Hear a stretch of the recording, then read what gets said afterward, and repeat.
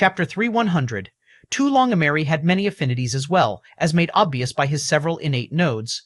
But he had only ever allowed the sword to guide him. He let everything fall into the backdrop, and it became his one obsession. At the same time, he didn't have another force like Dream Force to give him insights on the plane most weapon forces existed on. In the end, he ended up spinning his wheels. He couldn't see what lay beyond. Ironically, in terms of raw weapon force mastery, until just about a few hours ago, the two were on the same exact level. However, Leonel had broken through the plane and seen through the mystery of weapon forces, allowing him to touch onto a comprehension of space and time forces through his weapon forces.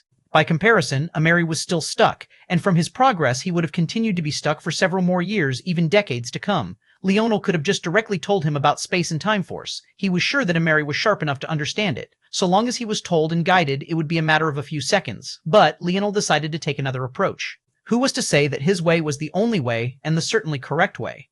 He could forcefully guide someone who was lacking in talent, but if he did that with someone as sharp and powerful as Ameri, he would instead be holding him back.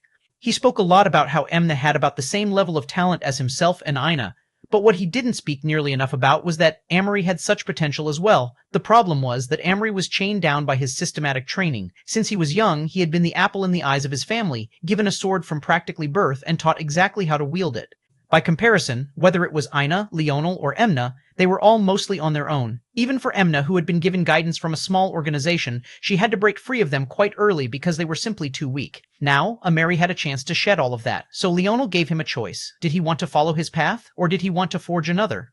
Leonel didn't even tell him which path he had followed, so as not to bias Ameri, but the irony was that the result was expected. A sword that stands above all things. A howling sword light came from Ameri and pierced into the skies above. Leonel's lip couldn't help but curl. This was the path exactly opposite to him. Leonel had chosen a spear and bow that were all things.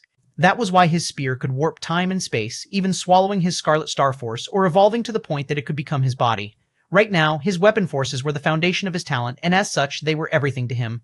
However, even without knowing any of this, Ameri still chose the opposite path to himself. Ameri didn't want a sword that could become time and space. He wanted a sword that stood above time and space. It was a subtle difference, and many could probably argue until the last rays of the Northern Star set which path was superior. But to Leonel, it didn't really matter. Maybe in someone else's hands, the path he had chosen would be weaker than Ameri's. But in his, how could it ever be? Streaks of gold rolled through Ameri's wooden sword-like veins before they broke apart, leaving a golden sword behind. At that moment, even though he was still casually leaning against a tree, Leonel could feel all the hairs on his body stand up as goosebumps raced across his skin. This was exactly what he expected. A sword that lorded above all things could cut through all things. He had a feeling that no matter the defense, no matter the preparation, it simply wouldn't matter before this blade. It was a blade that could sever the laws of reality themselves, a sword that could cut without a single swing, a sword that moved with the intention of one man alone.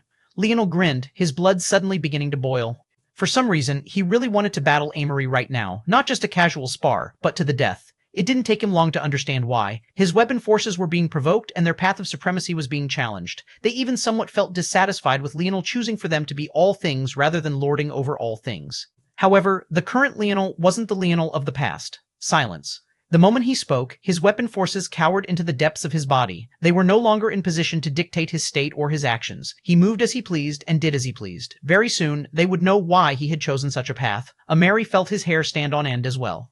Just now, he had felt a fiendish killing intent lock onto him that covered his already dripping body with another layer of cold sweat.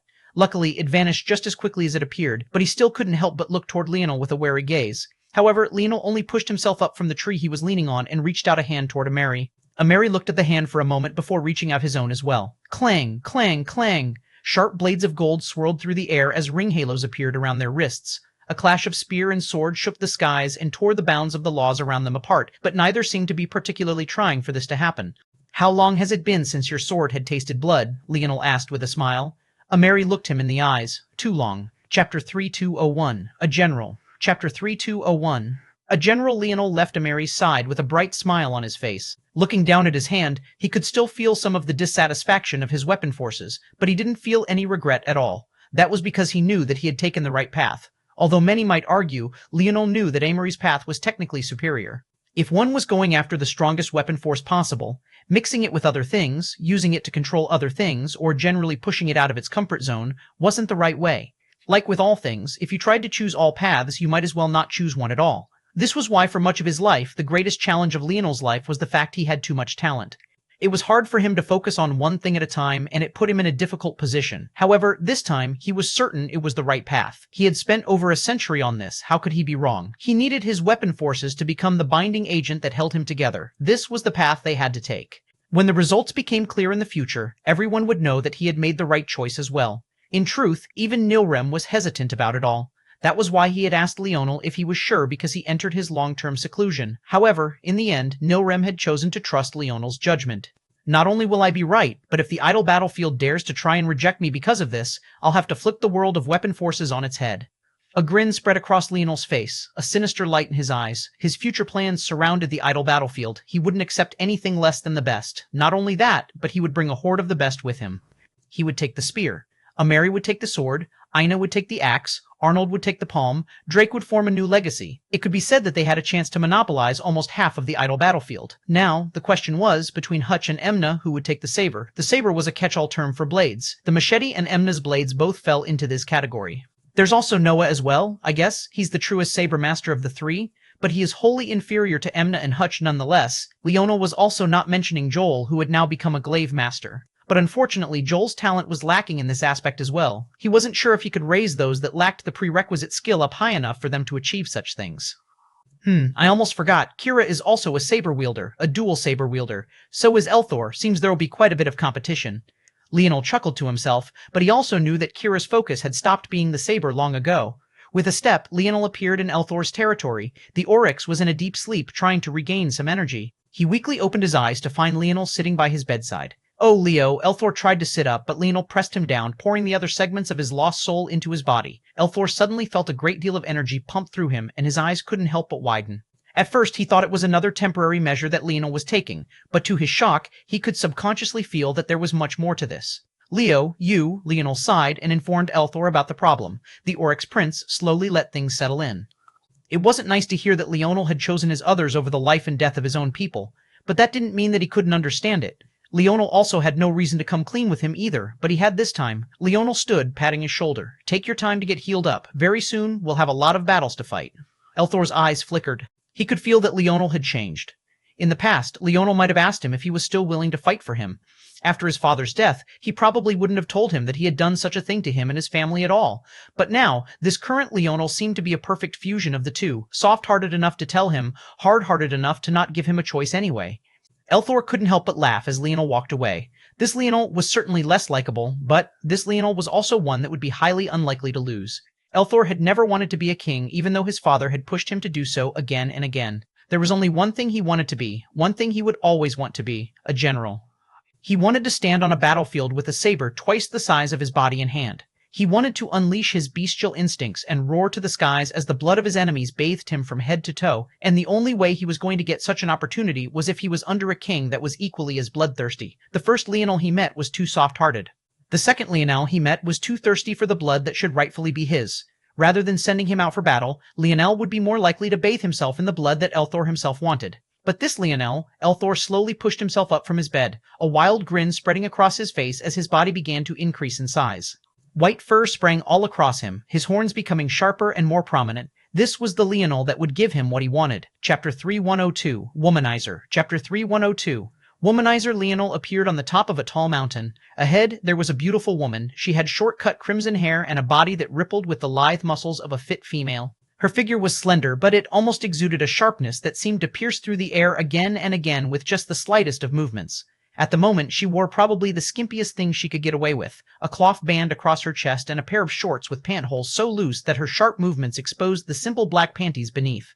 It was a truly beautiful sight, one marred by the lecherous man standing not far from her. Leonel's lip twitched when he saw Nilrem guiding Emna. This old man really left him speechless sometimes. There were many women in this world, many of whom came from the human settlements that Leonel had taken in, so when he caught Nilrem having sex, he wasn't too surprised.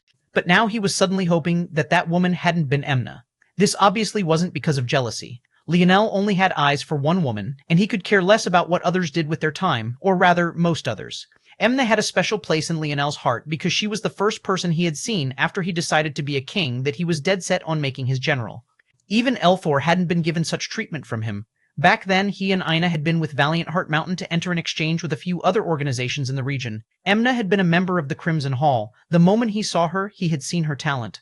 and having just exited the Valiant Heart Zone where he decided he definitely wanted to be a king, he had it on his mind to start building the foundation of his kingdom as well. In fact, Leonel had never stopped helping Emna. Of everyone, he probably supported her growth the most, even though he had yet to use her in combat. Ever since he met Raelian and took over the organization the latter had created for him, he had been pouring a ton of resources into her. If this shameless master of his ruined everything, he would throw him off a cliff. But it was hard to neglect the fact that Emna had definitely improved greatly under Nilram's tutelage. The old man was lecherous, but at the very least he was helpful. Unfortunately, as lecherous as the old man was, Leonel also clearly remembered the first impression he had of him. Nilram, or rather Y Star Order back then, was definitely the most handsome man he had ever seen, and that made him too good at fooling innocent women into his bed. It would have been better if he really was an ugly old man with sparse hair. He couldn't let Emna be one of his victims. If his general became useless because of a broken heart, he'd definitely have to deal with this old man. "What do you think you're doing to my general, old man?" Leonel hopped down and landed near them. Emna blinked, having only just noticed Leonel's appearance. She gave him a nod and then continued her boxing routine without missing a beat. "What's that supposed to mean, brat?" "Can't you see I'm guiding her progress?" Nilram scoffed. "My generals are off limits, lewd bastard. You're not allowed to lay a hand on her." "Ho ho ho, are you making her part of your harem? My bad, my bad." Emna almost tripped and fell when she heard this. She was usually a stoic woman, but how could she not react to such a thing? She turned back, giving the both of them wary looks. But Emna was still Emna. Even with such a suggestive conversation going on, she didn't seem to realize how suggestive her form of dress was. "I only have one wife, and will always have one wife." Leonel shook his head. "Then stop being so stingy, Shushu." Emna's sharp gaze landed on Nilram. At that moment, there was a hole cut through the lower half of his robes. "Hey, hey!" Nilram hopped out of the way. "Little beauty, you've been training for too long. If you don't learn of the other pleasures of life, you'll never get over your bottleneck." Emna gave Nilram a glance and then ignored him again, continuing her combat routine. Leonel laughed. Technically, Nilram was right. Emna was facing much the same problem as Amory, but she was also more flexible than Amory was. Seeing her now, Leonel realized that he was being too obtuse by labeling her as a saber wielder. She didn't even have a blade in her hand right now, she was only using her body. However, battle was all she had ever known. Sometimes looking at the world from a different perspective could help greatly. Emna's path was far more complicated than Amory's. Leonel couldn't just guide her with a few words, and she had to rely on herself. That said, he is right, you know, Leonel said with a laugh. "How about it, Emna? Do you have a boy you like? I can pretty much play God in this place." Emna faltered again, this time glaring at Leonel and forcing him to hop out of the way before a blade sliced at him too. Leonel laughed. "I can set you up on a blind date. I have someone in mind. Well, he technically has a fiancée, but I doubt she's in the picture anymore. Your kids would be little monsters. Really, you can be with anyone but this womanizer here." He hooked a thumb toward Nilram. Emna rolled her eyes and ignored the two, continuing her combat routine. "Seems your charms are dulling, old man," Leonel said with a laugh. "More like you didn't manage to trick the little beauty into your bed. Maybe I should tell your wife about this." "You wouldn't dare," Leonel said with narrowed eyes. Nilram laughed into the skies. He had finally found Leonel's weakness. It should have been obvious long ago. However, he didn't get to laugh for long before he was suddenly sent flying off the mountain. "You forgot I'm God here, old man. Have a nice fall." Leonel exhaled a breath and smiled, turning back to Emna. "Ready to battle?" Leonel asked. "Any time," she replied coolly. "Good." Chapter 31003, Kira's Smile. Chapter 31003, Kira's Smile. Leonel appeared in yet another mountain range, if it could be called that. At this point, it looked like the world of the dead, and this entire region of land had pretty much become cursed. Before, it was just because there were the bodies of void beasts and the shadow tail here. But now, there were all 6 envoys of destruction, including the void beast. On top of that, there was another addition: primordial terror. It could be said that this region was the densest concentration of destruction in the world, and it was almost a shame that Leonel didn't frequent it much. It was just that Leonel didn't feel like he needed to. Yep, Black Star suddenly appeared in a swirl of spiraling black, popping out of the air like it was a curtain the moment he sensed Leonel. He landed on the latter's shoulder, swiping at his ears a few times with a playful claw. Clearly, the little guy was happy to see him. By this point, Black Star already had the mature thinking processes of a truly powerful person. He was no less sophisticated in how he saw the world, even if he did act a little childishly sometimes. As far as Leonel was concerned, the two of them were brothers as well. Black Star had been by his side ever since the little guy was an infant. And back then, although Leonel had been older, it truly wasn't by as large a measure as he had thought. He was just 18 years old back when this little guy first tried to take his head off in some sort of sick game. Now, it had been over a decade since then, a lot more than that if he counted all the time warp shenanigans. The two had come a long way. He could feel that Black Star was a lot more powerful now than when he first awakened his idol. It had been an entire 3 years since then, and the little guy had always been a shocking talent. Ironically enough, Leonel had only ever really done one thing for Black Star, and that was choosing the path of mimicry for him way back when he first met Uncle Montez. Now, that proved to be the best choice imaginable precisely because Blackstar had so many powerful beasts to study. At this point, Blackstar was already no weaker than a true envoy of destruction, and maybe in another few decades he would stand on the same level as the primordial terror. Leonel gave Blackstar a few scratches as he walked forward, the smile on his face not fading. At the very least, he was experiencing a bit of calmness and beauty to offset the deep discomfort that had been in him these last few weeks. Ever since he knew someone targeted his child, he wanted blood, and he still wanted it now. But at the very least, it was a controlled fury. Soon, he laid eyes on a young woman with delicate brown skin and bob-cut hair not much unlike Emna. Kira. Ever since the loss of her family, Kira had been working harder than maybe anyone else. Even the likes of Amory and Fifth Nova could only be on par with her. They had really driven themselves over the edge in service of repaying their debts and growing stronger. While some of the humans in this world had already forgotten the real reason they were here, these few had really pushed themselves to the limit, taking advantage of the resources Leonel gave them and the fact that this world was truly no weaker than any god realm. Kira looked up to see Leonel, a smoldering darkness in her gaze. Inwardly, Leonel could only sigh. He remembered when he first met this little girl. She was so cheery and lively. But now, he couldn't help but wonder if it was a mistake to allow her to stay here with no one but Blackstar to keep her company. For long stretches of time, Leonel neglected even his own brothers, even his own cousin. In fact, it was only natural that he ended up ignoring Kira, who he, objectively, had quite a minimal relationship with. However, he still felt like he held some responsibility for the things that happened, even though he was fairly certain that they likely wouldn't have changed.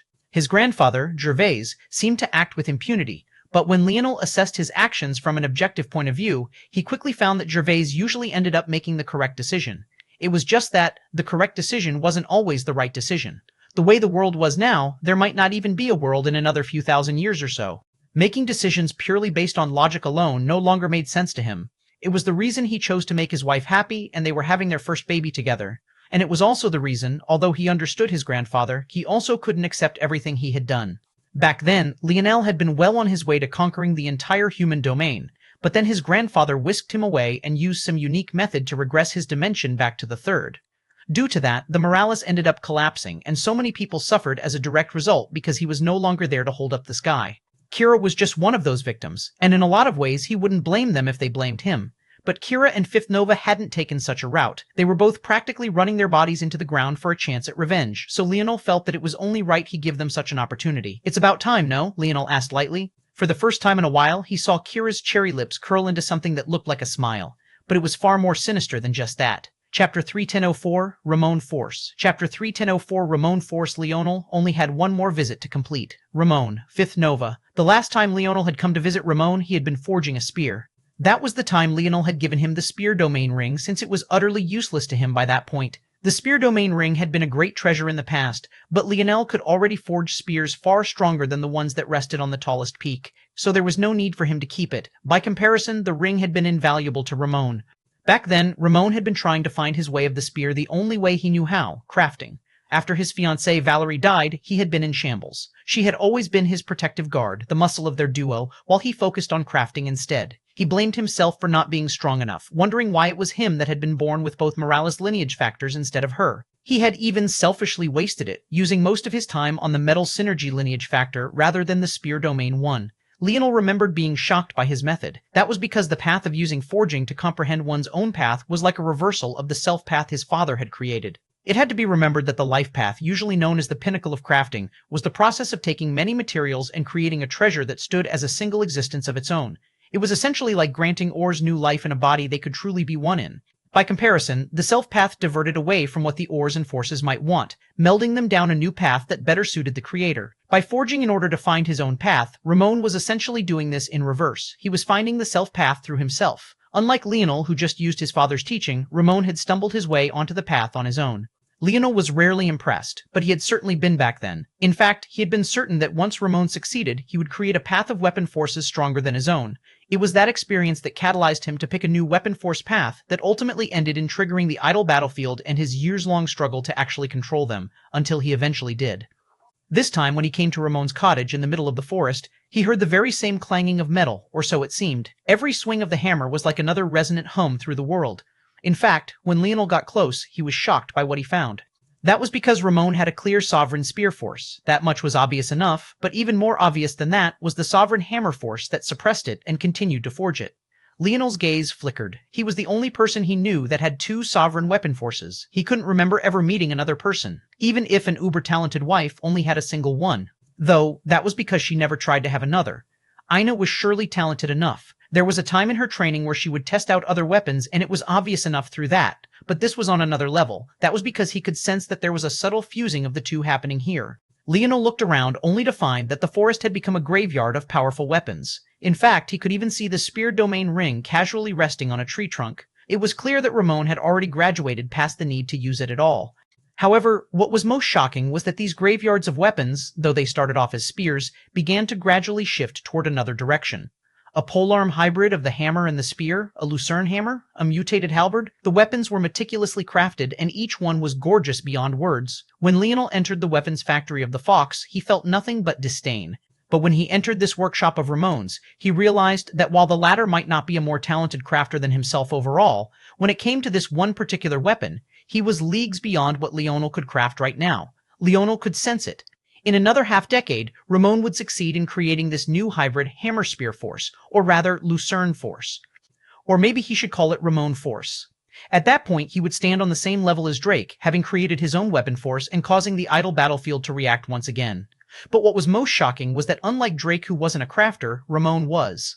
That meant that if he succeeded, and Leonel gave him his own legion to command, one of people who had also comprehended Ramon force, just how much more powerful would such an army be? No matter how great Leonel's crafting skill was, he couldn't be a master of all. He had created amazing weapons for himself and his brothers, or guns rather, but unless he spent more time studying gun force, it was impossible for him to create a weapon as powerful as what Ramon could. In fact, if Ramon succeeded, the Lucerne hammers he could forge would be even beyond the spears and bows that Leonel could currently forge, because they would have the stamp of a god. The more Leonel thought about it, the more anticipation he had in his heart. In that case, Leonel stood there in silence. He observed Ramon for an hour, then a day. Quickly, a day became a week, and a week became a month. Leonel knew that Ramon would succeed in 5 years or so, and that was already quite fast. But why do later what could be done now? Leonel's eyes suddenly shone as bright as torches, and his dream world deployed out from his body. Chapter 3105, She Will Be. Chapter 3105, She Will Be. Leonel put the entire effort of his mind into analyzing Ramon's new force. Lucerne force, hammer spear force, Ramon force, or whatever he would like to call it in the future, was truly unique. And it was a route that Leonel had never expected a Morales to take. The reason for that was obvious enough. Ramon wasn't a normal crafter in the first place. He had a metal spirit just like Leonel did. Using a hammer to forge weapons wasn't exactly the most efficient way for them to do things. There was no need to use hammers when their metal spirits could temper out impurities and refine metals to the perfect degree just by swallowing it for a bit. However, Ramon seemed to have switched over, and Leonel could understand it somewhat. He was still using his metal spirit. The hammer in his hand had his metal spirit running all the way through it and seemed to be a fusion of a craft and a living being, a true, beautiful representation of the pinnacle of the life grade. However, he had wanted to truly feel the changes himself, so he had swapped over to a heavier-handed method. At the same time, by using a hammer, he could temper his body as well. He wanted to find a method to transfer his crafting talent into battle talent that he had never had. The only way to do that was to put his body through a ridiculous amount of pressure. He had managed to find a way to refine his crafting and his body at the same time. At that moment, he stood in the middle of the woods, each strike sending a rain of scalding sweat spiraling through the air. His back rippled with a dense pack of muscles and had vascularity that could make the gods shrink. Every time he swung, his entire body moved. Leonel could feel every muscle fiber constricting at once. But what was even more shocking than that was that he forced his body to absorb all of the shockwaves afterward as well.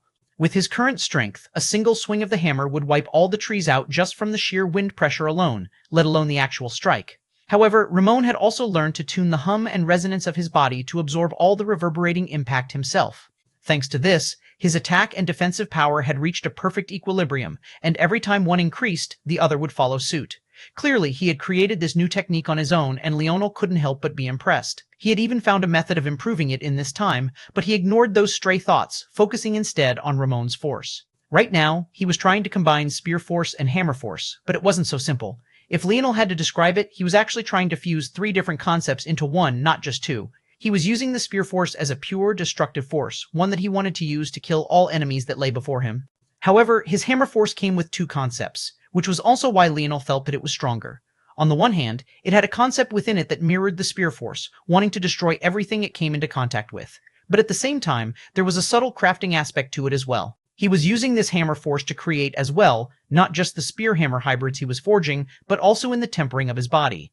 As such, Ramon was chasing attack power, but once again, his strongest aspect was in his nurturing and crafting ability. According to Leonel's simulation, Ramon would eventually realize this in the next few years and make the decision to abandon crafting entirely, ultimately succeeding and becoming a true god.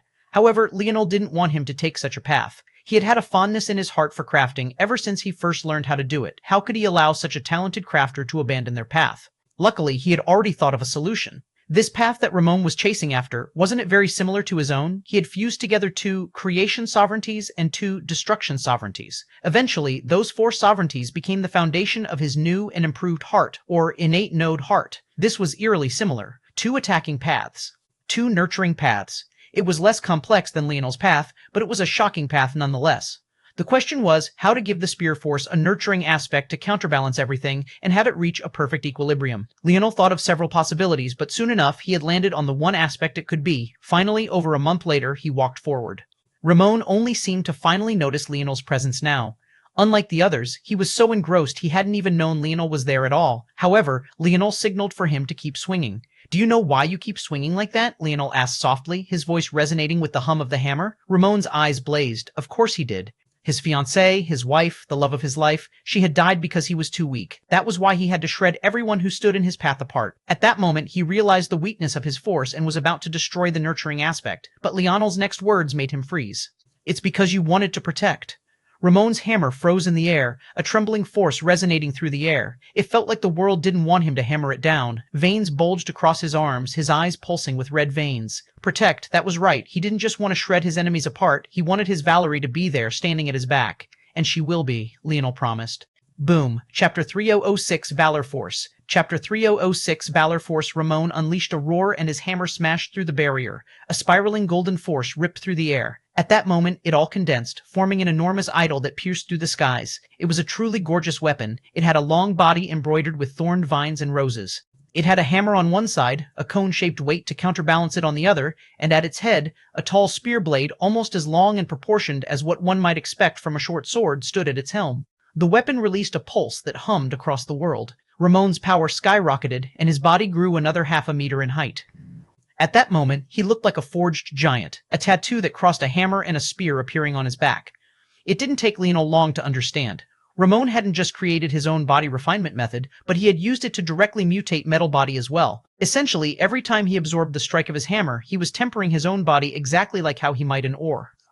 That meant that in a roundabout way, his body had also become an extension of his weapon forces, much like Leonel's had. Ramon was a true genius. He had figured out many of the things Leonel had with a far weaker capability to analyze large amounts of data, and now his power reflected that. He surpassed Drake in a single bound, the power he was exuding feeling far more holistic and whole. He roared to the skies as though giving vent to all his agony. There simply wasn't a single person in the entirety of Anastasia's world that couldn't hear him. Leonel looked up with a flickering gaze, and then he suddenly grinned. Boom! Ramon landed on the ground with a heavy thud, his body standing almost a meter taller than Leonel. It didn't feel like he was even looking at a human anymore, but rather a barbarian.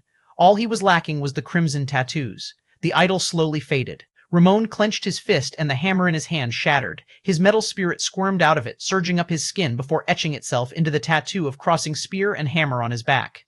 When it succeeded, there was a resonant hum that echoed through the world, and his power seemed to hit yet another tier. Shoom! There was a sudden ripple beside Leonel, and a familiar perverted old man appeared out of thin air. Nilrem looked up at Ramon with a twitch at the corner of his lips. "How is it, Merlin? My army isn't shaping up too bad, huh?" Nilrem was too shocked to even care about Leonel getting his name wrong. Wasn't this the second self-created idol in Leonel's team? How was that even possible? It had to be known that there was no one alive in the world right now that had witnessed the last created weapon force. The primordial terror might have been an exception, except for the fact it was dead now too. He could barely accept it happening once. But twice? That was just ridiculous. "Do you think this is normal?" Nilrem said after a long while, looking toward Leonel with a solemn gaze. Leonel shrugged. He could guess Nilrem's worries. The only reason such things were happening was because the end of the world was truly over the horizon. Certain things that would have been hard-nosed in the past had suddenly loosened up their standards, and now some things were easier to accomplish than others. However, Nilrem shook his head. "This isn't what you think it is. This is entirely related to you, and that means you're more fucked than I thought." This time, it was Leonel's lips turned to twitch. What the hell was that supposed to mean? But then he remembered the words the primordial terror had said to him before it attacked. He had spoken like he finally recognized Leonel, and Leonel had no idea what that could even mean. Was that related to this? The violet winds blow north, Nilrim muttered beneath his breath. What a load of hogwash. Which blind bastard gave this idiot so much power? Haven't you heard the saying that the students reflect the teacher? That's not a saying. It is now. Leonel, Ramon's sudden interruption cut off their banter. The man was looking at him with almost feverish eyes. Leonel smiled, guessing what he wanted to say. Before that, shouldn't you name your new force? Ramon's eyes flickered. Valor Force. Leonel paused for a moment and then nodded. His wife's name was Valerie. Maybe he should have guessed that he would take such a route. Boom, the world responded to Ramon's naming of his force and the clouds swirled. In the worlds across existence, a new force began to circulate, allowing itself to be comprehended by the masses. Come with me, Leonel said. I guess that since we've reached this point, it's about time the Morales family made a return. If he wanted to give Ramon a legion, it would take time. These people would need to comprehend an entirely new force, and though it would be far easier with the god of said force overseeing them, it was still time he wasn't willing to waste. The best way to circumvent this problem was by selecting people that would have high affinity for such a force, and what better collection of people would that be outside of the Morales? What better family of people to master a weapon force of destruction and creation outside of the crafting family of spearmen? He had won the position of patriarch with his own 2 hands, but that responsibility had been ripped from him because of the 4 great families. They destroyed his wife's childhood, killed his family and clan, and even targeted his child. He had sworn long ago to destroy them for the sake of Aina, but now he would truly relish it. Chapter 317, Automate Chapter 317, Automate a very happy birthday goes out to Prince Bands. I know your birthday is on the 7th, but I don't upload in time tomorrow, so happy early birthday. Lul Ramon hugged a confused Valerie with all of his might. By now, the man had gone from a somewhat lanky scholar to a hulking mass of a man. He was tall and bulging with muscles, and his wife, who had once been even somewhat bulkier than him, now looked like a dainty maiden in comparison. However, he didn't seem to care as he bawled his eyes out, holding onto her so tightly, Leonel was even a bit worried that he would crush her to death. Even so, Leonel couldn't help but smile, feeling his own emotions stirring. If he had gone through what Ramon had, he probably wouldn't react much differently. Well, at least the current version of him would. As for the past version of him, when he saw Aina die before him, he practically lost all humanity he had left in him. Luckily, his future self had been able to change the fate of at least one thing, sort of. In reality, by now Leonel understood that there were just certain deaths you could reverse and others that were impossible no matter how much you wanted them to be so. In the past, he had treated reviving people from death as an indictment on the sanctity of life. But he had only been a layman in regard to these things in the past. Now he understood that sometimes, being able to revive someone actually increased the value of it all, especially when it was contrasted with those you simply couldn't do the same for. He had seen many come back to life over the course of his own, but no matter what he did, he would never have his father back. And his mother, Leonel, pressed a silent hand to his chest. The irony was that for every breath he breathed, he was replacing one that should have been for her. He looked over toward Elrion and couldn't help but chuckle. He was gasping for breath. By now, he had only managed to help Anastasia revive a couple dozen Morales family members, but it was a huge toll on his mind. All of this was only possible if he and Anastasia worked in tandem. But obviously, it wasn't so easy. By Elrion's side, his old man was barking orders at him, and suddenly Leonel understood why Elrion felt closer to his parents than he did his grandfather, despite having spent far more time with the latter. Old Hutch was practically more of a drill sergeant than a grandfather. Yet, the slight smile at the corner of Elrion's lips told a different story entirely. Hey, Old Hutch, you knew we have recovery pods. Toss him in, then wheel him out. Old Hutch's eyes lit up and Elrion's lip twitched. This was really going to be the end of him. The cycle continued. Elrion had all of his stamina wrung out of him. Then he was tossed into a recovery pod for 15 minutes, only to be dragged out to repeat it all again. Slowly, the number of Morales that were being revived was steadily increasing in number. However, at this pace, it was simply impossible to revive them all. It took Elrion and Anastasia about half a minute to pull out one Morales from the stream of time, and then Leonel would trap their soul into the life tablet and help them recover. That was all fine and dandy, except for the fact there were trillions of Morales. Even if they focused on only the most core members, not only would such a thing be unfair and entirely unpatriarch-like, they still constituted billions. At this pace, they wouldn't even finish by the time existence came to an end. Elrion was starting to get sharper and faster with the more hands-on training, but even if they reached a point where they could do one a second, it would still take far too long, especially considering Elrion would certainly never reach a point where he could continue indefinitely without pause. A billion seconds was already almost 32 years, and that wouldn't even cover the core members of the Morales. If they needed trillions, well, the time necessary would only grow more exaggerated.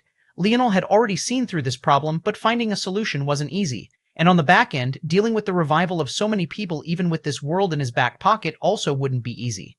It had to be remembered that Leonel was trying to drum up a solution that would allow everyone to return to the third dimension and reforge their foundations with greater ease.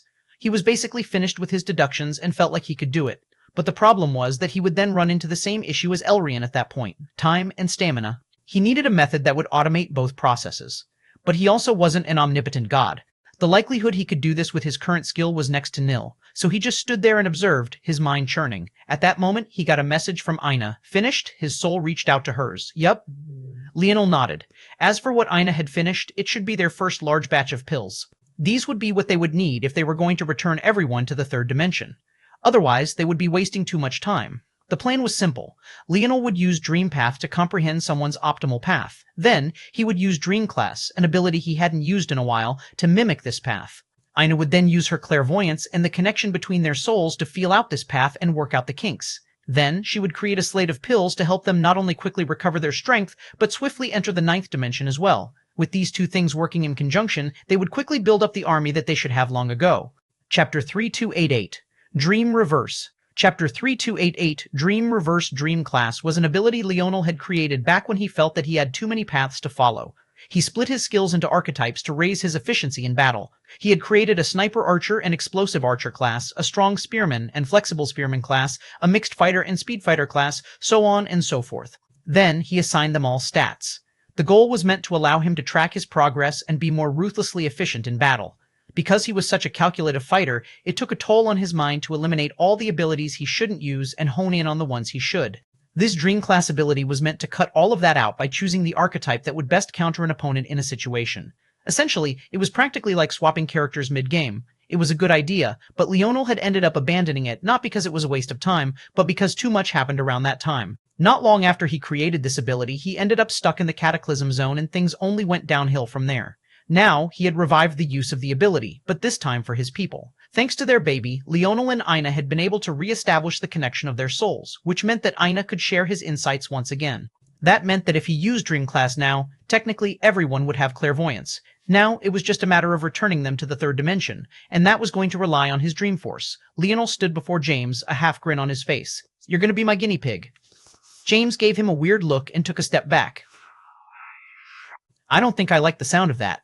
You like rolling the dice anyway, don't you? Stop bringing up that prostitute." Leonel blinked innocently. "Prostitute? I don't remember mentioning such a thing. Did you guys hear me say something?" The boys snickered and James fumed, but that was enough of a distraction for Leonel to press his palm against his forehead, causing James to shudder. The human body was extraordinarily unique. Unlike the other races who seemed to evolve towards separating their souls from their bodies, they remained fused. This seemed like a terrible thing. Even Leonel's father had thought so, or else he wouldn't have taken the path of separating the soul from the body as well. Well, it was possible he thought otherwise and had just ended up stumbling on the perfect technique that required separating the soul, but the truth didn't matter much one way or another. What was important was that this seeming weakness was something that Aina had made a powerful strength, and right now, Leonel was fairly certain that he could make it yet another. The trouble with having the soul fused with the body was that as one trekked through the dimensions, one's soul would end up pulled along and stretched through the dimensions as well. The soul's main place was the dream plane, which was located in the second dimension. So if you had your soul fused with your body, each step forward would elongate and pull your soul like an elastic band through the dimensional layers. By the time you got to the ninth dimension, if you could manage that at all, your soul would be stretched so thin that comprehending much of anything would be endlessly difficult. But the gathering steel that the god beasts of creation left behind seemed to disagree. They left behind a perfect dimensional method designed for the human race. Still, that wasn't what Leonel wanted to take advantage of now. Instead, he planned to use the time force characteristics his dream force had gained to forcefully rewind the state of his brother's souls. Because humans had unique constitutions, if he could succeed, theoretically, their bodies would all revert to the third dimension as well, while actually keeping some of their current strength. When all of this came together, they would be able to practice dimensional cleanse and pair it with the human dimensional method of the gathering stele, laying a foundation far more powerful than anything they had ever had before. At that point, their strength would hit a new tier entirely. Though Leonel was joking around, he would never do this if he felt like there was a large risk of failure. But whenever you were trying something new, there would inevitably be some risk involved. However, Leonel wouldn't accept no for an answer this time. He would drag his brothers along to keep up with his steps no matter what this time. He would build the kingdom he wanted to see, a place where his children would be able to flourish in happiness, where the human race, and all races for that matter, would have their own piece of the world to live out these final days. Leonel's gaze flared and his aura pierced the skies. Dream reverse. James's body shuddered and his aura began to rapidly decline. The life seemed to be stripped from his eyes and he fainted soon afterward. However, there seemed to be a mysterious suction force on Leonel's palm that kept him standing upright, not allowing him to fall even when his body went limp. The world overturned and churned. Leonel grit his teeth, his jaw set, his eyes glowed brighter and brighter. Pierced through. Bang! James's body convulsed and the skies above began to swirl.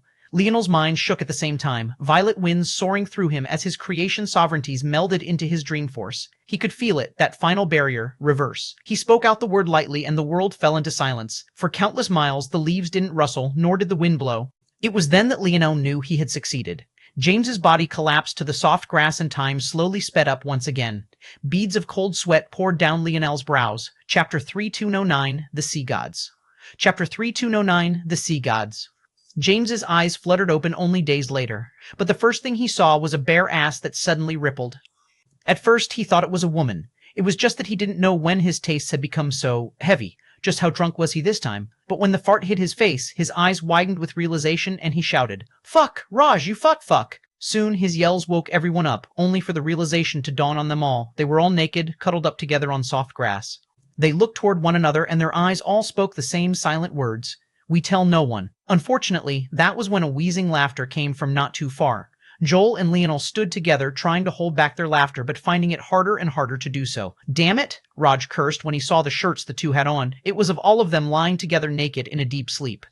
James's face was buried into Raj's ass. Milan and Arnold were locked in a bear hug. Even Gil and Franco were locked in a less than holy union.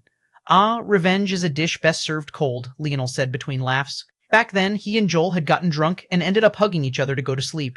They had been dealing with those damn shirts for too long. Now, years later, they finally got their revenge.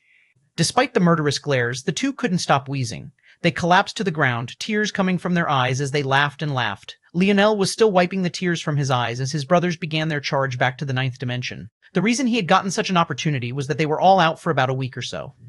Much like him, they had lost consciousness for a long while. In that time, Anastasia and Elrion had managed to revive several thousand members of the Morales. In fact, as he began to help them reforge their foundations as well, the pace of this only accelerated. With each one that came back, Leonel found that his unilateral control over the Morales constellation was slipping. However, overall, the constellation itself was slowly becoming more powerful. In fact, as he began to help them reforge their foundations as well, the pace of this only accelerated. The Morales family lineage factor had changed and mutated. It was no longer separated into two halves, and now they all had both.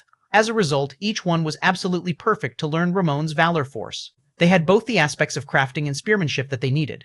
The trouble was that metal spirits were too rare. Only a few hundred to 1,000 of the Morales had them to begin with, and obviously, since they had been revived, they hadn't been able to bring their companions along with them. As such, their highest and best potentials weren't being brought out.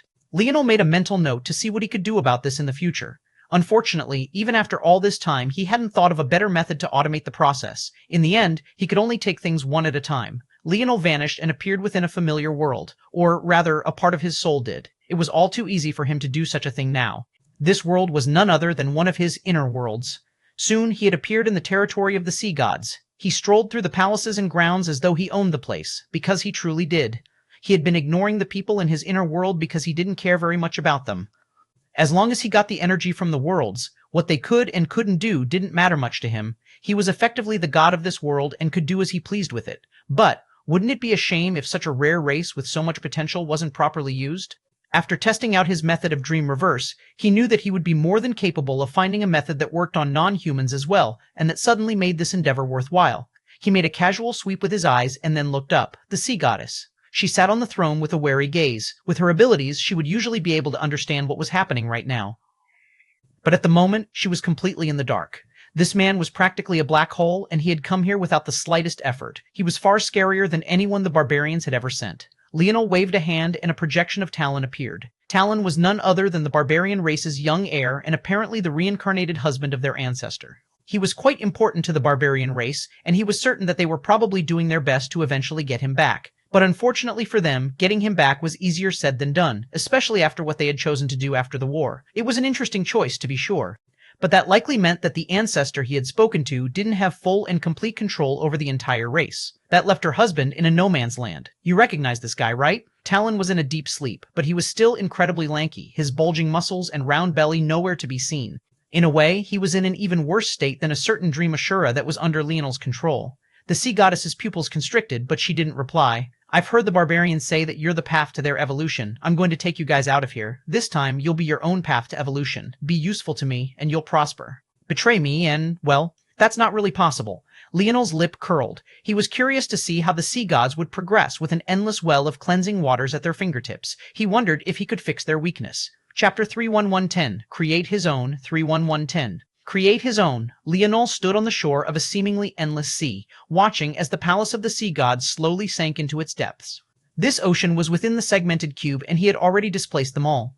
In fact, he had also brought out all the Oryx within that world as well. These Oryx would add a substantial amount to his current Oryx population, and likewise give Elthor the army he had always wanted to command. As he watched this scene, his thoughts churned and became more and more difficult to read. Wise Sea Order.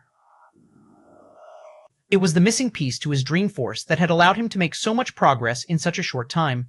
In a lot of ways, Wise Sea Order was to his Wise Star Order what his creation sovereignties were to one another, or what his destruction sovereignties were to one another for that matter. To make a complicated matter simple, they fed off of one another and formed a cycle. One allowed him great understanding of the stars, and the other allowed him great understanding of the earth. Together, they gave him a holistic grasp of the world that few could match. Of course, this didn't refer to the star and earth in the normal sense. Rather, they referred to stars as the representation of the impetus of life, and the earth as the representation of the sustainer of life. Without the stars, no worlds would ever be born. Without earth, no worlds would ever be sustained. Wise Sea Order represented the latter, and this was why it had seemed like the sea gods could see the future, or rather, why their sea goddess had seemed to have such abilities. Outside of the sea goddess, though, the other sea gods were very interesting because they had a bit of a problem.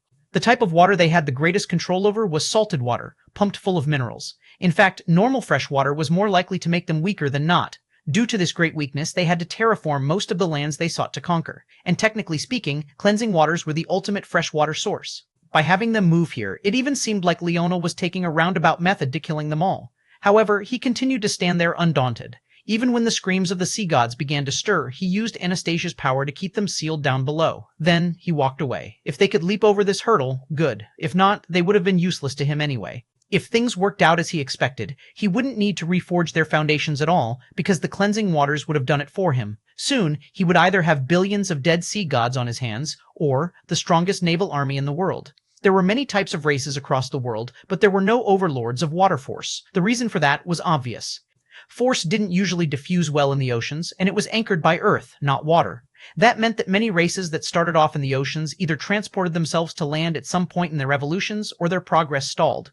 The most powerful existences of water force tended to either be born with an ability index or innate node serendipitously, or they were brainless oceanic beasts without much room for evolution. The golden koi fish was a good example of this. There was a reason it was so obsessed with attacking land. It had wanted to leave the waters and continue its evolution elsewhere. As for the tentacle womb, it wouldn't have been able to even begin showing its full potential unless Leonel started to help it evolve. Of course, these two creatures were also things that Leonel had ignored for a long while now, but since he was taking such steps, it was about time they entered the fold once more. He appeared in a certain space and the sound of rattling chains echoed. "Let me go, you son of a bitch." By this point, Somnus, Flora's brother and Dream Asura, couldn't keep his composure any longer. He had been continuously bled for the last month, and it now seemed that Leonel didn't care whether he lived or died. "Don't be like that," Leonel said with a smile. "You're about to be the foundation of my army of Dream Force Masters. Shouldn't you be happy?" "What's with the long face?" Somnus shuddered. Over the time he knew Leonel, the latter had only become more and more like a Dream Ashura, and that was only bad news for him. "Damn it, I can help you capture other Dream Ashuras. Why me?" Leonel blinked as though he was really considering it. It gave Somnus a small light of hope before it came crashing down. "You're the most useful, unfortunately, because your blood is the most compatible with your sister's corpse." Somnus shuddered from head to toe, goosebumps flying across his skin. What he didn't know was that Leonel's plans were far more sinister than just this alone. He was about to push the tentacle womb to its very limits, and it might not even survive the process. Well, actually, his wife was handling all of this. He didn't know nearly enough about blood force or dissecting corpses, but ever since the first time she had done the latter, Aina had been looking for an opportunity to do it again. And now, she had it. She had 2 Dream Ashuras and dozens of envoys of destruction as a foundation. Now, they had practically unlimited resources, and Leonel was in need of an army that could at least somewhat keep up with his Dream Force. Dream Force users were too rare, and unless he planned to snatch up the Fox Empire right here and now, he had no easy way to get them, so he would have to create his own. Since the Demoness had managed to use his Dream Ashura blood as a foundation for all of her shenanigans, he would just take a play out of her playbook and create an army of Destruction Ashuras. Leonel turned and left, leaving the rest to his wife and not particularly caring whether she succeeded or not, because in the end, unless he was powerful enough, none of this would make a single lick of difference. Leonel waved a hand and a spear appeared. He swung it casually a few times, leaving long trenches in the land with the air pressure alone. What was the most efficient way for him to reach the level he needed to? Chapter 3111. Enjoy it 311 Enjoy it. Leonel's situation was a bit complicated. Before, he only needed one thing to progress, an obscene amount of energy. But now, it was a little more tricky. Unfortunately, he still needed a ridiculous amount of energy. There was simply no getting around that. But the irony was that getting this large amount had become several-fold easier. In the past, he was on his own, but now he didn't mind stealing from his grandfather if he had to, and, in fact, he already had. Before they left the Fox Empire, Leonel and Nilrim had done a nice little raid on the Fox treasure house again, but therein lay the problem. He had resources in spades now, but his body situation was different. The first and most important point was that the foundation of his body had become his new, still unnamed, innate node. This innate node took up residence in his heart, directly replacing it in fact. And it was this innate node that became the first weapon force innate node in all of existence. Leonel was certain that this was the right path, but it made other things many times more tricky. For example, his metal body. It wasn't exactly a metal body anymore and had instead become a weapon force body. On the one hand, it was great because Leonel's body was essentially an extension of his weapons. He could gather more weapon force per any given action, and he could even assimilate a much wider range of forces into his body now compared to before. Because his innate node was a concentration of both of his weapon force sovereignties and all four of his creation and destruction sovereignties, it was unique in the sense that it could help his weapon forces to become anything. And by extension, it allowed his metal body to absorb anything. Unfortunately, as great as that sounded, it would be truly stupid to just start swallowing any and everything.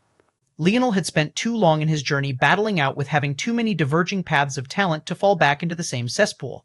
Then there was his divine armor. He already had a decent idea of how he wanted to create his next divine armors. Once again, he found himself in a situation where he could start from scratch, applying everything that he had come to learn over the course of this journey into action. The obvious choice was to recreate heirlooms turned god armaments that could stand head-to-head with either, but even Leonel somewhat felt he was overestimating himself with the ideas he had come up with. He wasn't some omnipotent god of crafting yet, and even the Fox treasure stores would start taking a hit if he really did do what he wanted to do, and yet there were still more problems yet. The aspects of his talent left in the greatest shambles were his Northern Star lineage factor. Without the Dreamforce foundation of his Dream Asura bloodline to anchor it, it had practically gone awry. Although he had pretty much sacrificed it all for the sake of improving his constitution, he had lost all of that after his rebirth, and even if he hadn't, he would have replaced it all with his weapon forces anyway. This meant that the Northern Star lineage factor was like a loose end wiggling about in his body with no start and no end. Without being organized, it could easily trigger a disaster for him in the future or waste his potential in the present. It was hard to tell which would be the case. With all of this laid out, it was no wonder Leonel didn't even know where to look first. He had been very certain of the first step before he started, but now he was flying like a headless chicken, or in other words, flailing around on the ground in a pool of his own neck blood. Ping! At that moment, Leonel's spear was suddenly stopped by the pinch of two fingers. He blinked in slight surprise before looking up and seeing Nilrim, who had a funny little grin on his face. It seems it's time for me to shine. Leonel raised an eyebrow, not quite understanding. Although this man called himself his master, he had never really done anything of the sort. In fact, Nilrim had tried to kill him many times and hadn't even been there during the most important moments of his life. However, Leonel had never had any hostility for Nilrim. That was because he could see that his intentions were pure even though he was nigh impossible to read. It was a clearly contradictory statement, yet it seemed to make perfect sense to Leonel. Your time to shine? In case you haven't noticed, I'm not a mentally fragile teenage girl. Isn't that your usual MO? Nilrim looked aghast. The number of sophisticated older women this esteemed gentleman has bedded is beyond your imagination. Not denying the fact you've targeted fragile little girls is a choice, sure, Leonel said with a raised eyebrow. Don't try to get me caught in your word salad, brat. I only bed women who are of age. Of age for what? Potty training?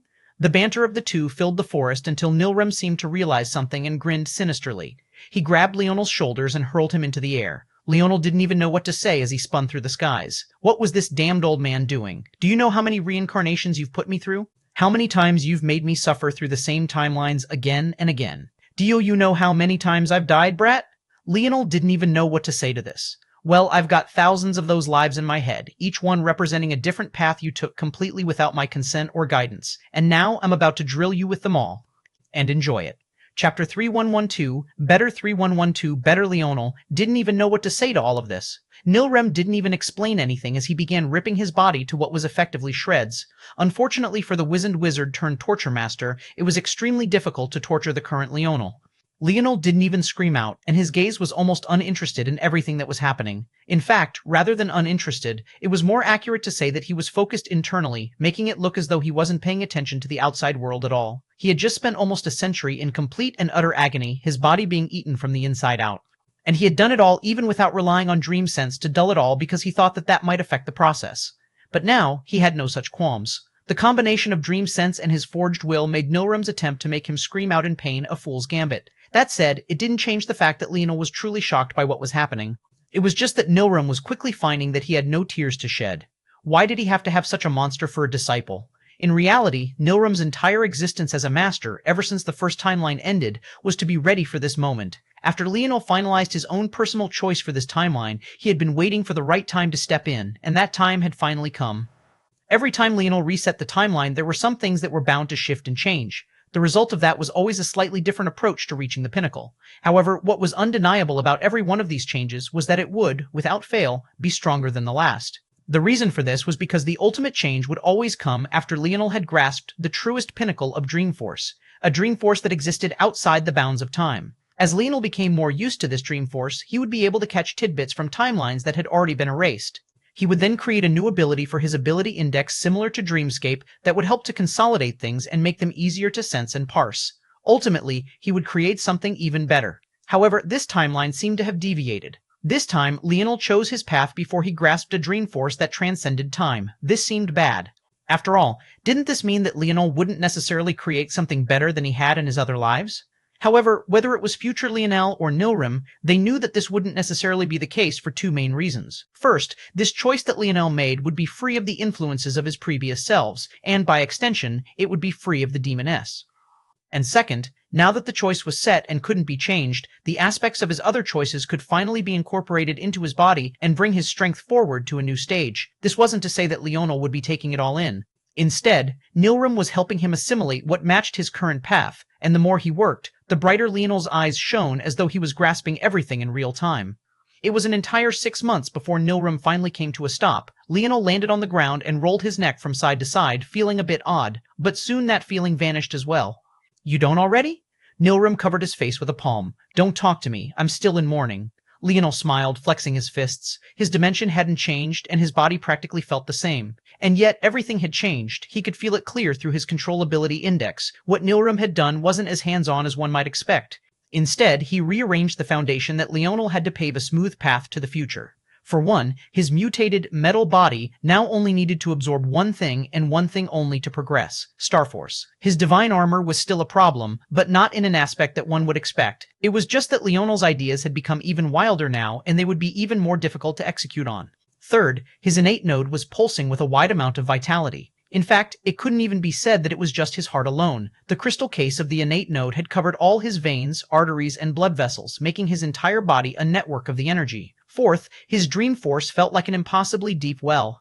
It was no weaker now than when he was his enlightened self in terms of quantity.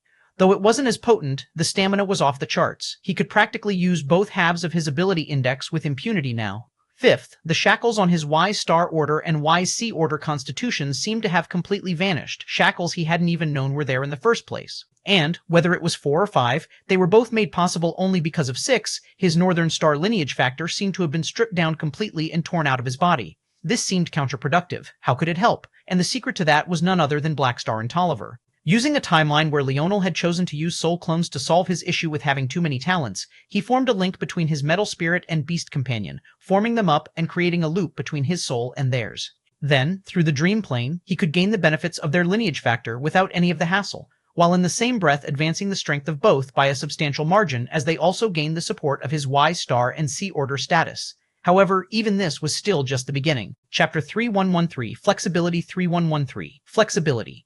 There were a shocking number of changes in Leonel's body, so much so that it was difficult to wrap his head around them all even though he had been paying attention for every second of it. The truth was that many of what he had noted first were just the largest changes. but there were many smaller ones.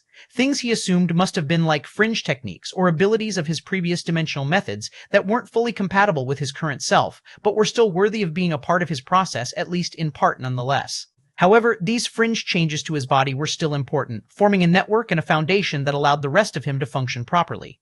What made Leonel truly curious, though, was how final destruction and dimensional cleanse fit into all of this. From what he understood, no matter which iteration he was talking about, he would undoubtedly use these two methods. However, they were also incredibly flexible nonetheless. When he formed his innate node, he didn't experience any rejection from them at all. Since things had reached this point, Leonel decided to start with step 1 and just work his way forward. His metal body, what did it mean to absorb Starforce? Leonel knew well, though it hadn't always started off that way. Starforce was the engine that made the entire universe go. Without Starforce, there would be nothing. Even as a mortal of Earth, Leonel had a great understanding of this. After all, without the sun, there would be no Earth in the first place. It would just be a meaningless blob of rock in the middle of nowhere. It was because of this uniqueness that Starforce often seemed to just be an addition to already powerful forces. There were many forces that seemed to have Starforce tacked onto the end of it as though it was a careless addition. But the reality was that having Starforce as a part of a force gave it its own driving power. Forces with Starforce, rather than relying on others, could make their own impact on the world, and it was why such forces tended to have hidden characters to them that transcended just the element they represented alone. Scarlet Starforce, for example, was creation at an extreme. Leonel had a theory that it wasn't the only powerful Starforce-infused element that had such a hidden history to it. He bet that they all did. This wasn't the first time Leonel had made use of the power of Starforce either. The moment he realized the kind of boosting power it had, he created a technique that was with him even to this day, Star Fusion. The shocking thing about this technique was that Leonel had never really had to make many changes to it, and it was one of the few things that had followed him along in his journey without being left behind. And yet, he was still only using the technique to a minuscule level compared to its true potential. For one, he was relying on vital Starforce, a Starforce that he didn't really have much affinity with in the first place, and one he wouldn't have even learned had his future self not gone to find a path to allow him to save his wife. However, now, Leonel would be able to directly absorb vital Starforce. As a result, his affinity for vital Starforce would hit an absolute peak, and he would be capable of using Star Fusion to an entirely new level.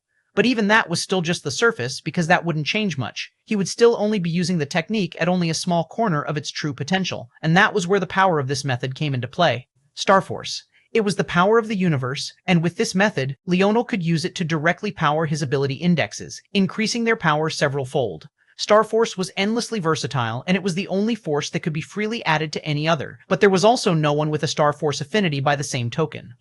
It seemed that in this timeline, Leonel figured out why that was, and the reasons were ironically similar to why Weapon Force innate nodes didn't exist. The moment he had this thought, he realized why these two paths synergized so well. His innate node would provide him a large amount of control over the spear and bow forces of the world, and his Star Force would allow him to spike that advantage, fueling it to another level.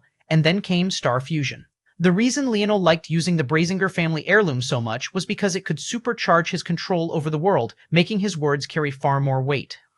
But now, Leonel could do that directly himself without the need to rely on an external item in the first place. And if he added Star Fusion on top of that, especially Star Fusion, King's Might, he might well and truly become a god without even having formed his Dharma in the first place, let alone his idol.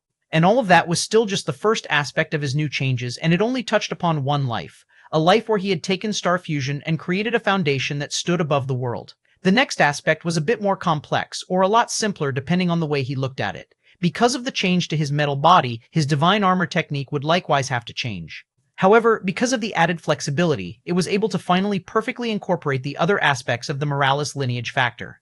This meant that for the first time, his divine armor would be able to take full advantage of not only ores, but force herbs and flames alike, all thanks to the flexibility of Starforce. Chapter 3114, Just the Two of Them. Chapter 3114, Just the Two of Them. It had to be remembered that the complete Morales lineage factor was formed into 4 parts, one that was the original metal synergy, and the last 3 came from the Radix, Midas, and Flora families. The Radix had the ability to pour life into their metals, making Radix cubes that were a lot like the Morales divine armors, but almost organic in the way they moved and worked. The Midas were able to swallow flames and use them to strengthen themselves, much like how the Morales could consume ores. The Flora were similar to the Radix in that they could pour life into force herbs and use them as extensions of their own personal strength. What was interesting was that the lineage factor as a whole seemed to be separated into 2 aspects rather than 4.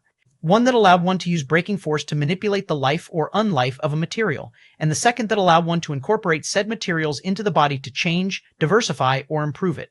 A large question in Leonel's mind was why the demoness had gone through so much trouble to not even take it in the end. But it was very much likely that whatever changes she needed to trigger in his Dream Ashura bloodline had already been successfully executed. The power of the actual Morales lineage factor was useless in her eyes, but not in Leonel's. He had already seen the power that the Flora aspect of the lineage factor could give him. In fact, it was the reason Sylvans hated him so much. But now he would really be able to see just how far he could take things, if he had some reliance on his wife, that is. Leonel was a crafter, but his divine armor would now require an understanding of biology he simply didn't have. However, not only did he have a genius force pill crafter for a wife, their souls were also melded into one.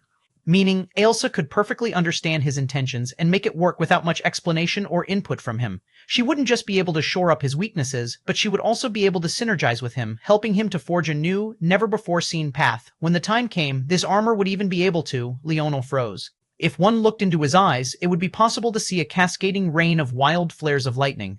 He was connecting so many insights so quickly that the synapses of his brain practically fired off like real firecrackers. He had finally done it. He understood how to break Anastasia free of her shackles and fix the mistakes of the Minerva.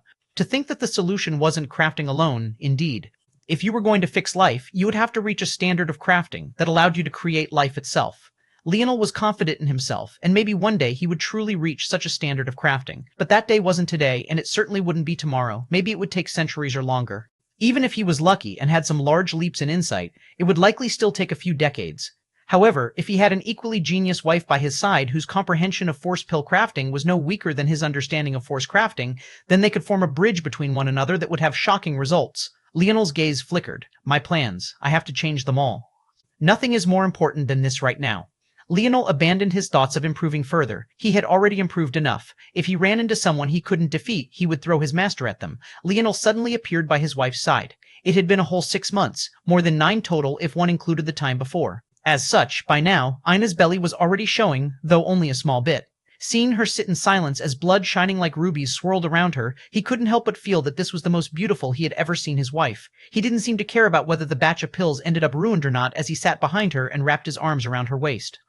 Given her skill, Ina didn't so much as falter, just smiling and leaning into him. She felt at peace, truly happy. There were few things she had ever experienced that were better than the feeling of Leonel so gently rubbing her belly. Leonel was so lost in the warm silence that he forgot that he had actually come here for something important. As lost as Ina was, so was he. The feeling of her back leaning into his chest was everything. He had been in the hands of his sadistic master for half a year, so it had been a while since he had touched his wife, though she had come to see him many times during the process. It was only a few hours later that Ina finished her batch of pills, and Leonel seemed to remember why he had come here. His eyes slowly opened, and he blinked, feeling well-rested and full of energy. A smile bloomed across his face. Want to rule the world with me? Of course, my king. Leonel felt his blood boil as he heard the soft, sultry voice. Her coercion was getting so strong that it accidentally leaked. It seemed that while she was diverting most of her strength to the baby, she had been improving by leaps and bounds in other things. Her new focus on Dreamforce was showing, and it was already so scary. It could already impact even his mind. How would others fare? But in the end, he controlled himself and explained his thoughts. You're right, Ina said after a long while. We are probably the only ones in the world that can do this. Leonel's plan not only required 2 existences at the pinnacle of their fields in crafting and force pill crafting, but they also had to be husband and wife, entrusting their souls to one another. And one of them had to have clairvoyance to perfectly understand the intentions of the other, in the entirety of existence. Only the 2 of them could do what they were about to. Chapter 315 Anastasia 1. Chapter 315 Anastasia 1. Leonel and Ina spent the next month in secluded discussion. Unfortunately, this wasn't a euphemism for something more spicy. Fortunately, there was much more to gain out of it than just the satisfaction of carnal desire. Well, maybe there was a little carnal desire. I think we have this pinned down properly now, Leonel said, feeling satisfied with the blueprint they had drawn out. In reality, although Leonel's father had left him behind several lessons on blueprints, how to read them, and how to construct them, this was the first time that he had ever truly bothered to do such a thing. But this just went to show how important he found it all. This wasn't just another craft. This was for Anastasia. Anastasia had been by his side for a long while. She almost never complained, and she did everything he asked without question. The one time she had shown even the slightest inkling of dissent was when he had sent her off to the Celestial Embers, but that was something that he had no choice but to take full responsibility for. Anastasia might have lived longer than any of them combined, but she was still a child at heart. Her appearance might not be a coincidence, but maybe she looked like a little girl because that was what she truly was. He should have never put her in such a situation, and when he had sworn to pull her out from her darkness, he had meant it with every fiber of his being. In truth, Leonel and Ina had had the solution they needed within a day, but then they spent the rest of the month refining it and perfecting it all. It was only now that they were semi-satisfied with how things were, and even then, their minds were still churning with more thoughts. To the two of them, Anastasia might as well have been their first child, and her place in their hearts was no less profound. The problem Anastasia faced was easy enough to diagnose after you had been made aware of it, but the solution was far more difficult. Anastasia was a world spirit, and though world spirits were living beings, they would be more so classified with a semi-sentience as opposed to a true one. World spirits were far more intelligent than their other humanoid counterparts, but their personalities were muted by the laws that bound them. In fact, it would be more accurate to say that they didn't have personalities at all. In fact, they didn't even speak. World spirits, in a lot of ways, were extensions of regulators. They existed only to uphold the laws of a world and help it to prosper. What made the situation odd was that world spirits did have the capacity to be more human-like. They just weren't. The Minerva had picked up on this, and they wondered what would happen if they could take a world spirit and break it free of the shackles of the world's laws and make it follow their own laws. There were already some examples of this, like Leonel's mother, but the trouble was twofold. First, a world spirit was too intelligent to be tricked. You couldn't just feed world spirits candy and lure them into a van to be taken away. Whatever you could think of, the world spirit could as well. On top of that, they could normally observe everything in their world perfectly, so they had already seen all the faces that humanoids had to offer and had a perfect understanding of them. This meant that if you wanted to become the champion of a world spirit, they had to choose you of their own volition, and that would defeat much of the purpose. And second, even when a world spirit chose you and gave you special authority over their world, it wasn't unilateral authority and was still highly limited. The world spirit would never let you do what Anastasia could do, for example. Warping time, accelerating the growth rate of plants and ore deposits, etc. That was because all of these abilities that every world spirit had, couldn't be done without harming the foundation of a world.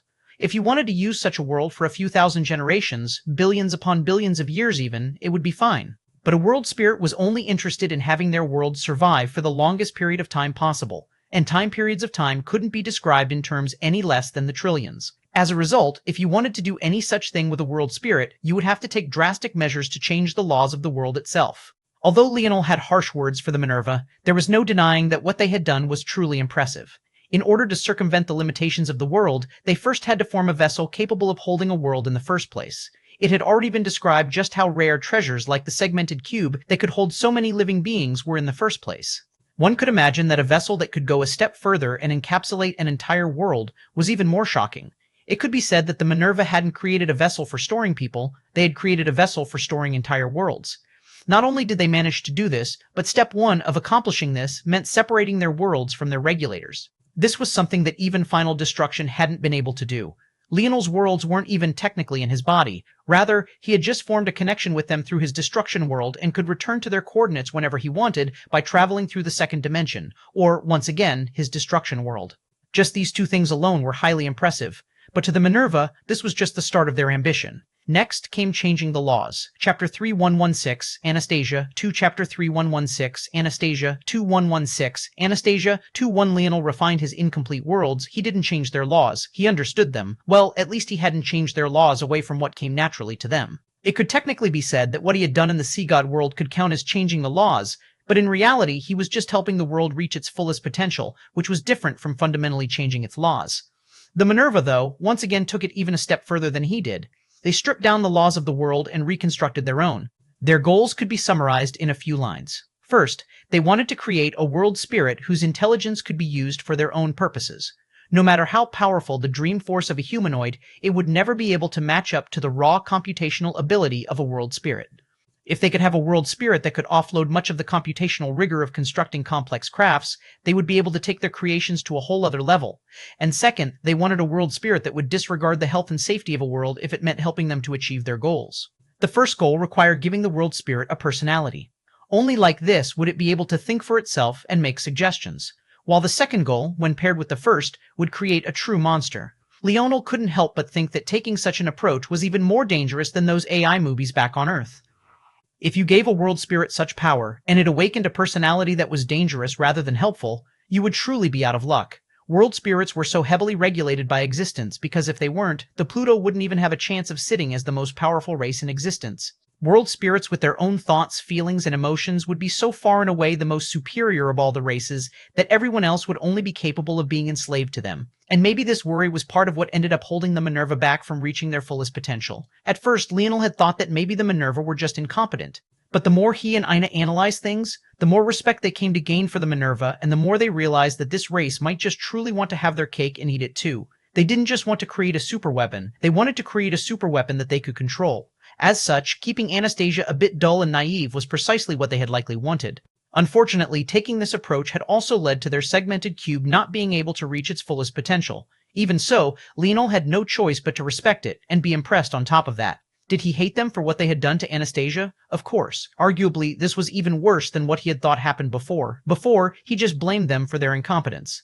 But now, he was fairly certain that they had turned Anastasia into a puppet on purpose, which was even more blood-boiling even if he understood why they had to take such measures. The question then was, how do they fix all of this? And the short of the answer was to change the world. However, this was easier said than done for several reasons. First, they lacked the power.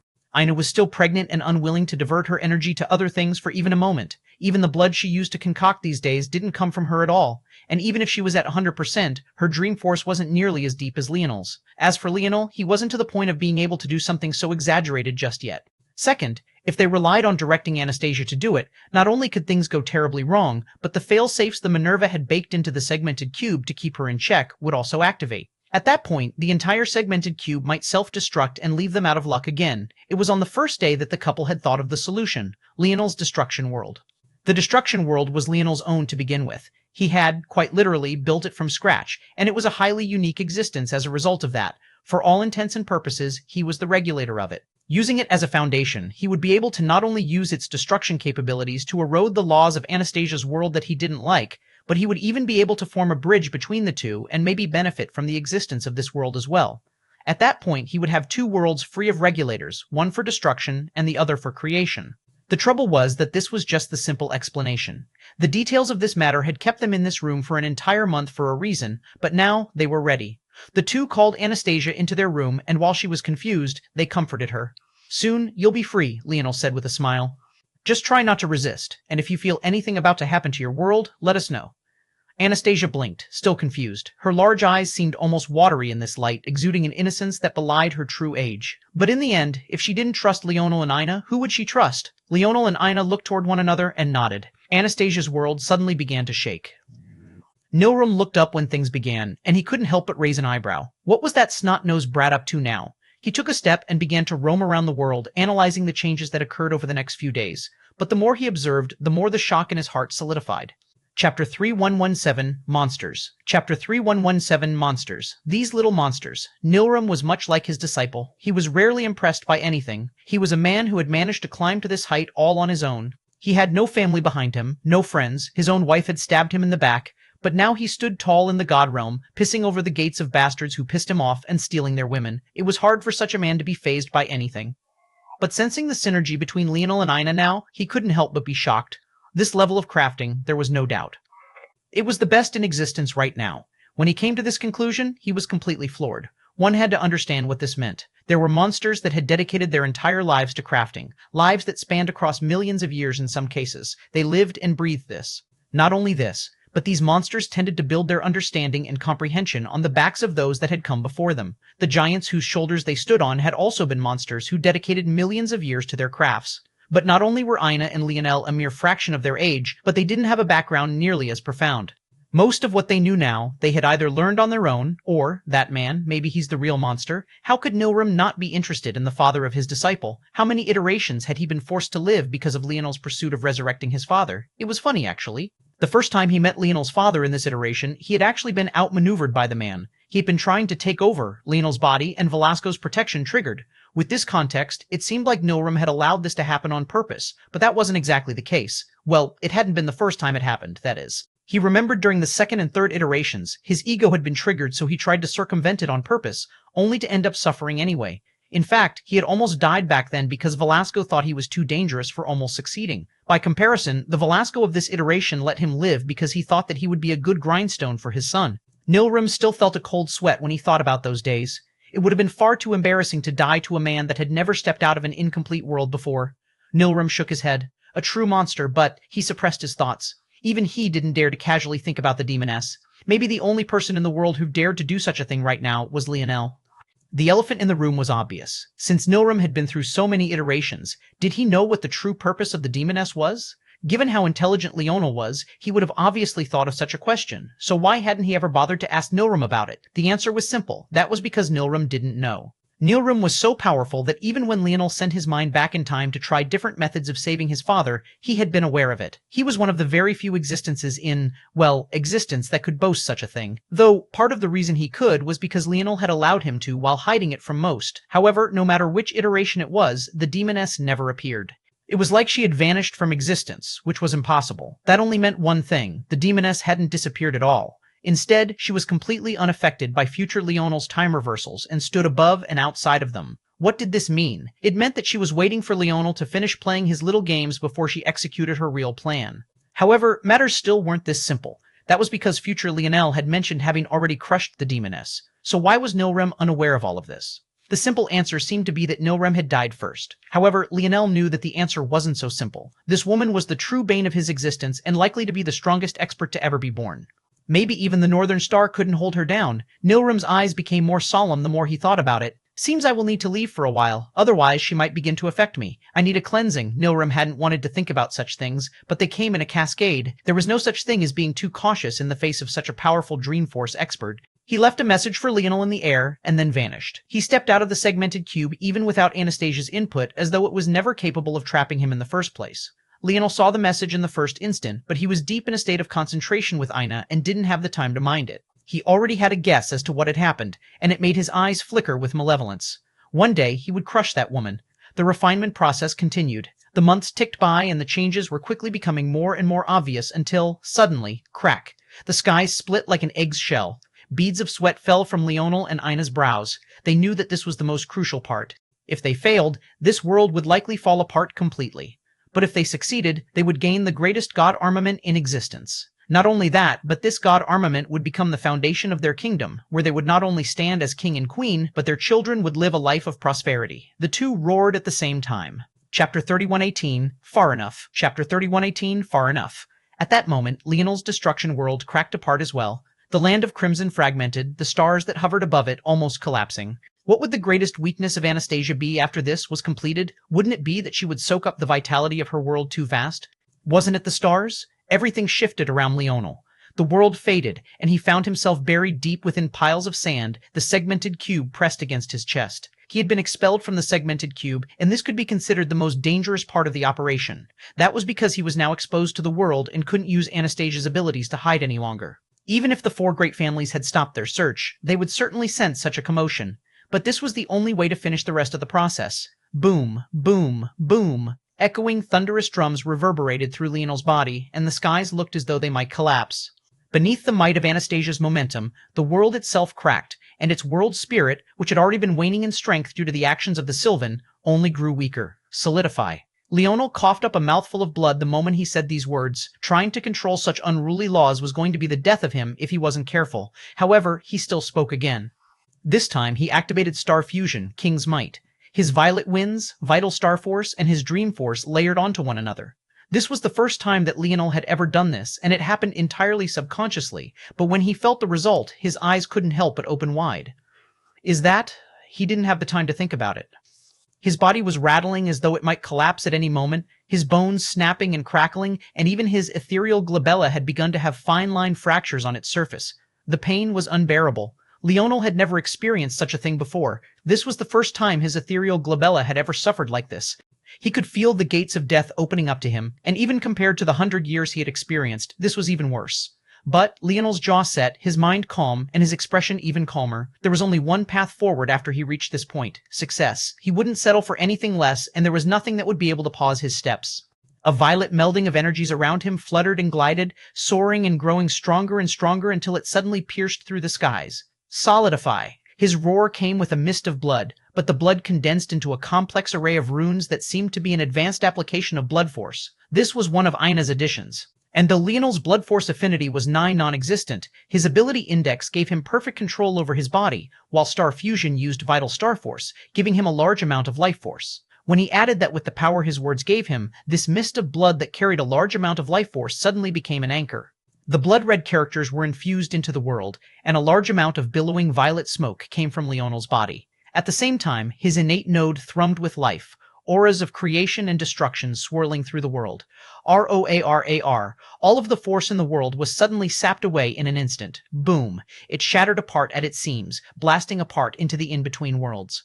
At that moment, the hidden portals of the four great families fragmented and shattered apart, revealing all of their locations at once. It was too late to do anything. Although they had been on their way, they were still a step too late. They didn't even have the time to get eyes on Leonel before everything went south. Leonel didn't even have time to mind it as his body was thrown into a wave of chaos. Being bombarded from all sides, his injuries only became worse and worse, but his focus didn't waver until success. Leonel roared and a stabilizing force projected out from his body. All of a sudden, he seemed to have stepped out of time and space. Despite all the chaos around him, it couldn't make it through, or rather, it went right through him as though he wasn't even standing here. Wasn't this Blackstar's ability? Only in part.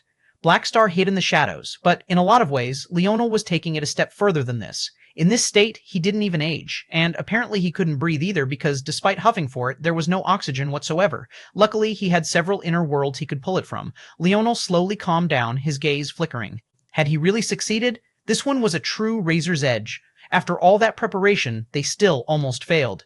He had to say that he had definitely underestimated the Minerva, but in the end, he and his wife together had surpassed them, and one day they would even surpass the god-beasts of creation that came before them. Leonel clenched his fists, his eyes blazing. Now, it was time to find out what had changed. His body flickered and vanished. All that was left was a segmented cube where he had been. But soon, even that disappeared. The world fell into silence, leaving behind nothing but destruction. In several other locations, though, old ancestors began to stir. Deep within this Pluto's world, several opened their eyes. Their gazes were unfathomable as they all looked in the same exact direction. If a clear line was drawn between them and where they looked, it would no doubt pass right through where Leonel had vanished. The ancestors began to commune with one another and realize something. The debt to the fox has already been repaid. Agreed. Yes. This is far enough. Chapter 3119, Sentience. Chapter 3119, Sentience. Leonel appeared within the segmented cube once again and immediately returned to his and Ina's living quarters to find Anastasia staring out into blank space. The little world spirit seemed to be in a daze, not quite understanding what was going on around her. Leonel didn't do anything but stand there. He didn't even talk to Ina, not wanting to disturb Anastasia. Regardless of what he thought the success or not was, it all wouldn't matter unless Anastasia could see it through to the other side. The harsh reality was that Leonel knew this was a risk. There was no guarantee that the Anastasia he knew would still be the same Anastasia after all of this. Once success was confirmed, Anastasia would no longer be a normal existence. All things considered, she might even be classified as a new race. To get into the more nitty-gritty, Anastasia's mental capacity would be so great that it would be more than possible for her to revisit every aspect of her life before this and recontextualize it all. Right now, she was probably in a daze because that was precisely what she was doing. If Leonel had done this for a normal human, a mortal even, not much would change immediately. After all, the mental capacity it would take to do what Anastasia was doing now was something only those like Leonel and those with Dreamforce on par with himself could do. But even then, Leonel had only experienced a bit more than a dozen decades of life or so. While Anastasia, her life had to be calculated in the millions at least, no? And even that was being conservative. To recontextualize all of that life in as little as a few seconds, the results would be out. Either she would be the same person or she would become someone completely different. However, Leonel had made a promise. Anastasia had always been important to his father, although he didn't know the details of their time together. His father was unwilling to allow Anastasia to sacrifice herself. It could be said that if Anastasia had just repeated what she had done before, sacrificing her grade to protect his father from the regulator, he would still be here. Leonel had deduced all of this long ago, but he never blamed Anastasia for it. She was family. If his father treated her like that, he would. And on top of that, she had already carved out her own individual place in his heart. Suddenly, Anastasia looked up and met Leonel's gaze. Leonel could immediately feel that it was different. He wasn't just staring at Anastasia anymore. He was staring at an almighty being that had lived for millions of years. He sighed inwardly. It seemed that the answer was quite obvious. It was impossible to recontextualize millions of years of life and come out the same. He had already run the simulations. The odds weren't even part of a millionth of a percent. It was an unfathomably small probability. His simulations were more accurate now than they had ever been. He had known that he wouldn't be wrong, but he couldn't help but feel a little bit disappointed anyway. At that moment, Anastasia's expression changed again, and she blinked. Right then, she looked no different from the old Anastasia, and she was about to speak, but Leonel smiled and shook his head. The fact you have that intention is fine enough by me, Leonel said with a grin. You don't have to have it. I know that would just kill you. I did this to set you free, not trap you in another cage. I want to learn about the real Anastasia. Anastasia blinked in surprise, but then she shook her head as though lamenting something. It seemed that she should have known that fooling Leonel wouldn't be so easy. If she had wanted a chance, then she should have probably hidden the depth of her eyes from the start. But maybe she had subconsciously let it slip because she wanted to hear these exact words from Leonel. How do you feel? Leonel asked. Burdened, Anastasia's voice sounded slightly deeper than usual. Not like she had become a man, but rather like a more mature woman, though her form hadn't changed very much. World spirits could look however they want, so the fact Anastasia was still in this form just meant that it was the one she was most comfortable with, and there was no reason for her not to be. What's wrong? Leonel asked, though, from the look in his eyes, it seemed he already had an answer. I don't think world spirits were meant to have such awareness, she said softly. Her eyes dimmed a bit. Being a tool in the cog of existence's wheel was a nice place to be if you had no personality, no desires, no aspirations. But what happened when you suddenly had them? And what happened when you recontextualized all your life to the point you felt like you had just relived it all? All of that loneliness, just the sheer pointless nature of it all, it was hard to accept. Maybe it wasn't just that ignorance was bliss, but being able to avoid this sort of pain, wouldn't it have been better? I thought of this as well, Leonel replied with a touch of gentleness to his voice. If you truly want to go back to how things were, I won't stop you. Anastasia was a hint surprised by Leonel's words. He was essentially accepting the possibility of giving up maybe the strongest treasure in all of existence right now. The things she could do now were simply incomparable to the past. Or, Leonel continued, you can forge a new life for yourself. Sentience is a burden. After all, a tree doesn't fear for its life, and there's a certain peace to that. But a tree also can't experience happiness. Would you like to find out how? Chapter 3120 instead? Chapter 3120 instead? This was something that even Leonel and Ina were still trying to figure out, let alone Anastasia, who had only just truly gained her full sentience. The husband-wife pair had spent most of their life chasing after peace so that they could finally have happiness. But it wasn't until recently that they realized that they had to carve out their own happiness. With the end of the world bearing down on them all, it didn't make much sense for them to be having a child now. But they had still chosen to do so. Sentience was indeed a burden. But it could be a blessing if you used it right as well. Hi, how? Anastasia asked curiously. She had just recontextualized all her life just now. More owners than she cared to count, more experience than she cared to recall, too much heartbreak. If there had been an answer, she would have certainly found it in there. But it wasn't. No matter how she looked, she found herself missing her old self. She didn't believe that Leonel was just saying this for a chance to keep her current self by his side. She knew him more deeply than that. He truly saw her as family. He might be willing to force the hand of his new generals, trading off being an asshole in exchange for the greater good. But he wouldn't be willing to do such a thing for his own people. He would never. That meant he really had a way? Part of her wanted to believe it. But, well, for starters, Leonel smiled, looking to Ina, who seemed to have already read his thoughts. She was also smiling, a sweet and bright smile. Would you like to be the baby's godmother? Anastasia's eyes widened. Of all the things she thought Leonel would say, this was the very last on the list. However, it was then that a wave of unfamiliar emotions swept over her. That was right, she came to a realization. Even if she recontextualized her life, she couldn't insert all the emotions that she would have felt back then had she had true sentience. And right now, there were a whole host that she had never felt before. Confusion, nervousness, sweetness, anticipation, happiness, embarrassment. The colors of her eyes rapidly changed, and eventually, she started crying. Almost like a baby that had been too overstimulated, she covered her eyes with her small hands, trying to hide herself from the embarrassment. But it was then she felt two warm bodies wrap around hers. She barely registered the fact that Leonel and Ina were hugging her because she only had the energy to cry even harder. I think that's a yes, Leonel said. Ina laughed in response. Leonel stood in silence, his gaze flickering. There were too many paths he could take right now, so many choices that it was overwhelming for him. Having too many ideas was a problem too. Anastasia was a world spirit. It was in her bones to help creatures evolve and create.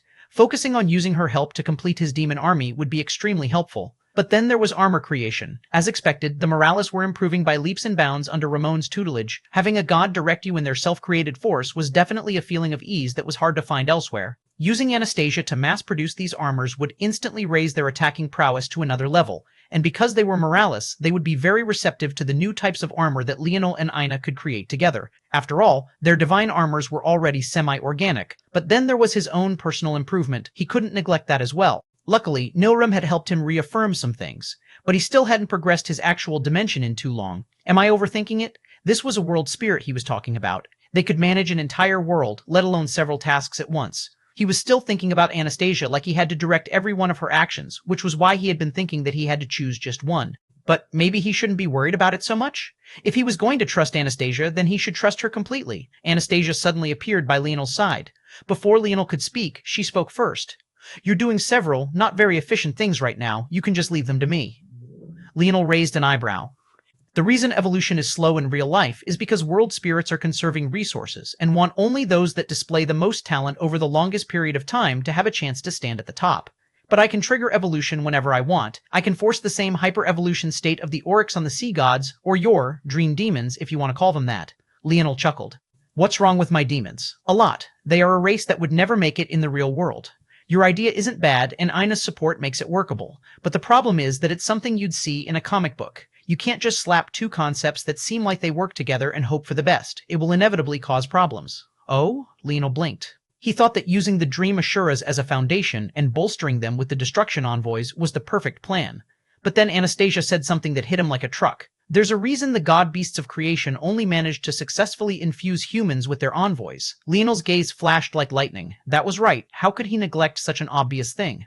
If it was so easy to fuse people's bodies with envoy blood, there would be far more than just what remained of the Northern Star lineage factor. The combination of he and Ina was amazing, and it could likely look down on all current crafters, but it wasn't at the point of being superior to the god beasts of creation. I see. Then what do you want to do instead? Chapter 3121. Better Chapter 3121. Better, well, Anastasia seemed to be mulling something over. Leonel realized that it wasn't that she was trying to figure out what to say, but rather if she should be saying it at all. Right now, Anastasia wasn't just weighing how to help Leonel, but she was also considering her own moral values and compass. There were certain things that had changed between them, but there were also some things that remained the same. She wanted to help Leonel, but now she had her own thoughts about such things. And, unfortunately for her, she wasn't quite used to hiding her thoughts and picking and choosing things. She was high on intelligence and deductive reasoning, but her emotional intelligence was much lower by comparison. It made her very easy for Leonel to read, even if she would likely feel unfathomable to most people. Soon, Leonel realized why it was that she was struggling like this. The simplest thing to do would just be to resurrect the envoys, she finally said, as though someone was pulling her teeth. Leonel smiled, finally understanding.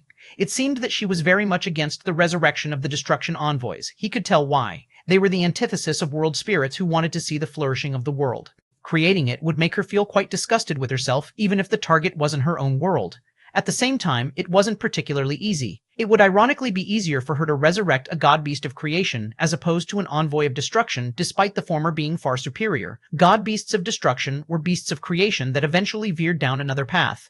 They weren't normally created from scratch, but earned their titles through life or had them passed down through blood. If Anastasia did this, she would probably be the first world spirit in all of history to create a god beast of destruction herself. Leonel chuckled. And you don't want to do that? Anastasia pouted. They're disgusting. Oh man, don't let Blackstar hear you. Blackstar and Kira are exceptions. Leonel laughed harder. And why's that? Anastasia's eyes rolled in their sockets as she tried to find an answer. But truthfully, she didn't know. You're bullying me again. Leonel would have spit up his drink if he had one. This little girl was learning too fast. She had definitely picked that one up from Ina. When you're losing an argument, just play the guilt trip card. Leonel couldn't even get a word out in front of Ina these days. The moment he tried, the baby would be brought up. It was an endless cycle and one he'd never be able to escape for the rest of his life. In the end, he could only laugh. Who asked him to be a soon-to-be father? And what are you thinking about instead, then? If your goal is just to create a force of Dreamforce Masters, it would be better to target humans who already have a small affinity and use the Envoys of Destruction to bolster them. We already have plenty here. Better? Leonel asked with a smile. Anastasia blushed again. It definitely wouldn't be better. Having envoys they could control would be 1,000 times better than trying to raise an army of humans to do the same. However, she really didn't want those icky beasts around. Just when Leonel was about to tease her again, her eyes lit up as though she had just realized something. It really would be better. Oh? Leonel didn't refute this time. He assumed that she had thought of something amazing. Yes. I can copy your ability index and return them all to the third dimension with ease. In fact, I can revert them all the way back to children pretty easily, but that's beside the point. Leonel's eyes lit up. All this time he had been looking for a way to automate his new dream ability. It took up too much stamina, but he had forgotten. Anastasia wasn't just a master of Time Force. That just happened to be one of the most useful forces of this world. She was adept at the use of all forces. In fact, saying that she was adept was even doing her a disservice. There wasn't a force in the world that she couldn't use within her world, including Dreamforce. But what surprised Leonel was the fact that she could copy his ability index. If he had known that, he would have guessed this long ago. In fact, if he was correct, there probably also wasn't an ability index in the world that Anastasia couldn't use. Or more accurately, any ability index that stepped foot into her world was in her purview, and, further than that, any ability index that was in the life tablet. If I revert them to an early enough state, I can even change their ability index. I can also make them very malleable and allow them to accept the changes of new lineage factors with much greater ease. We can easily recreate the pinnacle of the human race because I have you as a template. It's easy to reverse engineer the success of the god beasts of creation. And with my skill as a world spirit, I can make it even better. Leonel's gaze flickered. It seemed that even when he overestimated Anastasia, he was still underestimating her. Saying that Anastasia just might be the strongest treasure in existence wasn't an exaggeration any longer. In fact, your idea isn't all bad.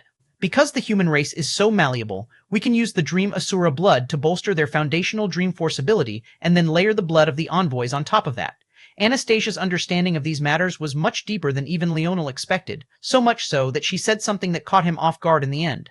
An even better template for all of this would be the spirituals. Chapter 3122, Bearing. Chapter 3122, Bearing. Leonel's eyes narrowed. The spirituals, he hadn't really thought about them since the time he left. He had only glanced at their throne and then left directly. Honestly speaking, they were very lucky he hadn't just wiped all of them out. He had been wanting to turn over a new leaf.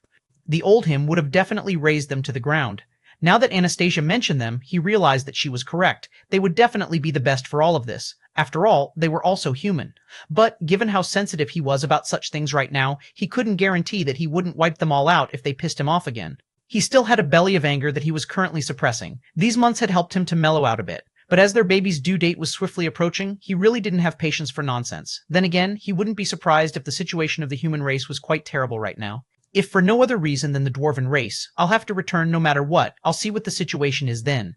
Okay, I'll think about it. For now, how are things going with the sea gods? Anastasia frowned. Not good? Leonel followed up. The problem with the sea gods is that they aren't a naturally selected race by evolution. There's a reason for that. As powerful as they seem, their flaws are larger. If you wanted to save a few nice seedlings from them, they could be useful. But I believe you want to use them to rule the seas, right? Well, that's a lot more difficult. Leonel nodded. Go on. The bulk of it is that water force isn't a good foundation for a race. There's been no real path before. The sea gods are just ultimately like any other race with extra steps.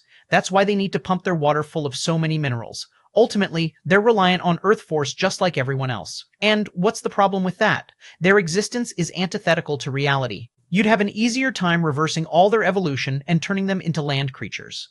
Leonel was still having a hard time wrapping his head around it. Sometimes when he was speaking to the new Anastasia, she felt simple and easy to tease. But times like these, where even he was lost, were becoming more and more frequent. He still didn't quite understand what the problem was. Remember, the sea gods were part of the creation of the barbarian race. Or rather, they at least helped them to evolve. According to the first path that Incomplete World would take, the sea gods would be phased out. It was the barbarian race that interfered and helped them to become superior. The reason for that is that the barbarian race wanted to bolster their own natural clairvoyance. The barbarian race is very in tune with the earth, and they have a passive sort of clairvoyance ability that can be considered to be a bastardized version of Aina's. However, because it's spread across an entire race, it obviously makes them extremely talented on average. What they wanted to do was create a version of their clairvoyance that was a lot closer to the real thing. But Earth is rigid and very difficult to progress. That was when they came across the Golden Tablet and realized that Y-star orders were sort of the opposite of what they wanted, so they decided to use it as a template. Leonel was getting more surprised the more Anastasia spoke. That was because he had deduced a lot of this, but not to this level of detail. Anastasia had only been passively observing everything before, but she still figured out far more about it than he had. But that made sense. She understood more about the underlying mechanisms for these things than basically anyone else would. She could pick up on things he couldn't connect. It can be said that the flaw of the sea gods was done on purpose by the barbarians because this was their method of making Earth more malleable. However, it was basically poison to the sea gods. A race that needs to terraform their enemies to invade is inherently a weak race. The seas you would want to target would all be special waters, ones that had high concentrations of very specific water forces and wouldn't easily allow the sea gods to terraform. The only way to give them a chance would be to reverse what the barbarians did to them, which is why your cleansing waters idea isn't bad. The issue is that even if you succeed, you would just be destroying their greatest strength in exchange. The end result would be a mediocre race. One existence should have already phased out. Leonel vaguely understood what Anastasia was trying to say, though it was still a bit over his head. It seemed that he needed to study force pill crafting more. Just how many deductions was he missing out on because of this lack of knowledge? Do you have a solution? Yes. But the solution might as well not be one at all, because it could practically be the solution to everything. And that is? Help them gain a high affinity for creation. If they can gain that, they can self-correct a lot of their own weaknesses. But there's a reason most races, families, and lineage factors are founded on the simplest forces in existence. Building a race with high affinity for an equally high path would not only burn a ridiculous amount of resources, there would also be a large number of duds among them. Their own lineage factors would be unlikely to awaken among their kind, effectively making it just as rare as usual. Leonel's lip twitched. This really is a worthless solution. Were the sea gods just screwed then? As Leonel was about to fall into his thoughts once more, Anastasia suddenly looked off into the distance. Not good. What happened? Leonel looked up. The Pluto just declared war on the Void Race. Leonel's heart skipped a beat. This sounded like something that didn't have anything to do with him, but his heart was suddenly doing cartwheels. This was the worst-case scenario. The Pluto were baring their fangs. Chapter 3123, question, Chapter 3123, question. Leonel still didn't know what exactly the Pluto owed the Fox, but he somehow subconsciously knew that the fact they were acting now meant that they felt that debt had been paid. That was an odd thing for him to deduce, considering they were attacking the Void Race and now the Fox. But the flexibility of Leonel's mind right now was something that even most true God Dreamforce experts couldn't fathom. Because of his new understanding of Time Force, he understood why the Pluto took their favors so easily. If he had to guess, the Pluto had very strict laws about how they might use their abilities. After all, if every one of them was as impudent as Leonel, trying to play chess with the timelines to force an outcome in the future that best suited him, the entire world would be in a mess. Of course, this wasn't to say that the Pluto were some holier-than-thou saint of a race. Rather, he had a feeling that there were definitely some very severe balancing acts that needed to happen whenever one person played with the timeline so much. Leonel didn't know if his future self managed to transcend those issues or not, or maybe he was suffering from that counterbalance already. That would explain why he never seemed to get any rest.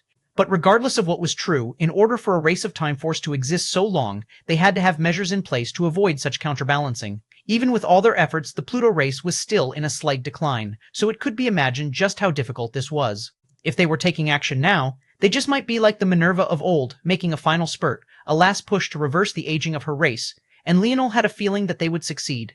The Void Race had gotten cocky. They and their allies thought that they could just bully the Pluto race into the shadows, not realizing that the Pluto were just biding their time.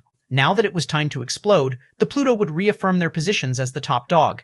And given how little time there was for existence to, well, exist, they would likely remain there until the very end. But why was this a problem? It wasn't as though Leonel had ever had any real problems with the Pluto. Well, at least not any large ones.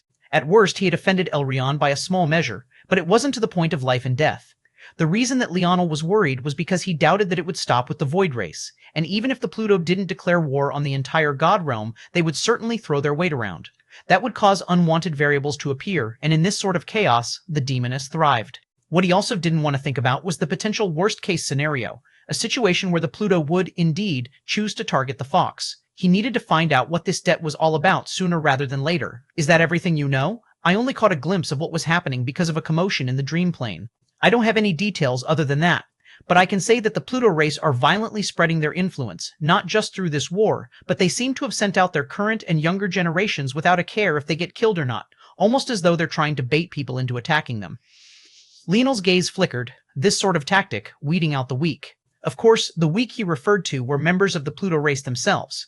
First, the Pluto made a big move like attacking a sovereign race, and then they exposed the most vulnerable of them to being hunted down. On the one hand, the world would now obviously know that the Pluto were making a push to re-establish themselves firmly at the top, and on the other, they were letting the world know that this was their last chance to take the spot from them. If they passed this storm with enough of their younger and current generation intact, the world would never know a ruler other than the Pluto. It was a double-edged decision, but it was a powerful one nonetheless, one that exuded a great deal of confidence. Suddenly, Leonel understood something. His grandfather, there was absolutely no way he would give up such a chance. When he saw through this, he realized why it was that the Pluto might have wanted the debt to be cleared first.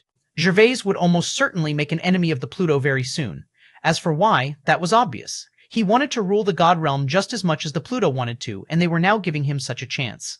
The war with the four great families wasn't even over, but he knew his grandfather well enough. In fact, maybe the reason Gervais had yet to personally step out and the Fox Empire was still in relative peace was because he was waiting for a moment like this one. Leonel took a breath and sighed.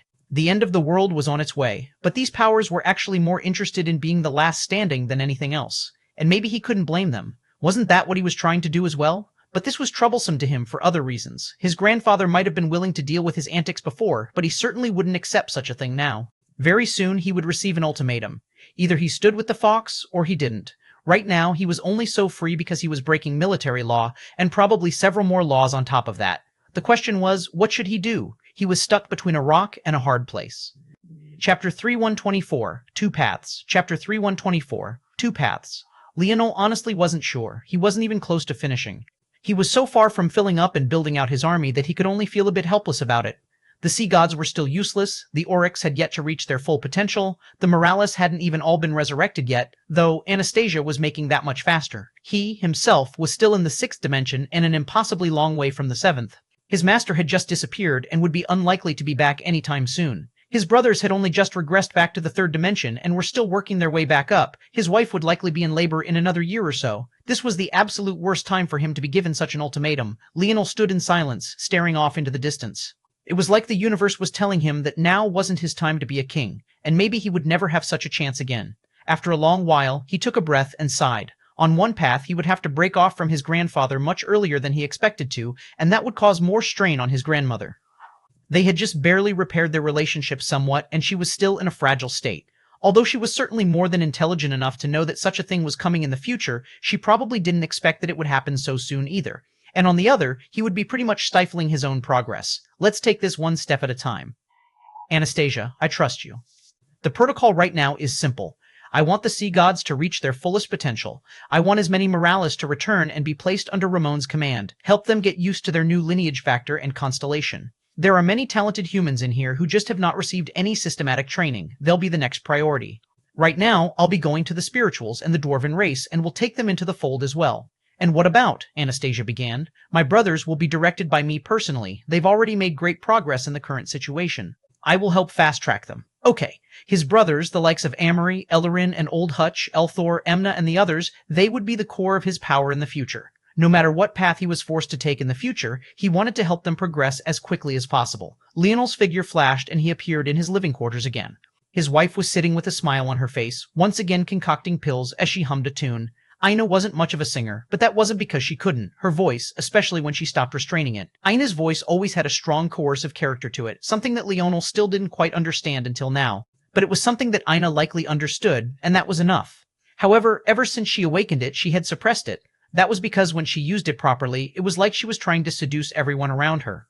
She didn't like that feeling for one, and it also leaned too much into the vampire succubus aspects of her being that she tended to want to avoid. Leonel never really pressed her one way or another, but he had to admit that her real voice was so sultry, so seductive, so Leonel shook his head, waking himself. He was on serious business now.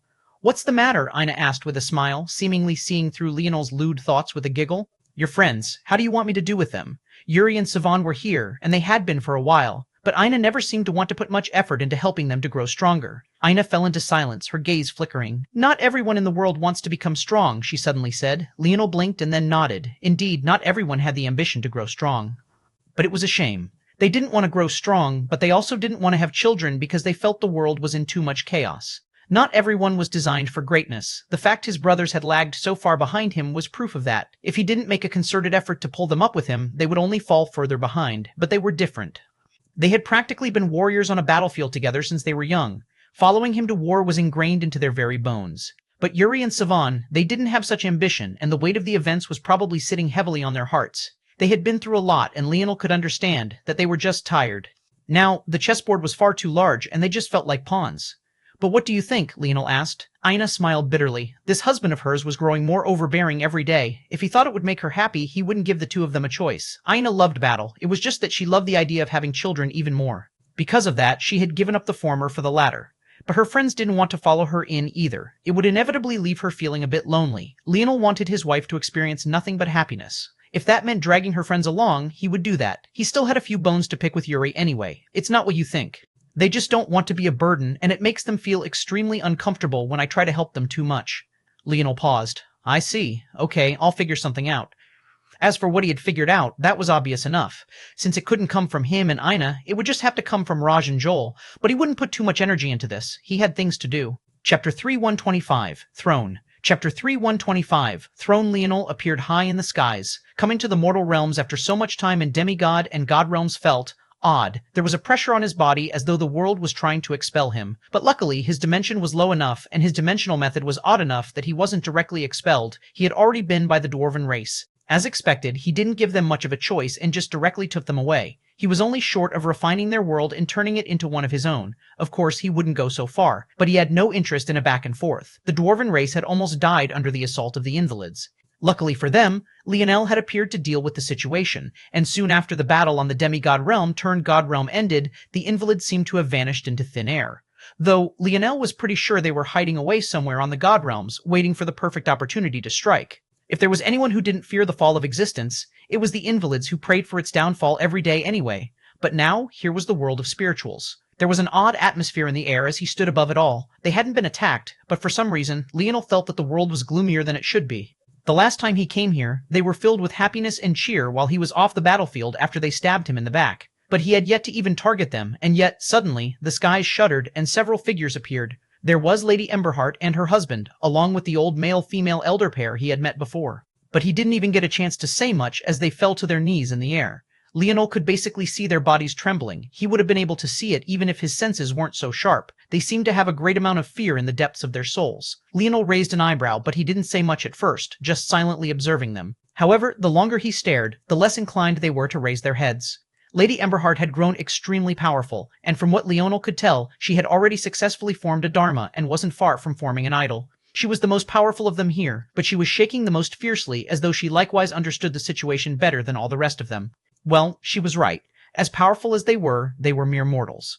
Honestly speaking, even if Leonel couldn't defeat her through straightforward and easy means, he still had 1,000,001 ways to crush her. Still, he didn't feel like this was the reason they were acting like this. Finally, he began to speak, and the information he got later only made his eyebrows raise higher. "Show me this throne."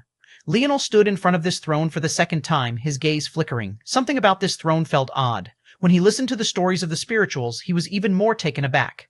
The prophecies of the tablets were written after the fact, by a blade that transcended time, coming from an unknown future to etch them. Leonel looked down at his hand. Was it a coincidence? Spear force flared in his palm, and suddenly the time around it began to warp. If it was before, he wouldn't think much of it. But now it felt like too much of a coincidence. He had only just given his weapon forces the character needed to control time and space. No, even his dream force had only just gained such characteristics as well. Could it be that he was only meant to come here now? It seemed that his future self had a sense of humor and a ridiculous ego too, but he had to admit this was a crazy flex. Going back in time with your blade to write prophecies about yourself. It, in one part, made the Chosen One narrative ridiculous. He had fooled even the primordial terror into thinking he was someone great when, really, he was just putting himself on a pedestal. But on the other hand, he found it hilarious. At least he hadn't lost his sense of humor after he lost everything. The sound of Leonel chuckling made the hearts of the spirituals quake. They didn't quite understand what he was trying to get at. "You say that when the person who's meant to sit on this throne does so, you'll return to the human race?" Leonel asked. "Yes," Lady Emberheart replied with conviction. "And the reason you tried to kill me is because of that?" We. Just answer the question. I don't bite, most of the time." Lady Emberheart's heart fluttered. But she still grit her teeth in the end and nodded. "Yes." Leonel nodded. He could understand it. If they put so much hope into this throne, the fact that he tried to pull them back into the fold early would be a huge red flag to them. Returning to the human race before the throne was claimed was unacceptable to them. That wasn't something that they could allow. Since Leonel hadn't shown signs of being that person, they chose to kill him. What they didn't expect was that Leonel had just not fully awakened yet. Suddenly, Leonel turned and plopped down onto the throne. The world shook and overturned, a beam of light cutting through the sunlight above as though the northern star itself was reacting. Leonel felt his body hit by a great force. His bones creaked and his inner organs whined.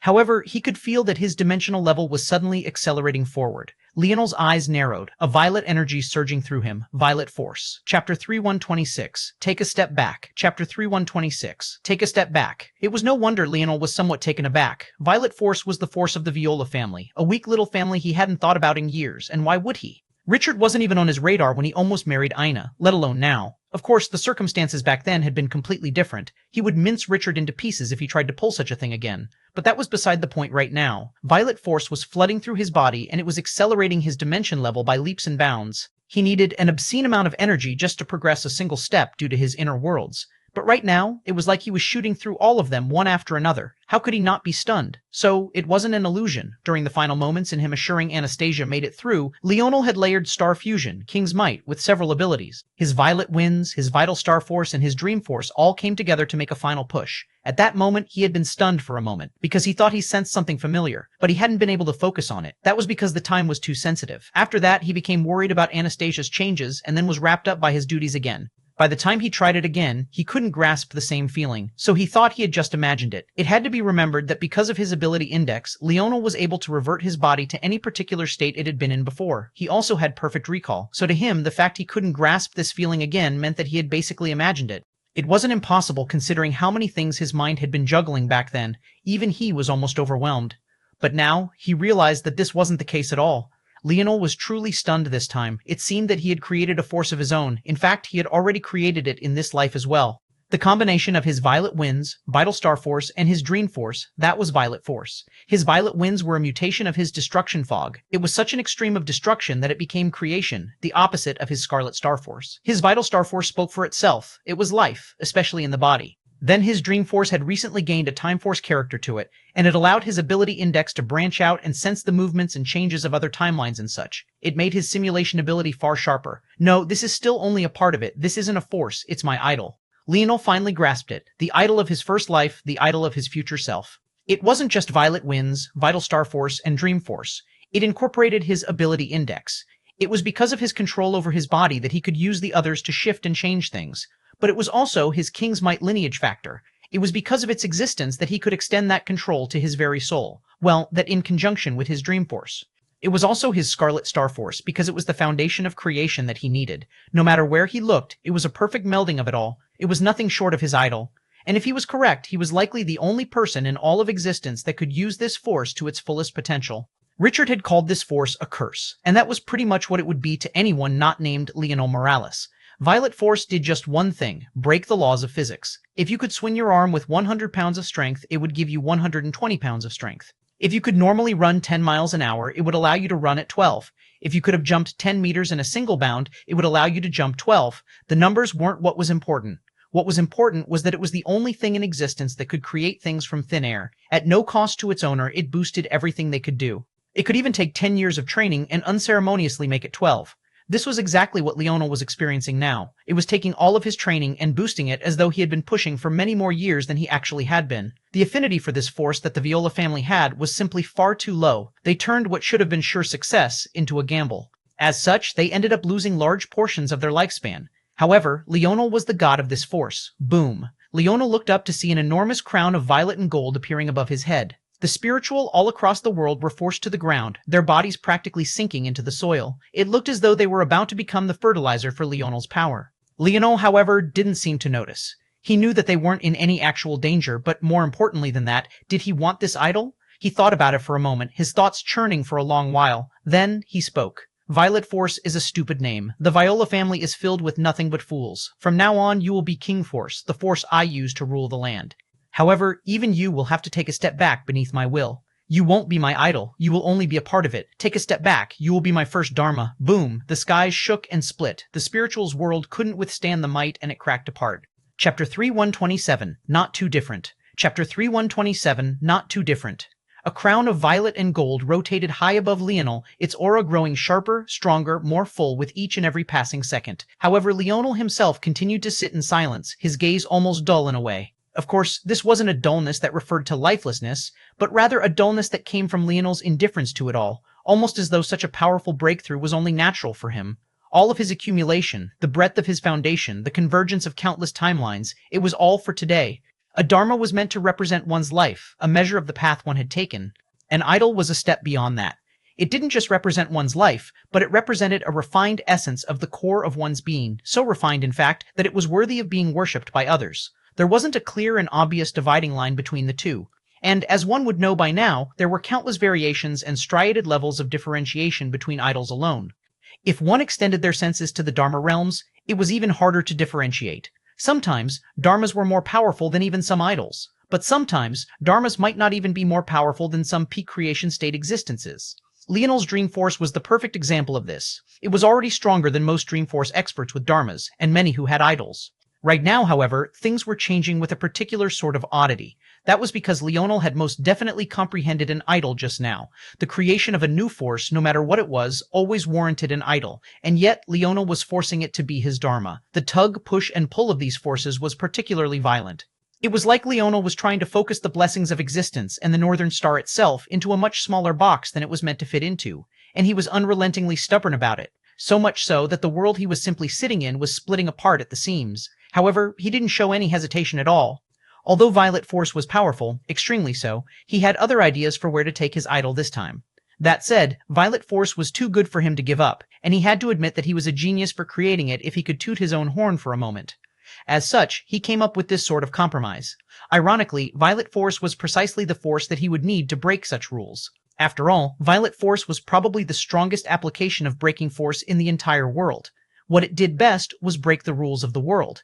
However, the issue was that there was a bit of cyclical logic happening here. Violet Force was what would allow him to break rules in the future, being even more compatible with him than the Brazinger heirloom could ever hope to be. But if it was the reason he could break rules, then could he use it on itself? It felt cyclical in logic and difficult to pin down properly. It felt like it was something that shouldn't be possible. However, Leonel didn't seem to realize the flaw in his logic at all. Instead, he just kept pressing, forcing it down. At the same time, there were a great number of changes taking place in his body.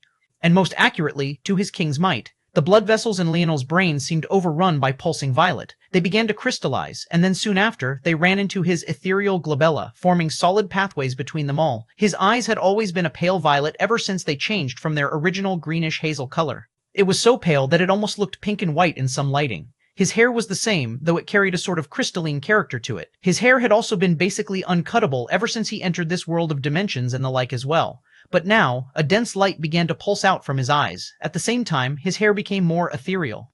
By the same token as all of this, Leonel had always been a decently handsome man. But his sort of handsomeness could only be mentioned as a few steps above average. He might get an extra look walking down the street, but it wouldn't be neck-breaking, and it certainly wouldn't be to the point of speechlessness. This changed somewhat after he completed his ascent into godhood. He had become more perfect, and his handsomeness became more defined and obvious. However, once again, lost in a sea of people with god constitutions, it was basically meaningless. He was back to the same old above-average handsome man. But now, something seemed to have fundamentally changed. His hair danced, gaining a darker, richer violet to it. His eyes were the same, emitting their own light that seemed to pierce into the very depths of the soul of anyone who saw them. His features became perfect to the point of stopping hearts, a refined sort of elegance exuding from him. His skin became smoother, reflecting like glass. It had a rich bronzed hue to it, yet looked so delicate that one couldn't help but want to stretch out a finger to touch it. At the same time as his actual features were growing to such heights, his aura was accelerating even faster. The spirituals prostrated on the ground felt like they were looking at a true god, and yet their senses confirmed that Leonel was still very much in the 6th dimension, seventh dimension. It didn't make any sense. It was like he had broken the mold of the entire world, overturning it and forcing it into submission as though it was just another one of his crafts. And maybe, just maybe, it wasn't too different from one at all. Chapter 3128, don't you think? Chapter 3128, don't you think? Lady Emberheart looked up with shaky eyes, her heart trembling. The dichotomy between the casualness of Leonel's style of dress and the aura he was exuding was simply too much. She had never felt so inferior in her entire life. The crown solidified on Leonel's head, and a pulse of light rippled to the outside world. Lady Emberheart trembled again. He had actually succeeded. A Dharma should have been in the shape of a human. Or, more accurately, it should have been in the shape of the race that created it. This was the simplest sort of manifestation to form because it was just a projection of oneself. Idols, however, could take many forms. They could be a humanoid, but they could also be weapons or things of the like. Leonel's King Force Dharma was in the shape of a crown, very clearly the shape that it would have taken had it continued to become an idol. However, Leonel had forced it into the state of a Dharma. The main difference wasn't in power. In fact, it might even be argued that his King Force Dharma was even more powerful than his King Force idol would have been. This was because his King Force Dharma was ironically more in line with the true power of King Force, doing things as it pleased and going around breaking the rules of the world. The real main difference, however, was that Leonel's aura still had a malleability to it that those who had successfully formed idols wouldn't. One was only allowed to form one idol in their lifetime. This was a hard rule. And after it was formed, one's path was set and it was difficult to defect to another. Forming an idol also made it far more difficult even just to comprehend other things. It was like one gained a one-track mind that couldn't be deviated from its path. Ironically, in a lot of ways, forming an idol was like becoming some version of the past Anastasia. You might have all the intelligence in the world, but your thoughts would become rigid and inflexible, set down a certain path like you were wearing blinders. That said, although this made idols sound bad, that wasn't the case at all. Usually, one would spend an entire lifetime refining themselves to reach the point where they could form an idol in the first place. An idol, by definition, would already be a combination of everything you had already learned. Technically speaking, once you formed one, you would never need to comprehend another path in the first place. But that was why those who saw Leonel could only shed their own tears in silence. Only a man like this one would actually dare to so carelessly give up the right to form an idol, and such a powerful one at that. However, his breakthrough had unfortunately left their world in shambles. She couldn't help but wonder just how many had died in such a commotion. Leonel was still sitting there in silence, looking up and into the skies as though he was lost in thought. He opened his mouth suddenly and spoke a single word. Reverse. The shattered world of spirituals trembled, and all of a sudden, the breaks and fissures were formed one after another. But it wasn't just that, even the dead spirituals seemed to have come back to life. Leonel stood to his feet, his heart almost solid in the dense light they exuded. Gather everyone up, your people will be coming with me. Lady Emberheart's pupils constricted. But she didn't dare to refute. Whether it was for the prophecy or Leonel's individual strength, how could they dare? This was what their ancestors had been waiting for all this time, and even if they were unwilling, what could they do against a man who could destroy a world with a breakthrough and reform it with a word? However, as Lady Emberheart began to act, she was even more shocked. She realized that Leonel hadn't just repaired the world, he had revived everyone. Was this the power of someone who was in the seventh dimension? How could she even begin to accept such a thing? Leonel stood high in the skies, still lost in his thoughts. He had used his king force just now to accelerate his breakthrough. It wasn't as simple as adding energy to him. Instead, his king force had analyzed his entire body and then retroactively optimized all of the training he had done in the last several decades he had experienced, practically doubling its efficiency in one go. That was to say that his king force had made it seem like he had trained for double the time he really did, and yet he had only progressed from the sixth dimension to the seventh. Just how large were the leaps between his dimensional tiers? It seemed that breaking through would be even more troublesome than he thought, but first he would have to do something about his inner worlds. Right now, they were in a configuration he didn't like at all, especially since he had been forced to absorb so many invalid worlds back then. One step at a time, Leonel thought to himself, looking off into the distance. He could feel that he likely wouldn't have the time to do all of this. I'll finish with a trip to the Rapax world and then return as quickly as possible. I have a bad feeling about all of this. Lady Emberheart stood with her hands trembling. She still couldn't seem to calm down. The more she thought about what happened, the harder it was for her to accept, and the more confused she was about it all. What is wrong? Lord Emberheart caught his wife's hands, stopping them from shaking so much. Lady Emberheart didn't want to say it. It was too shocking. However, beneath the pressing of her husband, she eventually spoke the words from her heart. Don't you think that he looks and feels too much like a spiritual now? Chapter 3129. Good. Chapter 3129. Good. Don't you think that he looks and feels too much like a spiritual now? Lord Emberheart's eyes widened. His head subconsciously snapped toward Leonel, who stood in the far-off distance, high in the skies like a deity overlooking the world. The more he looked, the more his heart trembled. Soon his hands were shaking not much unlike his wife's. None of them would care if Leonel was a spiritual or not. It wouldn't make much of a difference, and if there was a difference at all, it would be the fact that it would make their people much easier to convince in the future. After all, they had spent years spreading propaganda against humans, despite the fact that they were actually humans themselves as well. The problem, as per always, was the underlying truth that would likewise have to be true if this was the reality. As the saying went, the devil was in the details. There was something especially odd about Leonel's aura. They knew that he was a human, that was undeniable. But how had his aura so spontaneously changed like that? According to their history, the first spirituals only appeared after there were odd birthing occurrences where mothers started to face near-death experiences as their babies gathered large amounts of energy for the sake of forming their bodies. There shouldn't be any accounts of spirituals spontaneously forming like this. And yet, the more they looked at Leonel, the more they felt like this was exactly what they were experiencing. But what did that mean? Back when the energy had descended onto Leonel, it was like a blade was being drawn from the future to the past. However, that blade, its aura, was identical to Leonel's own. If they weren't so against the idea, they would have thought that Leonel himself had struck out with such an attack, taking matters into his own hands. But how could that be possible? Suddenly, Leonel turned his head, looking toward them with indifferent eyes. They felt their souls freeze over, their bodies almost collapsing to the ground. It was just a gaze, but it felt as though they were about to lose their lives in a single instant. They remembered a time when Leonel could only run before them. Then there was the time he rampaged in their world and they could do nothing even as he humiliated them. And now, they didn't even dare to look at him. Leonel crossed the universe, moving with the swiftness of a man on a mission. Soon he had reached his destination, a world of Rapax. With a thought, he pulled out a familiar pair of Rapax from his inner world, Dreadmaw and Shadowclaw. The two were taken aback. After years of being stuck in Leonel's incomplete worlds, they thought that they would spend their lives stuck in this place. Dreadmaw didn't hesitate to attack, but he had barely started moving when he froze in place. This wasn't because Leonel had done anything. In fact, all Leonel did was look at him, and in that moment, Dreadmaw felt as though his entire body had been thrown into an ice cellar. He shivered from head to toe, suddenly feeling completely naked. The Rapax had complete immunity to internal sight and had natural protections against Dreamforce by extension.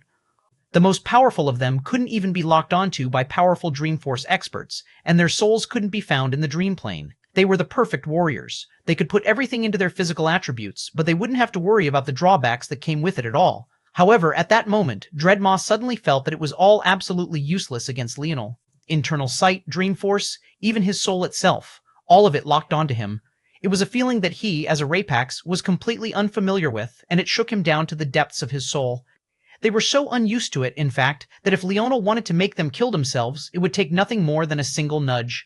The fear made Dreadmaw feel as though he had a guillotine hanging over his head, like his death was nothing more than a hop and a skip away. There was absolutely nothing that he could do. If Leonel wanted him dead, he would be dead. At that moment, it was Shadowclaw who suddenly blocked in front of Dreadmaw. When he sensed the same pressure that Dreadmaw did, he even began to hiss, a guttural rumbling coming from his throat. It was an odd reaction for Shadowclaw, who was usually so calm and docile, but Leonel knew that any warrior that the Rapax were willing to invest so much in wouldn't be a coward. The Rapax represented strength and battle merit far more than potential. If you were a coward, you wouldn't be worth anything to them in the first place. Leonel's aura pressed down on Shadowclaw, and the latter felt his body shaking, but he didn't back down. It was only when Shadowclaw was about to collapse from exhaustion that Leonel retracted his Dreamforce, and Dreadmaw calmed the young Rapax. I won't explain myself to you two. The Rapax were my competitors, so I dealt with you as I would competitors. Now, I'll give your race two choices. Either follow me or die. Which will it be? Leonel looked toward Shadowclaw, his eyes glowing. Even though he wasn't using his internal sight any longer, Shadowclaw still felt a great pressure on his spirit. Although Leonel had been in a time warp, his incomplete worlds hadn't experienced that time, so to them, it had only been a handful of years since they saw him last. They didn't understand how someone could grow so powerful in a short time. Surprisingly, it was Shadowclaw who spoke first. The Rapax only follow the strong. Leonel looked at him, then nodded. Good. I'll lead you to the best battlefields in the world. Chapter 3330, come. Chapter 3330, come. Leonel didn't need to question anything else. Wouldn't doing so be questioning whether he was among the strong or not? There was no need to even consider it. Over the next hour, he subdued the Rapax world and forcefully pulled them into his segmented cube. Like this, he had the Dwarven race, the Rapax race, and the Spirituals race. Of course, he hadn't taken all of the races. He only took them from one mortal world. The rest of the mortal realm was still filled with other examples of these races, but he had his hands full with these three worlds alone, let alone the others. However, he was still content. First, these worlds were the ones with the strongest potential to begin with. They had produced the most gods in the past and had the best chance of producing the next wave of demigods. Second, his resources were limited. He was already having a great deal of trouble dealing with the Morales alone. Thankfully, Anastasia had taken over the burden of resurrecting the Morales for him, but even she was having her own fair share of issues. Of course, her issues still allowed her to be much faster than Leonel. In these last few days, she had already resurrected millions. Compared to the hundreds that Leonel could have managed in that time, she was clearly on an entirely different level. Plus, he was less interested in numbers versus quality. The main reason he took in the Rapax was because of Shadowclaw, and the main reason he took in the Dwarven race was because of Lumiel. On their own, these two would have likely become gods in the future. At the very least, they would have formed dharmas. But now, he would make them true monsters. Their talent made them more than great enough to be among his generals, especially Shadowclaw. He hadn't observed the combat genius of the Dwarven race enough, but he knew that Shadowclaw was particularly special. If he could reach his potential, he just might stand on the same level as Emna and Aloran. Now, Leonel felt that he had the foundation he needed for the future. The only question was, would he get the chance to solidify it before the other foot dropped? The encampment was filled with the clang of weapons and the roar of warriors. The third Imperial Prince stood in the middle of the battlefield, his green eyes glowing with a fiendish light as his golden hair danced in the air, large manifestations that looked like spiraling dragons wrapped around him. Every time he punched out, one would drill through a large number of enemies, leaving nothing but blood and bone in its wake. Stronger members of the four great families began to encircle him, but it was clear that they were no match for him alone. Just obediently bow down, Fox Scum, a Brazinger laughed uproariously, his halberd screaming through the air with every swing. Green and red flashed through the air. The third Imperial Prince didn't reply, his eyes focused and his killing aura dense. The four great families had suddenly inexplicably changed their tactics a few days ago. The war had mostly entered a bit of a lull, but then they all of a sudden started sending out full assaults, catching them off guard. On top of that, Nana's disappearance left a gap in their defenses, making it even easier for such a thing to happen. However, the third Imperial Prince was still scanning the region. There were nothing but ants surrounding him. He didn't even care to pay much attention to the taunts of the man in front of him. Under normal circumstances, this man wouldn't even have the right to speak to him. The only reason he was even in this battle at all was the fact that his side looked like a beast had just taken an enormous bite out of it. High in the skies, hidden in the darkness, a man with a fiendish golden aura and a bow stood. The fury between his brows was clear. This man was an elder of the Levis family. After their heirloom had been stolen, how could he not be absolutely infuriated? He had managed a sneak attack on the third Imperial Prince, heavily injuring him, but the damned bastard refused to fall, and even worse, the senses of Fox elite warriors were too sharp. After the first sneak attack, he wasn't sure if he could. PCHU. The elder froze, slowly looking down at his chest. When had a hand appeared there? He turned back with the only strength he had left in his body. The last sight he saw was a young man, handsome beyond words. His hair seemed a combination of wisps of energy and crystalline strands of violet, but his eyes, they carried such shocking depth to them that even though the elder was already dying, he still felt real fear, as though he wanted to use the final moments of his life to run. Leonel Morales. At that moment, the battlefield fell into silence as a man descended from the skies, the bleeding body of an expert on his arm. Leonel looked down indifferently as the Levis elder's corpse fell from his wrist and forearm, plummeting to the thick anarchic force waters below. With a wave of his hand, a familiar bow appeared. He had already noticed long ago that the Levis heirloom was missing its weapon spirit. However, even without it, it was a truly powerful weapon. But who said that he had to continue to be without it? Come. It was only a single word, but the skies seemed to split open because of it. As he stretched out the bowstring, it seemed to be slowly coming to life until it shone with such a bright light that Leonel looked like a golden 12-pointed star in the skies. And then, a rain of gold fell from above. The carnage was so devastating that the four great families could only look up in despair. Chapter 331, Timeless Radiance. Infinite Radiance. Chapter 331, Timeless Radiance. Infinite Radiance. The sky split open and the world overturned. For a moment, the in-between world gained light. Violet rained down, and the flames that smoldered at the end of all things made themselves known. An enormous portal took shape, and a spirit on the other side began to struggle. Leonel was already raining down arrows as though he didn't care whether the weapon spirit listened to him or not. However, slowly but surely, with every pluck of the bowstring, a resounding twang echoed, and the weapon spirit was pulled closer and closer. In truth, this wasn't fake. Leonel didn't care very much about the weapon spirit. As far as he was concerned, he and his wife could create a stronger weapon given enough time and the proper resources. Though the latter would be harder to find than he gave it credit for. However, it was also because of this that he wanted this weapon spirit now as a stopgap measure. It had been a long time since he had wielded a truly powerful bow. Remembering how it had felt to use the White Lion bow initially, he felt his blood boil. He wanted that feeling again. He had always had the greatest affinity for bow force, even above that of his spear force, despite the fact he had only been born with a lineage factor for the latter, but not the former. However, now he felt like he truly understood why that was. Or maybe he always had, in a way. The answer had always been on the tip of his tongue. Control. There was no other weapon that could control a battlefield to the same level as a bow. He found that he didn't even prefer a gun nearly as much. One might think that a gun was superior, but he had never agreed with that either. There was a reason he had stopped crafting sniper rifles. It wasn't as though he lost the skill to do so along the way. There was a certain flexibility and added control that came with using a bow and arrow that he simply couldn't replicate with a gun. Even if he could add a bit of crafting magic to replicate that sort of control, it would never be the same, because whatever he could add to a sniper rifle, he could add to a bow and bolster the control he already had over it even further. About the only thing that was superior to a bow was the overt and oppressive power a gun could unveil in a single brief instant. However, in exchange for control, Leonel would trade that away 10 out of 10 times. The bow was the ultimate form of who he was, a person who wanted to not just control his own body perfectly, but even the world around him. When his dream world bloomed and covered the battlefield in full force, the weapon spirit finally couldn't seem to protect itself any longer. It was ripped away from its location and tore a path through time and space, drilling into the beautiful golden bow. ROAR. The roar pealed through the skies like a clap of thunder. All of a sudden, the bow blazed with life. Leonel, who had already become what looked like a 12-pointed star in the skies, became even larger as though a true sun was descending from above. He didn't even need to prep himself or take a breath, almost as though he had been waiting for this exact moment his entire life. The world overturned, and the rain of arrows accelerated.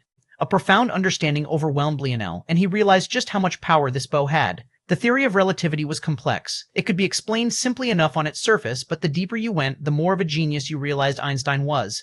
Every day, you could learn tidbits about the space-time continuum through this theory that could shake you to the core. And one of those things for Leonel was a secret of photons of light. The simple fact of it was that light was constant in its speed. The closer you got to the speed of light, the heavier you became, and the slower time moved for you in relation to everything else. Of course, as Leonel moved into wider existence, he had learned many ways of bending and breaking the laws of special relativity. But what he had learned nonetheless was just how close to the truth Einstein had been, at least when you weren't using your force to forcefully rewrite those laws and shatter them. When the world was intact, special relativity was correct. and that meant when you took it to its logical extreme, it held up as well. What did it really mean that you approached infinite mass when you closed in on the speed of light? What did it really mean that time became infinitely slower in relation to everything around you as you approached the speed of light? The logical conclusion, and something that had excited young Leonel, was a simple thought. The thought that photons of light were the only things in existence that never aged. Even further, that photons of light were in the very same state they had been since the beginning of time, from the instant they had been created. And even further than that, that photons of light were trapped in a single instant of time. Leonel had already deduced this long ago. It wasn't like he was the first, but he had at least come to realize it without reading it in a book first, extrapolating the obvious conclusion from the information in front of him. This memory came bubbling up the moment the world spirit entered the bow because he understood what it could do, and he understood even further just how much it would bolster his strength. If one listened to the twang of the bowstring, they would come to notice something shocking. An arrow would leave and strike its target all before the sound even echoed. In fact, there was seemingly no lag between the disappearance of the arrow and the death of an unfortunate foe. Not a single bit of time passed. It was instantaneous. One shot, one kill, and his targets didn't even have the right to ready themselves. The Levis members in the army felt their hearts leap into their throats. They understood exactly what this was. This was the absolute highest state one could reach with their heirloom. A state that hadn't been reached in countless generations. One that hadn't even appeared since the fall of the creation beasts. The reason they allowed their youth to try out the bow in turns was because they were trying to train this level of mastery to appear again. What none of them could have ever expected was that an outsider would grasp it, timeless radiance, run. There was nothing else to do. Such a person appearing on a battlefield meant death for them all. However, boom, an arrow landed and exploded an entire island. Despair colored the expressions of the Levis family members. The others of the four great families seemed to pick up on what was happening late, but when they did, their despair was no less. Infinite radiance. To think that an outsider would comprehend not just one, but both of their greatest states. Not only was he using them, but he was using them continuously as though they didn't mean much to him at all. Timeless radiance was able to strike with an instantaneous arrow.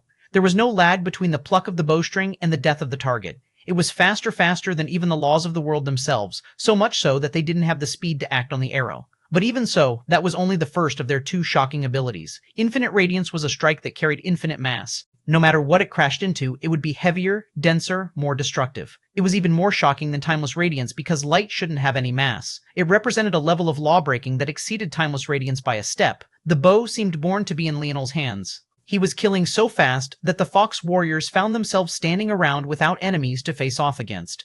The third Imperial Prince stood gasping for breath, a hint of paleness on his face from the earlier injury. He realized that if the elder who sneak attacked him had such an ability, let alone standing here trying to catch his breath, he would be a dead man. He couldn't even track the arrows at all. The only saving grace was that the timeless radiance arrows didn't carry enough punch to rip through his defenses. But what about infinite radiance? It seemed that infinite radiance was at least slow enough for him to react to, but something told him that Leonel was still holding back. To him, this was only the beginning. Chapter 3132, ch3100. See Leonel slowly lowered the Levis bow, his expression calm and his movement unhurried. After reaching the 7th dimension, he felt that even most 9th dimensional experts simply weren't a match for him, god constitution or not. Maybe only those with dharmas could put up a fight, but if it was a weak dharma, they would quickly find themselves on the other end of death. And if they were sneak attacked like that Levis elder from earlier, they would die even quicker. As far as he was concerned, the only ones with a real chance to kill him now were either absolute geniuses of at least the 8th dimension. Such individuals were incredibly rare, and even for a super powerhouse race like the Pluto, there might only be a handful sprinkled through each generation. Of course, there might be someone out there that could surprise him and be capable of fighting him at the same dimension. But he believed that now he firmly stood atop what was possible talent-wise. Even if there existed someone who could fight him at the same dimension, that individual would certainly be several tiers above him, and that included his wife. He had always said that he would be able to beat Ina 10 out of 10 times even if she was stronger than him, and he was firm in that resolve. But now, he believed his talent had surpassed hers even as a godchild. The power of his Violet Force Dharma was unlike anything he had seen in the world just yet. And the combination of it with his father's technique and his own dimensional cleanse standing at the 7th dimension was enough to make the stars weep. Leonel couldn't help but smile to himself a small measure. He only realized a small fact now. He had finally returned to his peak and taken a step beyond. How long had it been since his grandfather used mysterious means to send him back to the 3rd dimension? It had certainly been a long trek back. But it was well worth it. His power spoke for itself. With a thought, Leonel descended, strapping the bow to his back as though he couldn't bear to part with it for even a moment. But this action placed a great deal of pressure on the world around him. When he appeared before the third Imperial Prince, the latter felt for a moment like he was facing off against his father. It was a feeling that even Leonor had only been able to replicate in part. But right now, Leonel had captured almost the entire essence of it. They looked different from one another, and their temperaments couldn't be further apart, yet the third Imperial Prince was even more sure of his assessment. It was no wonder the Emperor had always shown such favoritism to this grandson of his. Emperor Fox had never made it a secret that he preferred some descendants over others. The third Imperial Prince had always been jealous of Leonor and the first Imperial Prince, but there were likewise other princes and princesses that were jealous of him. However, none of them could have expected that it was a brat born long before them in an ironic twist of fate that would actually be the most favored, and yet also the most hated. The third Imperial Prince relaxed when he had this thought, and a hint of his dignified air returned. Ironically, it might precisely be because Emperor Fox favored Leonel too much that they had a falling out. A mountain couldn't house two tigers. Round everyone up. We're returning, Leonel said. The third Imperial Prince frowned when he heard this, but Leonel had already vanished. Everyone looked toward him to see what he would do. Technically speaking, Leonel was a prisoner here. He had even less of a right to command as a result, let alone the fact that he couldn't just end the war with the four great families because he felt like it. Yet, to everyone's shock, the third Imperial Prince echoed Leonel's words. They all seemed to realize at that moment that something big must have happened. The third Imperial Prince was speculating that it must be related to the odd change in the attack pattern of the four great families, but he wasn't sure what it was. Since Leonel dared to say these things, he was smart enough to know that there had to be a reason. Returning now was most important. There was a flood of retreat from the in-between world as the fox gave up valuable progress. Things went about as Leonel had expected. This uncle of his was smart. Between smart people, there wasn't a need to explain much, especially when Leonel didn't ever really feel like it anyway. If Leonel was correct, news of the Pluto's actions was only just being disseminated now. The Sylvans were helping out the four great families, so it made sense that they would react in time, but news wouldn't necessarily make it everywhere else as quickly. In the end, the Sylvans were still the top dogs of information in the God Realm. They would certainly be the first to know of any information. This time around, Leonel had technically been the first, but only thanks to Anastasia. Because of these changes, the battle against the four great families felt small and insignificant. Or at the very least, it couldn't be fought in the same way. There would be an easier opportunity to wipe them out in the chaos, and that was when he would strike to pull them up by their roots. As for the details of it all, he didn't care one way or another. He still needed to bide time for his own army to be up and running, and in that case, he would spend time doing something that he had already promised his wife he would do long ago, see her father. The return to the Ascension Empire was swift. Chapter 333, Not Much, 333. Not much. Leonel sipped at some tea, looking between father and daughter with a mischievous look in his eye. Honestly speaking, he should be more serious at a time like this. But seeing Neil's reaction to finally seeing his daughter for the first time in a while, with a noticeable baby bump at that, well, his subterfuge couldn't help but bubble up to the forefront. After all, he had had a bit of a feud with this father-in-law of his for a long while. Was it mature to take this as a victory for himself? Absolutely not. Did it feel good anyway? 100%? Yes, yes, and then yes again. He was laughing like a little child on the inside, then sparing some thoughts toward his curiosity about the baby's gender, before he went back to sipping his tea. Miel's eyes were flickering with all sorts of complex emotions, but ultimately, he was more than accepting of this. After all, in his eyes, Leonel and Ina were already married even if there was no ceremony. The vows that they had made to one another, and the level of trust they shared, was something that any father would dream of for their daughter. The binding of souls was something that existed beyond anything a little piece of paper or a ceremony for the eyes of others could possibly ever match. So that wasn't his problem with the situation at all. It was only natural that a husband and wife have their first child. He was really only concerned about two things, the first being the timing of their choice, and the second being, well, the fact that he only learned of the situation so late into the process. As much as he understood why Ina would want to keep him at arm's length, it didn't change the fact that it hurt down to the depths of his soul. However, he took a deep breath and smiled a genuine smile. I'm going to be a grandfather? Ina nodded with tears in her eyes, subconsciously grabbing at Leonel's wrist for support despite the fact they were sitting. This is great news.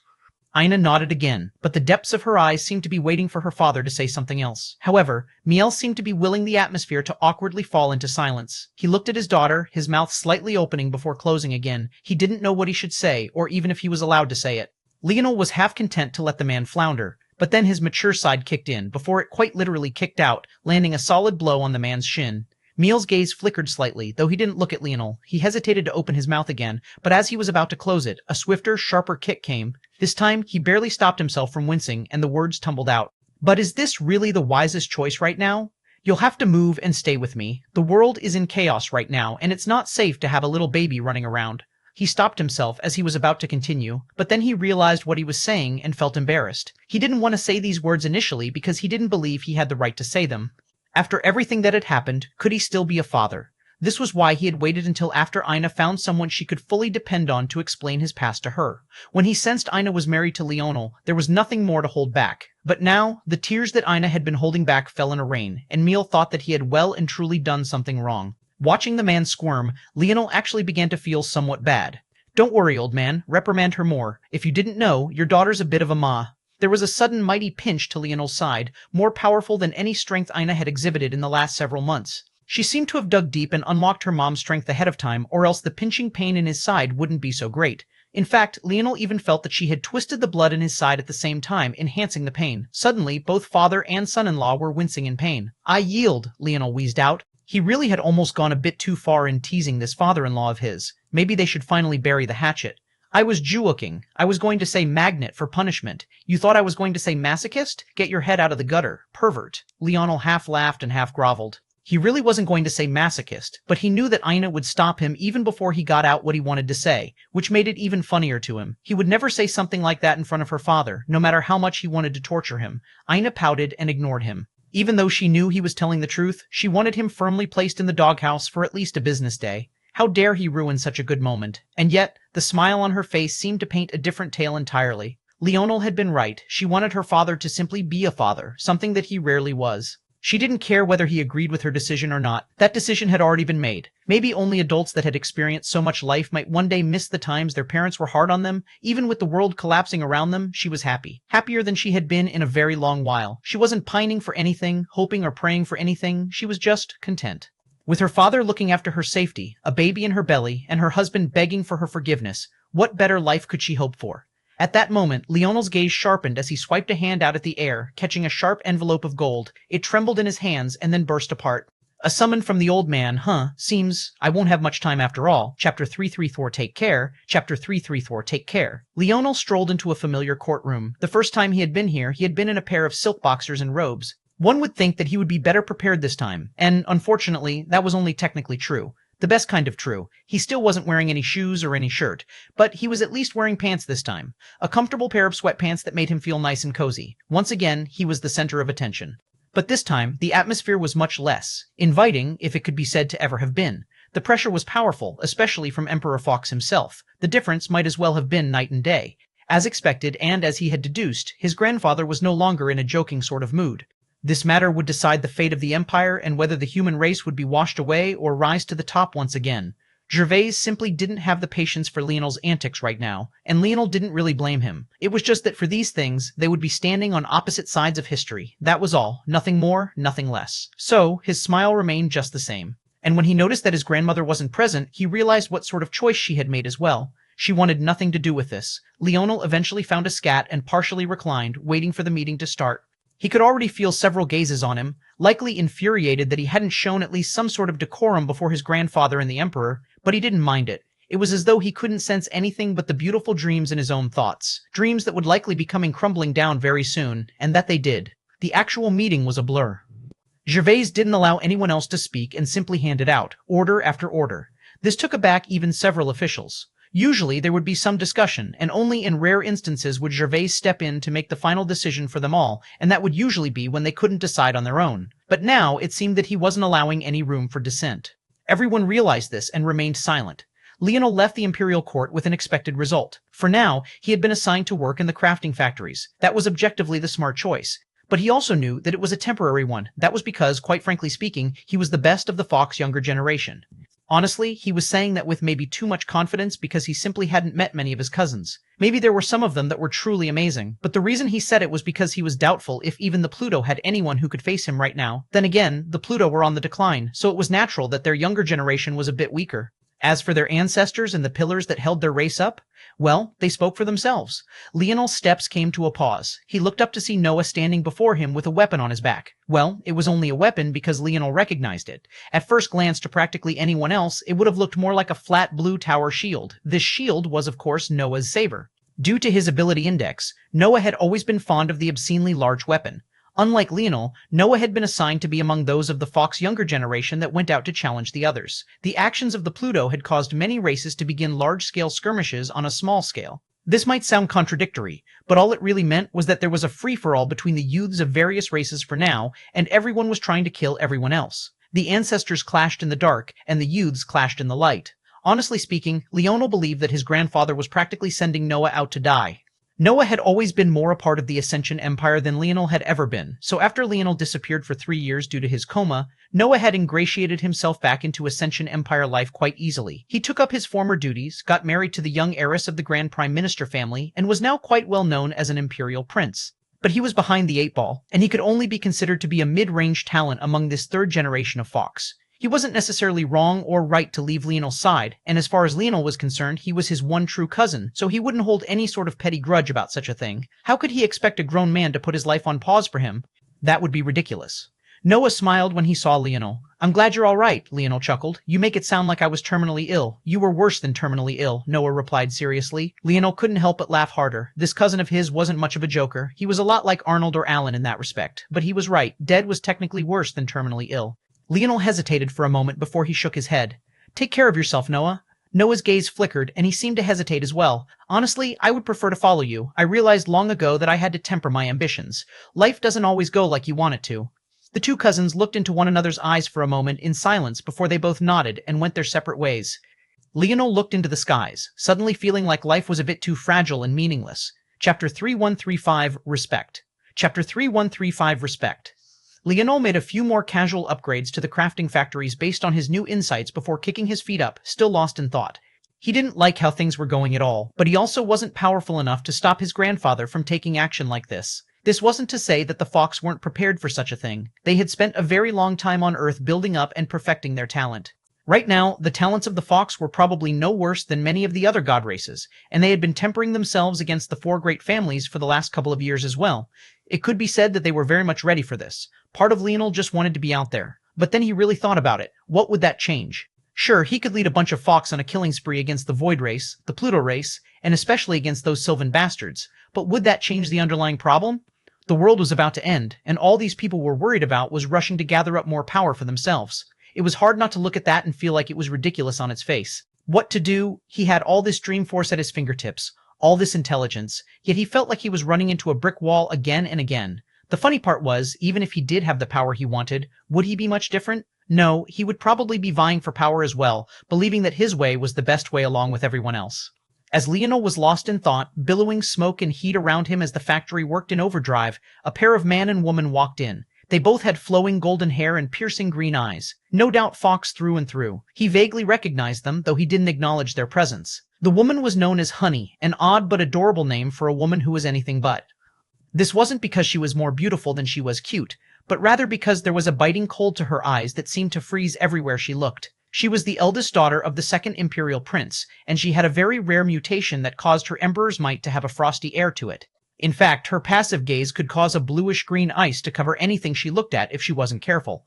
The other was the eldest son of the first imperial prince. The reason eldest was in quotations was that the eldest son was technically Noah. However, because of timey-wimey nonsense, his younger brother ended up far older than him. He was known simply as G. Fox. The both of them stopped within 5 meters of Leonel and simply stood and waited there. This actually surprised Leonel more than not as he looked over. They were patiently waiting? What a surprise. "Do you need something from me? Elder cousin, if it isn't too much trouble, we'd like to ask you to create a set of custom weapons for us." "Oh?" Leonel's gaze flickered. Maybe he had become too jaded these days. The sign of actual politeness somewhat threw him off, and he was almost embarrassed that he had dismissed them. Almost. The truth was that he was too lost in his own thoughts to spare the senses to read their intentions ahead of time. Otherwise, he would have known they hadn't come with hostility. Leonel hopped to his feet. Sure, why not? The two seemed equally surprised by Leonel's candor, only to find that he had wrapped an arm around the both of them. "You know, my wife says she really wants a big family, but I've never seen the fascination in it all. This is kind of cute, though, don't you think?" G and Honey were both used to being quite stoic and had no idea how to deal with Leonel's enthusiasm. They had originally come here with quite some reluctance because, in the eyes of many of them, Leonel was a murderous freak who would kill even his own family. But now, they were one part uncomfortable and another part relieved to have him on their side. It didn't even take Leonel a few minutes to finish their orders. At first, they were disappointed because they felt they had been conned, until they actually touched them. He made them both a set of armor and weapons. Honey's armor had a single metal pauldron on her left shoulder, while the rest was a tight-fitting green leather embroidered with gold. Her weapon was a bow that looked like a curved stack of green and gold vines wrapping around one another, and carried so much power her fingers shivered when she pulled at the bowstring. Ji preferred a full set of heavy armor and shield, along with a heavy spiked mace. When he saw it at first, even he thought that it might be too heavy for him. However, all of that changed when he put it on.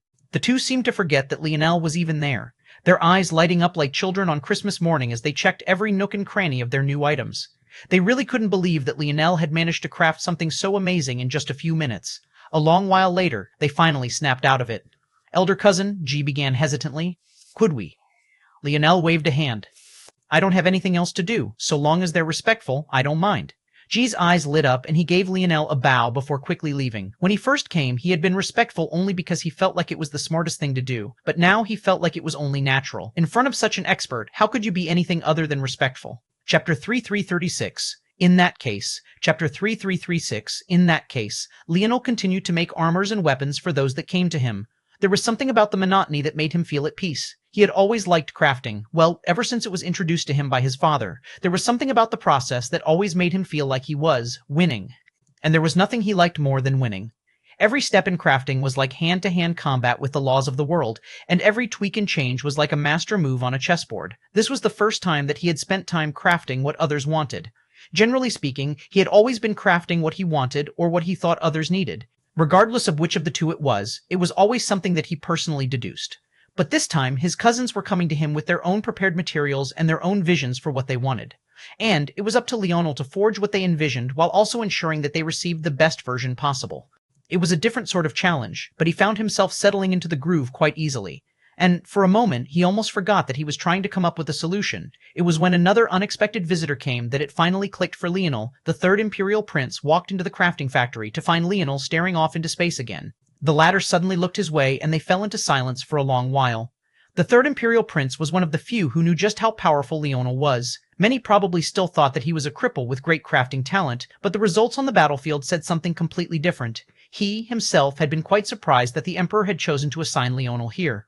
But it wasn't long before news spread, and he understood exactly why that was. It might even be said that Leonel's crafting talent was even beyond his combat talent, and it seemed that every time his combat strength took a huge leap forward, the result for his crafting was a mirror of that increase. It wasn't hard to tell why.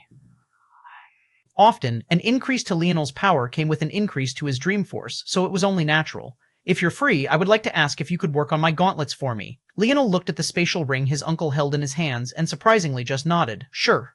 The third Imperial Prince was taken aback that it was truly so easy, and a part of him even began to worry if Leonel just wanted to sabotage them.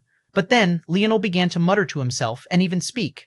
The easiest things for Leonel to forge were armors, spears, and bows. He had the absolute most familiarity with them, and it came naturally. This was ironic considering in the past, he couldn't even touch unacknowledged spears, let alone forge them. But he had obviously left that version of himself well behind. Gauntlets like this one for a fistmaster like his uncle were trickier. This wasn't in the sense that he couldn't do them, because he could. With ease even. The problem was that they weren't up to his standards, and he didn't like that. He could create a top-class bow like the one he made for Honey in just a few minutes. Even without much effort, it would definitely light up at least 45 runes on the truth pillar of the Minerva. However, if he had the same casualness for his uncle's gauntlets, it would barely light up like 27. That was still excellent, of course, but only relatively so, and definitely not enough for an expert of his uncle's level either. The good news this time was that these gauntlets already had the foundation here. That made it somewhat easier. Improving on a design was much easier than creating one from scratch, but it could get complicated if he misunderstood the intentions of the original crafter. By then, he just might have to redo all of it, which would be beside the point. Going with the flow, It was something that he had been doing these last few days. In truth, he was just biding time for Anastasia to finish helping him build his army. He also didn't want to be caught up in a battle while his wife was giving birth. Even if she would be safe in the segmented cube, he wanted to actually be there himself. So, he had just been allowing himself to sway with the wind, taking in the tasks that came to him, and then staring off into the distance when they didn't. His thoughts moved so freely, and his heart was at case these days. It didn't even seem like he had to make much effort for his crafting skill to continuously improve. The flow, a Dreamworld cube, formed around the gauntlet. It looked like a matrix grid line that quickly took shape, analyzing everything. Suddenly, with the addition of Time Force, Leonel could see the past and the potential simulated futures of where he could take the gauntlet. But then, he paused. This isn't the self path. If he followed the flow, he could take the life path to an absolute extreme. He could probably become the best crafter in existence this instant if he did such a thing. In fact, technically, he just might already be just by virtue of realizing he could use his simulation abilities like this. But there was something else missing in the equation. The life path was all about maximizing the paths of the ores you used and allowing them to display their greatest strengths and abilities as a part of a new whole. But the self path was about forcing change onto an ore, suppressing some aspects of it and increasing others until you gained a completely new product. In that case, Chapter 3137, Blueprint. Chapter 3137, Blueprint, a union of light and darkness will reveal the 12-pointed star. The words came to mind for reasons that Leonel couldn't quite understand now, but the effect was profound nonetheless. It felt as though he had suddenly grasped something fleeting and yet powerful. His mind seemed to whirl with thoughts of a life he might have spent as a fist expert, one where he ignored his talent with the bow and the call of the spear, maybe even one where he was too unlucky to find a weapon to make use of and had ended up having to rely on his body instead. His Dreamforce simulation whirred to life, and for a moment he seemed to radiate the air of a master of the spear. Violet force trickled in from the surroundings, slowly, but enough for the Third Imperial Prince to sense it and feel like his heart was shaking. This force, just what was it? Suddenly, Leonel began to craft, losing himself in the flow of time. Half an hour later, he awoke with a flicker in his eyes. Little Tolly weakly crawled back to his arm and practically pasted himself onto his skin, exhausted. This was the very first time that Leonel had ever seen the metal spirit feel tired. He couldn't even quite understand how that would be possible. Technically, for little Tolly, just the act of crafting replenished strength, but this time, I understand, Tolliver was suffering a bit because Leonel had just used Violet Force to complete the craft. Re-simulating his whole life to pretend as though he was a fistmaster for a moment was impossible without the addition of Violet Force, and bringing those simulations from thoughts to reality was even more impossible without Tolliver to act as a bridge from his mind to action. But becoming that bridge was a huge toll on Tolliver. The problem with Violet Force was that Leonel was the only one in the world that could use it without consequences. To practically anyone else, it was a death sentence, or rather, a slow death sentence. It would slowly pinch off your lifespan until you had nothing more to give. That said, Leonel wasn't actually worried about Tolliver's lifespan. Not to mention the fact that the fatigue wasn't from a loss of lifespan. The fact Tolliver was a metal spirit and had fused with a god beast of creation was enough that even if Leonel did exchange his lifespan for crafts, it would hardly leave a dent. Tolliver would certainly have no issues living for several million years, and even that might be an understatement. Not bad. Leonel tossed the gauntlets around in his hands a few times. These would definitely light up around 63 runes. For a casual craft, it wasn't bad at all. A balance of light and darkness, huh? Leonel almost forgot his uncle was even present, his mind lost in its own race. He felt like he had touched upon a newer, higher level of crafting, but he couldn't just grasp it. It was just out of his range, and his comprehension wasn't deep enough to succeed. But more important than that, maybe, was that he knew what he had to do. Going with the flow had to be counterbalanced with something else. There was a balance that existed for all things in the world, and unless he knew and took proper advantage of it, he would be the one that ended up on the losing end. Sure, being stuck in this crafting factory might allow him to bide his time, but from another perspective, it also allowed his grandfather to keep him within arm's reach and under control. By the time he was ready to act, it just might be too late. In which case, he would have to forge his own path, one where going with the flow would force better outcomes for him. He needed to find a way to quickly raise his dimension, and just sitting around on his hands waiting for that opportunity to come to him wasn't going to cut it. After a long while, he tossed the gauntlets back to his uncle. "Tell the others that I'll be resting for a couple of days." The Third Imperial Prince hesitated for a moment before nodding. It was only natural. He could see how tired both Leonel and his metal spirit were. After saying this, Leonel disappeared into the segmented cube that hovered in the crafting factory as though it wasn't worried that anyone would take it. The Third Imperial Prince gave the item a complicated glance before turning and leaving. Leonel stood over a table with a long strip of beast leather.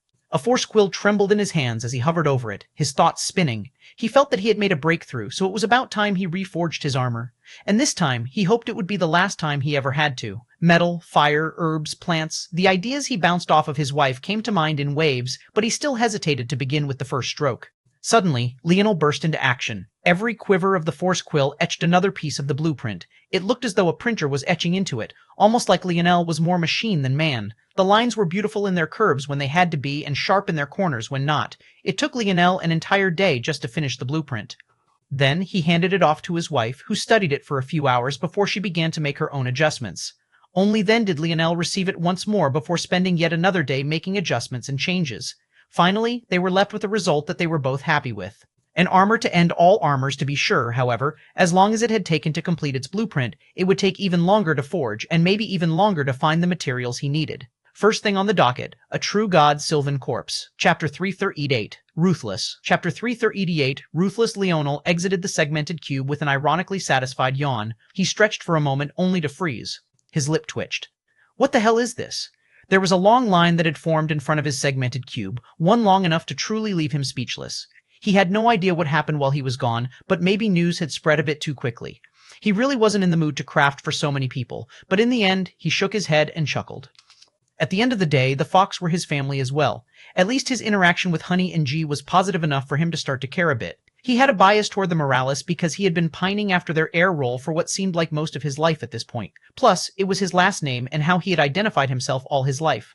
However, he owed the Fox if for no other reason than his mother. She wouldn't have wanted to see them fall by the wayside, as she too had given up much of her life for their sake. His mother's side of the family deserved no less affection from him, even if he had to butt heads with his grandfather eventually. Life felt too fleeting. He might as well do what he wanted to do. Leonel raised an eyebrow as what felt like his millionth guest finally came through. It was none other than Mordred and her seemingly now wife, Monet. Monet's lip was continuously twitching, but Mordred was practically dragging her. Well, well, well, I'm leaving. Monet's temper flared. Mordred couldn't help but chuckle as she caught her fleeing wife. Can't you tell that he's doing it on purpose? He doesn't actually care all that much. No, I really do care. Leonel nodded assuredly as though he was scared that Monet's scrunched-up face would unscrunched. Mordred rolled her eyes. Yilt this one out a bit, would you, dearie? That depends. On what? Mordred blinked innocently. Don't let him make any demands. I told you I don't need it. Stop being so stubborn. If you don't have this weapon, you'll fall behind. My baby probably needs a godmother too, Leonel said with a smile. Not this one, though. She can go away. Monet was only seconds from a wave of guilt before it all came crashing down. She really wanted to wring this little bastard's neck. Leonel continued to spend his days crafting as though he was waiting for something in silence. He knew that he couldn't just leave and act on his own like he usually did. The stakes were different, so those around him would act differently as well. It was on the third month of this monotony that Grand Prime Minister Green came to visit. At first, it seemed like a routine matter. Grand Prime Minister Green was a crafter himself, and he was also the one that originally built the factories to begin with. It wasn't too much of a surprise that he would eventually lay down his pride to come only after so long. Leonel didn't think much of it.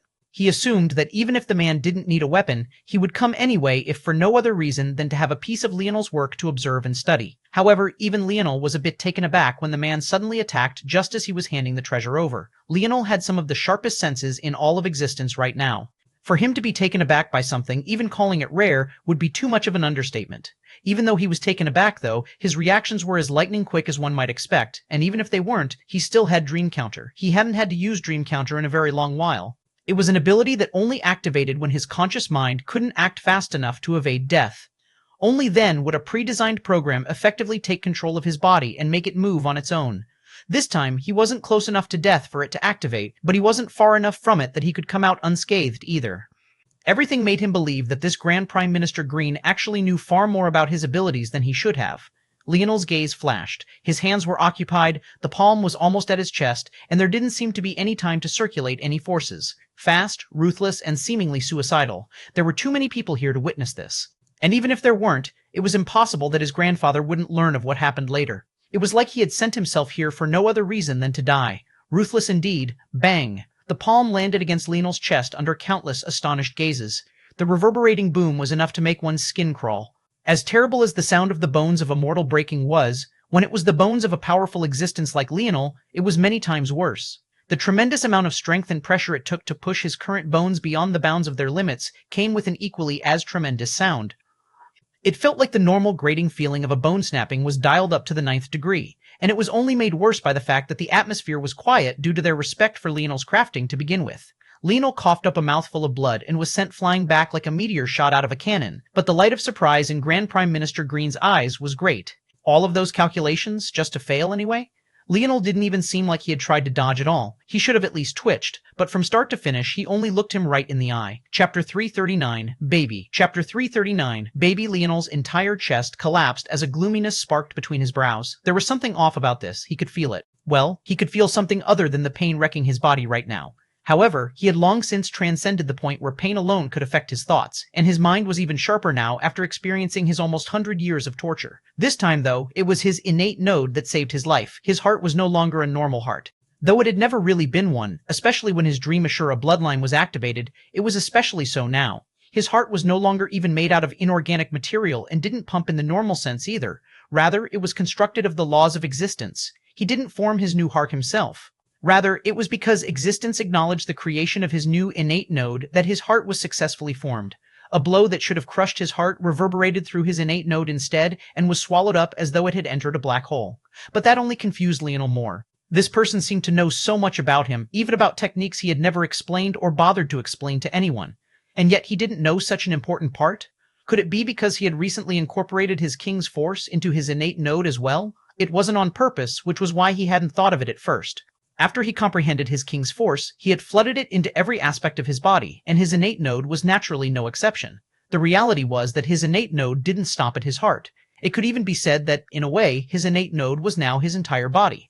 Though the main body of his innate node was his heart, his entire nodal pathway had been covered in the same material, including his nodes. His nodes didn't have the same potency as his innate node, but they all carried the same character, and they could all withstand weapon force tearing through his veins. This was the real power of his body.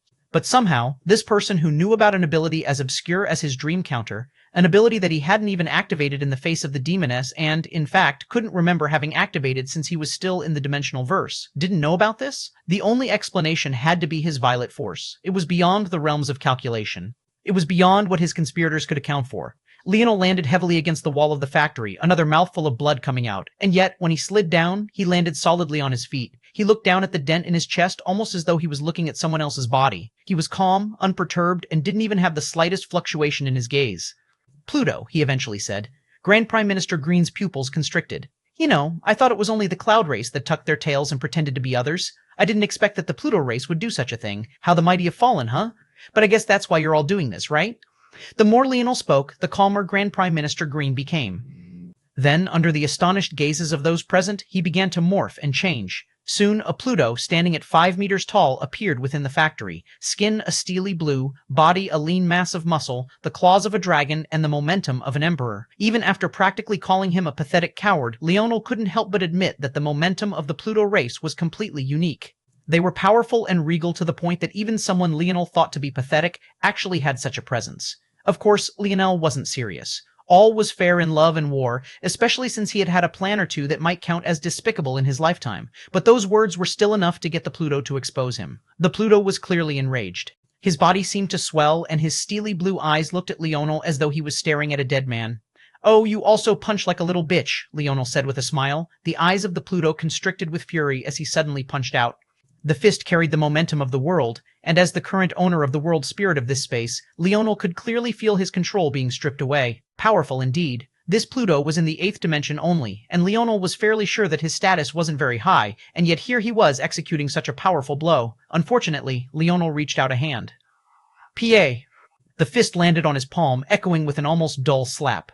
The wind in the surroundings fell into silence for a moment before a hailstorm erupted in all directions, shredding the building apart. And yet, Leonel continued to stand in silence, unmoved. "See what happens when it isn't a sneak attack? Is this all you have?" Leonel asked indifferently. The pupils of the Pluto constricted for completely different reasons now. He felt as though his understanding of the world was being overturned.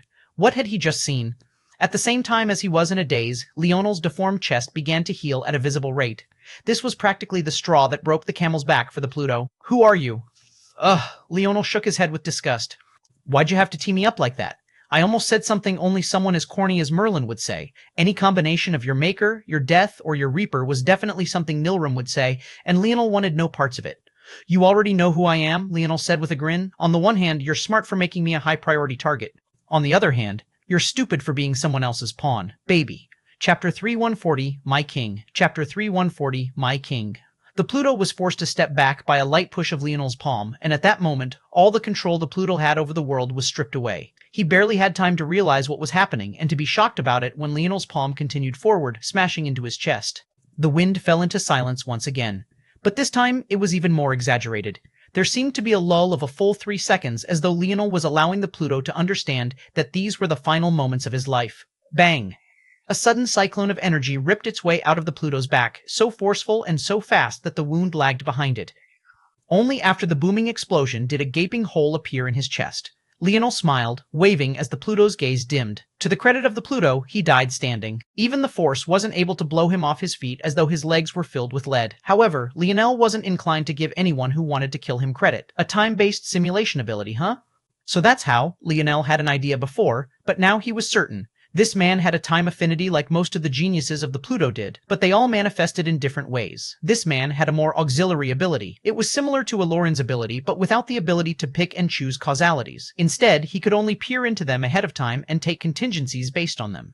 The fact that this person would choose to sneak around made sense. After all, preparation and scheming was the best way to make use of his abilities. But in the end, he had suffered for it. Well, he had just targeted the wrong person. The world spirit of this world was under his control. The Pluto thought that he had already factored this into his calculations, but he had underestimated just how much control Leonel had because he could not fundamentally account for King Force. But honestly speaking, King Force was only a small aspect of what happened here.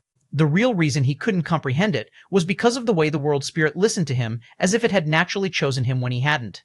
The Pluto had no way of knowing that his mother could pass on her legacy to him in this way, and the result was that he had suffered for it. But that was interesting. Do the Pluto have a natural ability to do that? There was no reason the Pluto should have been able to control the world like that. It was almost like they had a natural instinct to do what the Brazinger family heirloom.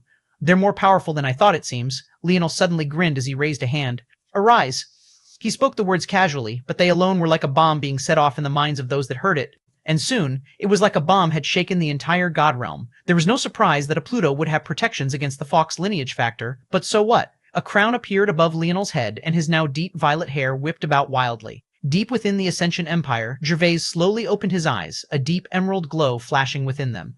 One of his fingers twitched, but then, for an inexplicable reason, he looked over to his beautiful wife. She was busy, knitting away at what must have been the 1,000th set of clothes. These weren't just for the baby in her belly, but also for her future grandchild as well. She had no idea what its gender would be, but she seemed content to make sets for both. Regardless, it was a way to spend the day. She had no interest in increasing her strength any longer, and yet she smiled more now than ever before. She was well and truly content. Gervais watched her for a long while, and she seemed entirely oblivious to his gaze. After a long while, his finger lowered and he closed his eyes, returning to his meditation. Leonel's aura continued to climb until it reached a peak. In that moment, he seemed like a man of energy, like the father of spirituals. His hair became a foggy violet light, his eyes didn't seem to have separations between their whites, pupils, and irises, and his body seemed to glow with an enigmatic light.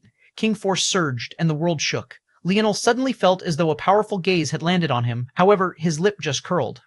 He already knew people would interfere. In fact, he even had thoughts that his own grandfather might. Scram. Bang. The aura shattered apart. There were very few people left in this world that could stand up to Leonel's dream force, trying to stop him from afar. On top of that, they were overestimating themselves. A Pluto soul was stripped out of his body, and Leonel almost tilted forward. There was a great force coming from the soul. It wasn't that there was another hidden protective mechanism, but rather that it was just so heavy. Leonel never thought that he would describe a soul this way. It was almost like it was trying to sink him into an abyss. Still, Leonel's smile didn't fade as he unleashed a roar and pulled up. The rest of the soul was ripped up, his crown shining bright and brighter. And then, the soul solidified. Wreathed in an armor of solid violet, the Pluto fell to a knee. Existence shook as though it was witnessing something unnatural, and at that moment, Leonel's King Force seemed to become several times more powerful. The Pluto respectfully bowed its head, a slight struggle flashing for only a moment before it was ruthlessly suppressed. Then he crossed an arm over his chest, and his voice echoed like a thunderous boom. My king, Chapter 3441, the Pluto. Chapter 3441, the Pluto. The Fox in the factory were stunned into silence.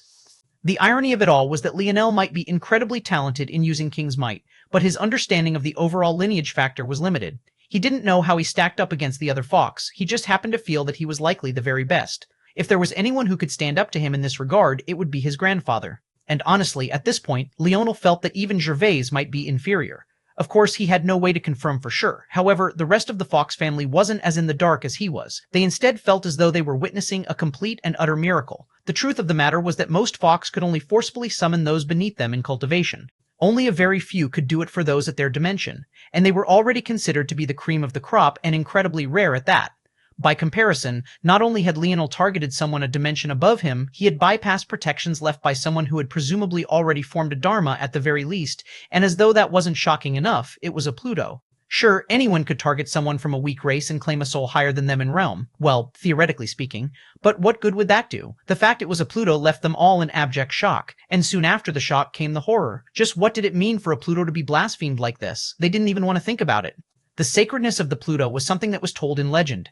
The first time Leonel met Elrion, despite him having lost an arm, he only bled a single drop of blood. That single drop of blood from a mere fifth-dimensional existence tore through the body of a ship forged by the corpse of a void beast.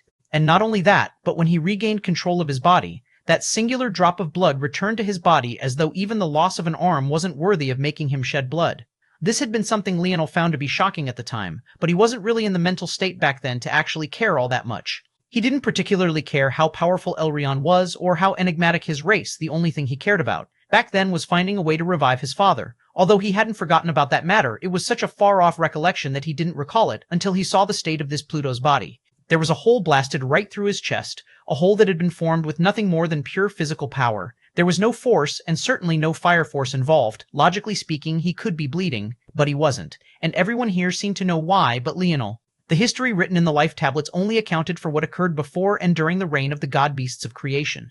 Although the Pluto's time overlapped with this somewhat, they had yet to reach their peak, obviously.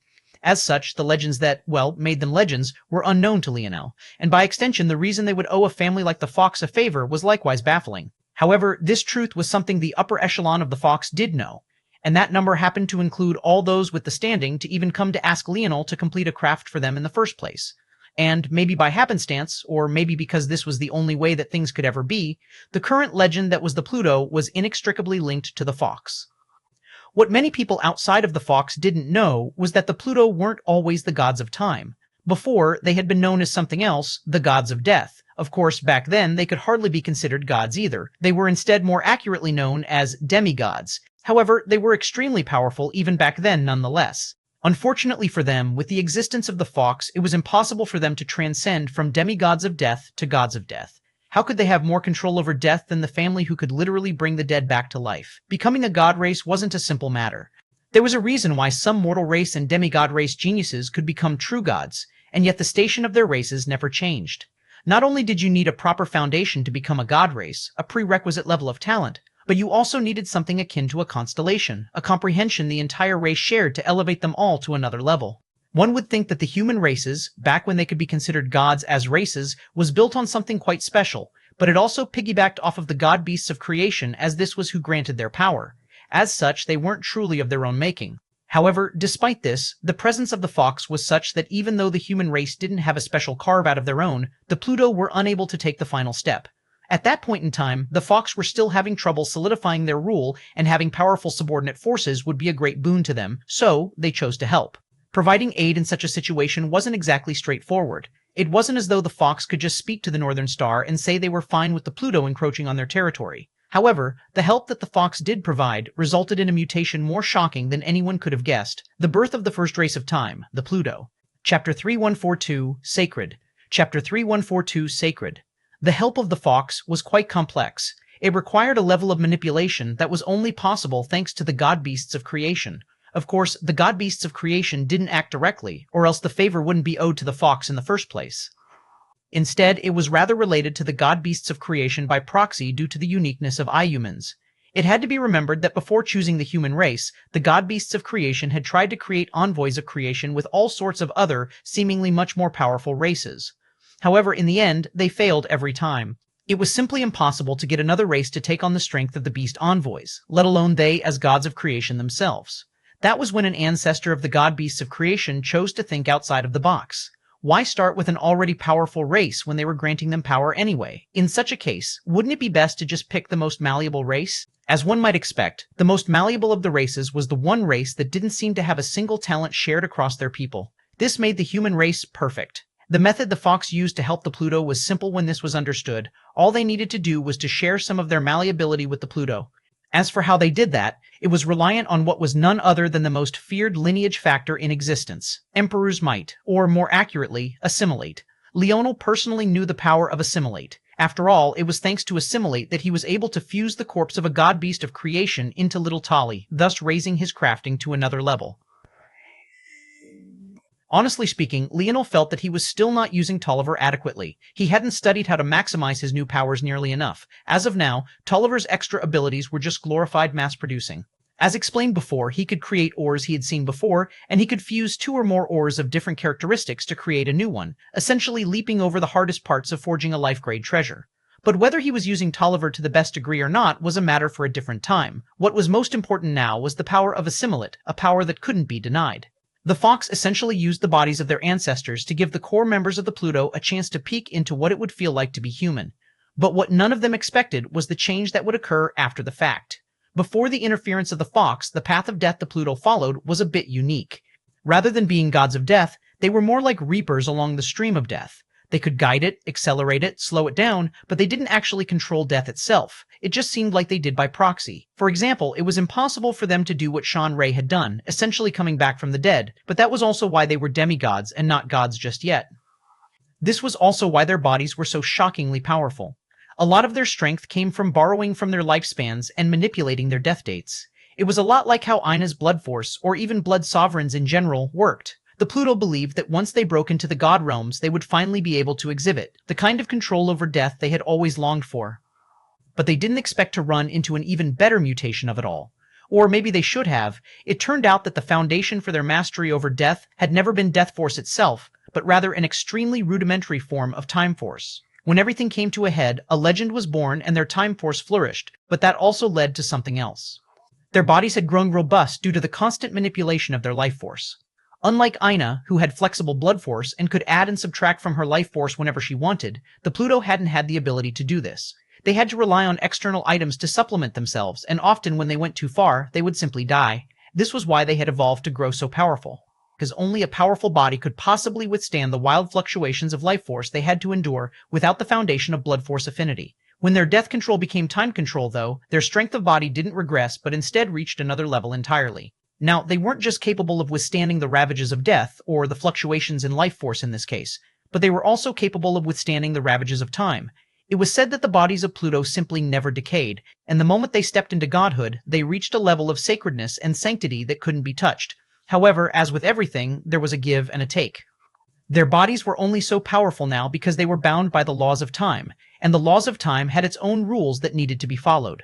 Things like karma and fate bound them inextricably, and though they had suddenly become a race so supremely powerful that most well-established gods feared them, they could not forget or hope to forget the debt they owed to the Fox. However, there were some things left unsaid that didn't need to be stated so explicitly, but one only need think about it for a moment to understand. If the Pluto were so good at repaying their debts, how could it ever be the case that the Fox would fall in the first place? Chapter 3143 Didn't Care. Chapter 3143 Didn't Care. All of this information were things that Leonel wasn't in the know about. And honestly speaking, he probably wouldn't care very much. It was just unfortunate that killing and defaming a Pluto after death like he had weighed much more substantially than he currently knew. The Pluto's body was unbothered even by time itself. This seemed unimportant other than the strength provided. But this was the very key to everything. After the death of a Pluto, its body was sacred precisely because it was unaffected by time. The Pluto could return their kind to their tombs and incorporate them into a network that would help to further strengthen their race into the future. In the past, this was only a matter that would impact the Pluto and no one would care. But now, it was related to a secret that was woven into the very fabric of existence itself. What much of the world didn't know was that existence was much closer to destruction than any of them knew. The real reason the Northern Star had yet to descend and destroy everything was because of the Pluto. Every time a Pluto died, their bodies were preserved and sent back, being incorporated into the formation. This would increase the longevity of existence by piggybacking off of the timelessness of the Pluto race themselves. It was only after this ritual began that the Pluto race's body went from just sacred to them and their kind to reaching realms where they were sacred to everybody. Of course, this sort of respect didn't stop the likes of the Void race from targeting them. And this was because the Pluto had no need to be the overlord race in order for their corpses to be used in such a way. However, killing them was one thing. Snatching away their bodies and stopping them from being used in this ritual was a completely different matter. And that was exactly what Leonel had just done. Most didn't understand the underlying secrets of these matters, but everyone grasped the sacred nature of a Pluto's corpse. Leonel's actions were tantamount to infuriating not just the Pluto race, but every power in existence. And the thing was, even if he did know, it would only mean two things to him. The first was that he would feel as though this was the real reason why everyone was so nonchalant about the end of existence. They were probably waiting for the Pluto to make this very move here so that they'd have a chance to kill them in droves and add to this formation. And second, Il still didn't give a damn.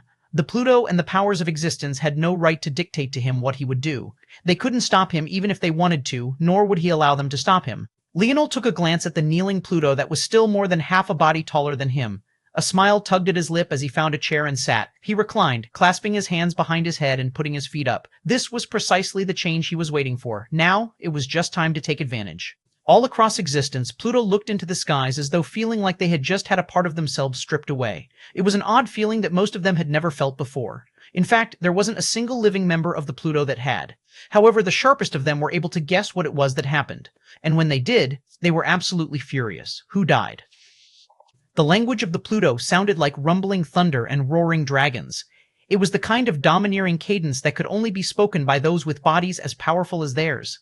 The last time Leonel had tried to speak their language, his throat was shredded to pieces. In fact, back then, it was a lot worse than that. His head had almost imploded under the pressure.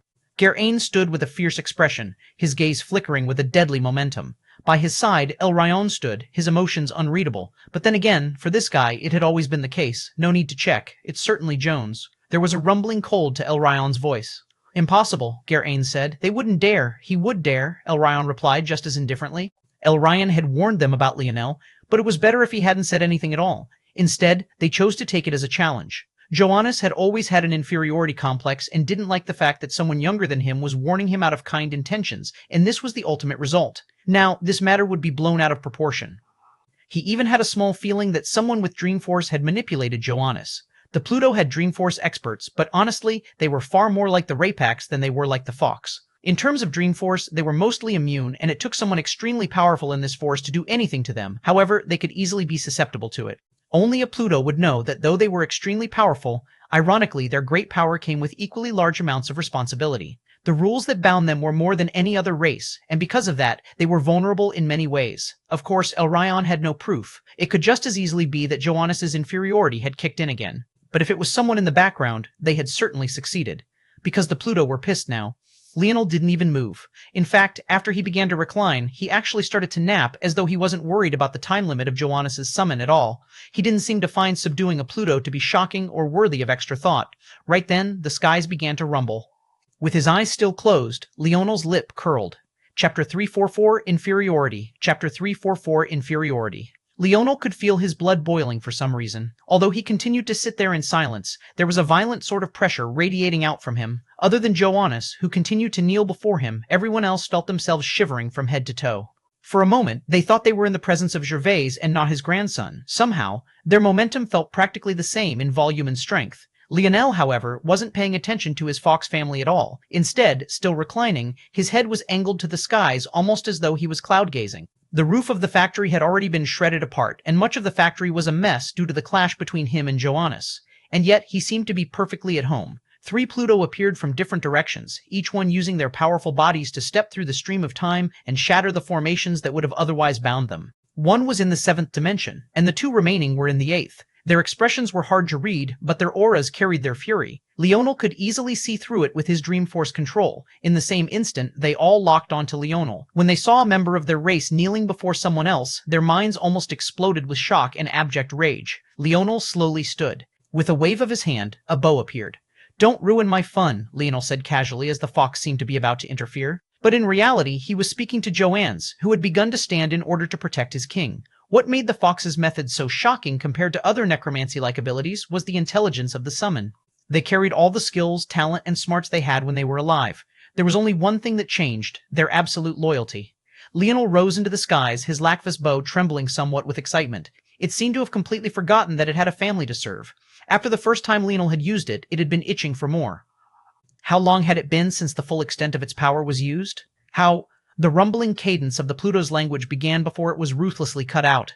"Save it," Leonel said. He didn't bother to speak the Pluto's language, although he was more than capable of doing so now. "You 3 came here to kill me, right? I want to see if all Pluto are so pathetic. I'm sorry for my inferiority, Master."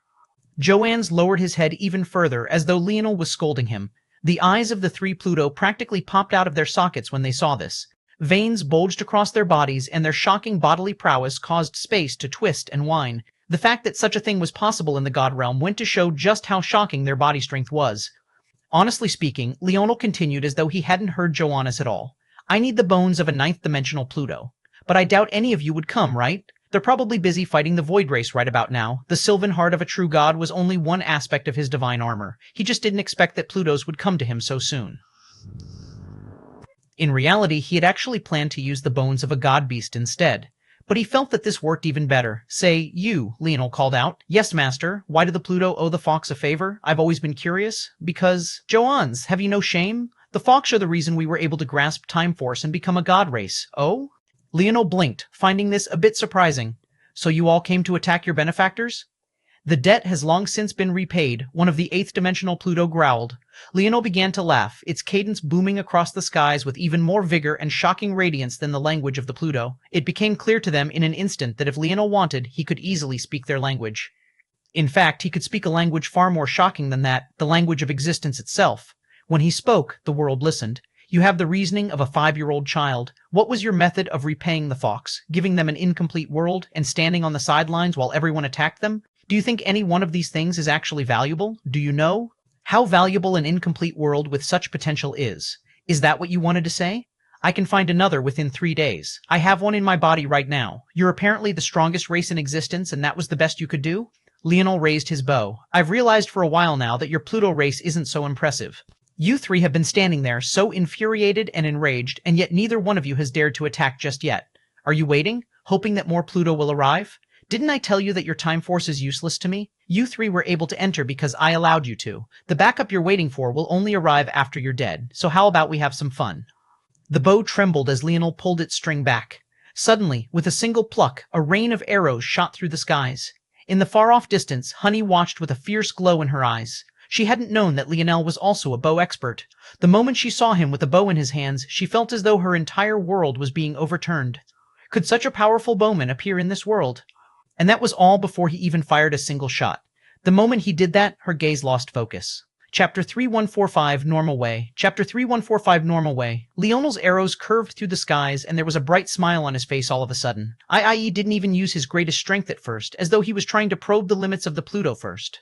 The reason the time force of the Pluto was useless against him was because he could see through time manipulation with ease with his dream force, a consequence, or rather benefit, of his dream force transcending the limits of space and touching upon time. When that was paired with his absolute control over his body, hoping to confuse him or manipulate time around him would either require direct force or someone far stronger than these few.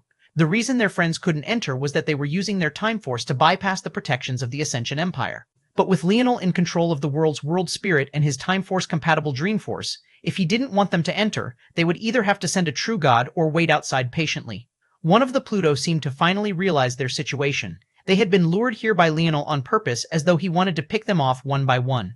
He was either looking to replace quality with quantity by taking in their bones, or he was hoping to lure the quality he was looking for here. Either way, they had to fight here or they would die. The moment they had this thought, a switch seemed to flip. Boom, boom, boom. Leonel's eyes lit up. This was it. His arms suddenly became faster, a blur being left in the air as he met power with speed and quantity. The power of the Pluto was so exaggerated that he could feel his bones rumbling even from a distance. Every arrow seemed connected to his heart, and every strike reverberated back to him in an endless feedback loop. A Pluto suddenly vanished, crossing an impossible distance in a blink and appearing by Leonel's side. He punched out, drilling forward with menace. However, he found that although he was punching with his greatest might, his fist wasn't getting any closer to Leonel. It was as though he had fallen into a quagmire, an endless quicksand in the middle of the air. I already told you, your time force won't work. The man's image vanished. When he appeared again, he was in the same spot he had originally been in. He stumbled back as though he had swung at nothing but air, only to find a trio of arrows at his chest before he could even stabilize himself. Bang, bang, bang! The arrows didn't even break skin, but it felt like he had just been hit with a trio of sledgehammers. His heart did flips and his inner organs roared and rattled. The echo of thunderous booms played across the skies as Leonel began to walk forward slowly. One after another, he unleashed rain after rain of arrows. Every time the Pluto tried to slip free, they found themselves back where they first started, only to be battered by arrows once more. By the third time it happened, they seemed to finally understand that their time force wasn't working for reasons they couldn't quite comprehend. It was like every time they had the intention to use time force, they were cut off from the world around them, and any action they committed to was reversed. What they didn't know was that Leonel's time force was technically on a higher plane than their own. His time force originated from his dream force, which rooted itself in the second dimension. Although the comprehension of these Pluto was already at the life state, meaning they were at the second dimension at the very least as well, because they couldn't as easily communicate with the second dimension as Leonel could, their control might as well have been stripped away. The longer the battle went on, the more bored Leonel became, the excitement fading. After a while, he just shook his head. He lowered his bow and waved his hand. At that moment, Eloran appeared. "Have fun," Leonel said, yawning. He had come so excited, but these guys were the definition of foolish. They didn't even try to find another method of getting around him. Of course, part of the problem was that the world spirit was helping Leonel, but that little guy was as overprotective as his mother. Even when he told it to not interfere, it didn't listen. So in that case, he might as well give Ellarine an opportunity. Ellarine was confused at first, but when he saw the Pluto, his eyes couldn't help but widen, his heart trembling. The fox, still watching from a distance, felt some solidarity with the young man.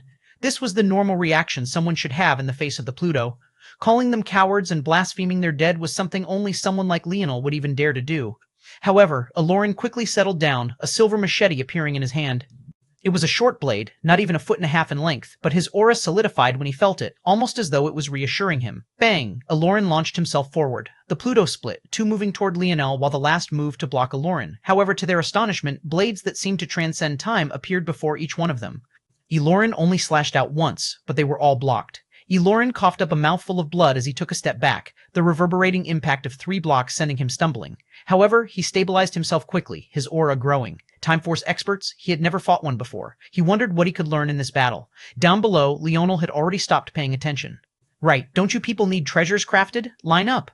The fox looked toward Leonel, not knowing what to say. Couldn't this man do anything the normal way? Chapter 3446, who else? Chapter 3446, who else? Aloran's focus grew more and more intense as the battle went on. His body split into several iterations, and the fox watched in horror as each one was split apart.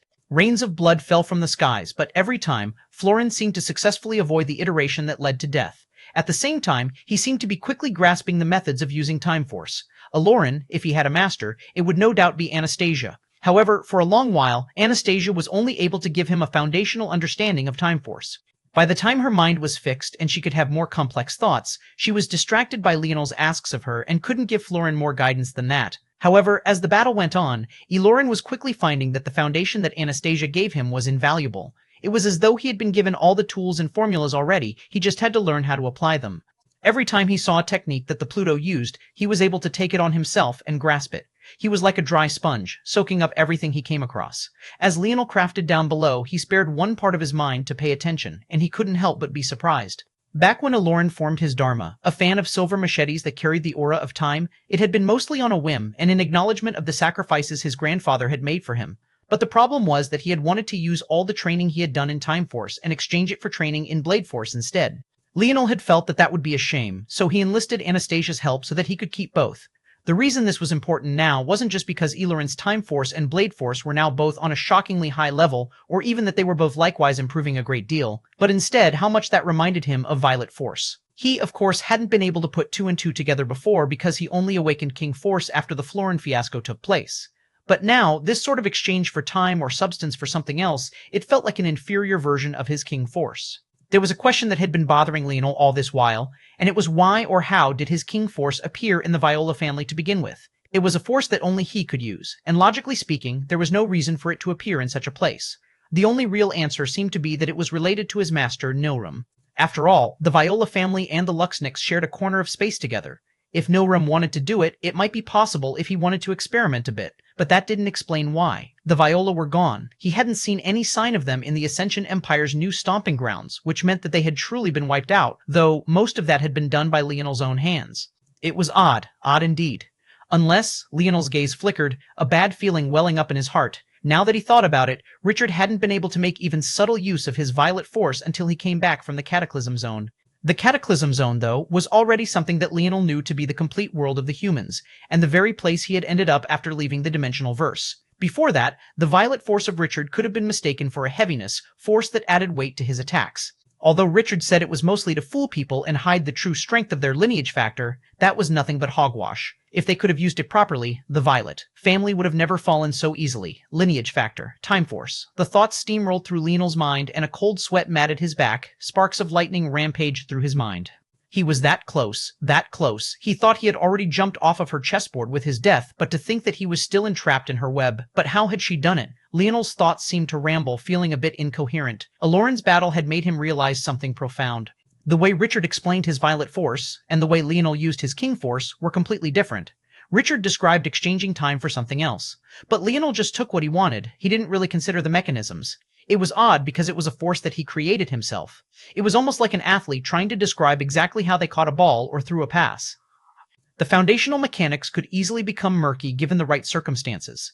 Leonel had assumed, then, that his force and that of the Viola families were one and the same. What he hadn't considered was that maybe someone had tweaked the latter just a slight bit. Violet force could only be used by him, but what if there was a workaround for it?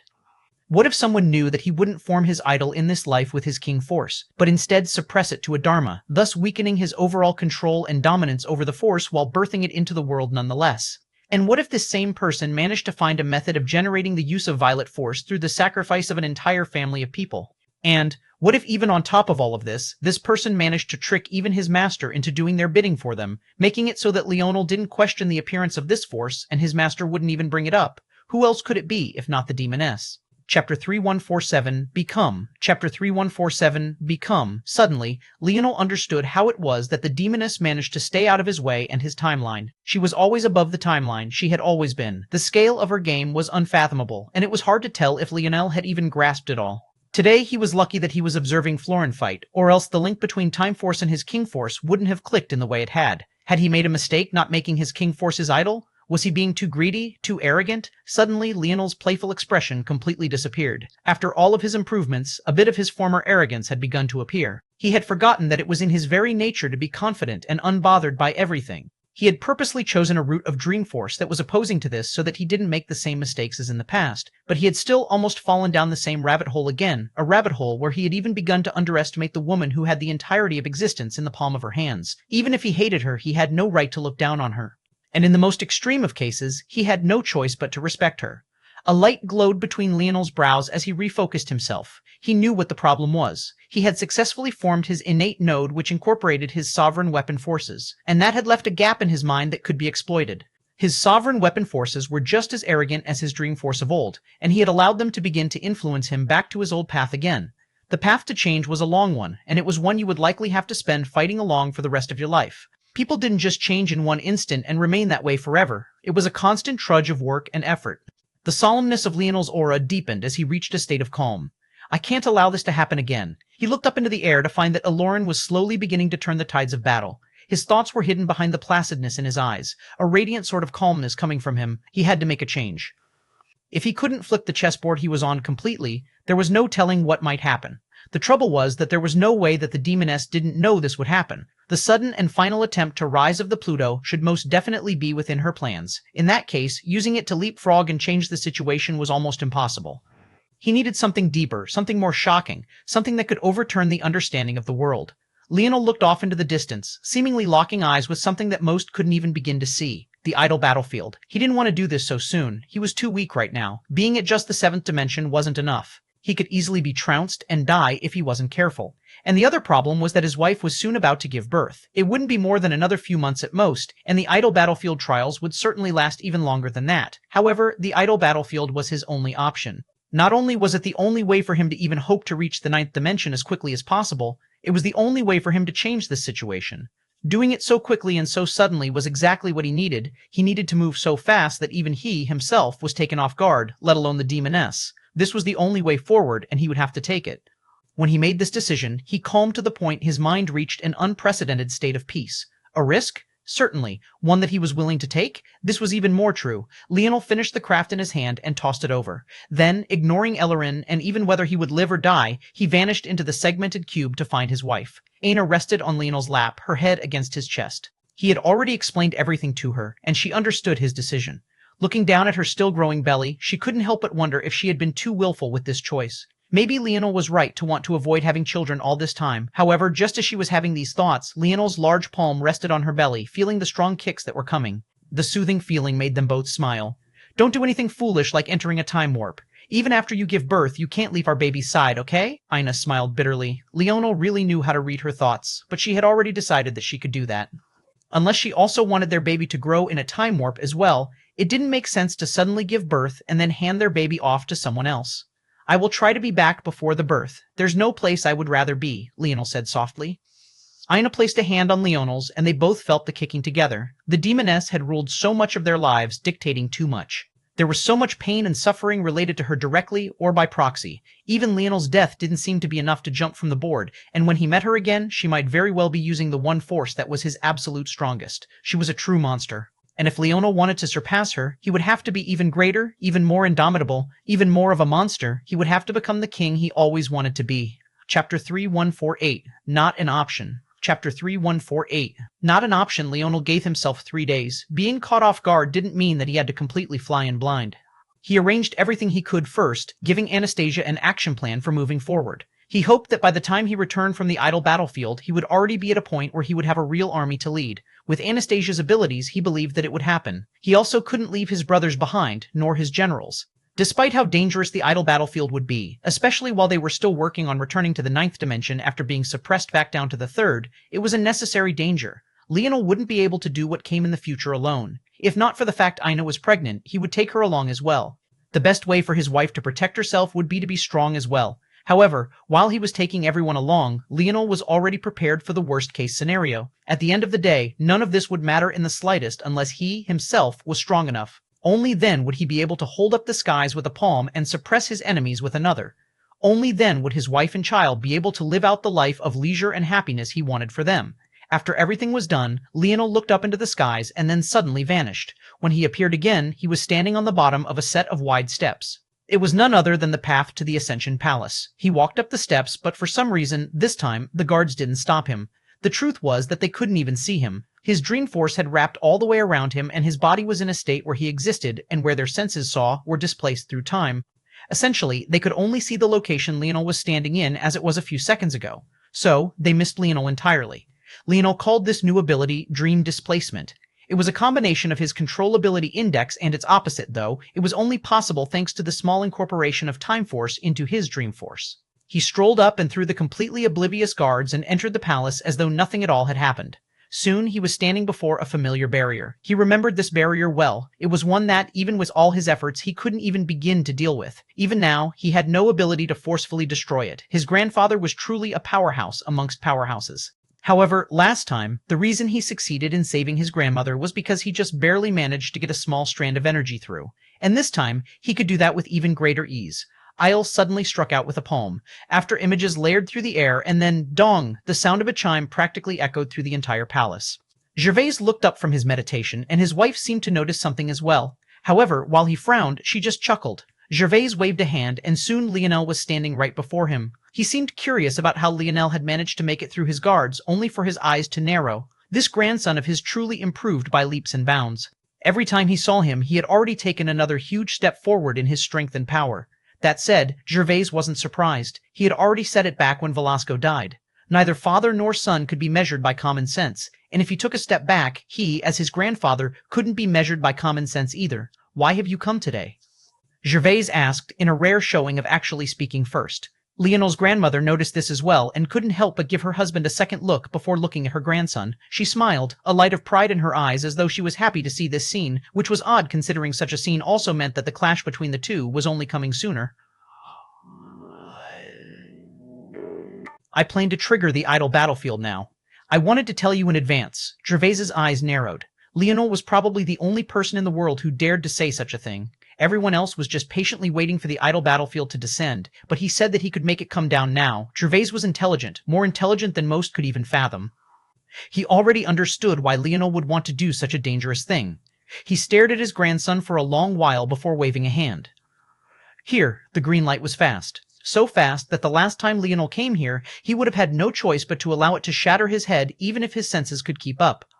But this time, he simply just clasped his fingers down, catching it smoothly. Leonel rotated the object in his hand before he realized that it was something that could only be analyzed with Dream Force. When he did, he found an astonishing amount of information within. Your life tablet won't have much information about the idle battlefield within. This will, Gervais said casually. Leonel pulled his mind out of the item. This is more than just a little bit. It looks like you're targeting the idle battlefield as well? Maybe in the past, but I simply don't need it now. This time, it was Leonel's turn to narrow his eyes. Just how strong was his grandfather that he snubbed his nose at the idle battlefield? It seemed that he had still underestimated the old man. However, in the end, he chuckled. He turned and walked over to give his grandmother a hug, feeling her own belly for a bit before leaving with confident strides. He never considered failure for a moment. Chapter 3149 Provoked. Chapter 3149 Provoked. Leonel stood in silence, his hands clasped behind his back as he stared up into the skies of the segmented cube. He had always found these skies more beautiful than any other, but much more grim at the same time. On the one hand, they were a truly gorgeous sight to behold, But on the other, he was more keenly aware here that there was nothing beyond it than he was anywhere else. This segmented cube was a world artificially put into a box. Although it felt just as large, if not larger than any other, the idea that there was nothing beyond it was enough to make any man wonder if any of it was worth it. Then Leonel remembered that existence was just a slightly larger box and the northern star formed its barriers. Did life have to be infinite for it to have meaning? Probably not. But the idea that the world wasn't infinite left an odd, sour taste in his mouth. Leonel could recall all of the iteration memories now. Not all at once, as the capacity he would need would be much greater, but he knew enough now to remember that his future self had once checked beyond the bounds of the northern star, only to find nothing at all. Then he had sat down on a small piece of rock, looking out to the star and having a final drink before he allowed his life to slip away. Maybe infinite life would only have a purpose if there were infinite things to experience. Otherwise, what would be the point? If the world was finite, then why have an infinite life? And by the same token, if you could explore all there was in this finite world, how could you allow yourself to die? Leonel looked down at his hands, the steady beating of his heart like a delicate pitter-patter of rain in his ears. The cadence of his heart should have been enough to drown seas and collapse mountains, but to him it was soft and controlled. Suddenly, one by one, Leonel's brothers began to appear around him. Blackstar appeared on his shoulder, his little claws flashing with a silvery black light. Then came Emna and Kira. Kira's spirits were much brighter these days. Second Nova Orin had returned, so how could she not be? Unfortunately, the Orin of now was much different than the Orin she remembered. IIE had always been a man who worked in the shadows, but he had a delicate and caring side to him, not to mention a selfless side. However, not all reincarnations could go about perfectly. The way Orin died had left a shadow on his heart that he couldn't overcome. Kira recognized this, and she seemed to understand the implications of it as well. Life and death couldn't be played around with so casually, but she was still happy nonetheless. Even if it meant spending her life to help Orin climb out from under that shadow, she would do so. All of them stood in silence for a long while, as though waiting for Leonel to adjust himself. The silence wasn't awkward, but was instead quite peaceful. The only thing they could feel was the flowing wind. At that moment, Fifth Nova appeared, holding his lucerne hammer. Leonel didn't respond to his appearance. Originally, he had wanted Ramon to stay behind. He was the only one that could help the Morales quickly learn Valor Force. Without it, their progress would plummet, and that would inevitably make Leonel's army weaker than they could be. In this case, Anastasia couldn't help out nearly as much as Ramon could. However, Leonel understood his decision. Ramon had sworn to himself to personally become stronger, and stepping onto the idle battlefield as the creator of a weapon force was practically a cheat code to becoming a shocking powerhouse. He didn't want to miss this opportunity. Elthor appeared soon after, resting a saber on his shoulder. He had already abandoned his human form, a mass of white hair fluttering over his body as black-silver chains were linked all around him, formed by his chaotic particle force. It wasn't long after that Aloran and Hutch appeared as well. Leonel had warned them all about the dangers, but they had insisted on being here. These people, they would be his generals. With a step, Leonel vanished from the segmented cube and appeared high in the air. He took a breath before his heart began to pulse with a mighty light. When he had first formed his new bow and spear force, the idle battlefield had reacted, coming much closer all of a sudden. An external observer might think that this was because it was acknowledging him, but the sharper Leonel's senses became, the more he knew what the truth was. The idle battlefield had been provoked. His weapon forces were too arrogant, claiming to stand above not just their own kind, but all kind. When the idle battlefield sensed their creation, it had infuriated the entire battlefield and all the spirits of the predecessors that came before him. When Leonel came to realize this, he was no longer in a rush to enter the battlefield. He would likely just be sending himself off to his death if he went too early. But now, he had no choice whatsoever. Maybe it was even the case that the demoness felt he wouldn't dare to do this precisely because it would mean poking at a bear he couldn't afford to be even near.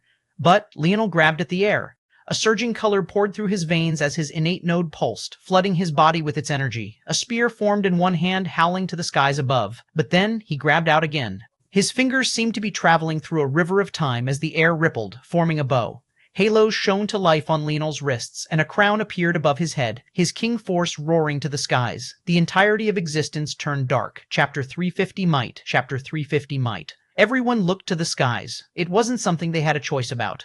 When the entire world turned dark and there was just a single point of light left, it was impossible not to look up. But then they were soon distracted from the sight by the stirring in their bodies. Almost every warrior in the god realm had some weapon force, whether it was a true weapon like sword force or the like, or the ancient weapon forces, that being the fist or palm, most had it in some form. The word weapon had gone through many changes throughout the years. In ancient times, it didn't refer to a tool at all, at least not in the normal sense. Instead, it referred to utility itself, and in this case, anything that could be utilized to attack. It wasn't until weapons became more mainstream and the first weapon forces were created that the meaning of the word came to change.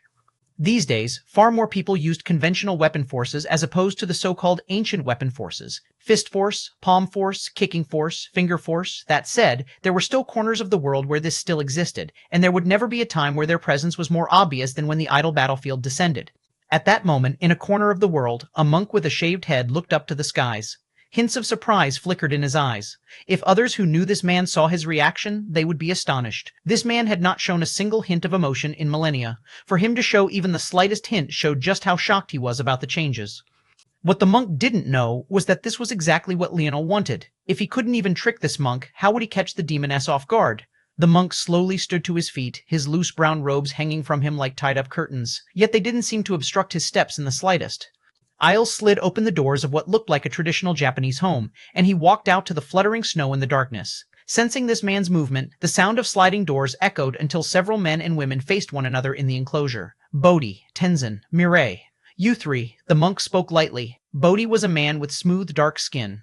His skin didn't seem to have even the slightest imperfection, and that was despite the fact it was sunk into his skin. He stood at almost 3 meters tall, but his stomach continuously growled for food, sucked into his body so far that his ribs looked to be gasping for breath.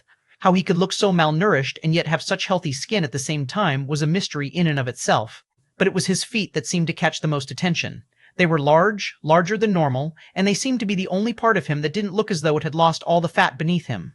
He took a light step forward when he heard his name, but the wooden floorboards beneath him cracked and shattered. He looked down and shook his head. He had been in such deep meditation for so long that it seemed that he had forgotten how to walk.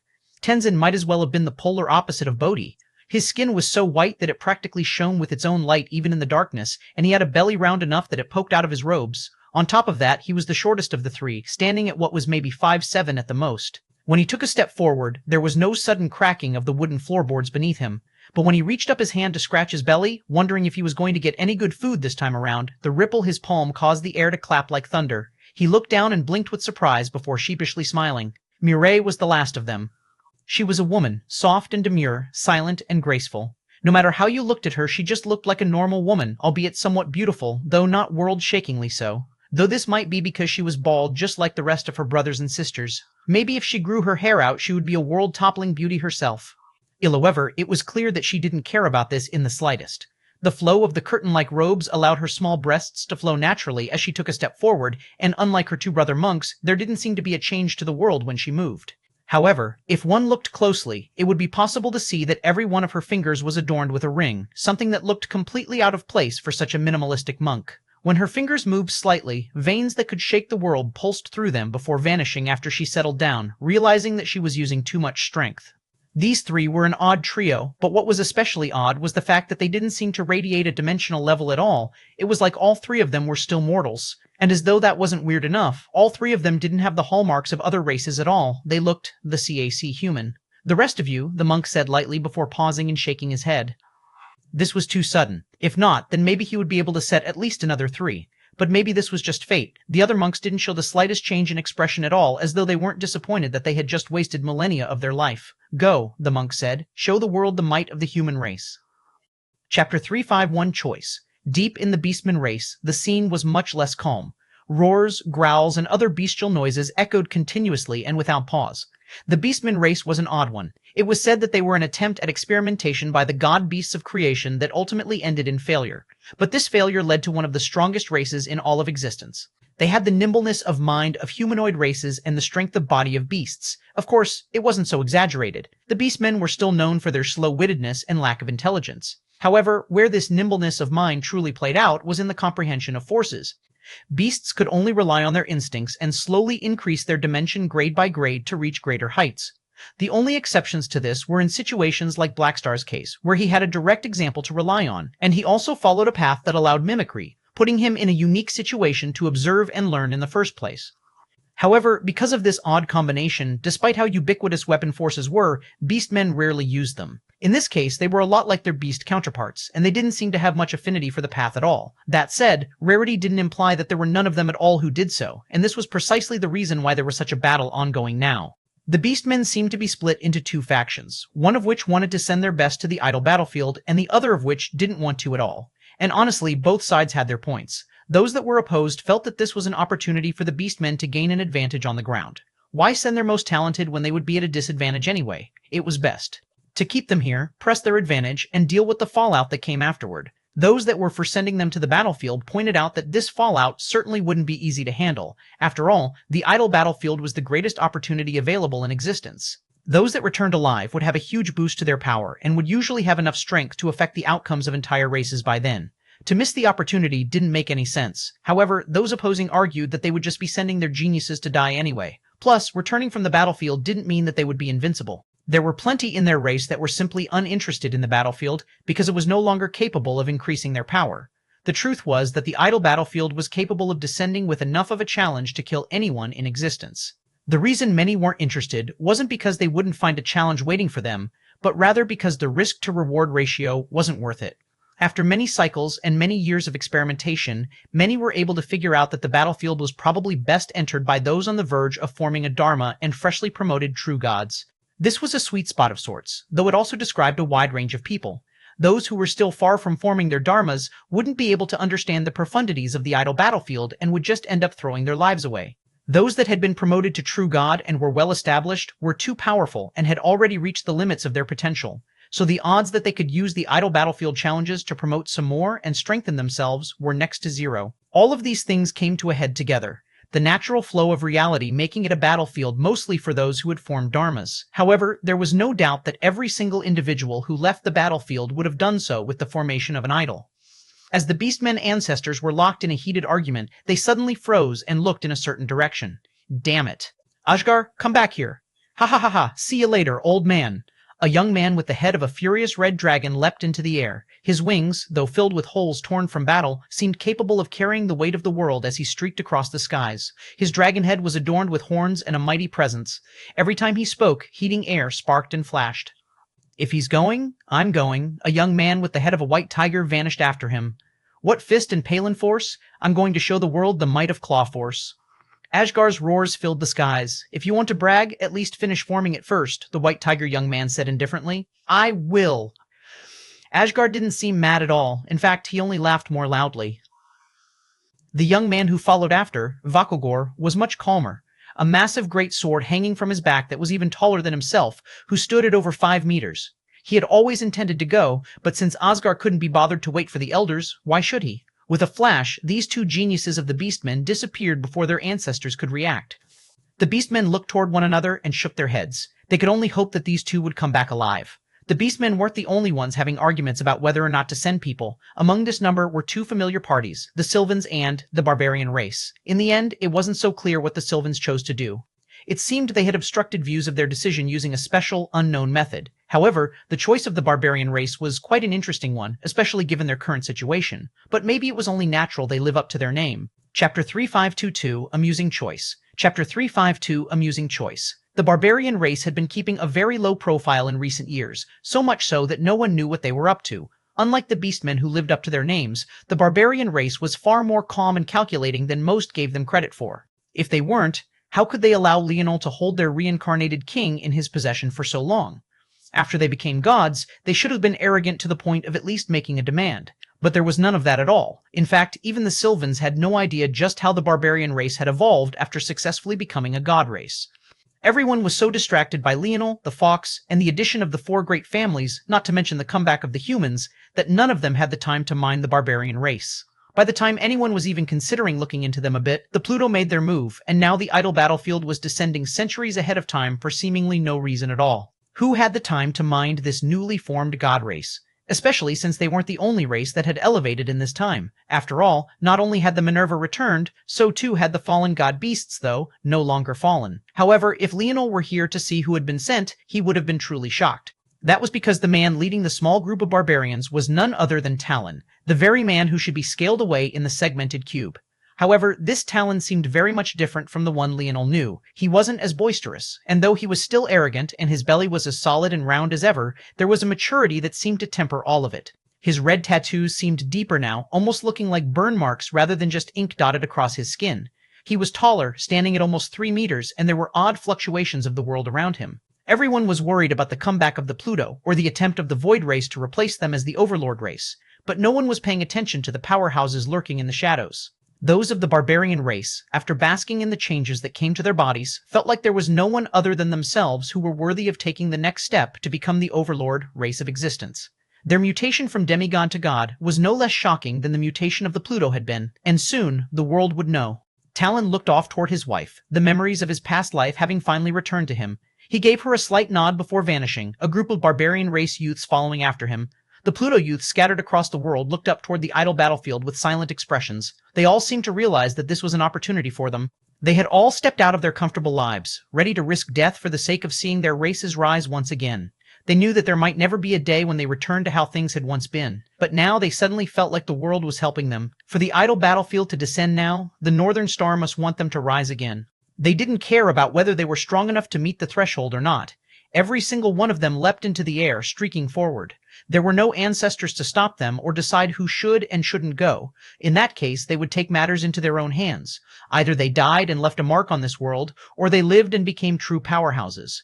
At that moment, the constellation of the Pluto race trembled, a scythe of time pulsing high in the skies, as the hope of one race flared up like a pillar piercing through the skies. In another corner of the world, the four great families and what remained of the three-finger cult sat in silence.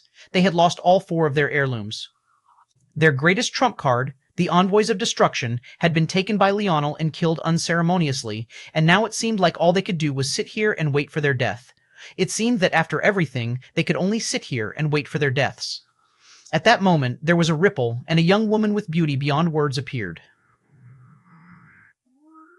The last time Leonel had seen Anya, he took her from the remains of the three-finger cult and made her a part of his dream pavilion. But it had been a very long time since Leonel had gone back to the human world in the mortal realms, and quite frankly, he didn't care enough about it to give it another thought. The fact that Anya was still alive after he killed her the first time also didn't really faze him. He had already come to terms with how life and death worked in this dark, twisted world. If he was here to see Anya, though, he would likely find it amusing. He had given her a chance to live, a chance to thrive in a dream pavilion and work for the human race once more. But here she was. Maybe even she realized that she could only do this because Leonel simply didn't care about her existence any longer. Or maybe she was ignorant enough to believe that she had pulled the wool over his eyes. Whatever the case was, in her delicate hand was a scythe that looked like it was carved out of smooth, white marble.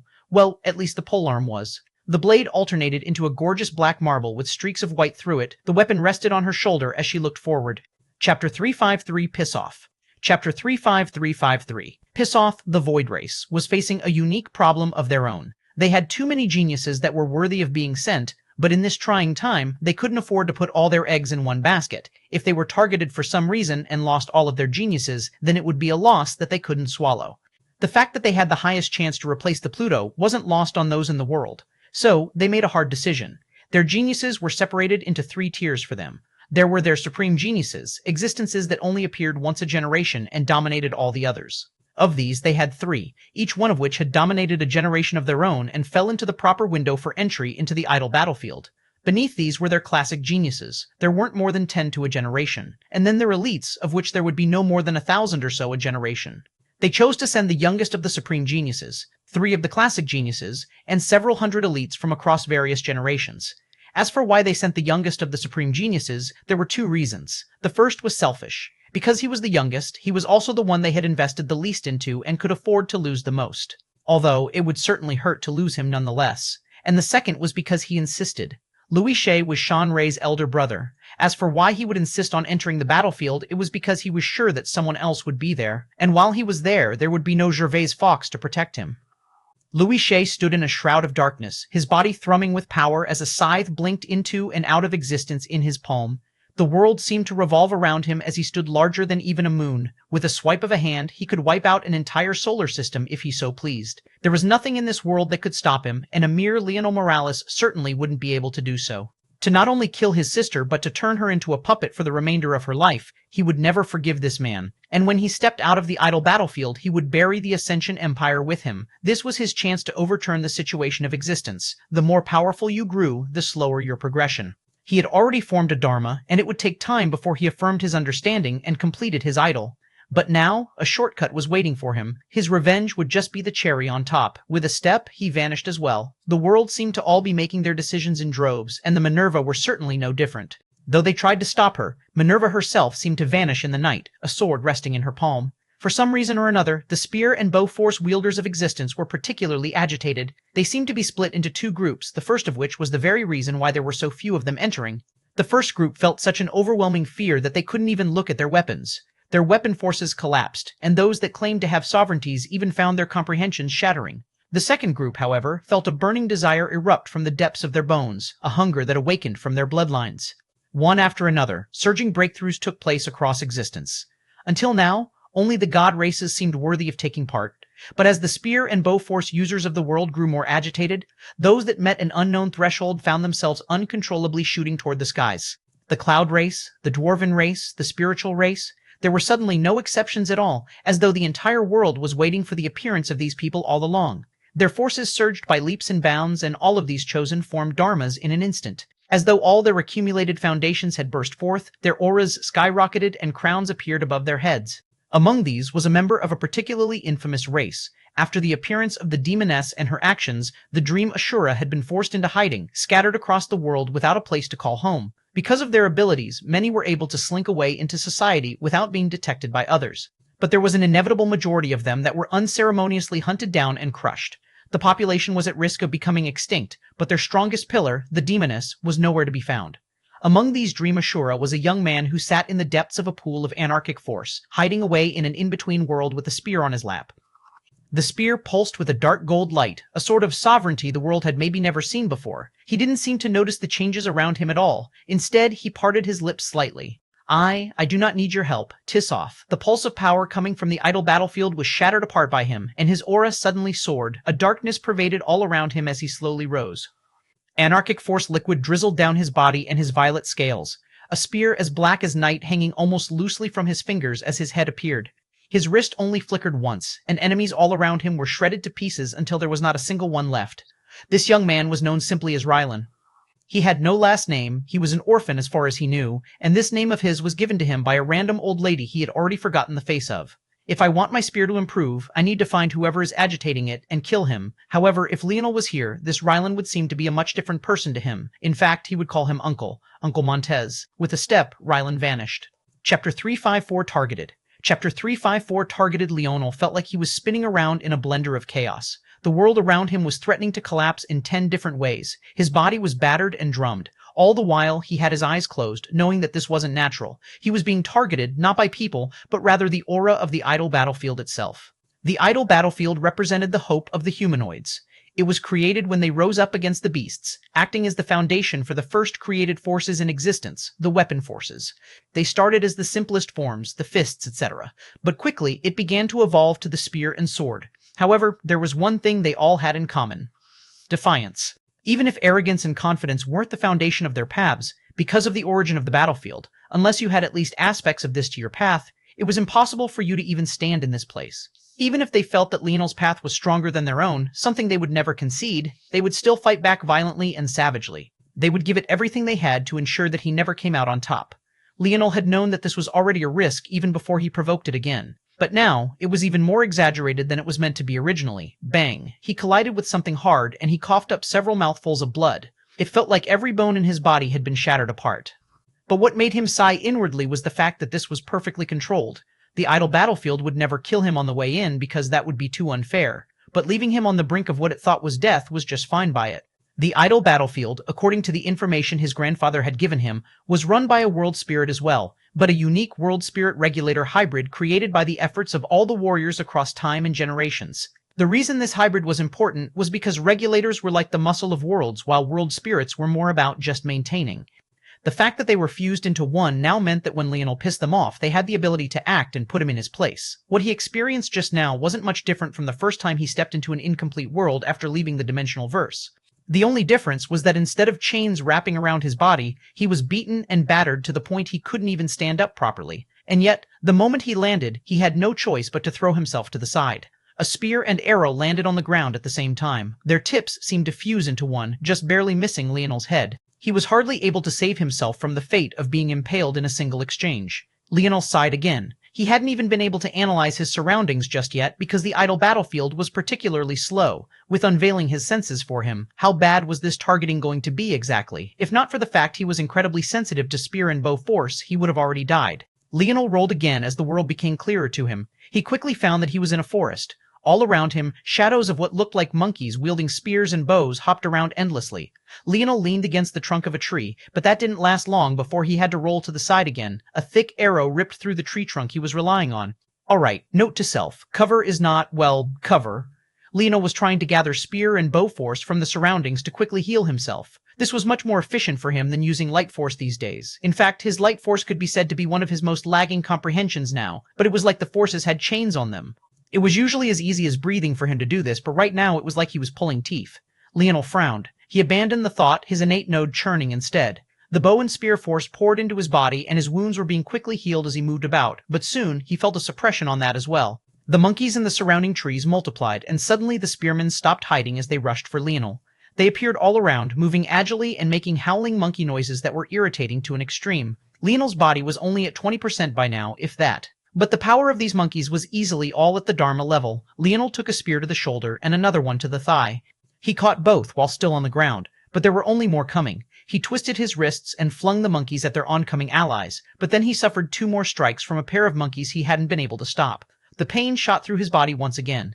Leonel's frustration was beginning to bubble forth. It was like everything he did was suppressed one way or another. Even if the idle battlefield was pissed off, there had to be a limit to it, right? One of the monkeys appeared behind Leonel as he tried to stand. A sinister light flashed in its eyes as its spear aimed right for his ass. The moment Leonel saw this, the frustration he had been keeping at bay erupted. A raging aura of violet and gold spiraled out from Leonel. A crown appeared above his head and 2 halos appeared around his wrists, one adorned with a spear and the other with a bow. Arrows from the distance rebounded against the roaring shockwave, sending them spiraling into the distance. Chapter 355, Infuriated. Chapter 355. Infuriated. Leonel was truly infuriated this time. He hadn't come here for fun. He had come here because he had no other choice. He was here for no other reason than to give his family a chance to continue to live a life of peace and leisure. He was here to give himself a chance to truly leave the shadow of the demoness's schemes.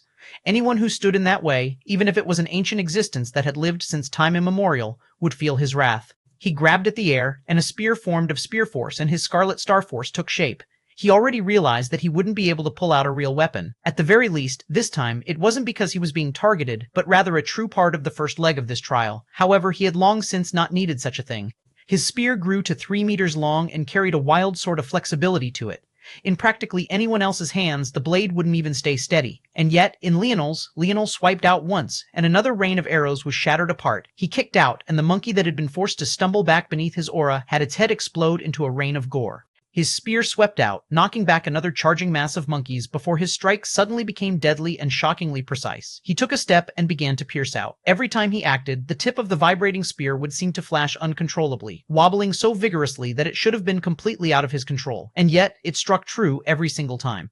Throats were ripped apart, heads were split in 2, hearts were punctured. Every strike was lethal beyond belief and precise beyond measure. The wobbling of the spear only became an asset rather than a detriment. The monkeys didn't know how to dodge because it moved so unpredictably. Leonel countered their erratic movement with erratic movement of his own, moving with such sharpness and fluidity that he seemed to have forgotten to heal himself. The pain was like a tonic to him, tempering his fury and forcing him to calm down. If he didn't, he would raze this entire forest to the ground. He felt agitated, his heart thrumming with a pressure that suppressed all things in his surroundings. In one part, he knew that it was because of the actions of the World Spirit Regulator, and on the other, he knew that it was because he could feel his lives converging all at once, all of those failures coming to a head. He could feel the frustration of several lives stacking onto one another, pulling against their puppet strings in unison until they realized that maybe their lives had never been their own to control in the first place. Leonel's aura flared to another level, and his power erupted. Die, die, die, die. Shoo, shoo, shoo! The forest was filled with a rain of spear force. It curved around trees and branches, curling down from the skies and up from the earth. There didn't even seem to be a rhyme or reason to it. It was like Leonel was just targeting the monkeys that were the most displeasing to the eye at the time. But those paying attention would see that he was attacking in the same order that they had attacked him. And when he caught up with that order, he attacked in order of the next one to have the intention of attacking him. He was shredding them apart with the ease of a lion among newborns, and somehow his fury only seemed to be climbing.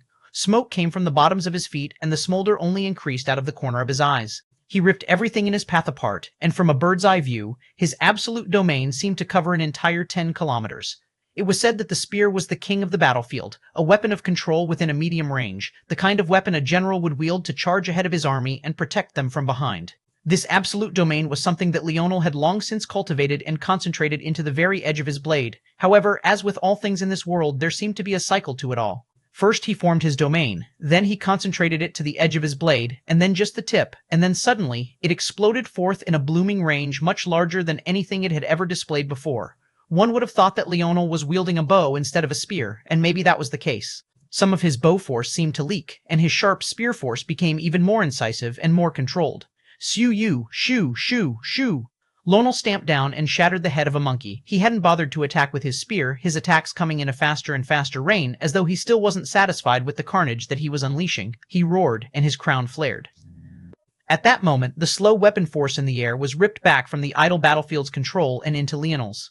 The forces flooded into his body, and his injuries began to heal at the speed of the naked eye. His strength skyrocketed, and his spear only became faster. Dozens died with every step forward he took, his spear moving almost like a whip as it wobbled in his hands. Pucky, pucky, pucky, pucky. Suddenly, Leonel's spear came to a stop.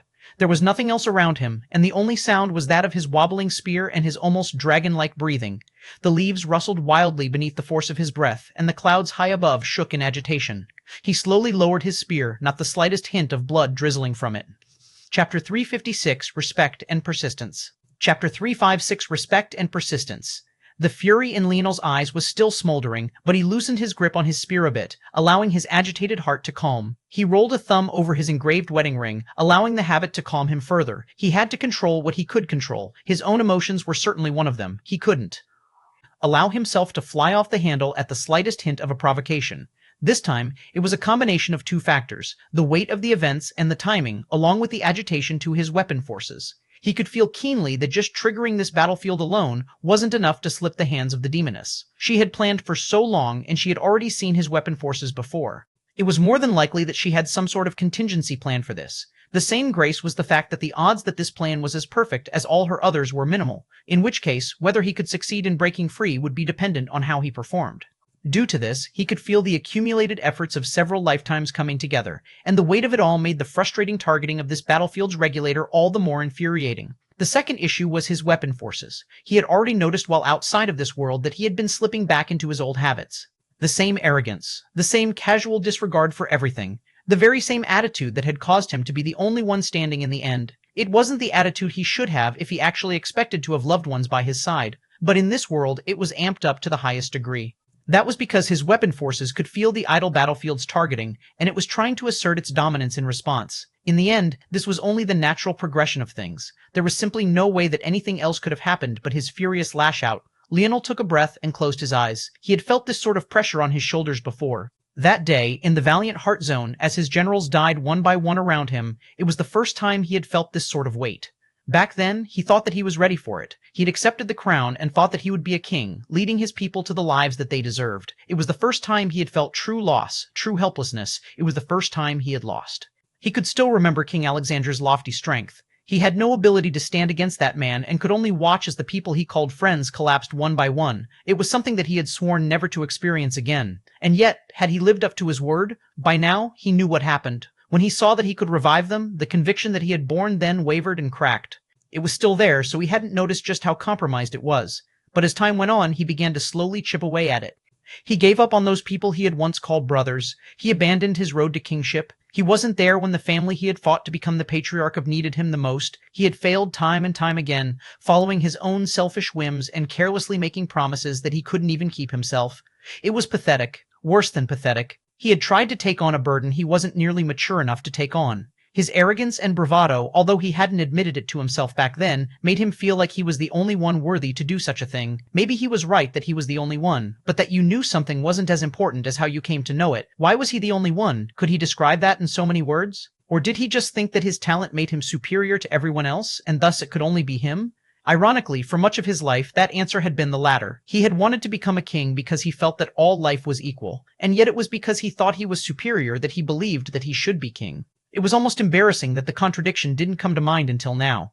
He was a pathetic excuse for a king who took on a burden just to set it down when he pleased because it wasn't making him happy anymore. Now, he had lost his father, his mother, he almost lost his grandmother. How many more did he plan to lose before he got his act together? Or was it that he was content with watching the world burn around him so long as he could keep his ego intact?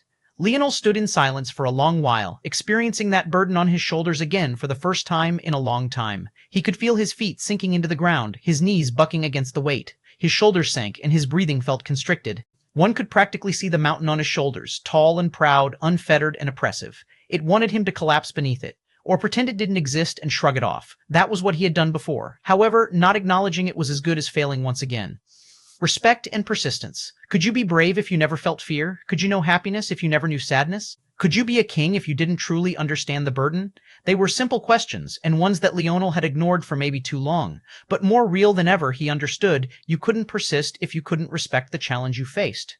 Chapter 357 Challenge of Innate Nodes. Chapter 357 Challenge of Innate Nodes. Leonel exhaled a slow breath, his back straightening and his knees locking out.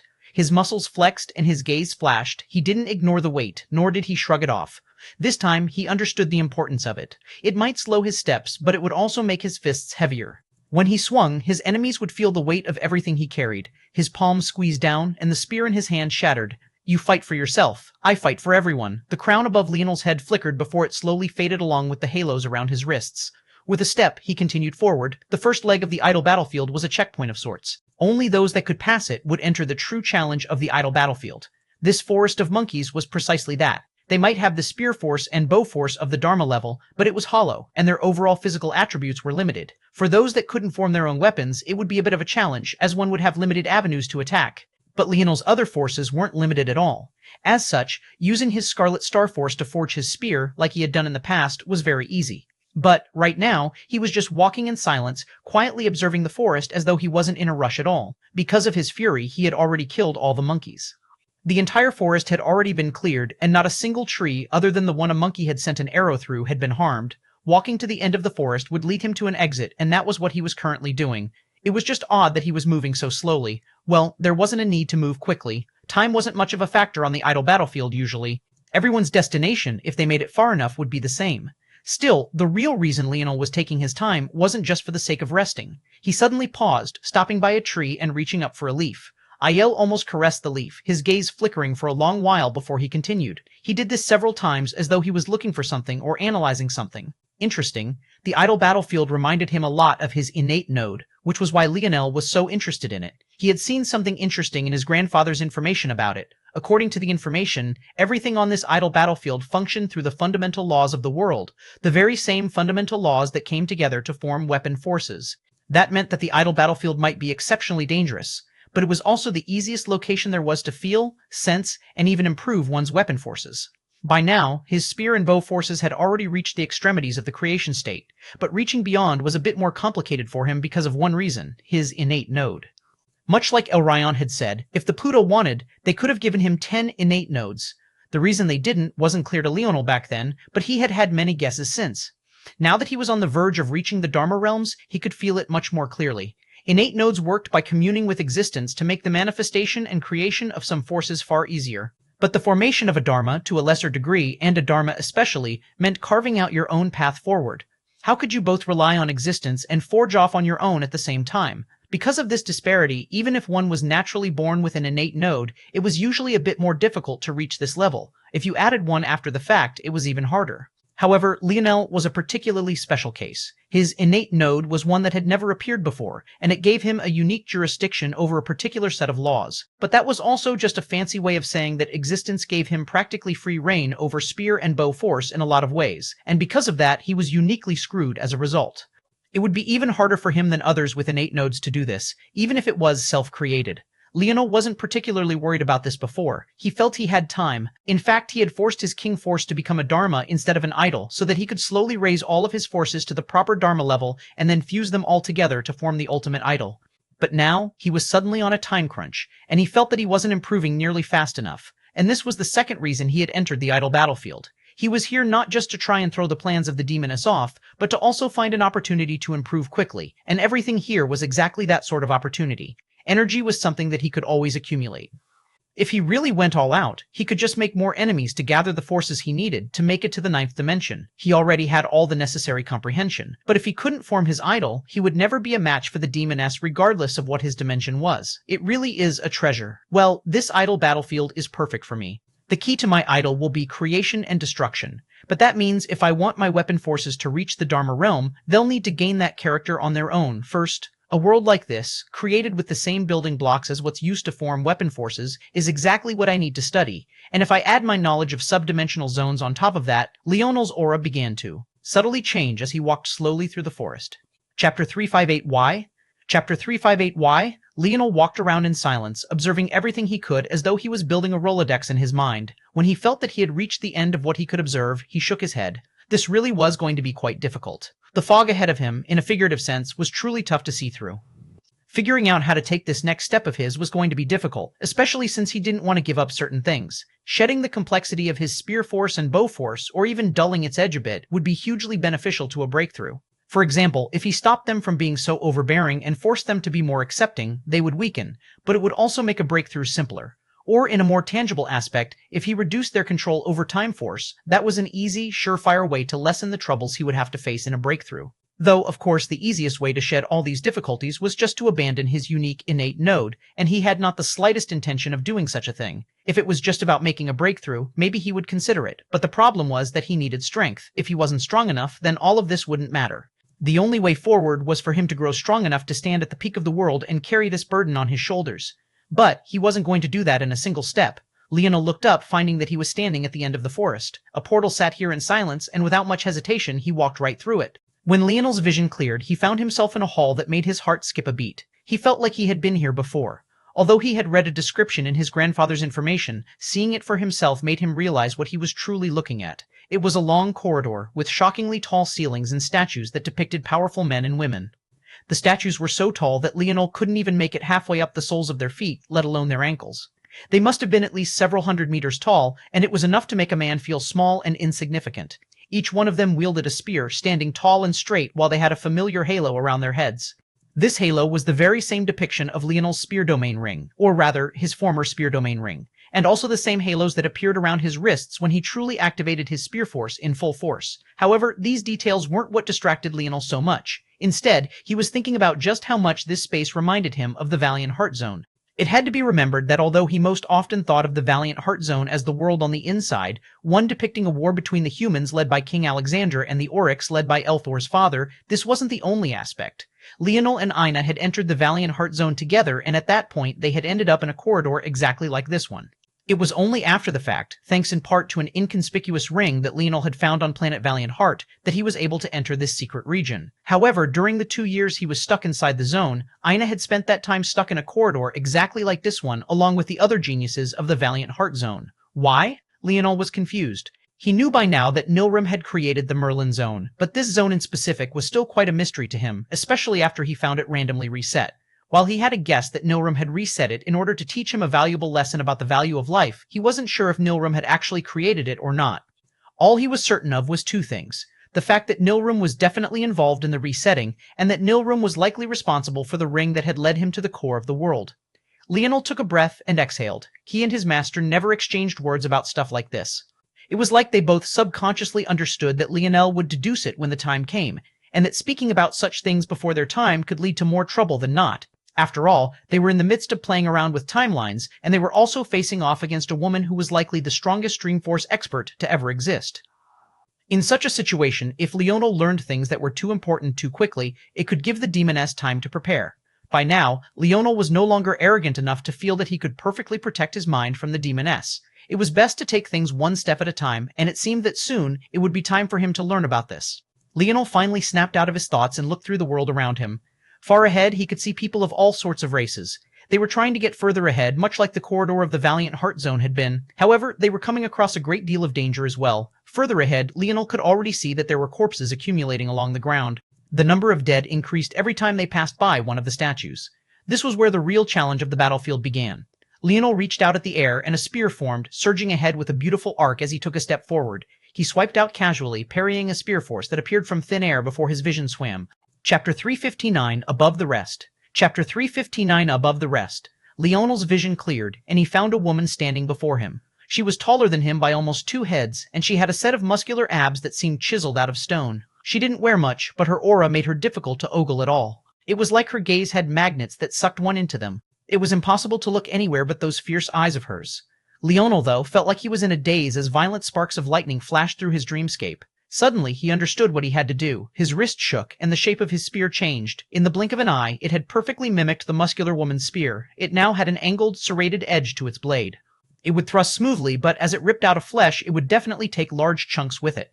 This sort of blade was incredibly dangerous to use in battle because, should it get caught, one might lose their weapon. Although it would deal a great deal of damage when used successfully, there were simply better ways to go about it. After all, why risk getting your weapon stuck in an enemy's body when you could just explode your force inside their body instead? If Leonel wanted to follow the path of this woman, he would definitely change it. But then again, not everyone could freely incorporate other forces into their spear force like he could. Originally, he thought that this was a quirk of his spear sovereignty. But afterward, he realized that it was more his lineage factor than not. Most couldn't casually incorporate other forces into their weapon force, or else there wouldn't be a need to create a separate weapon force like gun force. But now, he realized that it was one step deeper than even that. The gaze of the woman flashed when she saw the change to Leonel's spear. However, both of them still shot out at the same time. Leonel felt a strong magnetic pull from the woman's spear. It was like her stances, attacks, and forces were all drawing him in. Every time she shifted and moved, he was forced to meet her head-to-head. This woman would be the bane of all speed and agility spearmen. She looked like a brute, but she wasn't relying on her spear force alone. Her footwork was also immaculate. She knew how to bait and switch, to make him think one thing before she executed another. They unleashed a flurry of exchanges between them, but Leonel was on his back foot. She was overwhelming him with her power. Every time he was forced to meet her power head-on, his wrists would shake and quake, his inner organs feeling as though they were going to rattle out of place. However, by the dozenth exchange, there seemed to be a slight change. There was a shift. From Leonel's spear being attracted to her blows, she was instead being sucked into his rhythm. However, the power disparity between them was still too large for there to be a change in the outcome. Every time Leonel forcefully met her blow, he was shaken back and had to work to get back on top once more. Then there was yet another shift. As though Leonel's power had grown explosively, it was the woman who started being forced to take steps back, allowing him to press his advantage. But as a spear expert, the woman realized what was happening to her. Leonel was still using her methods, but instead of meeting her at the apex of her power, when her strikes had already gathered up all of the necessary momentum, he was instead forcing their clashes before her power had accumulated. The arc of her spear couldn't find a path to gather up the maximum strength. It felt like she was constantly sending out 1-inch punches without the ability to use her truest strength. Then, Leonel's spear suddenly accelerated and pierced right through her throat. The woman froze and then slowly lowered her spear. She gazed upon Leonel deeply, and her mouth opened to speak silent words. "Your spear is too greedy," she mouthed. Leonel, who had been indifferent all the while, suddenly turned his lip up in a curve. "It's no wonder why you're first up. You're a petty loser." His wrist flickered, and her head shot up into the air. In a flash, Leonel had appeared outside. An oppressive aura landed on his shoulders all at once, but he stood unmoved beneath the woman's statue. He didn't even give her a second glance. The reason she said those words was that she had watched him swallow up her spear technique and make it better right before her eyes.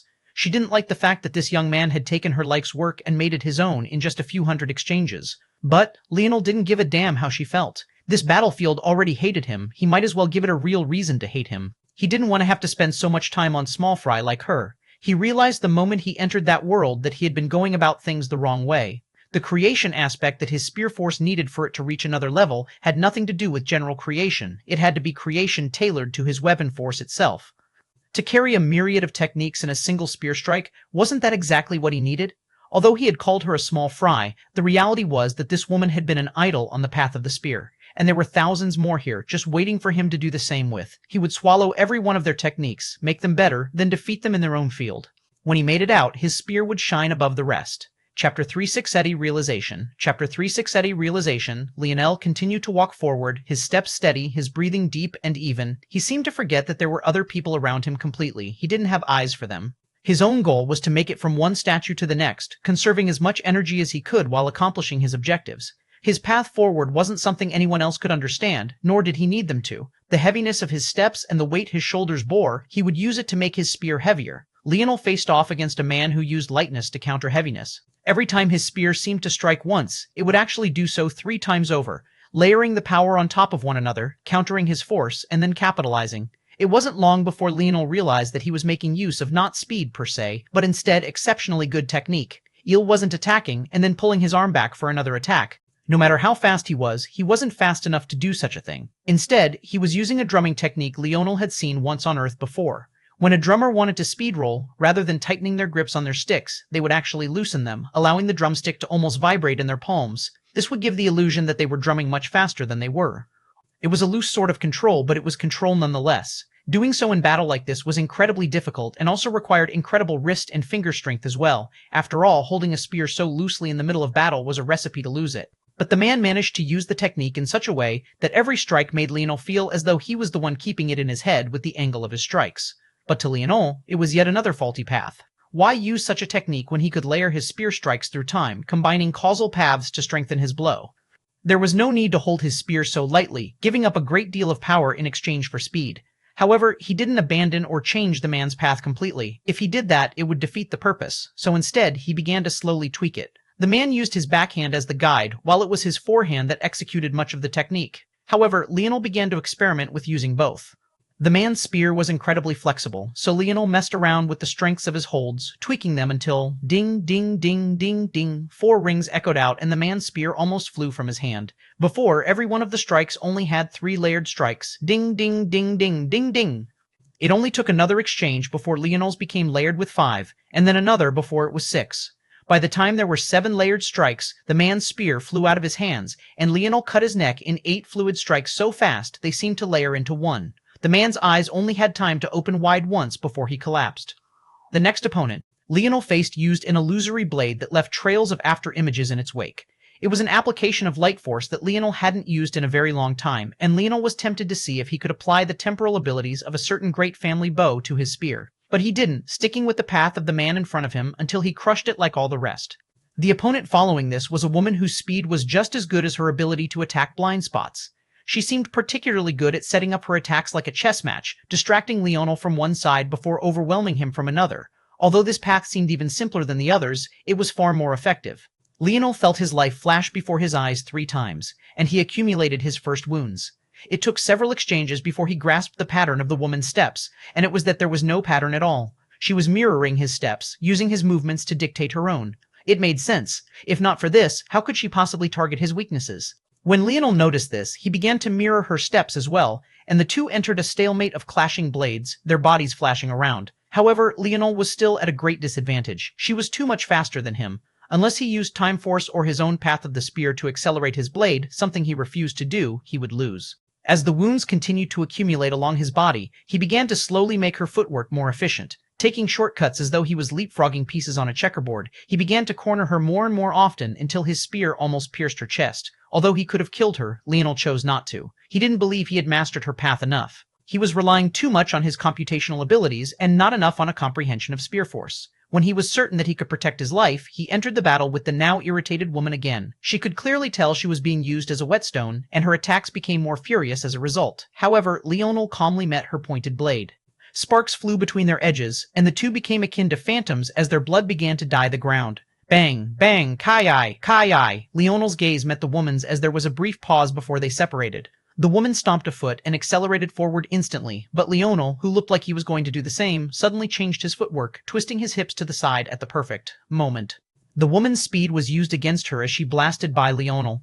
By the time she realized he had entered her blind spot, it was too late. Her head flew through the air. Chapter 3161A. True. Chapter 3161A. True. Leonel appeared in the outside world, yet another great pressure falling on his shoulders as he took deep breaths. Blood dripped down his body, but he continued to step forward calmly. He began another slow walk forward, his spear held lightly in his hands. He was already focused on the next battle, his spear force swirling around him in an odd domain that seemed to both be one with the world and want to shred it apart at the same time. Suddenly, he came to a stop. He looked up to find that his path ahead was blocked. Indeed, much like in the Valiant Heart Zone, there was nothing stopping those taking part in this trial from attacking one another directly. After all, it was free reign and true chaos here. It was just that everyone here was focused on trying to get to the end. Who didn't know that they would likely be stuck here for years? Without at least that much effort, how could they hope to make it to the end of this nigh-endless corridor? Rather than a rule, it was more like a self-enforced restriction. Who would want to waste energy on internal conflict now? Plus, this was the best training arena that they could ever ask for. It would be a shame if you lost your life before you had to. However, Leonel barely had time to register the fact that the opponent before him was actually a cloud race existence before he realized something else. Huh? There's an odd fluctuation here. Don't tell me. The cloud race spearman shot forward, his cloud figure waving behind him in a clouded mist. His spear flickered and seemed to vanish. Leonel had already been through dozens of statues by now. He had created several ability index abilities to read through spear techniques, and he understood this man's in an instant. He was using a change of speed. He started his attack with one gear before he accelerated, hitting another in an instant. That sudden acceleration would catch most opponents off guard, and the result would be almost as good as an attack from the blind side. But, Pucky. The light sound of Leonel's footsteps echoed as he walked by the man. It wasn't until he had already disappeared into the next statue that the Cloud Race man collapsed to the ground. Leonel stepped out of the statue, his breathing a bit uneven. Many hours later, he found yet another person blocking his path. This time, he was able to truly confirm what was happening. The idle battlefield was actually exchanging a chance to skip ahead of statues for his head. It would have been amusing if it wasn't so completely ridiculous and irritating. The reason Leonel could tell this was because there was an odd energy around the people that came to block him, something that looked like a partial teleportation.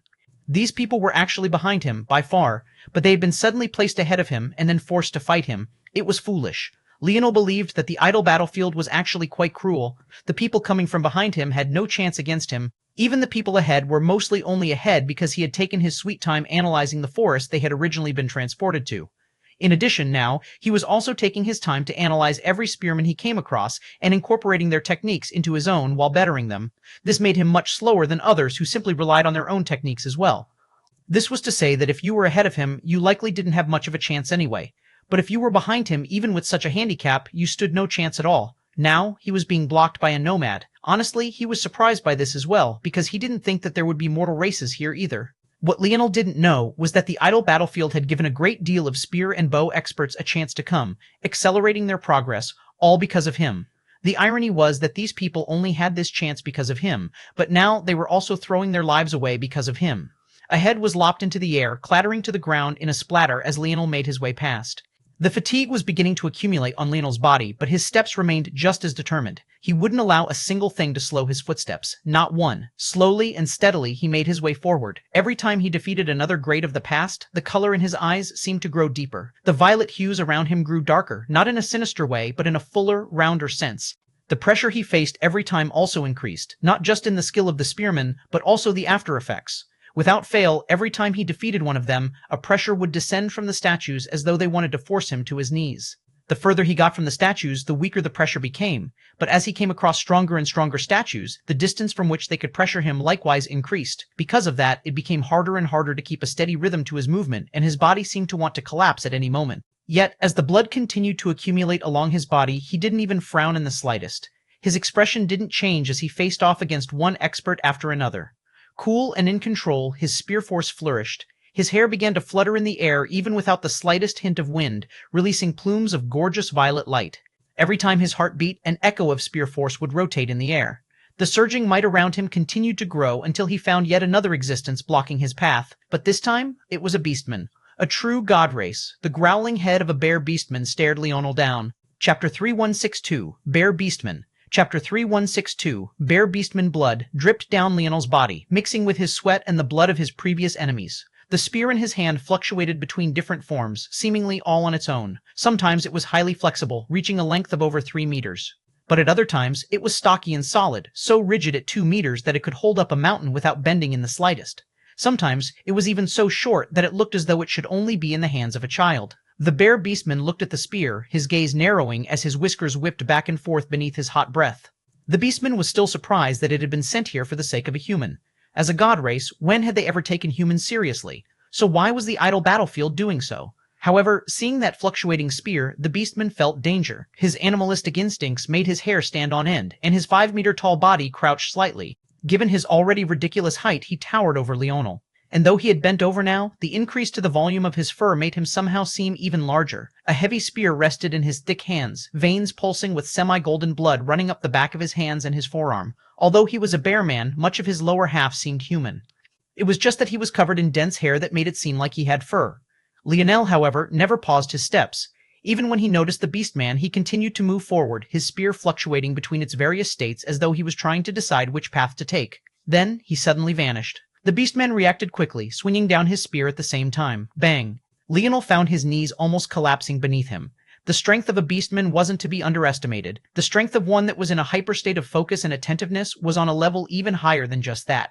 However, their spears only met for a brief instant before Leonel's spear struck out in the same spot another 9 consecutive times with a wrist vibration so fast that it looked like he had never changed his stance at all. From a dominant position, the beastman felt as though Leonel slowly overwhelmed his power, and then suddenly, the beastman was on his back foot, his spear shooting into the air almost over his head. However, at the same time, Leonel was still forced to take a step back, his arms and wrists trembling. Leonel's foot planted itself into the ground, and he shot forward again. A battle erupted between the two, and Leonel's style seemed to change time and time again. Suddenly, the beastman felt as though he was being sucked into a vortex of footwork. His spear became like a magnet against Leonel's, but every time he wanted to overwhelm the latter with power, his spear would vibrate, and he would suddenly find himself repelled. Had the beastman done more than overwhelm his opponents with a shocking amount of power, he would have already noticed that Leonel was subtly beginning to fuse together the aspects of the previous challenges. But when the beastman had faced off against those statues earlier, he had killed them in a single strike. He didn't have the time to analyze what they were doing, and as such, he didn't understand the kind of shocking prowess and comprehension that Leonel was displaying. Leonel's steps suddenly became lighter. He moved like the wind, his spear leaving after images in the air as he crossed from one side of the bear man to the other and then back again. The beast man, to his credit, was extremely sharp. He wasn't just a man of raw strength, otherwise he wouldn't have been able to make it so far. Despite his overwhelming power, his strikes were precise and controlled. None of his power leaked out, and while there should have been reverberating bangs and shattering winds, the collision of their weapons was highly muted. Leonel hadn't originally felt the need to take anything from this bear beastman, but he subconsciously began to, as though his mind could seek out and find the worthy spear techniques all on its own. The muscle control, the precision, the solidified, unleakable aura. Leonel's steps began even after, as though he didn't know fatigue. His ability to control the muscle fibers of his body was far better than this beastman could even begin to fathom.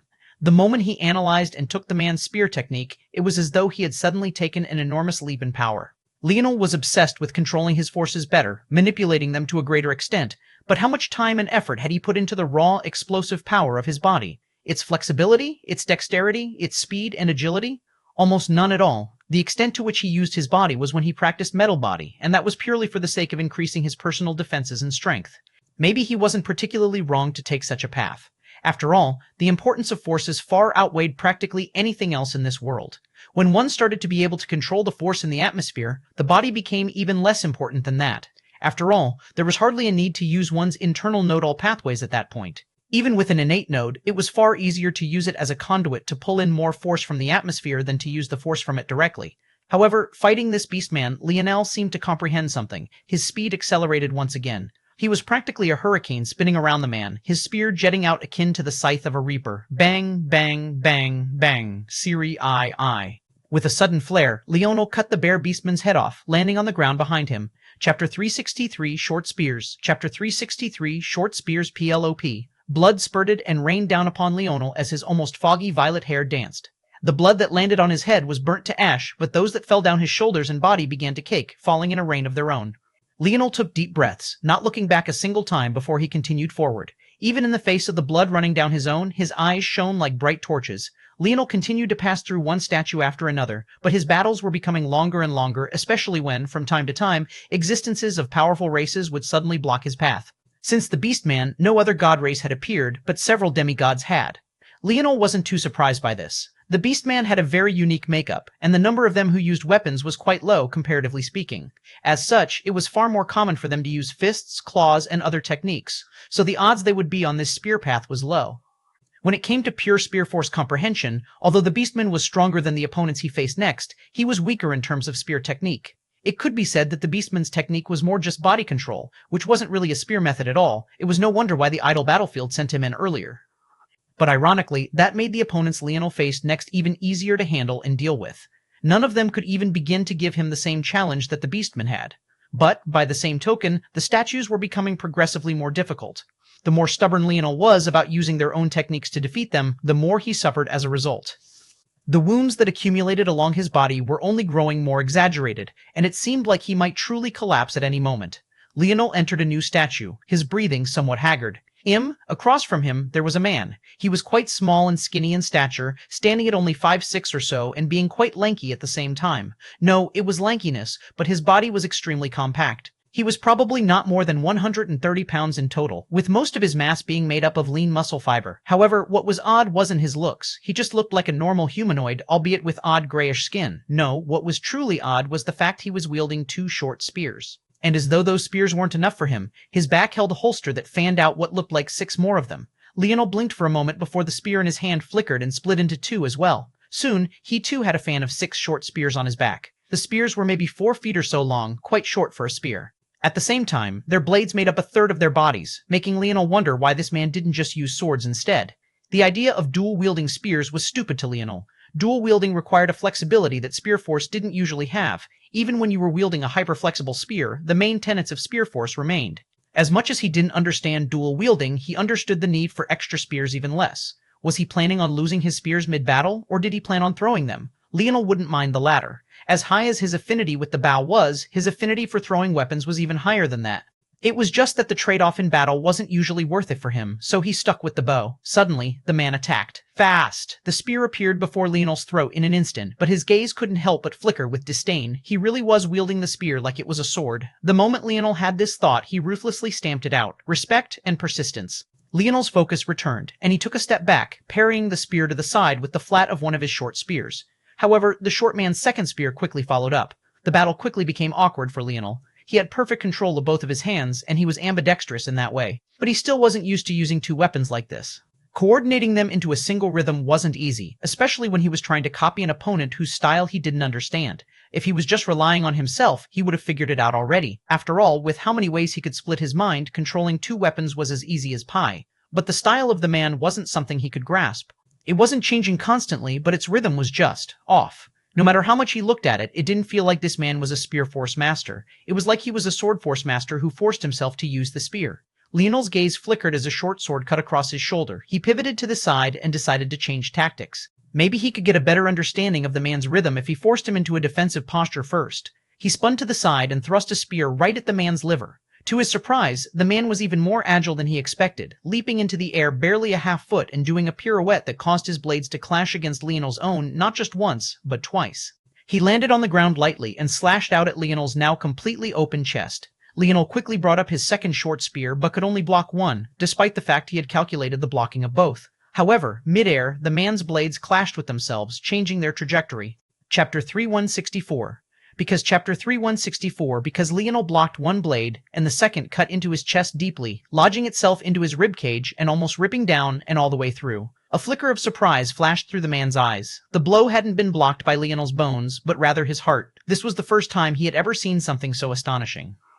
The pain shot through Leonel's body like a spike. He had actually been outmaneuvered. Sure, it was because he was trying to grasp a style he had never seen before instead of using his own techniques, but it made his rage flare up again. What is wrong with me? Focus. Though Leonel said this, he knew what the problem was. He was becoming irritable because of his fatigue. The constant interference by the idle battlefield was really pissing him off, but he had nowhere to vent it. It wasn't really the fault of the people targeting him. Most of them didn't even know what they were getting themselves into, and it wasn't even really the fault of these legends of the past either. The head of the person he really wanted to take was the one who had forced him into this situation in the first place, but he was still so far away from her, and now he was struggling with these small fry she could probably kill with a snap of her finger. Of course he was frustrated, and the more frustrated he was, the more he leaned on the truest part of himself, the part that wanted to rip through all of these figures with his own techniques, the part that felt that his way was the best way, and there was no need at all to learn from these losers, the part that wanted to look down on the world with arrogance and impunity. That was when it clicked for Leonel. He had already grasped it before, but he didn't truly understand it until now. The more he attempted to increase his Spear Force's strength, the more it would begin to impact his psyche. He had reached this conclusion already, but he had taken it too lightly. Right now, he wasn't just in a battle against the demoness. He wasn't just in a battle with the idle battlefield. He also wasn't just in a battle with these statues or the fools that targeted him outside. He was in a battle with himself. Leonel's hand flashed, and his short spear knocked the man's blade out of his body. He ignored the pain and the gaping wound in his chest, heaving deep breaths as blood leaked down his chin. He wouldn't allow himself to fall like this. These words weren't aimed toward the short man or the danger he posed. Instead, it was aimed toward himself, his own psyche, his own mind, his own flaws. Part of the burden on his shoulders was himself, and he had to acknowledge that. E looked down at his spears for a moment before his gaze flashed. I hate your path, but I'm going to swallow it anyway. Leonel spoke with blazing intent in his eyes, his violet hair fluttering wildly. With a step, he shot forward, and the two began to clash once again. They fought across kilometers in the blank white space, forgetting everything as they became one another's whetstone. Leonel kept pushing. He knew that he hadn't brought out this man's full strength in the slightest bit. Even now, he didn't quite understand the path at all, and it was a long while before he understood just how impossible it was. This man really wasn't a spearman, he was a swordsman. He was a swordsman that had taken his sword to the limits of Dharma, and then for an inexplicable reason switched to spearmanship. I understand. When Leonel's ability index finished constructing the man's past, he grasped what it was. The reason he couldn't grasp the man's technique was because there was no technique. His path was unpredictability. The more chaos there was in his strikes, the stronger he was. He had even managed to catch Leonel off guard several times in battle. Leonel had never seen someone clash their weapons against themselves on purpose just to land a hit, and if not for his innate node heart, he would have suffered a lethal wound in that first exchange. And that wasn't the last time in their battle he had faced such a thing. It was no wonder he had such a hard time with this man. Leonel's battle style had always been based on calculations and deductions. There was very little chaos to his style at all. The fact that this man would even go so far as to abandon the sword entirely, after some thought, Leonel made a decision. He shut his ability index off, and his eyes seemed to almost become dull, almost as though a lid had been placed on a flickering flame. This was dangerous, and he knew it. It wasn't just that his ability index was key to analyzing and understanding his opponent's battle style, or the fact he wouldn't be able to rely on Dream Counter to save his life now, but it was also that if his Dream Force wasn't active, there was nothing to suppress the path of his weapon forces any longer. They would consume him. At that moment, a new fire lit in Leonel's eyes, and the man was taken aback. The short man felt like he was facing off against a completely different person, a man with arrogance that sank down to his very bones, a man who would stand even above the Northern Star if he was given the chance to and not lost a wink of sleep about it. The wounds Leonel suffered began to increase explosively, but the chaos of his attacks also increased. He dug deep, trying to truly understand what this chaos was. He should be able to grasp it better than this man ever could. Why? Because he was Leonel Morales. Chapter 3165, Profound. Chapter 3165 Profound. Bang, bang, bang, bang, bang. Twin spears danced through the air, clashing with one another and each other as often as they did the opponent. Sometimes, it was hard to even tell if they were fighting themselves or an enemy. Sometimes, it even looked as though the two spearmen had teamed up to face off against an invisible enemy. Leonel's spears slowly became faster, sharper, and more incisive. He picked his spots with greater case, and he began to mix in order into the chaos in a way that the short man had never seen before. Staring into those deep violet eyes, the heart of the man couldn't help but shudder, especially when a crown began to manifest atop Leonel's head all on its own. Suddenly, the man spun again, and one of his spears was launched from his back. While he was still in the air, he kicked out, his foot landing on the butt of the spear and sending it flying forward like a meteor. There had been barely 3 meters separating the two, and the sudden action caught even the arrogant Leonel off guard. He twisted to the side, but the spear still drilled into his shoulder. The short man landed on the ground once before, launching himself into another pirouette, kicking out once again. A second spear shot out with shocking speed, but this time Leonel parried it to the side, repeating the actions of the man in quick succession. However, when Leonel landed on the ground, the spear he had dodged came spiraling toward his back, while the one lodged in his shoulder was forcefully ripped out. The sensory overload was perfect timing, and the spear coming from behind managed to dig into his hamstring at the same moment the one that had been lodged in his shoulder slashed down at his neck. A new spear dance seemed to erupt as the man kicked out one spear after another, controlling them through mysterious means. Leonel had never seen spear force used like this, spear force being used almost as if it were bow force. This man didn't seem to follow any of the rules of weapon forces, bending and twisting them as he pleased. But it was odd that he was even seen as a spearman in the first place. It almost felt like he should be put in his own category. The wounds Leonel was suffering accumulated, but he found himself liking this sort of battle even more than the first phase. The variables accumulated and short spears flew around. He was having trouble adapting his spear force to control spears at a distance like he might his bow force without, well, using bow force. He knew that the moment he used bow force in this place, the idle battlefield would use it as an excuse to target him once again. But his spear force was much too arrogant to be used like bow force in the first place. It seemed like much of the disdain he had for this man was coming directly from his spear force, and his bow force seemed particularly unhappy that it wasn't being used at all. Leonel continuously weathered the storm, facing off against the barrage of attacks as he slowly forced his spear force into submission, i.e. tapped into that odd state of fluctuation his spear force had been in when he fought against the bear beastman, trying to get it to focus on the flexibility of use and the chaos of it all, and that was when it finally clicked for him. His eyes lit up once more, and his dream force came back in full force. I understand. I understand. I understand. Leonel's mumbling didn't slow the speed of his spear, though it didn't speed it up either. However, that wasn't what the short man felt like. The sudden burst in skill might as well have made it feel like Leonel was accelerating the rate of his attack. The fluidity of his motions suffocated the man, and despite being fluid, they were ironically and contradictorily impossible to track as well. With fluidity should have come order, not chaos. It was why the man's style was erratic to begin with. But what he didn't know was that Leonel was a man who was now steeped in chaos. His very being itself was fueled by the existence of chaos. And chaos was his only path to outdoing the woman who had ruled his life for so long. The short spears that Leonel was having trouble controlling before became strong and solid, zipping with speed and precision. They all clattered in the air just once before they split into countless paths, slipping by the counters the short man formed with his own. Fear flickered in the short man's eyes as he realized all of Leonel's short spears could now target him. But he was still a man of many battles. The short man changed tactics, sending the spears that missed Leonel toward him instead. Since they were going to both attack, they might as well go down together. What the short man didn't expect was for Leonel to tap the ground once in a motion that was nigh identical to the man's. His body pirouetted past the first and second, landing on the ground just in time to be above the third and below the fourth. Then he parried the fifth and sixth with the short spears in his hands. The short man could only watch in horror, not understanding how Leonel had read through the chaos of his tactics with such unbridled ease, but he only had the chance to think about it for a moment before he was skewered from all sides. Leonel stood in silence, deep, gashing wounds covering him from head to toe as he looked down toward the ground. One would have thought that he had reached his last legs, and if he was honest with himself, he had. He had made it so far, but this battle was too difficult, and the rest would only be tougher than this. However, if one looked into his eyes, they were only shining brighter and brighter as he slowly pieced together something profound. Chapter 3166 Ground Them.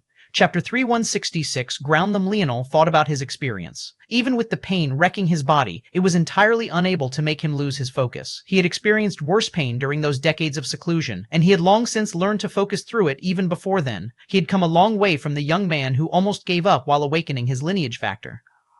Every decision he made after that built upon it perfectly. Every time he didn't give up. Every time he took the harder, less traveled path. Every time he faced off against death and laughed in its face. It had built up into the man that could stand here today, covered in blood and deep wounds, suffering from ruptured organs and fragmented bones, and yet still having a back that stood as straight as a javelin despite the weight that was pressed onto it.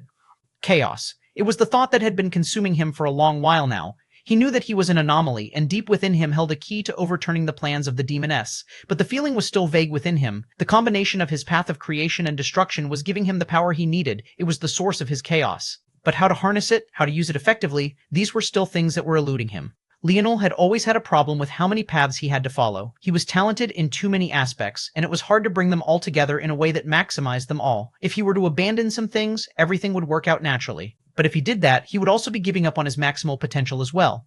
Eel didn't want to do that. Unfortunately, that was just what happened from time to time. He had been so focused on his weapon forces recently, for example, that he hadn't honed his light force in ages. Even his Scarlet Star Force seemed to have been forgotten. Of course, this wasn't entirely true. He had incorporated them into his innate node and could add them to his weapon forces whenever he wanted, but this alone wasn't enough. It was like he was on the precipice of something great, but he just couldn't take the final step. He was sure that he was right in making his weapon forces the center of his being, but he didn't know how to mesh all of the rest of it together. But now, he felt like he had gotten an inkling. A spear force that was birthed from sword force. It was something that would make a Mary lose his mind if he ever saw.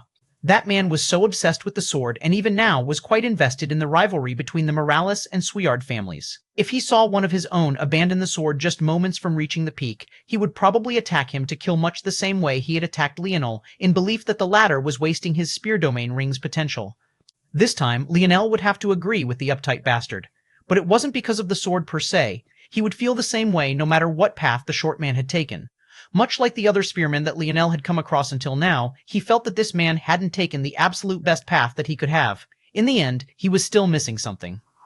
Changing all of his sword force comprehension to spear force comprehension before taking that last and final step was a stroke of genius and ingenuity, but it simply wasn't as good as what Leonel could do. I would call this birthing chaos within chaos. He made a chaotic decision in choosing spear force over his long-used sword force at the last moment.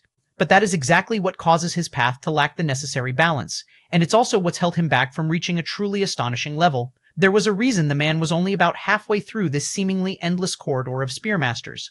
All things considered, this was highly impressive, but it just wasn't good enough in Leonel's book. He had to succeed in this place, succeed to the point that even the last of the spearmasters couldn't stop him.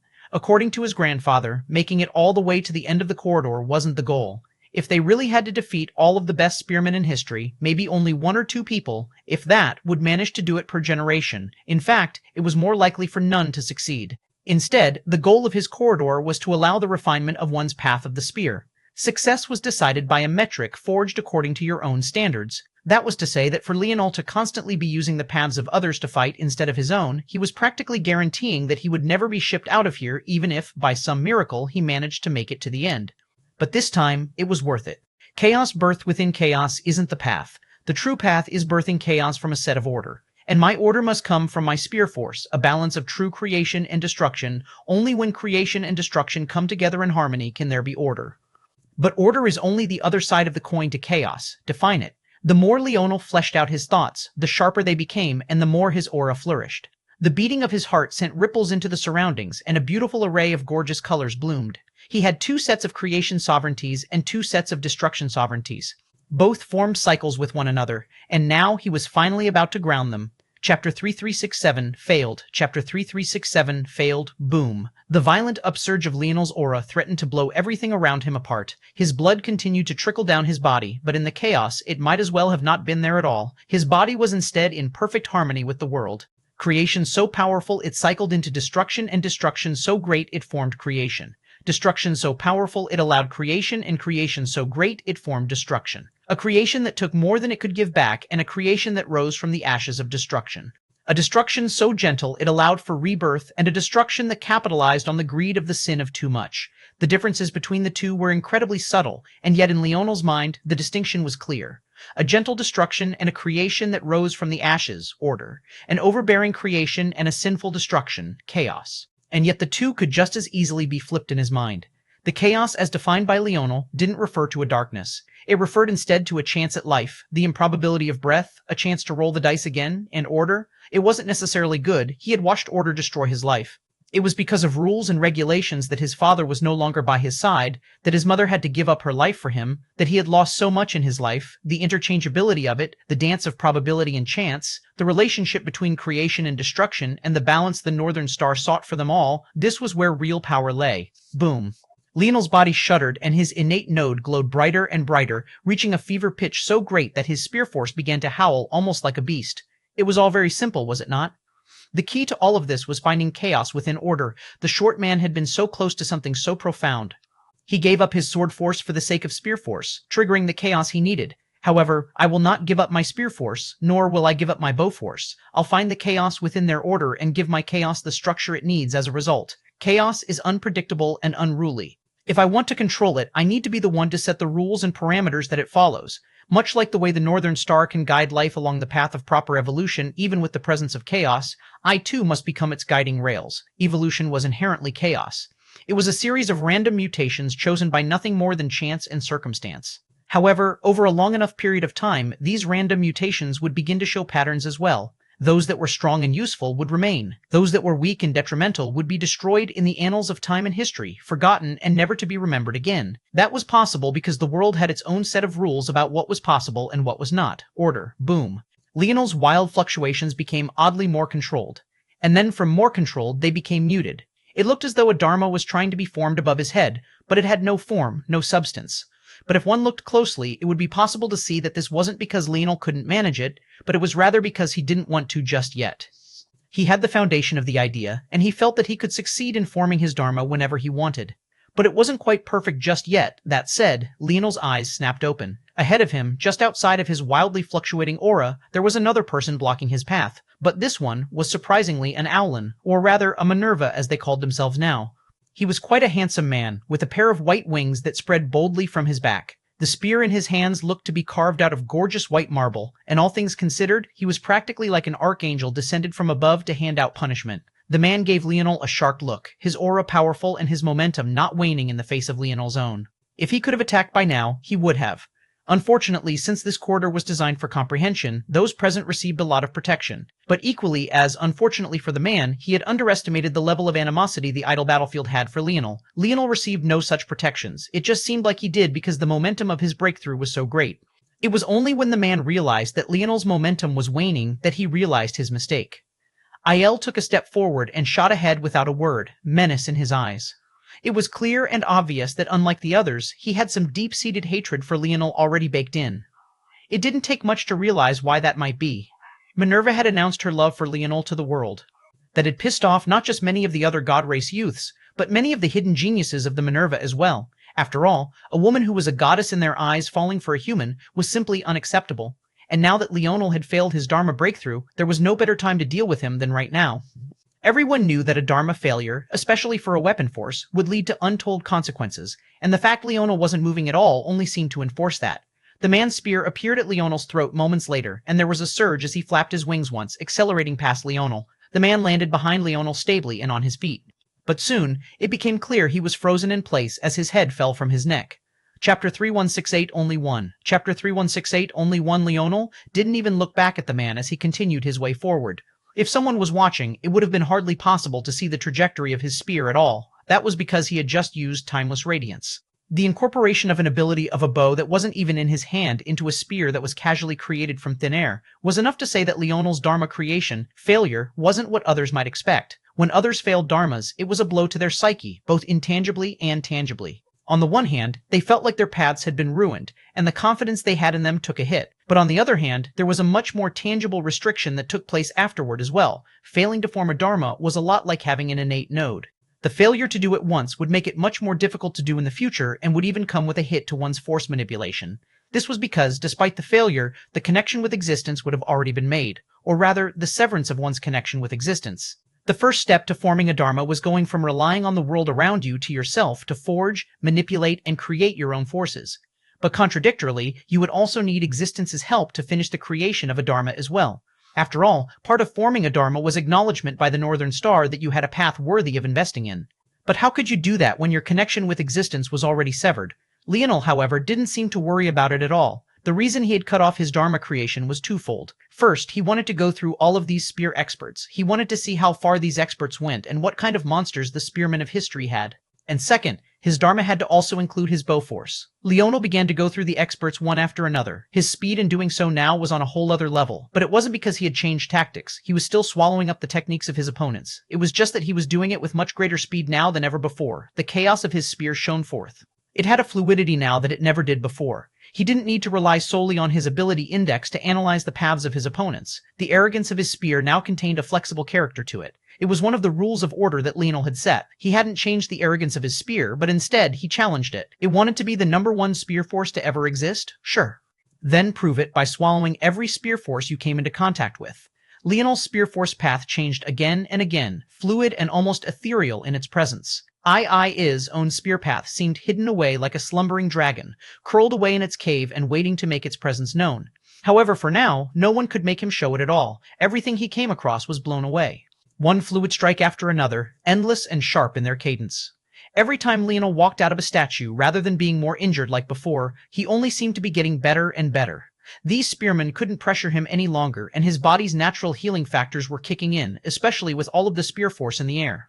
And now that he could swallow any spear path, it was like his enemies were presenting him with the force he needed to heal himself. Again and again, almost to the point of monotony, he crushed those in his path. He was beginning to think that entering this idle battlefield was the smartest decision that he had ever made in his life.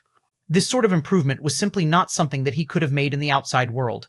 Only under these continuous grindstones could he manage to make it so far. Only with this sort of pressure, only with this focused sort of attention on the task at hand. Nothing could shake him from his focus, until he reached the second-to-last statue. Leonel entered with the same careless disregard as ever to find a man standing across from him.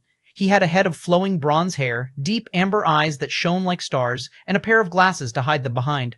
He stood tall and straight, and yet his aura almost seemed casual and weightless in a way, almost as though he had yet to come across anyone that could force even a modicum of seriousness at him. In fact, looking at him felt a lot like watching a dragon in deep slumber, an ironic picture considering Leonel felt that that was precisely the image his own suppressed spear force was experiencing. The man met his gaze, looking at him without much of a change in expression. The spear in his hand was as unadorned as that expression of his. A simple wooden spear with a blade that looked almost hand-sharpened. The only sound that could be heard in the room of endless white was the breathing of the two men, slow and steady, as though nothing could move them from their peace. And yet, one of them at least had tears falling from his eyes.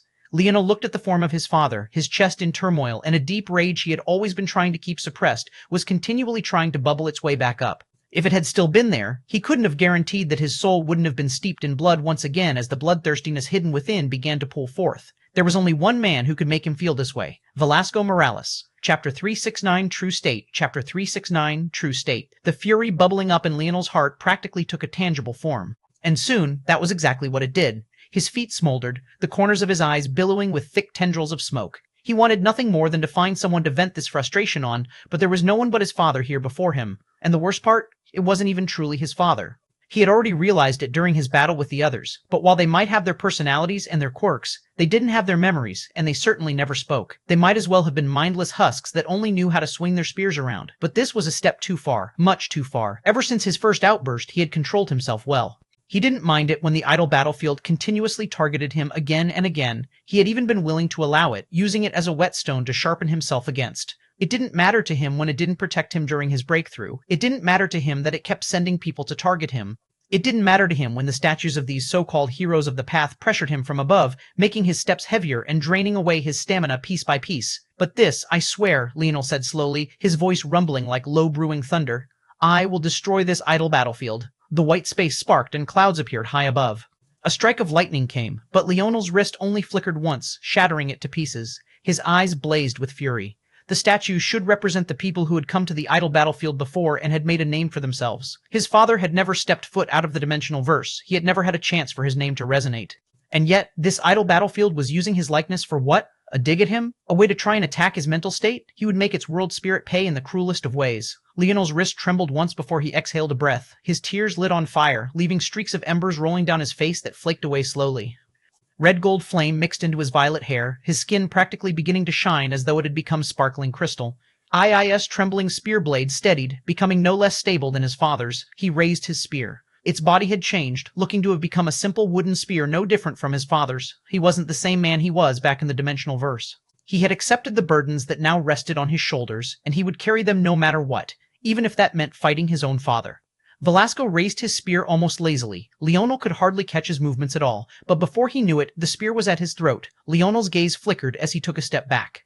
He flicked the body of his spear upward, colliding with the polearm of his father's and sending the blow to the side and up over his shoulder. He shifted his head to the side, sliding his steps and pivoting around his parry. His blade surged in a wide arc, aiming to slice his father in two. However, as he was performing this fluid action, he felt a spike of pain that ripped through his neck and shoulder. His neck was half severed, and his arm was almost separated from his body. The blade he thought he had dodged seemed to have an edge to it that even he couldn't sense. Blood spurted as he was blown backward by the sudden force. His spin missed his father's torso as a result, and he was sent into the distance. Leonel landed on the ground heavily, his eyes half vacant. A large amount of blood was leaking from him, and worst of all, there was a difficult-to-manage corrosive force that wanted to swallow him whole. He couldn't seem to stifle the bleeding at all, and he felt his life slipping away. He grit his teeth as a great amount of determination surged out from him. If he was going to fall, it certainly wouldn't be because of pain. His spear force surged into his wounds and formed a delicate web of restrictions and protections that stifled the bleeding. He was his weapon forces, and his weapon forces were him. His body flickered and vanished from the spot it was lying in, becoming a streak of spear force that dodged out of the way of a follow-up strike. He stood in the air, spear force swirling around his body. The number of things his father had left behind for him were numerous. But among them, not one spoke of the spear, despite the fact he knew his father had to be an absolute master of the craft. He had never understood why that was and could only wave it away with perfunctory guesses. After all, his father didn't follow the path set out by his grandfather or the Morales, choosing to make his own way forward. Maybe he felt Leonel wasn't compatible with his methods, or maybe he thought that the best path was precisely what Leonel was doing right now, forging his own, and if he was going to do that, he was going to have to swallow even his father's. After that exchange, he felt like he had only grasped the faintest corner of it, but it was profound nonetheless. It was no wonder his father's spear never looked like anything special. It was all about perspective. An odd glint reflected in Leonel's eyes, and the casual aura his father seemed to have vanished. The phantom of a demon appeared around him, a dragon's body coiled around one arm, and a roaring tiger seemed to come out of another. Above his head, a crown of destruction flickered with a wild radiance, and his simple spear was 14,023 twice as thick, its blade 3 times as large, so much so it looked more like the jagged edges of a glaive than a spear. This was his father's true battle state, the battle state he hid within his destruction world. 2003, Chapter 3000, 20,000, kill, kill, kill, Chapter 3000, 20,000, kill, kill. Leonel was someone who was rarely impressed, but if there was anyone who had experienced his appreciation several times, it was his father, and this time was truly no different. One of Blackstar's abilities was to flicker in and out of his shadow world. This allowed him to maintain some form in the outside world, while also being incorporeal to it. If one was fighting him, this was a true nightmare. The fact he could choose when someone could even be allowed to land a blow on him and not was shocking enough. When Blackstar really wanted to give an opponent a headache, though, he could disappear into his shadow world completely, only popping out randomly in a swirl of darkness whenever he wanted. This sort of shifting was the most difficult to deal with because unless you had a high enough darkness affinity, it couldn't be sensed in the slightest. Leonel had seen how powerful these abilities were, but he had never considered the possibility of using his destruction world similarly. That was because the foundations of darkness and destruction were too different. The shadow world was exactly that, a world in the shadows. The characteristics of darkness were well in line with allowing the abilities that Blackstar showed. Although it looked like an application of space, in reality it was a method of using the absence of light to one's advantage. The opening of an entire world only made it more exaggerated. But here, Leonel's father was hiding all of his destructive might in his destruction world. What Leonel didn't understand was where those illusory images were coming from. The tiger, what looked like a dragon, those constructs in general, were they created via some method? Were they distilled from real creatures? Or was it something else? Leonel still wouldn't be sure. What he was certain of was the fact his father's blade couldn't be trusted. No matter what it looked like in the outside world, he had to pay attention to the variations and changes in the destruction world as well. Someone else would be out of luck. After all, there were only 2 people in the entirety of existence with access to the destruction world. Or, technically, just 1 because this was nothing more than a projection of his father. Without it, Leonel wouldn't have been able to see what was hiding away on the other side. Leonel wiped away the blood from his lips as he understood. His father's spear style was highly refined, and its foundation was the sturdiest he had ever seen. It was the style of a man who had practiced the very same spear stances again and again without fail. Even without his destruction world, just measuring up to this level of foundation would be incredibly difficult. However, when he added in the variations hidden within his destruction world, both men vanished at once and their clashes began to echo. The battle looked quite odd. Leonel was dodging out of the way of the spear blade what looked like several feet sometimes, when usually he would just dodge by a few millimeters. The action was forcefully putting him at a disadvantage. The further he was from his father, the harder it was for him to counterattack. But only he knew that this was exactly what he had to do. The size of his father's blade changed freely, but the speed and swiftness didn't change in the slightest. It was a fundamental breaking of the laws of physics, and yet it was precisely because he had a world to himself that he was able to do this. PA, PA, PA. Velasco suddenly pierced out 3 times in quick succession, and the tiger wrapping around one of his arms roared. The echo spread through the destruction world, and Leonel's expression changed as he hurried to accelerate backward. But even though he reacted quickly, he found that a layer of his skin had been turned to ash. His expression changed again as he rolled to the side. At some unknown point, his father had appeared to his side, slashing out toward his son's back. But when Leonel thought he had dodged, a snaking energy thrust out almost like the chain from a whip. His father's spear suddenly became incredibly flexible, but the blade remained eerily stable on its path through the air. With a slash downward, Leonel, who thought he had dodged, found a hole ripping right through his abdomen. The pain rocked his body, and his inner organs were quickly corroding to the point that he felt flashes of death loom over his head. He rolled to the side, but his father had somehow appeared right next to him. The forms of his father's spear were changing too fast, too quickly. And because Leonel still hadn't figured out how he was forming those phantom constructs, he was still struggling with counterattacking. Without the destruction world's support, Leonel's spear was just a normal wooden spear, and there was nothing that it could do in the face of such monstrous power at all. Leonel couldn't help but unleash a chuckle as he was sent flying away again, another hole ripping through his body. His skin was turning a sickly ashen gray around his wound, his flesh flaking away like ash as it fluttered through the air like gray snowflakes. Leonel landed on his feet, coughing violently without the blood to give. Any blood that he would have spilled was instead turned directly to ash. His father's comprehension of destruction made his own seem like child's play. He was too busy messing around with profound meanings and truths, trying to connect them with creation, chaos, and order, but he had forgotten to actually delve into the true meaning of destruction itself. His father clearly didn't have this problem. He didn't overcomplicate his path of the spear. Or, at the very least, the foundation he built it on couldn't have been simpler. Kill, kill, kill. Just this and nothing else. Chapter 3171, Two Sides. Chapter 31712, Two Sides. Leonel wiped his mouth with a sleeve out of habit even though there was no blood. His father was already coming, but Leonel's ability index had activated. Time slowed to a crawl as his thinking speed accelerated. Come to think of it, everything he knew about destruction was built on creation. It was no wonder his comprehension of destruction was shallower than his father's. His original foundation for his destruction comprehension was his Scarlet Star Force. But as he had already deduced, Scarlet Star Force was actually just a strong force of creation, one taken too far to become destruction. Leonel was supposed to be a destruction sovereign, but those aspects of himself only came out when he was angry, his feet began to smolder, and the corners of his eyes billowed with smoke. But did he truly understand destruction? Why couldn't he just blast enemies to ash like his father did? Why wasn't his blade nearly as corrosive? Leonel's eyes brightened with enlightenment. Or, rather, they were brightening when his father suddenly slashed down.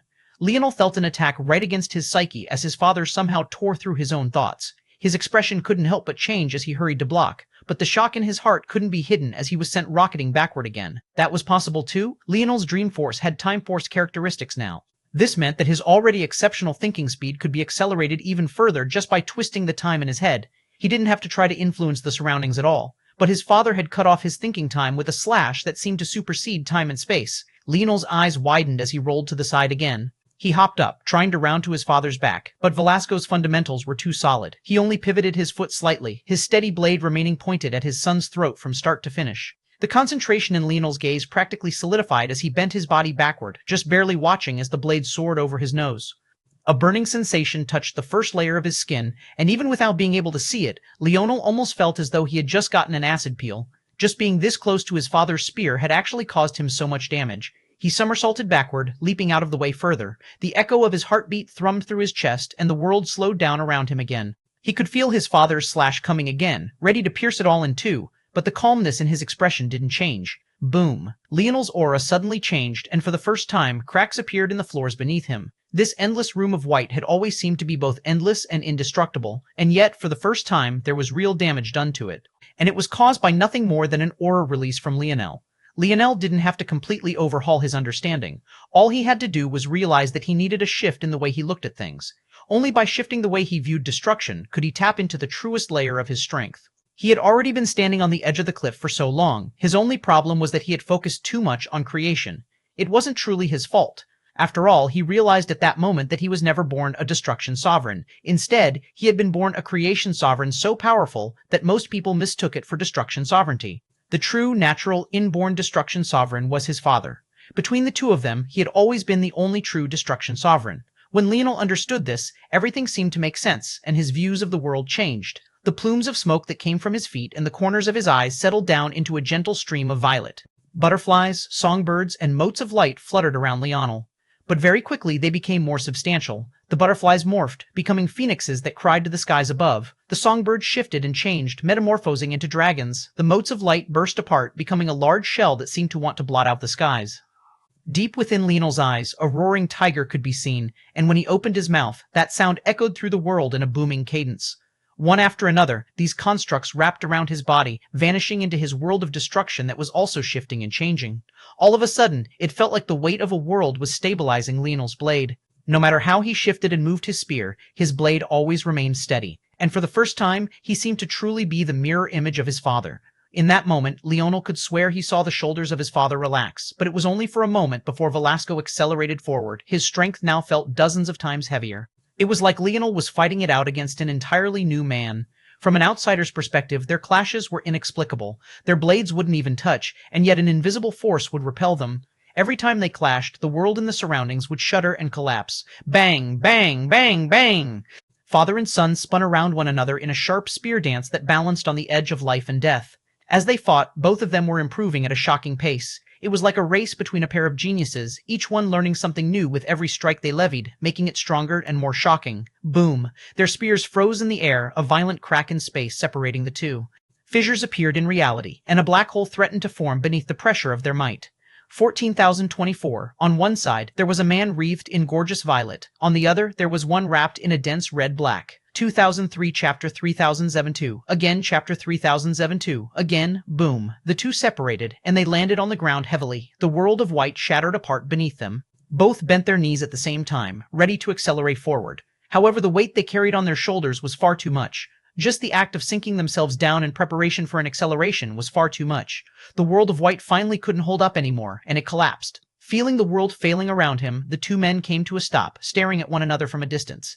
Velasco raised a hand to his glasses and adjusted them. Then he gave Leonel a cheeky smile. "Got you again." Leonel's eyes widened. However, those were the last words he heard before his father disappeared into wisps of smoke. Leonel found himself standing outside, a deep laughter beginning to rumble through his chest before it collapsed into sobs. He knew what his dad meant. That man always loved his pranks. His favorite sort of prank was his voicemail joke, pretending that he was there on the other line, when in reality he wasn't. When Leonel saw his father adjust his glasses, he had felt his heart leap into his throat. He had really wanted to believe, but those words at the end, they were just like him. Leonel leaned on his spear, his tears falling like a torrential rainfall. IIE raised his head to the skies and roared a furious bellow. The statues that came before were shattered one after another, unable to withstand his rage. In that moment, it felt as though the whole of existence could hear him, his fury, his unwillingness, the last of his grief. And yet, all the while, even while leaning on his spear his father gave him, his back remained straight. He wouldn't place down the burden on his back this time. He refused to allow it to collapse for even the slightest moment. He had felt it in the weight of his father's blows. The invisible aura that he carried around wasn't just a matter of destruction and its constructs. It was also about the responsibility of a man. All his life, Velasco had carried those burdens silently and without complaints, joking around with everyone he came across and living a carefree life. Maybe before he met his mother, he had never had any intention of marrying at all. He knew what sort of life he would have to face and didn't want to have to burden anyone with missing him.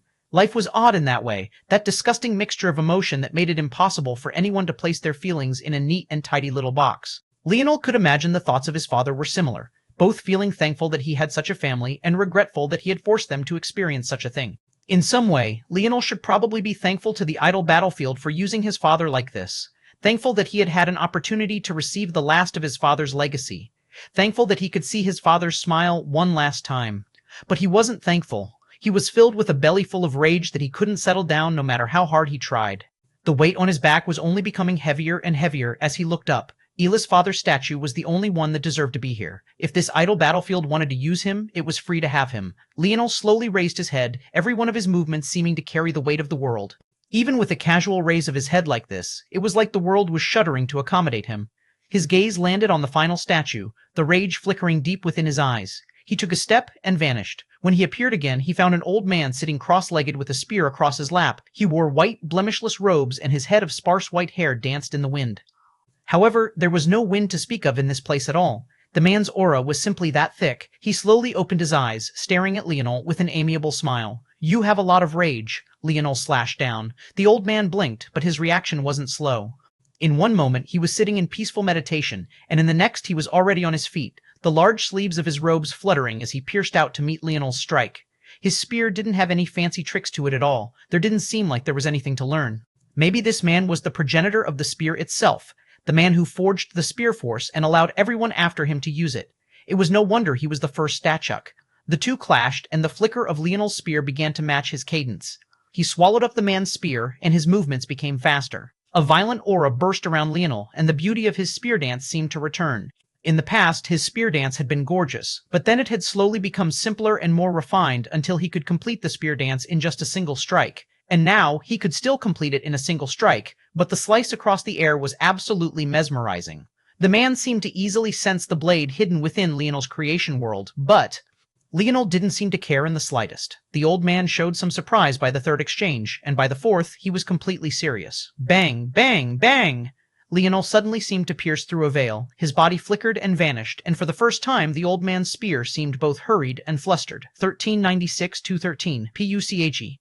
The old man's head flew into the skies, the light of shock still in his gaze. "Who gave you the right to be ranked ahead of my father?" Chapter 3173. Ancient, Chapter 3173. Ancient Leonel's smoldering fury still flickered in his eyes. He gave a look toward the old man's statue and swung out once, destroying it.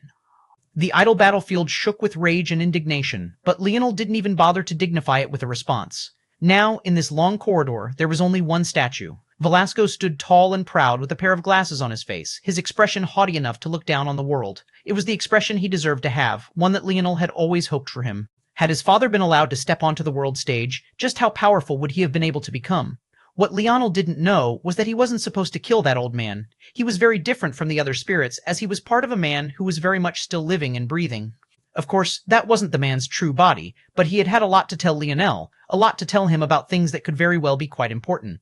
But now, in a deep corner of the idle battlefield, an old man opened his eyes with a flicker of rage. However, he shook his head and sighed soon afterward. He was getting too old for this. "You're awake, Old Spear? What happened?" A voice echoed out into the endless darkness. "I don't want to talk about it," Old Spear grumbled. "Ho ho ho, you lost? Let me see, let me see." There was a pause before an uproarious laughter echoed. The laughter continued for such a long time that Old Spear's suppressed rage was starting to come back. But before he could even try and settle it down again, it became a chorus as several more voices joined in. Clearly, they had all been awoken by the commotion and started to rewind time to watch as well. They had never seen Old Spear suffer such a loss, and it wasn't a surprise that it was Old Sword that was laughing the hardest. "I can't breathe, gods." Old Sword was practically popping a lung, Old Spear sneered. Laugh now, but have you forgotten what the last phase of the idle battlefield is? The laughter slowly waned. Indeed, this was a huge problem. Old Sword eventually snorted. It won't be a problem. The child has truly enraged the regulator now. Whether or not he can even make it to cause me problems is still up in the air. The child is truly a bit too unruly. The voice of an old woman echoed. She was Old Dagger. There isn't much we can do now that he's already on this path.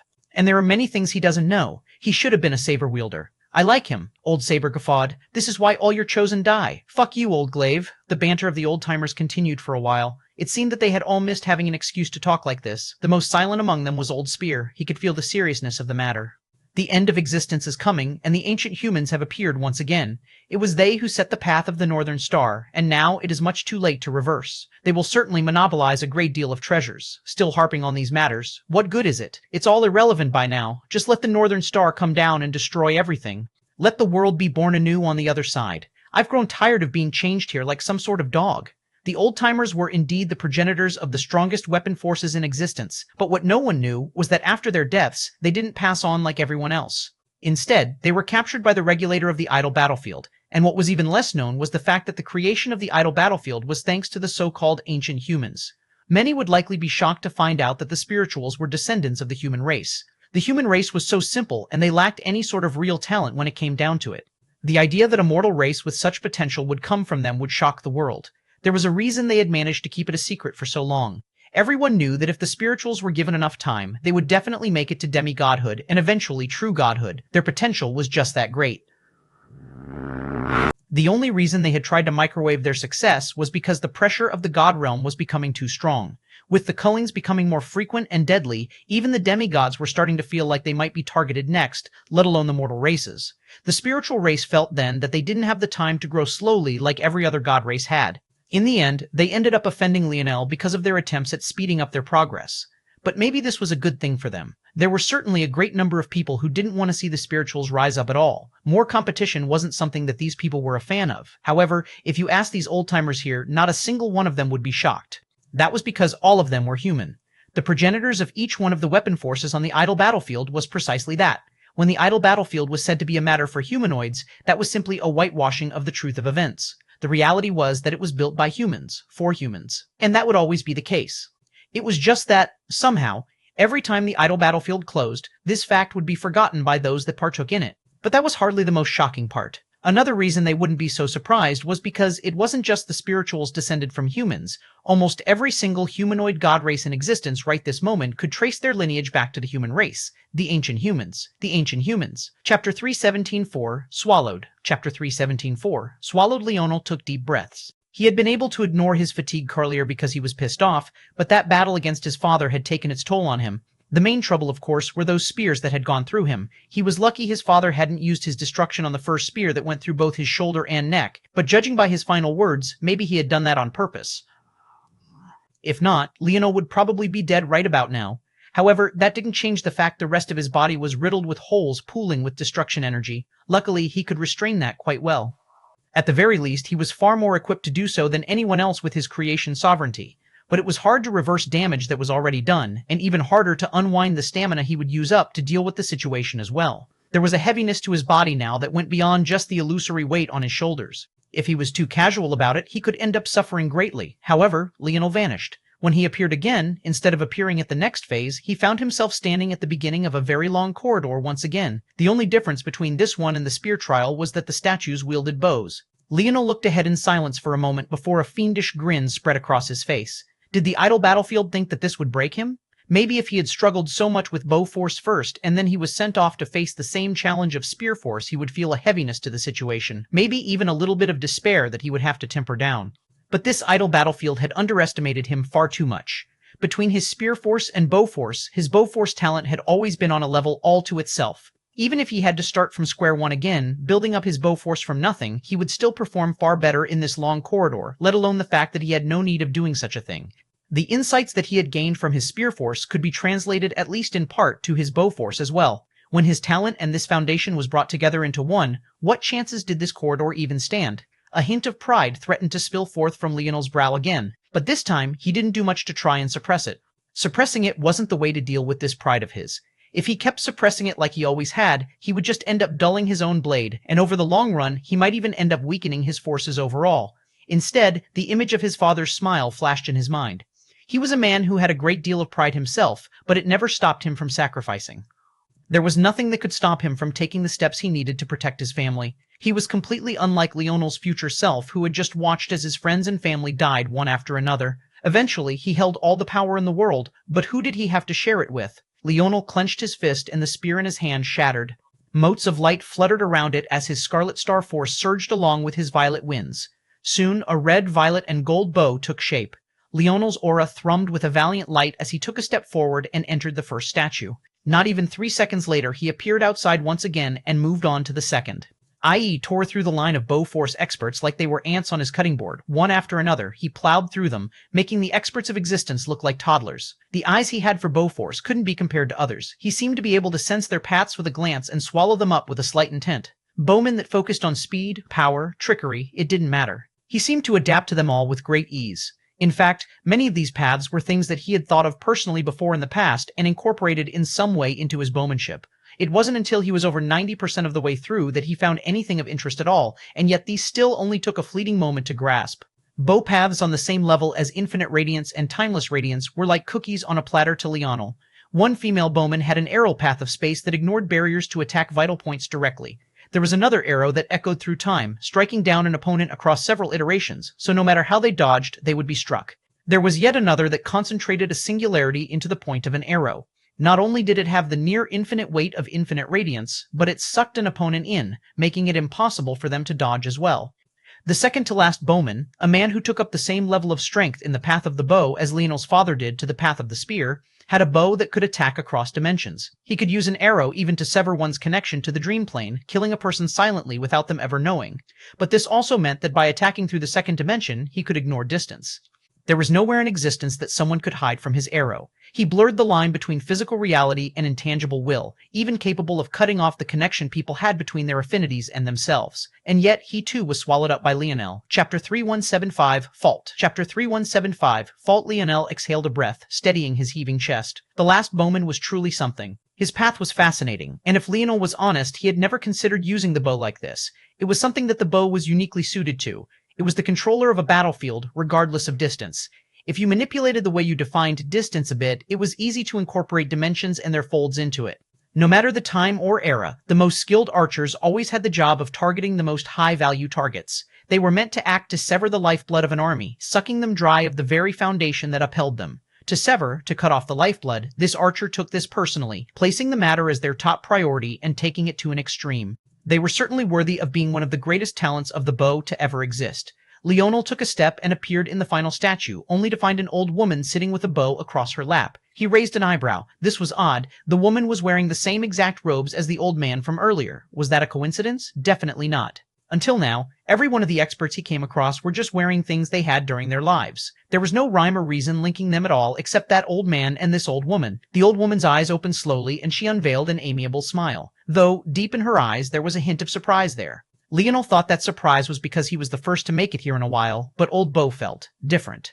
It wasn't because he had made it here, it was because he had already made it to Old Spear, and on top of that, he had even managed to do so with such incredible speed. Leonel must have used barely a week, whereas the Spear corridor had taken up an entire 3 months of time.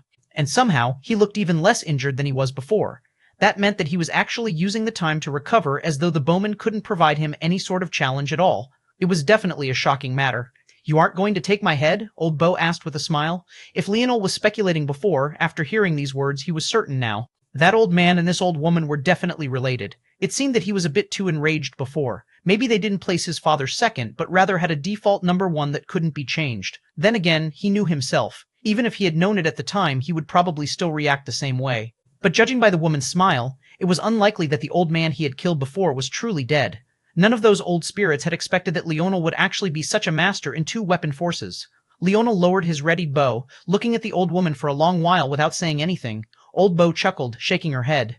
"I can see that you're holding up a lot on your shoulders. You're not in the mood for small talk. This old woman won't talk your ears off then. I will only tell you what you need to know. We old folk are not against you. However, what you've stepped into this time is very complicated. The regulator of this battlefield is also not under our control.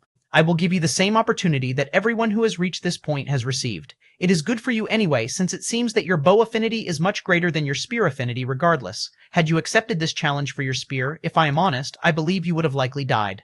Leonel raised an eyebrow. Suddenly, he wanted to go back, but it didn't seem like this woman would let him. Old Bo chuckled, seemingly reading Leonel's mind.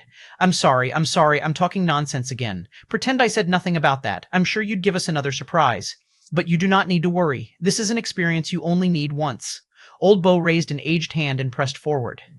There was a ripple in the air, and Leonel's mind suddenly felt like it was trapped in a river of time. Old Bo blinked in surprise. I see. She was completely shocked. The process required sending one's soul back through the stream of time, but Leonel's dream force had actually comprehended and broken into the stream of time on its own. Others would be in a daze when this occurred, but Leonel was actually fully lucid. In the end, he didn't need to pass out like the others did. He could observe it all like he was watching a movie. The reason you needed strong weapon force to do this was because only those with exceptional weapon force could pull themselves out of the illusion in the end. But it seemed that they had truly underestimated Leonel. Even if he had no weapon forces to speak of at all, he would have been able to pull himself out. In fact, Leonel didn't need much time to read through everything. Others would have needed to experience it piece by piece at a slow and steady pace. They might have even spent an entire year in meditation in order to experience the worth of a few decades. However, it all accelerated around Leonel to the point where in just the blink of an eye he had seen everything he needed to see. And yet, after pulling himself out on his own, he didn't move, standing in a bit of a daze for a long while. Just what had he seen just now? The end of existence? Was it the fault of the human race? Chapter 317.6. Die. Chapter 317.6. Die. Leonel digested this information in silence. He found it hard to accept, mostly because it didn't make any sense, but it was even sadder when he came to understand the reason. The fact that it was related to weapon forces only made it more ridiculous. At the beginning of all things, there were only humans and the beasts. The battle between the two had experienced a push and pull several times across their long history, with both sides coming out on top at some point or another, but neither being able to do so for long, while much of the time was spent in a stalemate. In the beginning, beasts had the upper hand. They had stronger bodies and a huge advantage as a result. But then humans began to flip the narrative with their intelligence. They created tools, weapons, and the like, suppressing beasts until they came out on top. Unfortunately, this didn't last for long. After a long time of being suppressed, the force manipulation began to become mainstream, and both races started to feel their way through this complicated process. Unsurprisingly, this process came easier to beasts because they could rely on their instincts while humans could not. As the beasts increased their force manipulation, the advantage humans had in intelligence plummeted off a cliff, and soon enough there was little to no difference between the intelligence of the two parties. But worse than that was the fact that now beasts were just as intelligent and several times more powerful at the same time. At this point, the human race was at a crossroads. They were having too much trouble catching up to the beasts. Although they began to slowly create dimensional methods over the years, bridging the gap felt impossible. They could never match up to the natural affinity that the beasts had. The main problem was that the human race wasn't designed to have one particular affinity. They could be good at a great number of things, and from time to time, truly exceptional geniuses would be born suddenly and be able to carve out paths for themselves. But they weren't like the humanoid races of today, like the Void race that was born with great spatial affinity, or the Pluto who were born with shocking bodies and time affinity. In a lot of ways, the humanoid races of today were like the beasts of the past. They had natural affinities that placed them so far beyond normal iamans that they had all forgotten their roots. This was the crossroads that the human race reached. They needed to change something, otherwise they would be crushed by the beasts in due time. They no longer had the advantage of intelligence, and their talent was also lacking now. This was the birth of three paths: the crafting path, the hyper-evolution path, the weapon force path. The first of the three was quite unique, comparatively speaking. Although beasts had caught up in intelligence, their thinking was still quite rigid, and they preferred using their own bodies to attack. One section. In addition, their cultures made it more natural for them to absorb force herbs directly. As they were one with nature, they never thought about shifting and changing it, so they left many things as the status quo. By comparison, humans had been creating tools since their inception. They were much more attuned with manipulating nature for their own benefit. This created a faction of humans who wanted to go all in on crafting, hoping that if they created powerful enough treasures and force pills, they could forcefully bridge the gap. The second of the paths was the hyper-evolution path. The Oryx weren't the first to experience such a state, and they certainly wouldn't be the last. Sensing the plight of the humans, existence gave them a chance to trigger hyper-evolution. As a result, in a short time, the human race began to display several mutations that made them more powerful than normal and brought them closer to the beasts. This was the time where the first iterations of the humanoid races began to appear. They still looked very much human, but they were gaining features that weren't the norm very quickly. Given a few more generations, they would become entirely different. And then came the last path, the path of the weapon forces. The biggest weakness of the human races was their affinities. Innate nodes appeared too randomly, and lineage factors could only be so great in a human race that didn't have other special characteristics. No matter how strong a lineage factor made you, a human would never be as powerful as a Pluto. Their biology had a limit. Unless they became something that was no longer human, they would never bridge this gap, and many were unwilling to take that step. Watching their humans mutate around them, becoming things that they could only see as abominable creatures, they couldn't sit idly by. The bridge between humans was widening, cracking at its foundations. Many felt that people were abandoning their ancestors, becoming something far more bestial than they were meant to. This led to them breaking free, going all in on a path that they had been warned about long before, the path of weapon forces. This path was no longer about waiting for existence to hand them things. They were going to take it themselves. They forcefully used the state of hyperevolution to forge a connection with the laws of the world. After all, what was the state of hyperevolution if not a stronger attunement with the world? One that allowed efficient evolution in a short period of time? Why not use it to allow a connection with the more fundamental, creating an opening that allowed the human race to manipulate the foundational laws of the world, twisting and forming them into the weapon forces that they knew and loved today? But as with all things, there was a consequence to pay. Existence began to dick. Chapter 3177 Hand in Hand. Chapter 31777 Hand in Hand. Leonel wasn't sure how he felt about this. It wasn't exactly the fault of the people. There was no way that existence could last forever no matter what. It was the natural progression of the world to eventually fall into a silence, destroying itself before being reborn anew. This was the cycle he had always known. At worst, existence's fall had been accelerated. But, even with this acceleration, it had been trillions upon trillions of years since then. Existence had still managed to continue for so long. If the ancient humans hadn't made this choice, would the result have been much different? Well, at least right now, Leonel wouldn't be facing the end of the world. But even then, it didn't seem to change much about his life at all. It was a shame, though, that crafting wasn't the path they chose to stick with. Ultimately, the weapon force path worked well for a short while and reversed the situation once again, but it was the beasts who they thought would ignore paths of creation that ended up picking up the path of crafting, eventually becoming the god beasts of creation who lorded over the whole world for a long while. In an irony of ironies, the god beasts of creation became harbingers of peace and allowed the world to live in harmony. As a result, the clashes between the humans and beasts came to a stop, and the ancient humans who chose the path of the weapon forces were forced to cull their ambitions. They were neither strong enough to make much of a difference, and even when they did try, they were ruthlessly suppressed by all parties. Eventually, they were forced into hiding, and this resulted in the normal humans that remained being oppressed as well. The beasts had grown to become overlords. The humanoids had forged out their place in the world, becoming powerhouses in their own right, leaving humans without much room for growth. That was when the god beasts of destruction appeared, forcefully striking a balance. It seemed that the path of crafting had its own issues. When it was taken to an extreme, it too was taken from existence in a way that was too violent. In the end, the infinity beasts had to be countered by the void beasts. This gave humans a chance to rise up again. The ancient humans had vanished, but their descendants were taken in by the god beasts of creation, eventually becoming the envoys of light, and darkness, and the fox and four great families. All the while, the ancient families were in the shadows, until they succeeded in creating their utopia, the idle battlefield. This occurred during the Great War between the infinity beasts and void beasts. The ancient humans thought it was the best chance to reverse their circumstances, and they were right. Using the corpses of infinity beasts, they built the foundation of this idle battlefield. In the end, the ancestors of the weapon forces were tied to this battlefield, pulled back from the dead and restrained onto this land. They had no input into the plans of their descendants, and by now, the idle battlefield was practically a minefield of its own, functioning with a rogue regulator that only wanted to pump out more and 16,047 more powerful weapon forces, no matter what it had to do.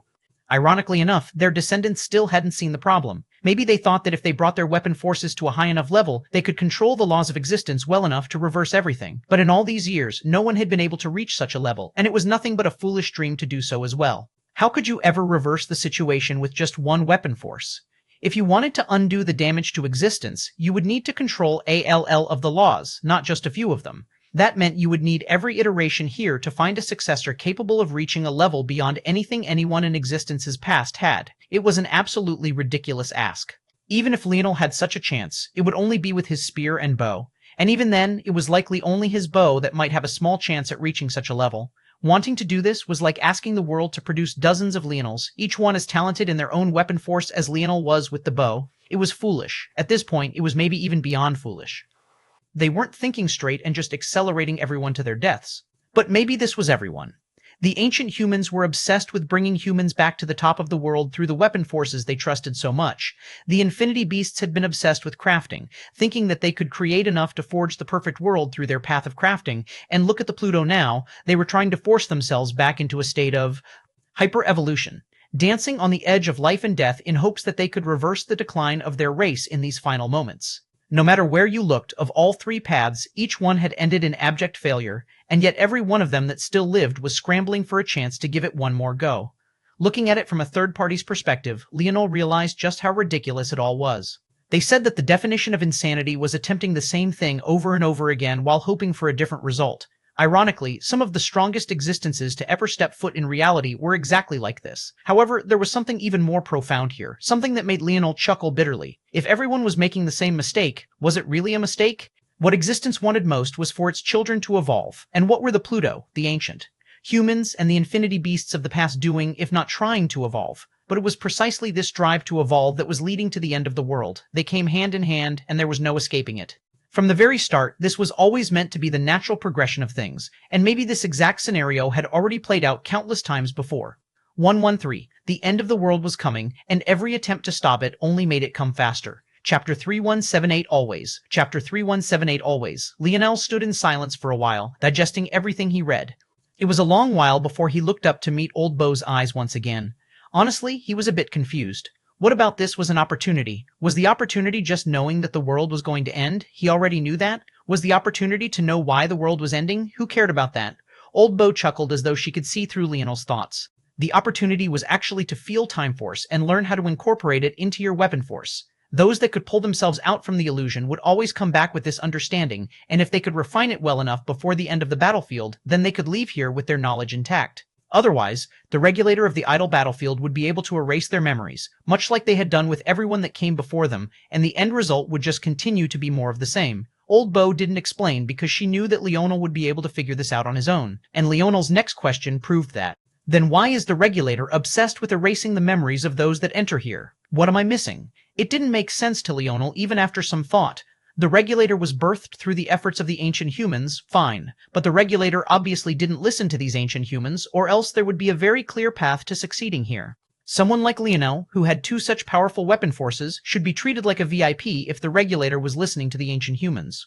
Not only was Leonel a true human, but he had exactly the potential in both spear and bow force to succeed where they had failed in the past. He should be exactly the sort of candidate that they should be propping up. This was all to say that the idle battlefield wasn't on the side of the ancient humans, unless these ancient humans also didn't consider him a true human, which Leonel doubted was the case. That meant that the idle battlefield shouldn't have a vested interest in protecting the ancient humans from the rage of the world. The only reason Leonel could think of for why the idle battlefield would erase the memories of those that came here of these events was to stop another wave of mass genocide against the humans. But as had already been established, this idle battlefield didn't give a damn about the human race or the ancient humans. That left practically no explanations as to why they would go so far. Leonel realized that he must be lacking some information, or else why would the idle battlefield go so far? Unless the idle battlefield may not be on the side of the ancient humans any more than anyone else, but it does have a vested interest in preserving the path of the weapon. If everyone found out that no longer using weapon forces would help existence to last longer, what do you think would happen? Leonel shook his head, looking off into the distance. It was as he expected. This world was designed to fail. Not the idle battlefield, but existence itself. Creation was the opposite side of the coin of destruction. One couldn't exist without the other, and there would be perpetual creation for only as long as destruction didn't take over. Then there would be a period of destruction before creation returned again. But by then, all those living wouldn't have a place in the world anymore. There was simply no circumventing this. Leonel's future self had seen it personally. So long as there was one shred of creation left remaining, the Northern Star could never truly reset the world and start anew. It wasn't until he died in this future that the universe could begin its final destruction before sprouting life once again. By then, there would be no point to anything. Everything they had known or had known would be gone, leaving nothing more than an empty carcass of a world for the next round of races to raze to the ground before the cycle started all over again. There was no escaping it. It was inevitable. If even world spirits and regulators were susceptible to driving the world into a ditch, then what good was it to fight against it? Leonel shook his head and sighed. Indeed, the world did feel like one big practical joke. It really made a man wonder why. However, after his sigh, his lip curled a bit. Old Beau, who was watching his expression like a hawk, couldn't help but be taken aback. The sigh was pretty common, albeit much more muted of a response than she had received from everyone else. She assumed that this was because, unlike the others, Leonel and the talents that had entered the idle battlefield this time around were dancing on the edge of the end of existence. Compared to the other talents who still felt like the end of the world was an impossible distance away, this was a very different situation to be sure. It was only natural then that Leonel would take it more in stride. But that smile, it was completely out of place. As for Leonel, he wasn't thinking about any of the matters that weighed Old Beau down. He was smiling because he felt that he had made the right choice to allow his wife to experience happiness. If the world's end was inevitable, what was the point of holding out hope, waiting for everything to settle down before they could finally chase after their happiness? In this case, they might as well do their best to grasp what strands of jovial memories they could before they faced off against the inevitable. Who knew? Maybe this obsession with improvement, of delaying, of finding a solution, had always been the problem. Chapter 317.9 No Bounds 317.9 No Bounds Leonel seemed particularly relaxed as he looked back toward the old woman, raising his bow once again. Shall we? The old woman blinked for a long while before she smiled, standing to her feet. My logic tells me that there is no point. But my pride is telling a very different tale. When she stood to her full height, Leonel realized that she was much taller than he thought. In fact, she was a half-head taller than even he was. Although Leonel had shrunken in size after losing his demon bloodline, he was still of decently tall stature for a human, standing at around 6'4" or so. And yet, Old Beau was about an inch taller than him. Her legs were slender, and her arms were long. In a way, she almost looked like the curve of a bow herself. In her youth, she must have been quite the beauty. Even now, in her old age, there were hints of rouge on her cheeks and an elegant flair to her actions that made her still hold those hints of enticement. Her bow was long, over 3 meters from tip to tip, and yet it fit her perfectly. The world fell into silence as her fingers clasped onto her bowstring. At that moment, it became clearer to Leonel than ever that he was facing off against the ancestor of the bow, the originator, the creator. However, as soon as that reverence appeared in his heart, it was ruthlessly stamped out. The light smile on Old Beau's face faded as a sharpness tore the murkiness of her gaze apart. I can see now why the idle battlefield hates you so much. Leonel raised his bow. Unlike Old Beau, his smile didn't fade. His mood, after taking a downturn thanks to the spear corridor, was now in quite a good state. Jealousy doesn't look very good on you, Old Beau, Leonel said with a chuckle. I disagree. As the Old Beau, the ancestor of the weapon you hold in your hands, my arrogance is warranted. And as the archer of the battlefield, of all battlefields, my greed knows no bounds. Leonel felt his heart tremble. There was a profoundness to those words that he just barely caught onto the faintest edges of. The truth was that the spear and bow corridors were all curated. Dimension was taken out of the equation, and it became a battle of pure weapon force skill and might. 22,044. The truth was that the spear and bow corridors were all curated. Dimension was taken out of the equation, and it became a battle of pure weapon force skill and might. If Leonel had fought any one of these experts of the past at their full capacity, his head might not still be on his shoulders. But it was also because of that he was able to get true insights into the rawness of their abilities. This woman was truly an existence that was worthy of lording over all other bowmen, except for him. The twang of their bows echoed at the same time, and a rain of attacks opened between the two.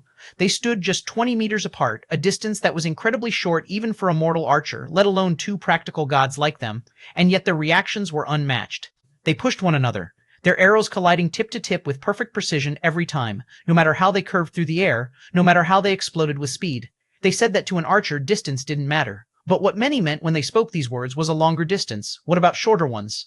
How many archers in existence would find themselves helpless if the enemy was too close? How many of those same archers would pride themselves on how many kilometers away they could snipe a target down from? Bang, bang, bang, bang. Their arms moved faster as they took a step forward, and then another. Leonel released a wild grin, and the sharpness in Old Beau's eyes only grew more condensed. He could sense how prideful she was, how she refused to lose. Neither of them used any fancy tricks. No ability indexes, no lineage factors, they didn't even use Bowforce itself very much. It was like they had returned to the days before Old Beau created Bowforce, relying on nothing more than the sharpness of their eyes, the steadiness of their hands, the twangs of their bows. Bang, bang, gang. Leonel suddenly accelerated. His hand speed was the same, but he began knocking 2 arrows at once, and then 3. Even without his ability index, his feel for the bow was like a man against the world. Feeling provoked, Old Beau did the same. Her arrows began to twist through the air with a more vicious momentum. At this point, the two were only separated by 10 meters. Their arrows continuously rebounded against one another, only to be destroyed on impact. Rains of shards of wood and force descended from the skies, but they still took a step forward, and then another. Old Beau suddenly knocked 4 arrows at the same time. When she released, they diverted along 2 paths, twisting and winding around one another. At that instant, 2 sets of 2 arrows matched against one of Leonel's arrows each, blasting through them and shattering the stalemate. The fiendish glow in Leonel's eyes grew to another degree. Rather than matching Old Bow's quantity, he only nocked 2 arrows. They flew separately in the air, meeting Old Bow's quadruple rain in an instant. His arrows split the twin arrows of Old Bow apart, parrying one downward and the other upward and off course. However, his arrows didn't stop, borrowing the twisting momentum that Old Bow had given hers and inexplicably accelerating forward. Old Bow hadn't expected this and was actually preparing a follow-up attack. By the time she realized that she had to toss her calculations out of the window, she also realized that she and Leonel were too close together now. If they had been 10 meters apart, she could still manage. But now, at just 5, Old Bow released a sigh. Chapter 388, Heart 38A, Heart 38A, Heart TA, Heart TA, TA. The 2 arrows whizzed into Old Bow's chest. She looked down and shook her head. She had lost. She had truly lost in bow fundamentals to a youth who didn't seem to have even experienced a few hundred years of life. She couldn't help but feel disappointed. Thank you, Leonel said with a smile. You don't need to make me feel better, Old Bow said a bit bitterly as she began to fade away. I mean it, Leonel said. Old Bow's gaze flickered, but she was already disappearing before she could say anything more. Soon, there was nothing but silence once again. Leonel stood there in silence, resisting the idle battlefield's expulsion so he could immerse himself in his thoughts more. His gaze continuously flickered, his mind feeling like it was breaking free of a cocoon of some sort. My greed knows no bounds. He understood what Old Bow was referring to. It was the job of an elite archer on a battlefield to take out high-value targets. The stronger the target, the better. The more elite the archer, the stronger the target they would go after, regardless of distance, regardless of risk, regardless of the strength of the target themselves. Regardless of distance didn't need to be explained other than to say that all distances had to be factored in, whether that was much further or much closer. Regardless of risk also explained itself. An archer with great feats beneath their belt was bound to be targeted by other elite archers and powerful generals of the like. The more of their skill they showed, the more likely they would also become one of the very same high-priority targets that they sought after. And then, regardless of strength, greed, Leonel wondered, was that something that he had ever had? He had always loved to win, but was that greed? No. In fact, his younger self didn't even like to show his sharpness all that much. Only when he was in the right situation or he was provoked would he act out. 22,046. If there was a competition to win, and he happened to already be a part of it, then his pride would kick in, and he would definitely do everything he could to have his cake and eat it too. However, if there wasn't anything driving him, he didn't mind sitting back and reclining. He had never been a person who sought out attention or the adoration of others. Back in the dimensional verse, this was truly a flaw of his. His overall laziness in regard to improving and bettering himself stemmed from the same careless disregard of much of everything around him. Even the very foundation of his dreams and aspirations was built on selflessness. He wanted to become a king not because of the power, but instead to help forge a world that everyone could be equal in, a world everyone could experience happiness in. If it was up to him, he would just find somewhere to sit back and recline. It could be said that the concept of greed wasn't very well ingrained in Leonel's psyche at all. If anything, it was antithetical to the person he was. The only time he had ever truly displayed greed was when he was willing to burn the world for just a chance to resurrect his father and see him once more.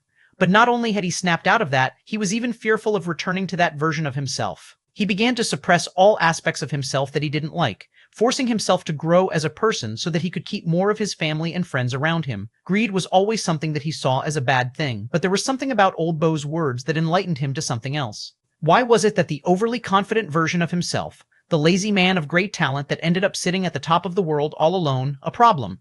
Leonel had always believed that the answer was because he was too selfish. He was too obsessed with winning, so he had neglected everything else. But when was that ever the case? Didn't that version of himself still love Ina with all his heart? Didn't he still love his mother, his brothers, his friends, his father? Maybe the real problem with that version of himself wasn't that he was selfish, but rather that he too was selfless. That confident version of future Leonel always found plans that worked, but the problem with those plans was that they all had a 100% certainty of working out for him. He picked them because he thought it would give him the greatest odds for survival, and he was right. But what if he was also wrong? What if instead of picking the plan that had a 100% chance of success every time, he picked a plan with 90% success that could also save the life of someone he cared for should he succeed? What if he picked the plan with an 80% chance of success that might allow 2 people he cared for to succeed? What if he picked the plan with a 30% chance of success that would give him everything he wanted in the end? His future self had ended up losing everything because he continuously made the perfect decision despite knowing that it might lead to some casualties.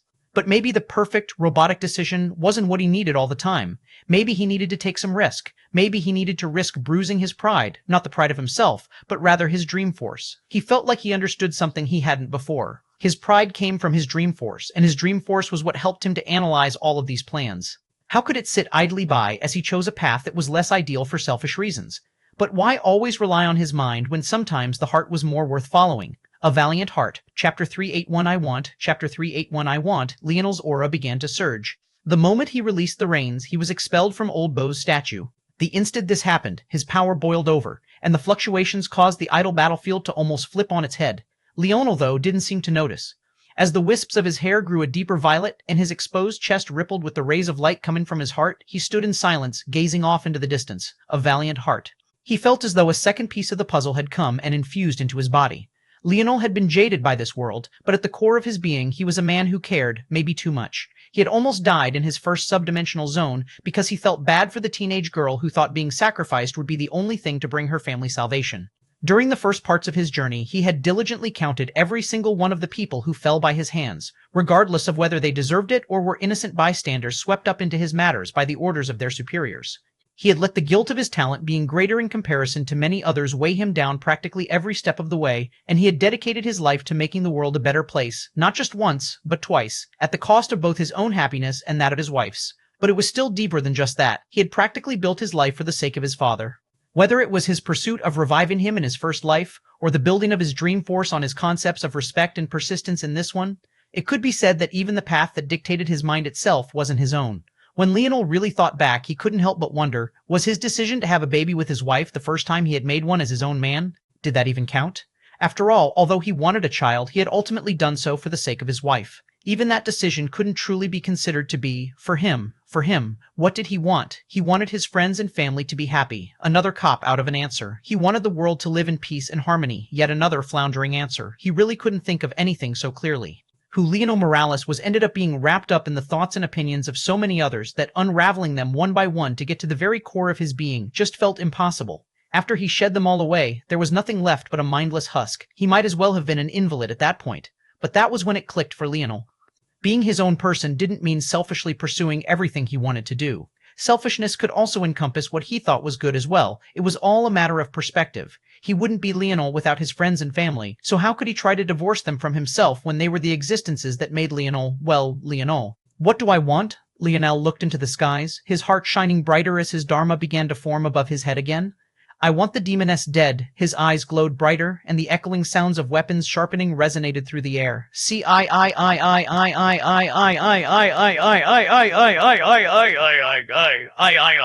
Leonel continued to stare absent-mindedly into the distance, his heart continuing to glow with a fiercer light. He seemed to have broken through one layer, but he wasn't there yet. There was more. I want existence to survive, rumble. The idle battlefield shook to its very core. It was a profound set of words, and yet Leonel still continued to stare off in a daze. The demoness was maybe the strongest power in all of existence. Existence itself encompassed everything there was or ever had been. And yet, thoughts about these two just seemed to be the first few layers of Leonel's true inner heart. It was like somewhere deep inside, too deep for any of his forces to 1111, seriously at all, almost like it was inevitable. I want my friends and family to live the lives they have happily. Do doom. Do doom. The echo of Leonel's heartbeat shattered the space around him. Bow and spear force formed spontaneously, fusing out of the forces that lingered in the air and ripping the rules of the idle battlefield apart. No force other than bow force should have been able to appear in this corridor, and yet Leonel did it with ease. The layers of his heart peeled away one after another. I want to be happy. Rumble. Rumble. Clouds began to form above the idle battlefield as the world whined and groaned. Existence itself seemed to be witnessing the birth of something that it couldn't quite fathom or understand. The shaking went as far as to cause cracks to appear at the edges of the battlefield, and some of the long-used trials almost collapsed in on themselves as a result.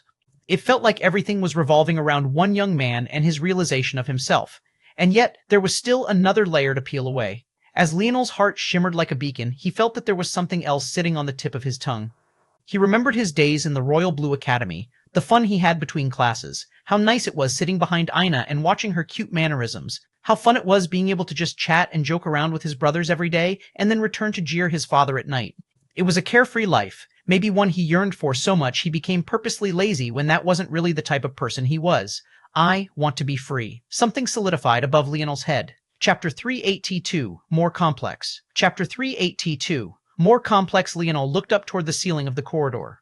It was so tall that it might as well have been a sky itself, and above that was a glass dome that reflected the moon and the stars. He didn't seem aware of the changes taking place in his body at all. It was more like he was just looking around, observing the world for the very first time. His breathing was calm and even, his thoughts flowing smoothly. Was it really freedom? Was that all he wanted?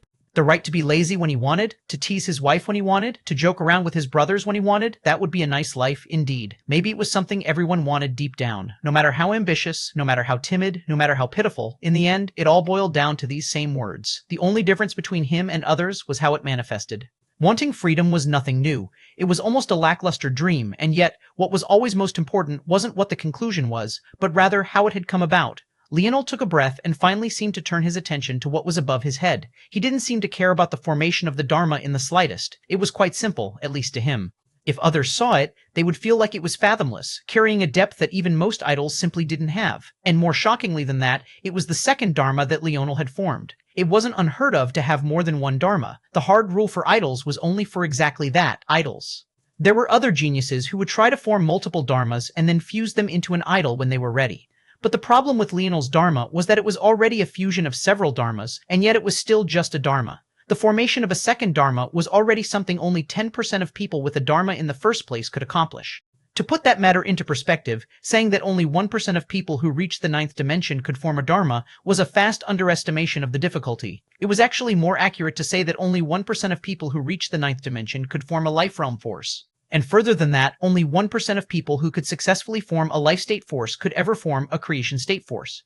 Of that 1%, only another 1% of that could form a middle creation state force, and that pattern continued until barely 1% of those who formed peak creation state forces could ever form a Dharma. By this point, the percentage was so small that it was unfathomable. It could be said then that a leap to 10%, while seemingly large, when the context was taken into consideration, was only natural. Still, there was an explanation for why only 1% of peak creation state users could form Dharmas, but 10% of Dharma formers could create a second, and that was because the vast majority of idols were formed from 2 or more Dharmas.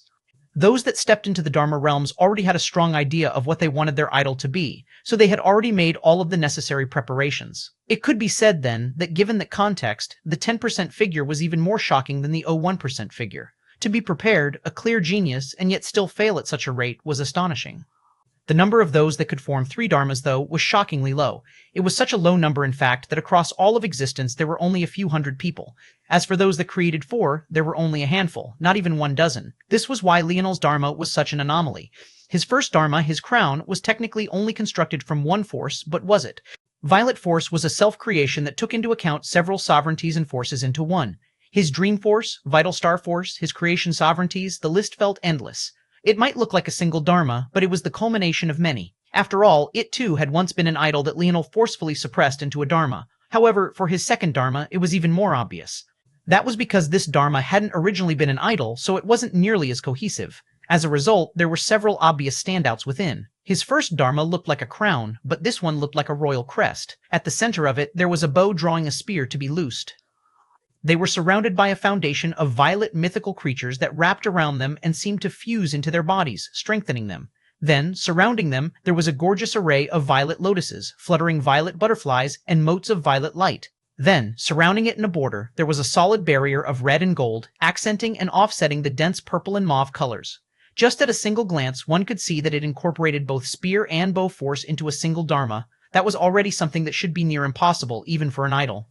It wasn't the first time someone had mastered 2 weapon forces to this extent, but they would normally either choose one to abandon the other, or they would choose a different foundation for their idol and Dharma so that they could continue to use both. Leonel, however, seemed to skirt these rules entirely, but it only got worse when you looked deeper. The border of red and gold was none other than his Scarlet Star Force innate node. Then, deep within, the contrasts of his creation and destruction sovereignty layered themselves in as a foundation. This Dharma, it was more complex than most idols in existence. Chapter 383, A Shock. Chapter 383, A Shock. Leonel exhaled as the momentum of his breakthrough finally slowed. Looking down at himself, he still seemed calm. His body seemed to be in a terrible state on the surface, but he had never felt better, at least mentally. On top of that, shuu, bang, bang, he tore through barriers in the 7th dimension one after another. From Tier 1 to 2, and then from 2 to 3, his momentum didn't slow until he was already a 7th Tier 7th dimensional existence. His body rippled with power. So this is it. The formation of a Dharma came with a strong connection with existence. During this process, it would allow one a chance to accelerate progress if the opportunity could be grasped. Leonel had squandered the opportunity before because he had to put a great deal of effort into suppressing his crown down from the idol level to the Dharma level. That had wasted much of the energy he could have taken advantage of for himself. Luckily, he had been able to use his King Force to reverse engineer a breakthrough for him, going back in time to multiply all of the training he had already done and making it more effective. It was a broken ability, even he had to admit that. But this time, the breakthrough was much more straightforward. However, if an outsider was observing this, they would have a very different opinion. That was because it was far too ridiculous for Leonel to form a Dharma of such quality and only move 7 tiers up. It wasn't rare for a genius of Leonel's caliber to leap ahead an entire dimension. Of course, that was only if they were around the 7th dimension like he was. There were several gods with full idols that were still stuck in the lower tiers of the 9th dimension because of how difficult it was to progress within it. If a genius of Leonel's caliber was in the 9th dimension for some reason when they first formed their Dharma, then moving forward a single tier would already be a miracle. However, judging by the fact Leonel had only moved 7 tiers forward, it was clear that even this Dharma wouldn't allow him to move a single inch if he had been in the 9th dimension. This was well within Leonel's expectations. As powerful as his father's dimensional method was, the drawbacks were obvious. Not only had he had to climb through hellfires and scale mountains of blades just to make it to the 6th dimension, but now, even without such ridiculous requirements to meet, the sheer amount of energy he needed was astronomical. This was why he had to come here. This place was the only location where he could progress so fast, and yet, it still wasn't enough. That was because Leonel knew that he would have to improve his father's final destruction dimensional method very soon.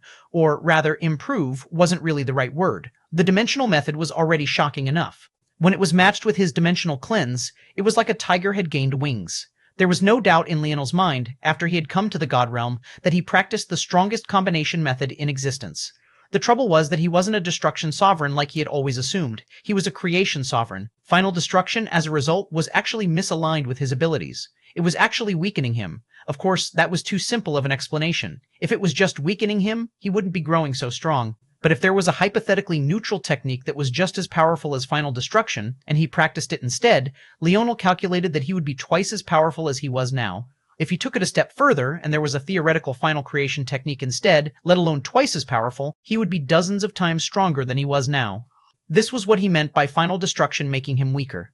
That said, Leonel finally completely relaxed, exhaling a breath and taking a breath. With just this breath, his wounds began to heal at a visible speed. He didn't use instant recovery, he didn't have to. If a destruction sovereign destroyed, then he created.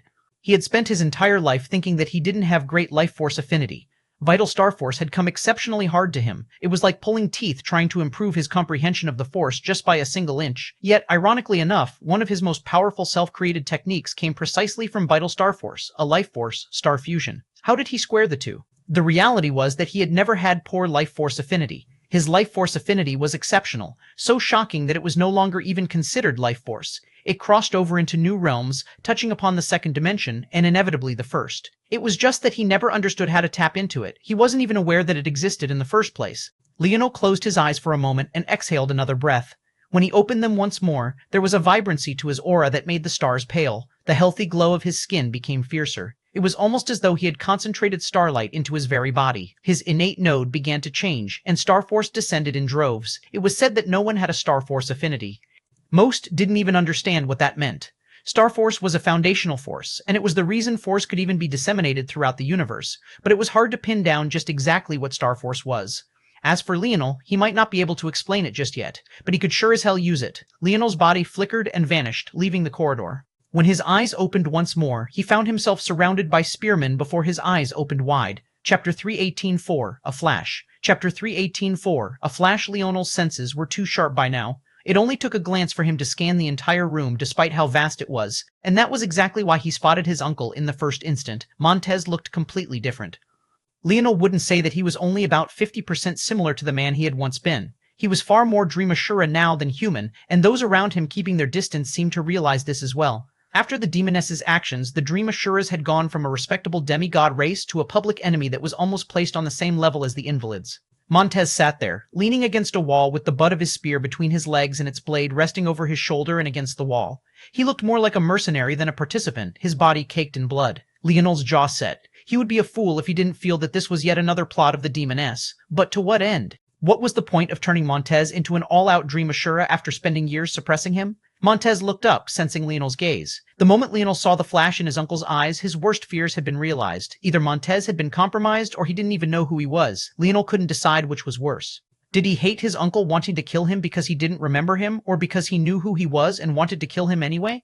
The fact that he even had to weigh such options infuriated him. His good mood from just now seemed to have evaporated into smoke. It was like everywhere he turned, the demoness would be there to sling dirt and shit at his face. There was no escaping it, and the foul stench followed him everywhere he went. His aura fluctuated around him, only for him to sense several killing auras lock onto him as well. Leonel's gaze flashed like lightning as he finally seemed to care enough to check the rest of the room, only to notice that there were indeed several eyeing him. Among them, there were two who especially stood out, a Sylvan and a Pluto. Even while sitting, it was over 24 meters tall. Despite how much space it took up, it still insisted on resting its spear across its lap. It was no surprise that its spear was proportional to its body, so the space it took up was even more exaggerated. This Sylvan wore a mask of bark over his face, but the vines, roots, and structures that made up the rest of his body were much more fantastical. He exuded colors of bronze and gold and almost looked more like a specially carved and curated piece of wood rather than a normal tree. The Sylvans were more humanoid than they were tree to begin with, but the mask this particular Sylvan wore painted a completely different image. When its two polished brass eyes landed on Leonel, he could feel a great deal of pressure descending from above to crush him, and yet he still moved his eyes to the Pluto. The Pluto were close combat experts. The vast majority of them didn't use weapons at all, but that didn't mean that none of them did. And those that did, well, it could be said that abandoning the path you were best suited for either meant you were an absolute fool or an absolute genius. Considering this man was here, he was almost certainly the latter. What Leonel didn't know just yet was that this man was Geraint.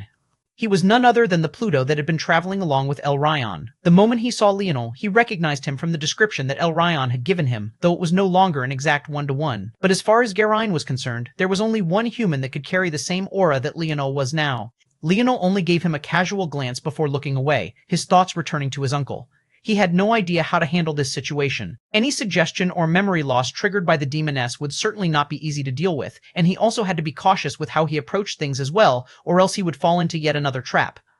No matter how broad-minded a person was, it was enough to drive them mad. It felt like no matter how many steps forward he took, the demoness was always far off into the distance. At first, he wanted to blame it on the fact he was born into her plans and was at a disadvantage as a result. But the more stuff like this happened, the more he wondered if it would even matter if they had started on a level playing field. Flared, and several who were eyeing him felt a stinging pain in their eyes. Many of the weaker ones screamed out in terror, their eyeballs bursting into a rain of blood and gore at the same instant. Leonel didn't say a word, but he also didn't need to. He was pissed. Looking into the skies, his rage flashed by his irises before he slowly calmed. His rage wasn't going to get him anywhere. He would let it simmer for now. But anyone unlucky enough for it to erupt upon would realize too late there wouldn't be time for regret. Leonel found a corner of the room to sit in, his aura stormy. He was given a wide berth, and no one got close. The time silently ticked away, and those that made it through the corridor began to slowly trickle in. Then, what must have been weeks later, there was a flash. Chapter 385 Ancestral Zone. Chapter 385 Ancestral Zone. Leonel slowly opened his eyes. It was starting. It could be said that up until now, the idle battlefield was mostly just a test. It was necessary to reach a certain threshold to be allowed to reach this next step. Only then would you be allowed to enter the true idle battlefield. The fact that the corridor was so similar to the Valiant Heart Zone wasn't lost on Leonel. He felt that these things were definitely related, and if he was correct, then what was on the other side of this was to be expected. Of course, he had his grandfather's descriptions of the battlefield, but while they confirmed his suspicions, what they didn't do was give the exact method of clearance. But if Leonel was correct, then he knew exactly what he had to do. Leonel's vision cleared, and he found himself sitting in a small cottage. As expected, he had once more assumed the life of an unknown entity, slipping into their role seamlessly. However, his eyes couldn't help but sharpen when a big-bellied woman suddenly came into the room. Ina? Leonel looked at the Ina look-alike for a long while before he was stunned to find that it wasn't just a look-alike. He hurriedly stood and caught his wife's arm. She was laboring to move around these days, and she was as fragile as a true mortal. She took nurturing their child very seriously, so she diverted as much of her blood force away from herself as she could manage. While other mothers who looked this frail would also put the child at risk, it was the opposite for Ina. The more frail she looked, the healthier the baby would be. It could be said that this child was truly getting VIP treatment. Despite only being in the third dimension, they were receiving the full supply of blood force and life force from an eighth-dimensional powerhouse like Ina. Leonel? Ina asked softly. She had just suddenly appeared here, and she found herself carrying around a heavy basket of laundry. She subconsciously walked around until she figured out what was going on, only to find her husband.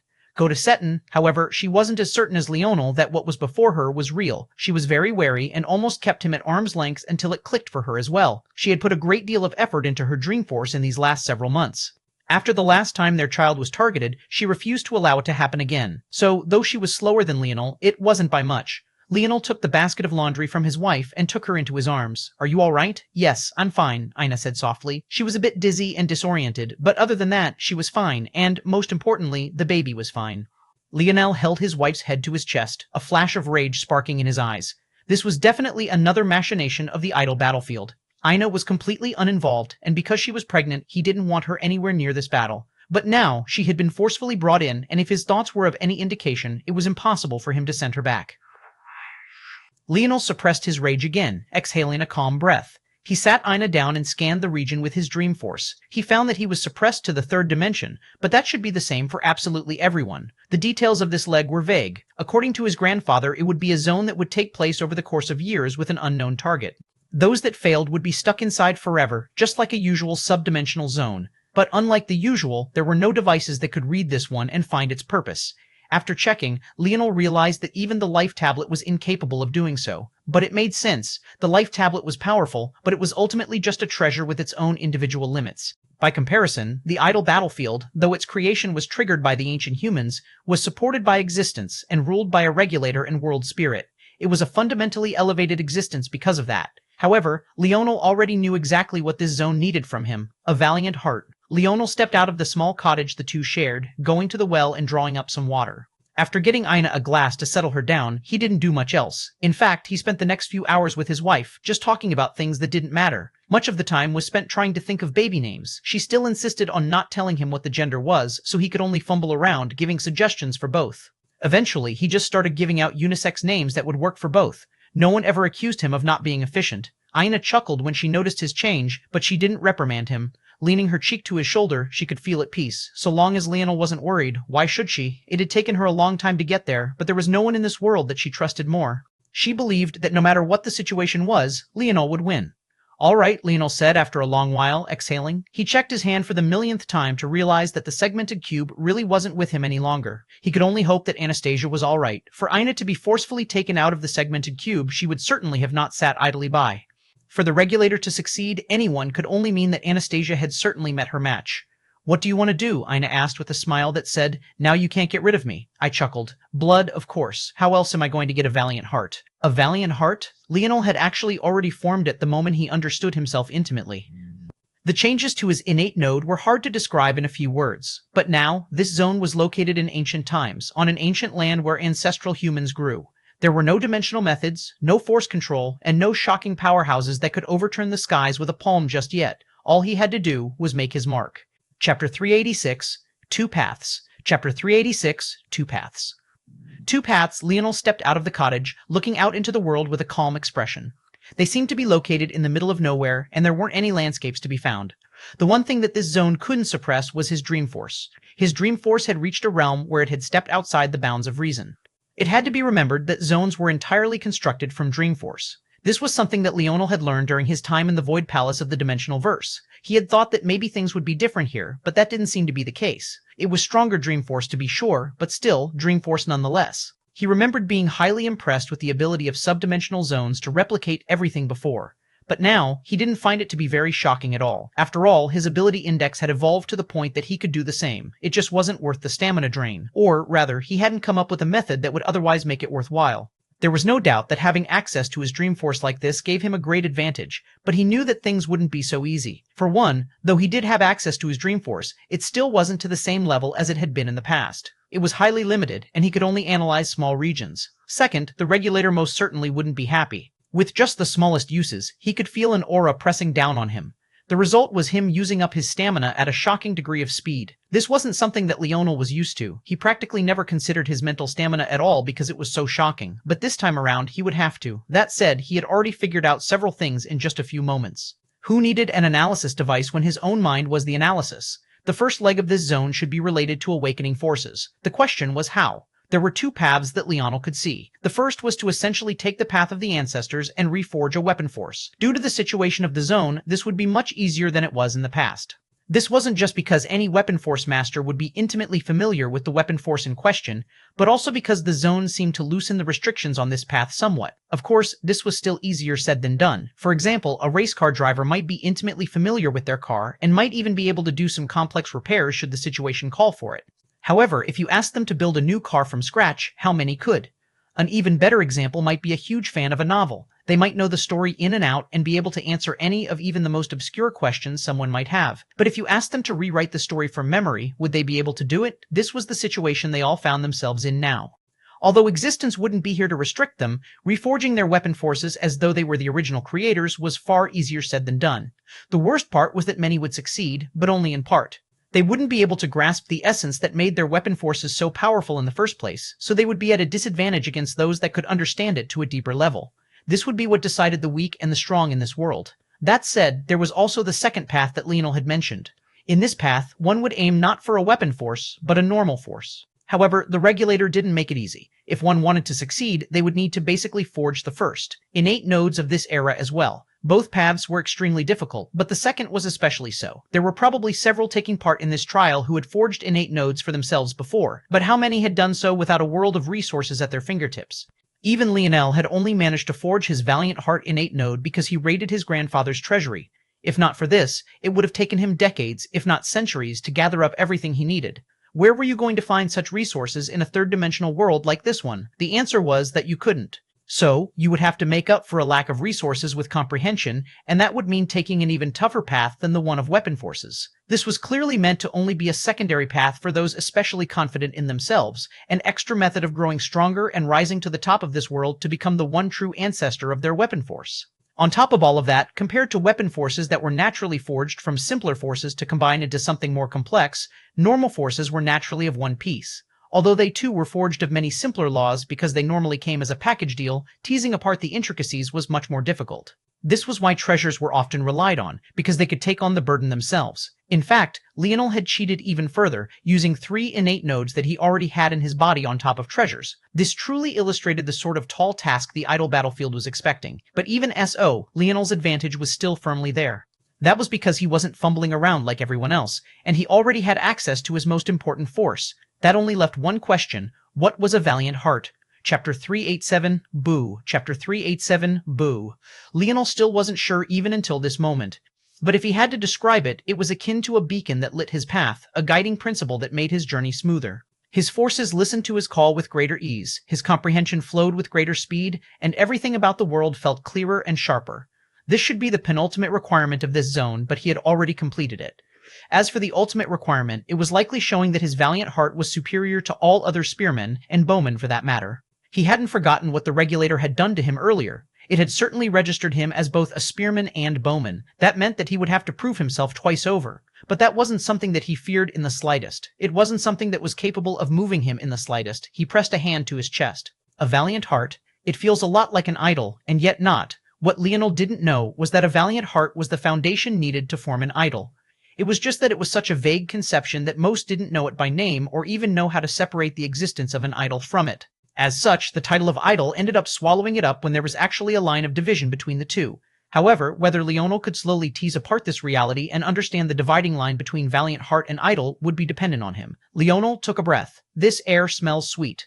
A sound caught his attention from the back, and he found his wife pulling out a rocking chair from the inside. A look of horror crossed his expression, and he rushed inside, taking it from her. No straining, Ina smiled. I'm not so fragile. Shh. Leonel would have no talk back. He held the rocking chair in one hand and Ina in the other. He placed the rocking chair on a bit of flat land outside and helped her sit. The two had their souls connected, so she already knew what Leonel was going to do next. As expected, Leonel walked to the first line of trees after helping her settle in. Rather than going on an adventure into the surroundings, wouldn't he first need a weapon? The question was, how would he make one? There were no weapons around, just a single cottage. His body was as weak as a mortal's, so he couldn't just knock down trees with a palm like he would normally be able to. And unlike Ina, who had been forcefully brought in, he had lost his connection with Tolliver. He couldn't sense his world spirit at all right now. Leonel pressed a palm to the tree, his gaze flickering. He could think of many ways to cut down a tree. He could make a few stone tools, he could try making use of friction, or he could just use his hands to dig up one of the much smaller trees by their roots. The soil was certainly soft enough to make an attempt. But then what? How could he forge a weapon from that alone? This hurdle would probably be the largest to leap over. The easiest solution would probably be to make a journey away from this cottage. If he was correct, everyone probably started in a similar location. There was almost certainly a denser population of people somewhere down this mountain. The first challenge was to survive the trek downward, then maybe find a way to get a weapon from a blacksmith. Then they would begin refining their weapon forces. However, wouldn't it be too embarrassing to need the help of a blacksmith when he was a crafter? It was just that he was a crafter without tools. There are two possibilities. Either I put some effort into learning some rudimentary fist, palm, or finger force that I can use to cut these trees down, or the first possibility wasn't impossible. Leonel had grasped fist force before, though it was a very long time ago. Of course, time meant nothing to Leonel, given his memory and the fact he could access timelines he hadn't even personally lived through now. However, Leonel couldn't help but wonder if it was worth it. Was there a better way? After some thought, Leonel found a rock and then bashed it against the side of a medium-sized tree a few times until there was an unbarked, smooth patch of decent size. Then, his fingers flickered. His control over his body was exceptional, and although he needed to use all of his strength to carve into this tree, the lines he formed were still steady and perfectly neat. Soon, a force art had taken shape. Leonel had a simple thought. Since the entire world was formed of dream force, then that meant that whatever he carved would be treated as a force art. Shilling, PA. A line of energy suddenly cut into the tree before splitting it into several pieces. All of a sudden, there was a pile of perfectly straight, 2.5-meter-long spear bodies laying on the ground. The rest of the wasted material just fell harmlessly to the ground, and in a flash of flames, they turned to ash. Nice! Boo! Oh! Ina's voice came from behind him. What? You didn't like that? Leonel turned back to her with a chuckle. Not at all. I was expecting a lumberjack stripper show, and I got a little magic trick instead. Leonel couldn't help but laugh. Maybe the regulator wasn't so bad after all. It was much less monotonous if he had his wife by his side. This zone would almost certainly last a long while, and danger would be around every corner. Although he feared for his wife's life, if he was strong enough, would it matter? His gaze flashed with determination. Chapter 3188, Not Listening. Chapter 3188, Not Listening. Leonel picked up one of the spear bodies and shook his wrist before piercing it out. The butt of the spear body struck against a tree's body. Despite only having the strength of a mortal, the bark burst apart and a small dent was formed into the tree. Although Leonel kept calling himself a mortal, in truth, he was probably 3 to 4 times stronger than the strongest man on modern Earth would have been. His body, though suppressed to the third dimension, wasn't something a normal man of Earth could hope to match. Unfortunately, his power had been artificially capped. Otherwise, if he could tap into the strength he had the second time he returned to the third dimension, cutting down these trees would have never been an issue in the first place.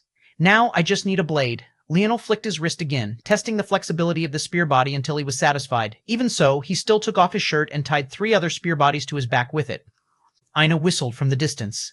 Finally giving the people what they want, Leonel smiled and came to her side several minutes later. He had reworked things, making a large basket he strapped to his back. Come on, hop in, Mrs. Morales. Is this what they call luxury? Of course. You won't find better accommodations anywhere else. Ina shook her head with a laugh and obediently took a seat in the basket. Leonel had made it more than large enough, but she was still worried. Of course, this worry wasn't for herself, but rather Leonel. Usually, her weight wasn't a problem at all. Leonel had been able to easily carry her for a long time now, but now he was immortal, and 100 extra pounds was a lot, especially when she was much heavier than that. She didn't say anything because she knew that Leonel would insist on carrying her around like this no matter what. But Leonel hoisted her onto his back, adjusting himself. Indeed, she was probably heavier than what he could comfortably carry around right now. His speed was less than half of his usual. I'll just have to make up for it. 3 spear bodies rested in the basket with Ina. To his waist, there was a quiver of arrows that likewise lacked a blade, but he had pointed their tips. In his hand, there was a bow that he had just created. In a few moments, Leonel had probably become one of the most equipped people in the zone. Ironically, Leonel had forgotten one of the main advantages he had. He wasn't the only crafter among the entries, but he was the only one familiar with subdimensional zones and would know how to take advantage of them in this way. That was because he, his uncle, and Ina were the only ones to come from incomplete worlds, while he was the only one with high enough dream force affinity to have sensed it already. Not only had his uncle had his dream force suppressed by the suppression of his dream Asura bloodline, but he had also lost all of his memories anyway. My range is probably only around 30 meters or so with this bow. We'll see. Leonel set up, moving as smoothly as he could to stop Ina from jostling around too much. This used up even more energy, but his breathing remained steady and even. He might be suppressed, but his vitality was still through the roof, and the strength of his body spoke for itself. It wasn't even 20 meters into the journey when Leonel's ears twitched for the first time. Already? It seemed that the region around the cottage was a safe zone. The moment he journeyed past a certain region, he was targeted. He took a step, and his hips pivoted as he raised his bow. A fox creature surged toward him, weaving in and out of trees and moving like a flash. Still, Leonel calmly exhaled and released his bowstring. There wasn't the usual fierce twang he was used to hearing, and the arrow moved at an agonizingly slow pace. And yet, the fox seemed to present its head right to it. Poochie, the eye of the fox was pierced right through, the arrow half inserting into its head. Looks like we found dinner, Leonel said with a smile.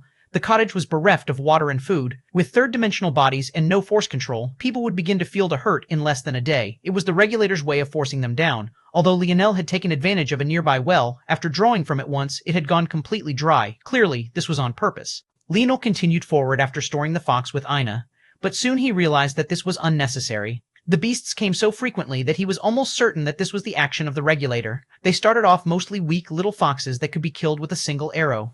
He didn't even worry about running out because every time he ran low, he would just write a new force art on a nearby tree and make more. But soon, one arrow was no longer enough, and he started to have to fire multiple, especially as the creatures grew from foxes to wild dogs, and then from wild dogs to wolves, and then from wolves to panthers. There was another oddity here as well. Bowforce was eluding him, as though it was a faint wisp in the air that didn't want to acknowledge him. That was something that he had never experienced before. Leonel was unlike the others. He could remember the exact formula of Bowforce like the back of his hand. After firing so many arrows, he should have already triggered its appearance, yet it wasn't listening to him at all. Leonel couldn't help but sneer inwardly. There was only one reason this would be happening. This regulator was truly testing his patience. Chapter 389 Blast through Chapter 389 Blast through. Despite the issues, Leonel remained calm. The main problem with not being able to sense Bowforce wasn't the skill portion, it was rather the power output. If he could get his hands on his spear or Bowforce, he wouldn't have to worry about the lethality of his weapons. Even if a bear appeared, he would be confident in piercing its skull with a single arrow. He wouldn't even have to aim for its eyes. But now, he would have to be extremely wary of such a beast. Running out again, Leonel gave the panther that had a blooming bouquet of arrows in its eye a look before walking to a nearby tree and using a trusty rock to repeat the process he had done several times already. Soon, he had several dozen pointed tip arrows in his quiver, but he hardly took a step before he frowned again. Leonel slowly put his bow away, handing it to Ina. Then he pulled out a spear body. Lumbering through the forest ahead was a bear. It was low to the ground, and its fur was a fierce black, yet its eyes were somehow an even darker shade of black. Suddenly, it leapt forward, breaking into a sprint. Leonel's gaze gained an eerie calm to it. His suppressed anger smoldered, but everything about his expression was the picture of serenity. He took a step to the side at the perfect time, sliding behind a tree. The bear burst by, but not before Leonel's spear shot forward. Fierce and steady, it thrust through the air, leaving a whistling, spiraling wind in its wake. Bang! His spear collided right into the ribcage of the bear, and an audible snap echoed. The spear snapped right at its center, but Leonel's expression didn't change in the slightest. Eel only reached up, snatching the broken piece out of the air as it spun wildly. He knew that that audible snap came from more than his spear, especially after he heard the horrible cry the bear released.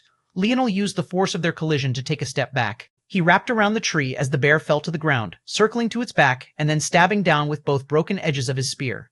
The splintered edges buried themselves into the hind legs of the bear. It was only an inch or two, but the horrible roars of the creature echoed just as loudly. Leonel leapt back with light steps, taking his bow back from Ina and knocking 3 arrows at the same time. "I have to thank you, Regulator. If you won't let me take this path, I'll forge another." Leonel fired his arrows. At the same time, the bear had whipped its head back in an attempt to snap at him and stop the pain coming from its back, only to find 1 arrow coming for each of its eyes and the last soaring into its open maw. Hoochie, hoochie. The bear was immediately blinded, and when it snapped down on the arrow that entered its mouth, the roof of its maw was ripped through. Blood spurted, and the creature was suffering more than it ever had in its lifetime. Leonel drew another 2 arrows and released them, then another 2, then another 2 on top of those. Soon, the bear had a bouquet of arrows in both eyes. It shook on the ground, trying to hold on to its last strand of life. But then Leonel knocked his last arrow. This time, just the faintest wisp of a gold light gathered. The sharpness in Leonel's eyes deepened, and his hand danced in the wind in wisps of violet fog and energy. Dick, shoo, shoo, Putchy. This arrow aimed right for the center of the bear's forehead and ripped right through. Leonel slowly lowered his bow, his expression still calm but his thoughts moving wildly. This entire world was built on Dreamforce, but this was both a benefit and a detriment to the Regulator. The good news for it was that it could control everything with absolute precision. The variables of this world were completely under its control. The bad news was that because it was Dreamforce, it had to rely on templates that already existed. The Regulator wasn't building all of this from scratch, it was pulling on things that already existed in some shape and form. Only that way was it able to display its true power. The reason Leonel couldn't grasp Bowforce was that the Regulator was stopping the flow of Dreamforce-forged Bowforce from making it to him. If Leonel continued like this, he would either have to put in thousands of times more effort than others to grasp Bowforce, or he might never be able to succeed. That was something he couldn't accept. But then he had a sudden bout of enlightenment. As he had said earlier, there would be many who created some form of Bowforce that was ultimately inferior to the original. As such, they would be at a disadvantage against those who understood the essence of the true weapon force to a much deeper extent. If the reverse was possible, why not the vice versa? Why not create his own bow force and spear force from scratch? Forming a weapon force the regulator didn't have a template for, and as such couldn't suppress from reaching him? And why not make it stronger than the originals? His understanding of the two forces had already surpassed that of their ancestors. He had personally defeated them both at the same level. In that case, he would just take it a step forward and truly make them his own. Leonel's gaze glowed fiercely as he looked up. The moon was stretching overhead, and after a day, night had finally fallen. He would have to stop and rest soon, but whether the regulator would allow him any rest was still up in the air. All he knew was that it didn't matter what obstacles were thrown his way, he would blast through them all. Chapter 390, Permanent Residency. Chapter 390, Permanent Residency. Leonel walked out of the forest with slow steps. His back was still straight, but his body was covered in blood. The regulator had truly not wanted to let him off. The good news was that at least half of this blood wasn't his own. The bad news was that that meant the other half was. There was no escaping it. He was too weak right now, and this world insisted on not allowing him to use his bow and spear force properly. He had begun his journey of reforging the weapon forces, but that would take time, and it also didn't help if he had dozens of enemies being thrown at his face again and again. By the end there, he almost got stuck in a valley where 4 different packs of wolves had insisted on attacking him at the same time. Between carrying and protecting his wife, and dealing with so many enemies at once, it was a miracle that he was still alive. But he had managed to leap over the first hurdle and had cleared the forest. Now, it was just a matter of making it to civilization. It shouldn't be too far away. In fact, after concentrating his internal sight into a line, something that he hadn't had to do since his dimensional verse days, he spotted a small city about 40 or so miles ahead. Before, his internal sight was so overwhelming that he never bothered to concentrate it. Though he could still increase the distance by concentrating it into a line, whatever he spotted would be so far away that it would be a waste of time. He rarely needed to look at things so far away. Yet look at him now. Leonel's eyes flashed with a confident and murderous glint. Regardless of the challenge, he would trudge forward. There was no weight that he was afraid to bear now. Hours later, the city was well within his line of sight. Honestly speaking, at a decent pace, even with his current body, Leonel could have covered the distance in 1 or 2 hours. However, he had taken a full 6. For one, he didn't know what dangers the regulator might try to throw at him again, and second, he needed to recover in case the regulator didn't throw anything at him. Luckily, it was the latter this time. A distance away, he set the wooden box on his back down and helped Ina get out. He discarded his spear bodies and just held onto his bow and quiver of arrows. Then, taking Ina's hand, they made their way through the last kilometer or so. The landscape was relatively flat. There were still some trees and shrubbery around, but as one got closer to the city, it was replaced by what looked like mostly farmland. Wheat, corn, and another variety of crops surrounded the south-facing direction. Leonel chose to walk around this to the western side just in case. He didn't want to trigger trouble by being accused of stealing. Soon, they had made it to the entrance of the small city. It was surrounded by tall wooden logs and looked quite rudimentary. However, all things considered, it was probably the largest plot of civilization around. They had 2 large gates, a radius of 500 meters or so, and tough-looking guards wielding real steel weapons at both entrances. There was even a short line of people looking to get in. Leonel listened to the conversations these people had with the guards silently until it was their turn. Trade, tourism, asylum, or permanent residency? The guard asked in a practiced motion, hardly scanning them. Permanent residency, Leonel replied. For how many? Leonel looked at Ina's bulging belly. 2. The guard seemed to notice his hesitancy and looked up as well. A bit of his hard exterior faded when he saw that Ina was pregnant, and he understood Leonel's pause. However, he still had a job to do.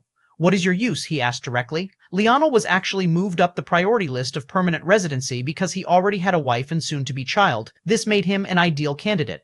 What the city didn't want was a bunch of bachelors with nothing to lose moving in. However, Leonel still needed to have some worth. Otherwise, he'd become dead weight to the city one way or another, and that was unacceptable. Blacksmith and hunter, Leonel said calmly. Blacksmith? The man didn't seem to hear Leonel's second word at all as his eyes lit up, but then he looked at Leonel skeptically. What kind of blacksmith didn't have any iron weapons?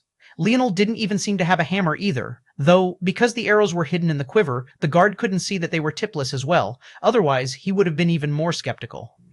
After a while, the guard looked at Ina again, who was just silently standing by Leonel's side, and decided to put the hard-ass attitude on the back burner for the moment. You will need to pass a test to confirm your skill. If you truly are a blacksmith, you and your wife will be accepted with open arms. But I will warn you, if you are lying, there will be consequences. The guard gave Leonel a look as though to tell him to turn back now if he truly was lying. After all, if he failed, he would implicate his wife as well. However, Leonel just nodded, and the guard hoped that that meant he was confident. What the guard didn't know was that Leonel didn't know the first thing about being a blacksmith. He had never even swung a hammer before. This time, he was completely flying blind.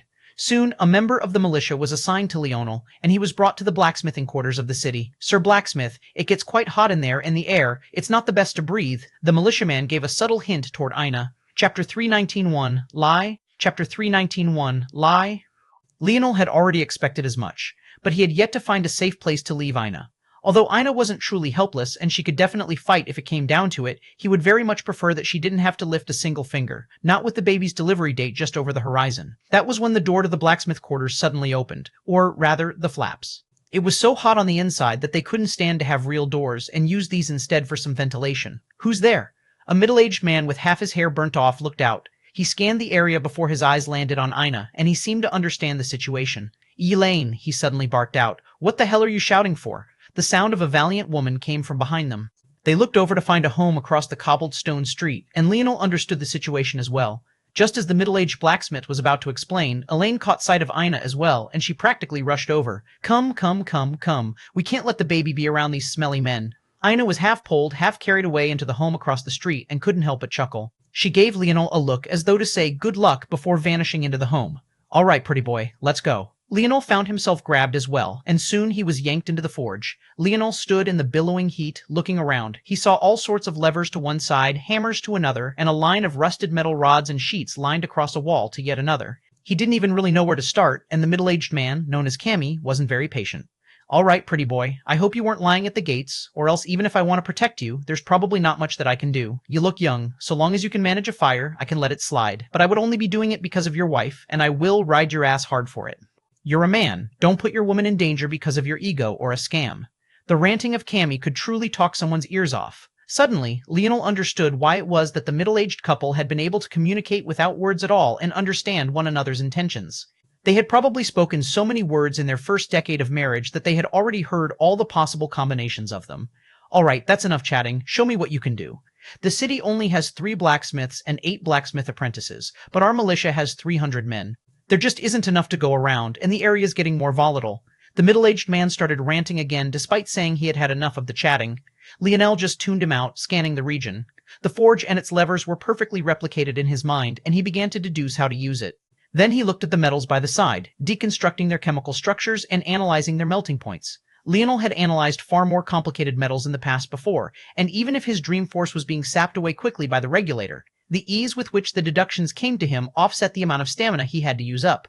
Simulations began to run in his mind of how he might maximize the use of his hammer, and soon he felt that he had a decent understanding. After all, he had watched Ramon swing his hammer for days. It was hard for someone with an ability index like his to watch an expert at work for so long and not pick up a thing or two. Did you really lie?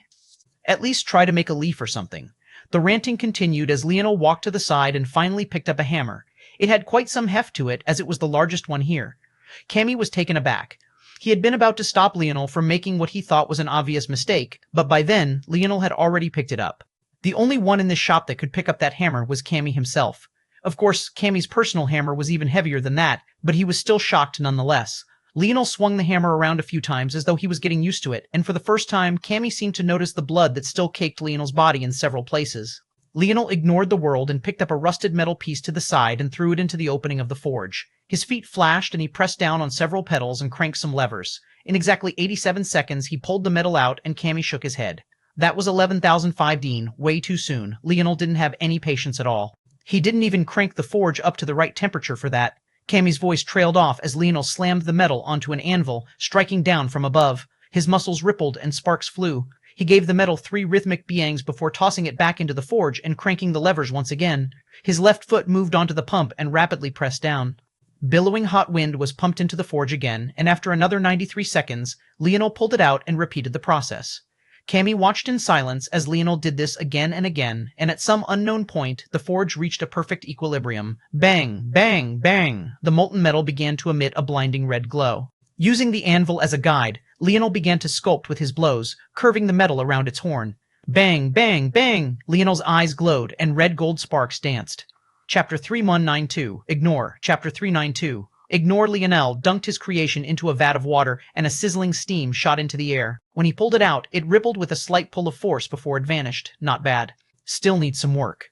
One would have thought that Leonel had made a blade he could finally use, but it was actually a brace. The moment he picked up the hammer, he had decided to make one. That was because he calculated that if he swung as hard as he wanted to, he would eventually harm his wrist. If he wanted to make progress, he was going to have to find a way to protect his health first, then he could handle the rest. Cammy came over from the side and looked at the brace. Why did you waste precious metal on this shit?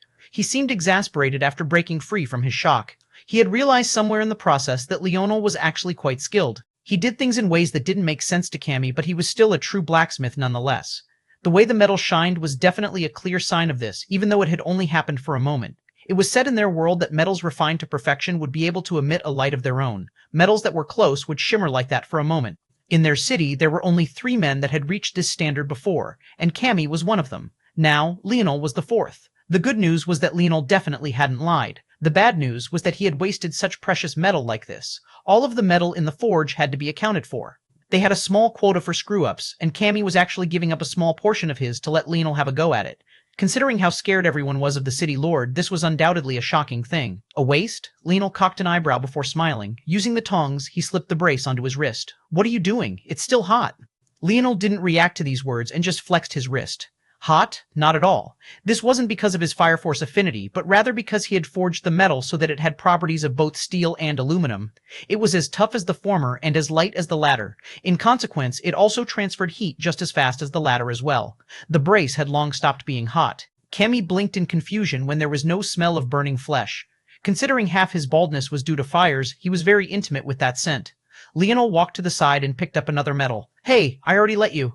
Leonel tossed the rusted metal into the forge again. You didn't even let the forge cool first. That metal might look the same, but it's... Leonel began to crank levers and pump in air. You wait for the forge to cool after every time? You're wasting coal. The temperature might be too high now, but it will be perfect by the time the metal is ready to reach its melting point. Cammy's lip twitched, being left speechless for the first time in maybe his entire life. He obviously knew that the metals would take time to come up to temperature.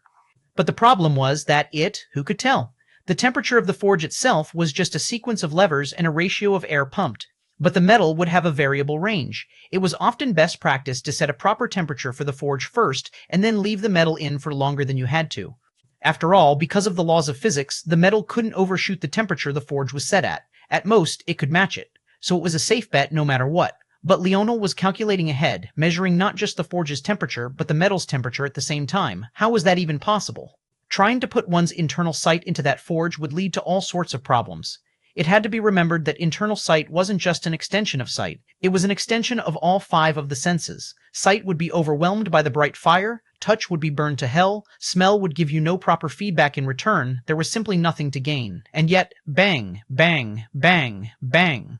Leonel repeated the same process again and again, moving smoothly and assuredly. He brought the metal in and out of the forge, cranking levers and pumping air as though he was controlling the forge as an extension of his own body. Cammy was so distracted that it took him a while to realize that Leonel was swinging the hammer with what should have been at least 3 times the strength he used previously. He could practically see the metal whining beneath his might. That brace, Cammy's eyes shone, it was dispersing the impact and weakening the backlash to Leonel's arm, so it wasn't a wasted craft after all? Just how was a brace alone able to accomplish this? Sigh-earing, Cammy hurriedly dodged out of the way of a blade force that carried itself through the air. Leonel tossed the metal back into the forge. Every time he pulled it out and hammered, another blade would appear, then another, and then another. They layered on top of each other before, bang, a resplendent light shot up and a ripple surged across the room. The air overturned, and dancing blade lights descended. Cammy's eyes were pulled to the spearhead, and he practically forced his eyelids more open with his fingers and thumb. He couldn't believe what he was seeing. And because Cammy was so distracted, he didn't see the sneer on Leonel's face. He had found a way to ignore the regulator. Chapter 3193. Another. Chapter 3193. Another. The regulator was an absolute annoyance. If Leonel could have directly killed it, he would have made the attempt already. But he knew those thoughts were foolish. If that regulator could go toe-to-toe with Anastasia, then he certainly stood no chance. Such thoughts were nothing more than something to help him sleep better at night, not that he was getting much sleep these days. Even so, he had his own ways of sticking a middle finger to the regulator. Blacksmithing was definitely a much different profession than crafting had been for him. Rather than finger designations, he had to replace it with rhythmic swings. Rather than communicating with Tolly to deal with impurities, he had to hammer them out or burn them away. Rather than fusing metals with a thought, he had to adjust temperatures and melt them into one another, then force their fusion with tempering processes. The list of things he had to do felt endless, and it was like he was learning how to craft all over again, but he absolutely loved it. Just now, he had managed to touch onto the faintest edges of the life grade. Normally, this wouldn't be possible with just this alone. That was because the life grade required the formation of an entirely new force metal, one that could stand on its own. But Leonel was just using normal iron and hadn't added in anything special, except for Dreamforce. Everything in this zone was forged of Dreamforce, including these seemingly solid metals. That meant that they could be manipulated in ways normal metals in real life couldn't. Leonel had managed to forge a new path of blacksmithing, one that would only work in this world, and also one that would ignore the regulator. A regulator was a regulator for a reason. It could target Leonel, but it could only do so while following its own rules. If not, why would it just target Leonel like this and not directly kill him? Leonel's father, the man he respected the most in the world, had ended up dying at the hands of a regulator of the mere dimensional verse. Compared to that regulator, the regulator of the idle battlefield was most definitely orders of magnitude more powerful. Killing the Leonel of now would be as easy as snapping its fingers. But it didn't. It also didn't send any more beasts after Leonel once he left the forest as well, and the reason was the exact same, its rules. Making it more difficult for Leonel to communicate with and sense his spear and bow force was still bending the rules within a certain parameter. It was still justifiable. However, after Leonel created a life-grade weapon that resonated with spear force on its own, this was no longer possible. That was because the weapon in Leonel's hand now had nothing to do with the challenge of the zone. There was nothing the zone could do about it. Suddenly, Leonel had gained the best of both worlds. With a spearhead like this one, he could now access spear force, and at the same time, he could continue to forge his own spear force path. Of course, there were drawbacks. For one, this new crafting path he was creating wasn't perfect just yet. At best, he was accessing a neutral spear force, not his sovereign spear force, and certainly not his Dharma spear force. He would need to refine his methods for much longer before he took this step. But the good news was that he already had several ideas. He had yet to carve any force arts into the blade, and he had a feeling that he would get many more chances to test out his theories very soon. Just who are you? Cammy looked at Leonel incredulously. In this entire Belmont Ridge region, spanning thousands of miles, there's only one blacksmith amongst hundreds that can do that. Oh? There's another? Cammy was speechless. Why did it sound like Leonel didn't believe him? He was about to reprimand the pretty boy, only to realize that he probably didn't have the right to. Who was he to lecture this man about blacksmithing? Plus, that blacksmith he spoke about had been a legend for so long that he had either already died or certainly had a foot in the grave. But Leonel looked like he had barely just turned 20. Of course, Leonel was much older than that. In terms of years personally experienced, he was over 150 years old. In terms of his body's age, he was almost 30 now. But in this third-dimensional world, those that could look so young and be so old at the same time didn't exist. Not yet, anyway. At that moment, there was a sudden ruckus at the door, or the flap, and Cammy looked over with a frown. A blacksmith apprentice who seemed to be in his 30s rushed in. Master Cammy, the city guard is here to pick up the order. Cammy waved a hand. It's all by the door. Just take it. They say it's not enough. Master Elaine is arguing with them. Cammy's eyes flashed with rage. Is it Jones? The blacksmith apprentice didn't dare to speak. Jones was the youngest son of the city lord. There were rumors that he was secretly selling their work on the private market to enrich himself, but Master Main had ended up suppressed for bringing this matter to the city lord, and now no one dared to bring it up. The amount of weapons Cammy had handed over was certainly enough. The quota never changed, including a certain number of repairs and a certain number of fresh weapons and armor depending on the blacksmith in question. The fact Jones was asking for more only meant that he was truly overstepping his bounds this time. He wanted more obviously so that he could skim off the top. He wasn't even trying to hide it anymore. With a flash of rage, Cammy stomped out. Leonel frowned as well, following. If Elaine was involved, what about Ina? He wouldn't mind starting a massacre regardless of the consequences if even the slightest hair on her head was harmed. Chapter 394, Jones. Chapter 394. Jones. Leonel followed after Cammy calmly, his expression unreadable. Had the middle-aged blacksmith been watching Leonel, he might have realized that it might have been in their best interest if Leonel stayed on the inside. But realizing it was one thing. Actually being able to stop Leonel from going to see if his wife was all right was a different matter entirely, and maybe Cammy would have understood this as well. A man's love for his wife couldn't be described in just a few words. A man's love for his pregnant wife existed in a league all its own. To call it a reverse scale simply didn't do it justice. The two walked out from the flaps of the smithy to hear Elaine cursing to the high heavens. We've already given you the quota. It never changes, so don't start your bullshit now. Do I look thin and frail to you? Do you know how many children these hips have birthed? Do you think I would fear a brat so wet behind the ears? Come, see if I don't spin your jaw around your neck. Elaine gripped onto a broom with one hand and a rolling pin in another. Her apron was still caked in flour, and she had just been eager to listen to a few more baking techniques that Ina was teaching her when the commotion triggered. When she saw Jones and his men bully the apprentices who didn't seem to know what to do, her motherly instinct flared up. There were 8 apprentices across the town, and 2 of them were her flesh and blood, and the last was a son she had adopted. Cammy had 3 apprentices here, and they could all be considered to be under the valiant housewife's protection. How could she not flare up? Jones sneered at Elaine's display. The first time he had seen it, he had actually gotten quite scared, but after coming away unharmed several times, he realized that this housewife only knew how to put up a valiant front. She wasn't actually all that valiant at all. And how could she be? A single poke from one of his guard's swords and she would be dead. Jones had beady little eyes and pale skin that didn't make sense for most of those in this city. Bronzed or tanned skin was pretty much the norm in this region. For someone to be as pale as Jones, it was either they were incredibly sick or they spent not even the slightest modicum of time working. His skinny fat posture played perfectly into that. He had a somewhat lanky frame, but a belly that half spilled over his waistline, giving him a disproportionate and truly disgusting appearance to look at. If that wasn't enough, his oily hair and wretched scent certainly didn't help at all. He ignored Elaine and looked to her back, watching a calm and silent Ina. His eyes lit up, only to be marked by a barely perceptible fury when he saw just how pregnant she was. One would have thought that Ina was owed to him, as though she had committed some sort of taboo by carrying a child that wasn't his. Maybe in this town, that was precisely the case. In fact, the first time he saw Ina, he was more shocked than anything else. He didn't believe that there was such a beauty around that he had never seen before. He was aware of the existence of every single one of them. How could he have possibly missed the very best of them? Even though they could hide her for a while, by the time she grew up, rumors would have spread, which meant that this woman must have come from outside the town and was very likely a new resident. Just as Jones was about to make some inquiries, the valiant housewife blocked his line of sight to Ina. "You better keep those stupid little beady eyes away from my daughter-in-law, you little bastard. Otherwise, I don't mind castrating you right here and now." Ina raised an internal eyebrow, but she didn't say much. She could guess the woman's thoughts. There was definitely some veil of protection that came with being one of the only 3 blacksmith's wives, so Elaine was trying to extend that protection to Ina as well. Unfortunately, she had made a little bit of a slip-up. "A daughter-in-law that I've never heard of?" Jones finally spoke in a high-pitched, ear-grating voice. "Are you trying to say that one of your sons married outside the village and no one knew about it? Tell me, what is your family conspiring? Don't tell me that you're planning to defect to our enemies?" Elaine froze, not quite knowing how to respond to this. "Detain them, guards. I'll have to thoroughly investigate this matter. In these troubling times, we can't let even a single traitor go. This is also a matter of the security of our city. Don't go easy on them just because they're women or pregnant." There was a distinctive pause before he spoke out the last word. Elaine's brows jumped with fear and horror as she realized the implication. As for 16,516 Ina, her reaction was muted. If she hadn't seen a certain man suddenly step out from the smithy, her reaction alone might have caused Jones to piss his pants.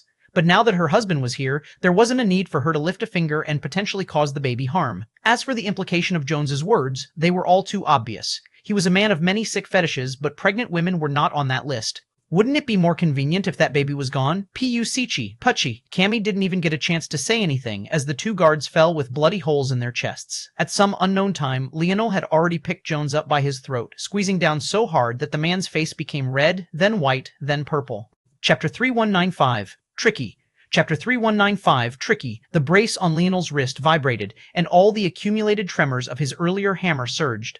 Jones felt the pressure building in his head as the horror set in. His skin began to bulge from the blood pressure. His skull deformed soon after as his brain pushed up against its mold, and then his eyes popped out of their sockets in a rain of blood. All the while, Jones wasn't able to make a single sound. He could only scream in his own thoughts, trapped in the cage of his own mind as it became a murky, disgusting mess of gray matter oozing from his nose and ears. Then, he couldn't withstand the pressure anymore, and his head exploded. A shocking silence filled the city streets. There had been many spectators that had gathered by now. After all, the Cammy smithy was on a busy street. Their residence was the only one here, while there were many other commercial properties that the people would frequent. Seeing Jones stir up trouble again, many wanted to remain uninvolved, but many more wanted to see just how far these matters would go. Jones was a true stain on their city. His presence made several things harder on everyone, but no one could say anything. In reality, the intelligent amount the city knew the real reason Jones was allowed to run rampant. The city was in a bad situation with the marriage alliance between Venner and Vate City. The city lord wanted to increase taxes, but he didn't want to become the villain himself, so he let his son do it. Most of the hatred of the people was directed onto Jones, and the foolish and naive didn't even realize that many of the things Jones did were done in tacit acceptance of his father. Jones thus became a hound. While most of the things he did were just to enrich himself, much of the money he gathered went right into the coffers of the city lord and were sent to bolster their defenses and prepare for the next battles. But now he was dead. Leonel waved a hand, and Jones's headless corpse fell to the ground. Ina came to his side, shaking her head and gently using the apron she wore to wipe the blood from his face. Because they were in the 3rd dimension now, it was much more difficult to do certain things, and Leonel was certainly overexerting himself for the sake of both the display and causing their enemies the most amount of pain possible. What she didn't realize was that her casual actions were just as shocking. When had these people ever seen someone they assumed to be a housewife wipe not only blood but gore as well from the face of her husband? Why was the action so casual, so unassuming, so natural? Ina wiped the last of the blood away and straightened out Leonel's clothing. She didn't even bother to take off her now blood-stained apron, as though it was only natural that it be like that. Everyone else could only focus on the interaction and the corpse that now lay on the street, but the two of them didn't seem to care in the slightest. Cammy and Elaine looked at Jones's corpse, their expressions somewhat pale. When they gazed up to look at one another, they seemed to have both come to a tacit understanding as well. Elaine took a step forward and hurriedly whispered to the two, "You two need to leave as quickly as possible. You can't stay here anymore." Leonel didn't reply. That was because while Ina was still focused on cleaning him up, he was focused on making sure she wasn't harmed. He was practically scanning every one of her hairs to see if there really was one missing or not. As for what he would do if he found something out of place when Jones was already dead, maybe only he was aware of that. It was only after he ensured that Ina really was just fine that he looked over to the housewife. "Where does the city lord live?" he asked. He didn't really need the answer. He could find it with a thought. Instead, he had asked for a completely different reason. The same instant he asked, he scanned the changes in the reactions of everyone around. There were quite a number of those who reacted with horror, unfortunately making him realize that this matter wouldn't be so simple. The city lord was smarter than he thought, and he wasn't outright hated by his people. Just taking him out wouldn't be good enough, because that would mean he'd have to likely travel with his pregnant wife to another city unless he planned on fighting it out with the entire militia. If he had his normal slate of abilities, he wouldn't care, but he really couldn't manage it now. Considering the quota, there should be about 300 or so official men of the military. They would likely be stronger than usual third-dimensional existences, and I still haven't confirmed whether this world truly has no one of the fourth dimension or not. It would be dangerous to go up against so many people. Cammy was shaken. He grabbed Leonel's wrist and pulled him back. "Why are you asking that? You need to be careful," he hissed. "Why? Didn't you say that this is his son? I have to at least explain my actions to him, no? I'm a blacksmith now. There might be a chance to survive." Many people breathed sighs of relief when Leonel said this, but they were the fools of the group, smitten by the trickery of the city lord. It was those who had initially reacted with excitement that gave Leonel a second look. Indeed, they had seen through Leonel's intentions as well, and some seemed to appreciate his pullback. There was some hope for this city after all, it seemed. However, how the fallout would go was hard to say. Chapter 3196. Anesi, Chapter 3196. Anesi, regardless of what the outcome might be, Leonel himself was unprecedentedly calm and unmoved by it all. So long as his wife was safe and healthy, he didn't care about anything else. He took Ina's hand and began to walk. However, rather than making his way out of the city, he walked toward the city lord's mansion. City Lord Anesi was a middle-aged man, but unlike Cammy, he didn't seem to be tapering off from his prime. He had a robust build, a graying beard that exuded an air of strength and wisdom, and a pair of deep black eyes that seemed to carry an abyss of their own. News of what happened was exceptionally slow to travel. There were no methods of instant information transfer, so the man didn't know of anything that had happened, nor of the loss of his son. Instead, he was going over reports, his stoicism growing more somber the more he read. These matters were truly getting complicated, and just squeezing his citizens for more wasn't going to work. They needed more warriors, powerful ones. If not, no matter how many resources they handed over, what good would it do for them in the long run? If anything, it would just be giving their enemies more of a lane to take advantage of them. This was unacceptable. A knock came from the door. He looked up from his desk with a frown. "Come in, City Lord. There's someone here to see you. Who is it?" "This man claims to be the fourth blacksmith of the city." The City Lord's expression darkened even further. If he had been told earlier about such a thing, he might not have let Leonel in at all. For a fourth blacksmith to appear at such a precarious time practically screamed enemy spy. Who knew? Maybe they would find out in the middle of battle that their weapons were defective. "Hey!" The voice was abruptly cut off as they were dragged back. In the doorway appeared a couple, both covered in blood. City Lord Anesi stood up, his aura surging. "Honestly, I think I overestimated you a bit too much," Leonel said, almost as though he was talking to himself. "To think that I could just walk in here without much effort at all."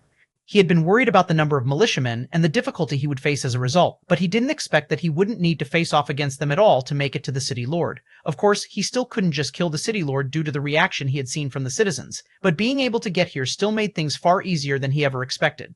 This was the weakness of these small cities. They hardly had proper sanitation, let alone advanced technology. This was more like what most third-dimensional worlds were like. Earth was a true anomaly. The amount of advancement that Earth had made without force was something that should truly be studied. "Who are you?" City Lord Anesi's aura flared. He was truly a man used to wielding power. But maybe it was precisely because of this that he didn't have any true bodyguards by his side. Maybe he would have them when he went out. But in the confines of his own home, and given his personal power, he would never believe that he would need them here of all places. Leonel walked in with Ina and closed the door behind him. There was a pounding that came from the other side, but Leonel only casually took out the blade of the spear he had created. With a flicker of his wrist, a complex pattern was drawn into the door, and all of a sudden, the sound of the pounding vanished and the door no longer even vibrated. "I can give you two options," Leonel said casually. City Lord Anesi's expression became firm, and he seemed to be preparing for the fight of his life. He even gave a slight glance to Ina before focusing on Leonel. If it came to it, he didn't believe that Leonel would be so casual with his wife's life. She would definitely be his weak point. Leonel read the City Lord's reaction and changed his mind. I guess there's no need to give you an option then. Sichi. The City Lord reacted quickly, his skin becoming covered in a dense gray stone. Leonel's finger collided against it. He managed to make it through, but only in part. Interesting. Leonel's arms stretched over the desk that separated them, his finger thrust at the City Lord's chest, but he couldn't make it any closer. He thought the battle would end in a single strike, quite frankly. It probably would have had he used the blade, but he hadn't thought it was necessary. It seemed, though, that although the City Lord wasn't in the fourth dimension, he had awakened an ability index. That made sense. Even if these humans hadn't figured out how to create dimensional methods yet, ability indexes were innate. They would be born with them so long as a world had made it through the metamorphosis. Leonel thought about just using the blade and ending things, but he decided against it. There was something he wanted to see. Bang! The City Lord took a step back to stabilize himself before exploding forth. He kicked at his desk, sending it flying at Leonel as he rushed to the side, picking up a heavy axe. Leonel was forced to stop the desk, but the echoes of danger bloomed in his mind. He knew, even without his internal sight, that the City Lord was swinging his axe down at him from the other side, planning to go through both him and the desk. Leonel's palm touched the smoothness of the desk before he grunted, pushing the heavy wood desk down and back. The desk collided with the City Lord's lower body, stifling his forward momentum and causing the axe to swing wildly through the air. Chapter 3197. Wary. Chapter 3197. Wary. The swing of the axe missed Leonel's nose by a hair, swiping down, splitting the desk, and then burying itself into the floor. Leonel took a step forward, stamping down on the polearm of the axe with a foot and driving it down hard. The City Lord's grip almost failed, but though he managed to hold on, his body was sent tilting forward.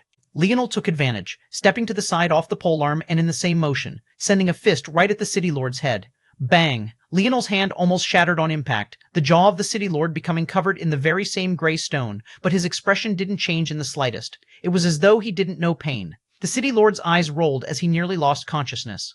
He stumbled, his grip over the axe loosening as he almost collapsed. Bang! A second fist landed from Leonel, then a third. The City Lord couldn't read or react to what was happening at all. His mind wasn't even clear. It was like he was being attacked by 3 enemies at once instead of just one. A single miscalculation had left him in a quagmire that he couldn't pull himself out of. Blood ran down Leonel's knuckles as his skin was sheared off with every collision. In the swirling darkness of his mind, City Lord Anesi could only barely see a pair of deep violet eyes. Despite the fact his knuckles were being stripped down to the bone, the coldness never faded from them. Those 2 orbs were the only thing the City Lord could see as the life was practically beaten out of him. He couldn't help but wonder what mistake he had made to end up in this situation, and that was when he caught sight of a second pair of cold orbs. They were golden, and they hovered there with the very same steadiness. This was no normal pregnant woman. Those were the last thoughts he had before the last of his mind gave way. His brain practically oozed out of his orifices, his blood falling like the rain. Leonel exhaled a calm breath. He wasn't originally planning to kill the City Lord if he was obedient. But what was with these people and targeting his wife? Did they have no shame, not letting even a pregnant woman go? He shook his head almost as though it was regretful that the City Lord chose death. However, he only did so for a moment before he picked the 2 halves of the desk up and put them together. He drew a force art at their split joint, and it naturally fused together. Quite quickly, it looked as though nothing at all had happened in the office. Leonel picked up the City Lord's corpse and put it on the table. Other than the blood oozing out of his orifices, the City Lord actually looked perfectly fine. It should be possible. Leonel had been testing something with every punch he levied at the City Lord. This subdimensional zone was entirely focused on weapon forces, so doing anything else was quite difficult. Even his ability index was suppressed, let alone his lineage factor. The obvious solution to this problem was to kill the City Lord and then use King's Might to resurrect him to do his bidding. But that was easier said than done, especially with the regulator targeting his dream force in particular. However, as Leonel had said many times already, everything in this zone was constructed from dream force. Everything. That meant that technically speaking, using King's Might here should be easier than using it anywhere else would be. After all, he had direct and unfettered access to the souls of people. But the theory was one matter, the actual execution was another. In reality, he couldn't even access his King's Might at all, let alone use it.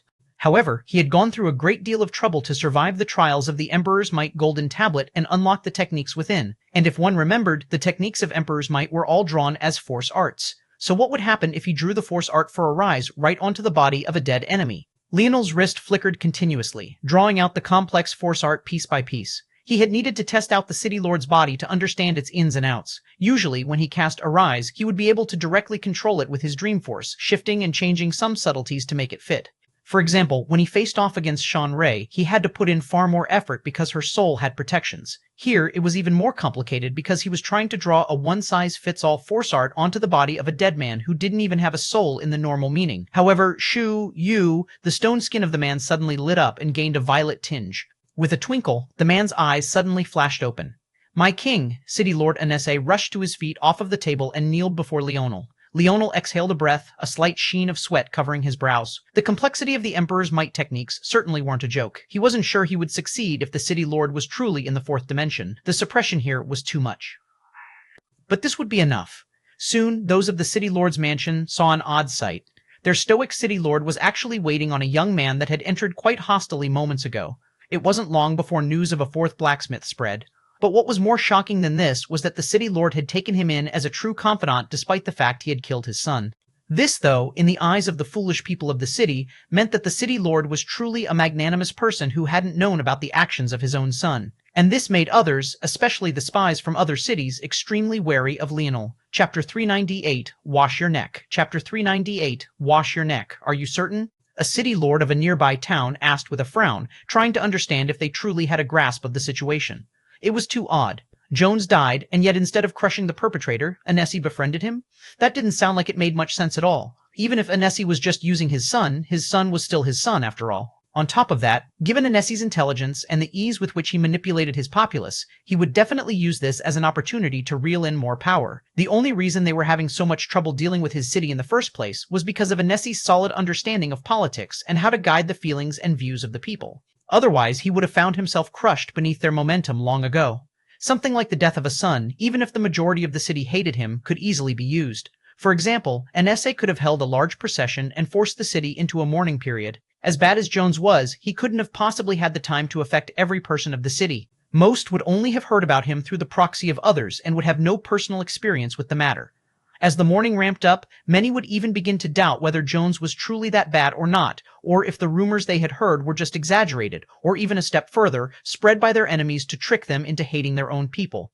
If Anesse drummed this up and ended it with a public execution of Leonel, it would bring everyone in the village together. Though there would be some dissenting voices, they would eventually be drowned out by the general public sentiment until they began to turn even people who called themselves their friends away. This was how easy it was to manipulate the human mind. Everyone was susceptible. You didn't need to convince everyone. Even just 60% of the population being on your side was enough to sway the remaining 40% until they had no choice but to follow. This was why Anesse was bold enough to allow his son to run rampant in the first place. He intimately understood this matter, which was why it was so ridiculous that he would make a choice like this. The only explanation was that Leonel was dangerous. Boom. Just as the city lord was lost in thought, there was a sudden burst at his door, and his messenger's head flew into the skies.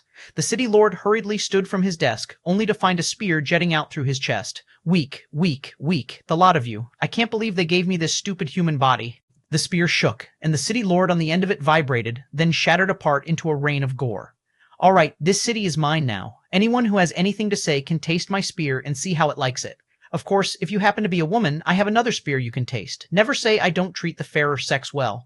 All across this zone, scenes similar to this one played out.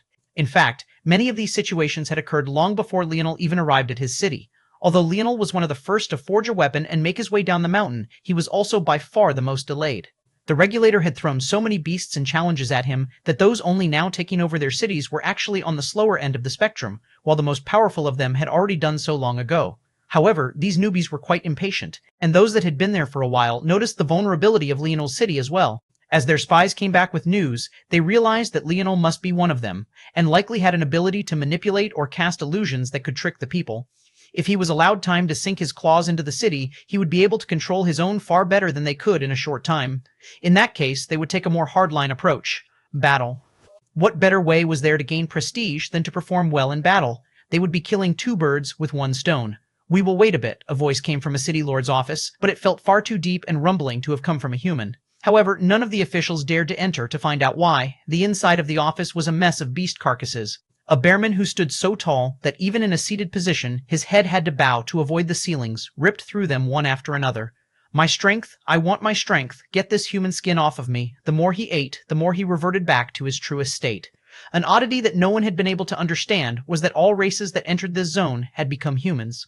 It didn't feel like they were stuck in the body of another, but rather like their own bodies had regressed. If Leonel were present, it would have been easy enough for him to understand why this was. After all humanoids were descendants of humans. But to most, they assumed that it was just another test of the zone, and they were all too eager to return to their true bodies. And this bear beastman was no different. Blood leaked from his lips, and his body shuddered with pleasure as strength poured into it once again. He seemed to have gained some sort of PTSD from living in the body of a weak human. Once I'm done here, I'll find the bastard who dared to kill my brother. I will smell it. On you, wash your neck, he spoke between bites. Chapter 3199, Dung. Chapter 3199, Dung. The rhythmic clanging of metal echoed again and again. After dealing with the city lord, Leonel seemed to have forgotten about the rest of the world as he went back to forging. In truth, he wasn't very interested in doing this back and forth with the experts of this world. Going around, conquering cities, and razing his enemies to the ground wasn't interesting in the slightest. This was the most obvious path to clearing this zone, but Leonel also knew that it wouldn't work for him for several reasons. First, the regulator would make it a living hell for him. Trying to follow the conventional path would just give it more chances to do exactly that. And second, he already had a valiant heart. His goal wasn't to form one like the others. His goal was to form his weapon force on his own. These were the two requirements for clearing this zone. However, for obvious reasons, the second would also be a living hell thanks to the regulator. This ironically put Leonel right back at step one. He wasn't going to succeed in forging his own weapon force by meditating in silence. He needed to battle. And that put him right back in the regulator's clutches. It was a vicious cycle, to be sure. But that didn't mean he had to follow everything to a T. If he was correct, his enemies should be making their way toward him right this moment, so he would use them as a nice whetstone. Clang, clang, clang. Leonel stopped swinging his arm, shaking his head. Still not good enough, he tossed the blade to the side. Making a long-standing weapon force better was next to impossible. In order for it to be triggered in the first place, it already had to have reached perfection in some aspect. There was nothing to improve. The creation of a weapon force shouldn't be looked at like inventing an item. The creation of a weapon force was exactly the same as someone creating oxygen. How could you improve oxygen? No, it's even more fundamental than oxygen, as I know it is two oxygen molecules bonded together. Creating a weapon force is no different than piecing together a fundamental atom from its electrons, protons, and the basal elements even more fundamental than them. As stable as oxygen was on its own, trying to add to it or remove from it would immediately destabilize it.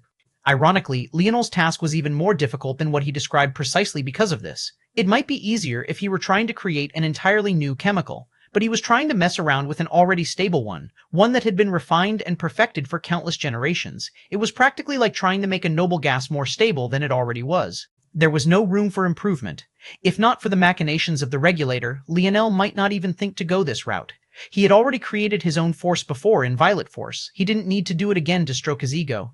Even he, deep inside, felt that Spear and Bow Force were already perfect as they were. He didn't have any ideas for how to perfect them even further. Leonel took a breath and exhaled.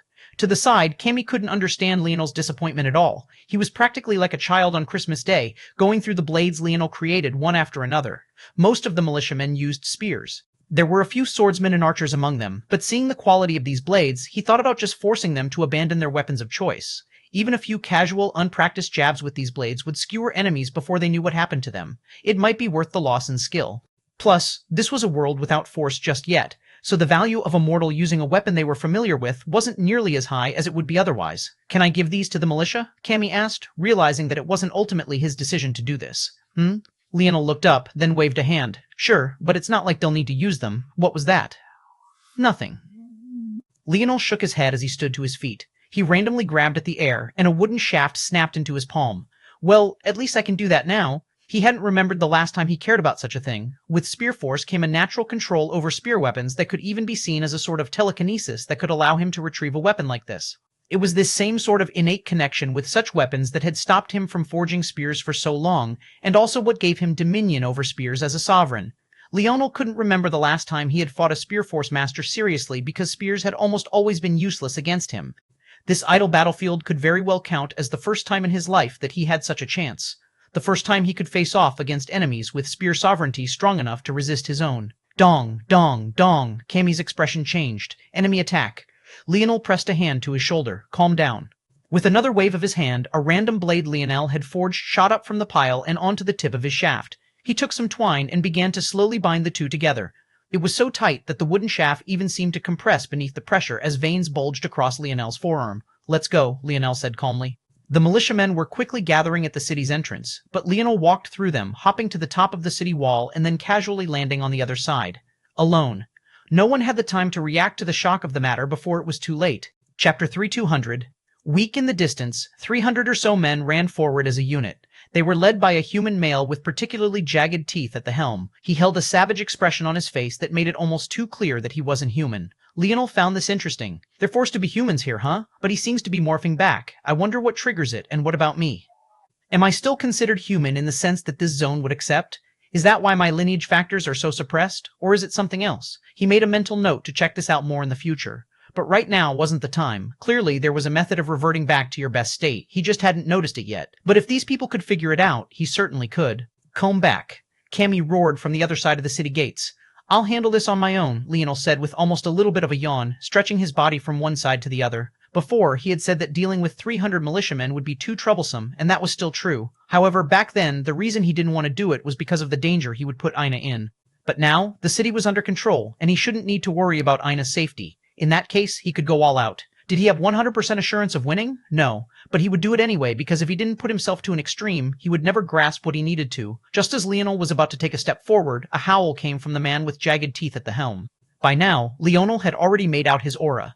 With his memory, he had memorized every single man and woman in the Spear Force holding area. He knew, then, that this man was actually a rapax. Considering how rare it was for the rapax to use weapons, he was either trash or an elite among elites. Clearly, since he saw Leonel was alone, he wanted to fight alone as well, the pride of a rapax taking hold.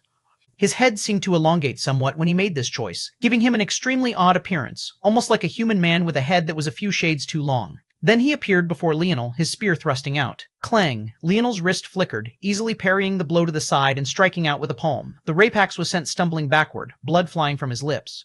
Leonel looked down at his hand and shook his head. He had actually fractured his wrist on that blow. It was just a hairline fracture, but that didn't stop it from hurting like hell. It would definitely affect his battle. With a fluid motion, he swapped the brace protecting his right hand to his left, making a mental note to make a second when the time came. By this point, the rapax had recovered and realized that Leonel was a strong opponent. He unleashed another howl and swung down with force. Leonel shook his head. Weak, his spear danced. He took a more conservative stance, realizing that he didn't have the same body he used to have. There was no need to focus on trying to end the battle with style points. He shifted from stance to stance, the speed of his spear steady, but its blade sharp.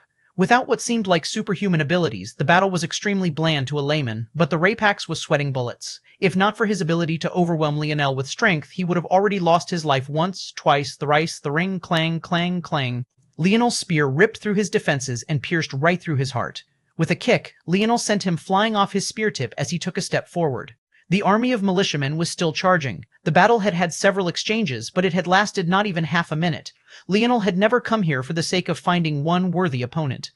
In the history of existence, after he defeated Old Spear, there was no one at the same level that could match him in spear technique, with or without spear force. What he needed was a pressure that could only come from quantity, and these men would give him that. They would be far weaker than the rapax, but Leonel took another step forward and his aura surged. It was far more muted than it was when he had his full array of abilities, and yet he still felt like a looming presence in the eyes of those who laid eyes on him.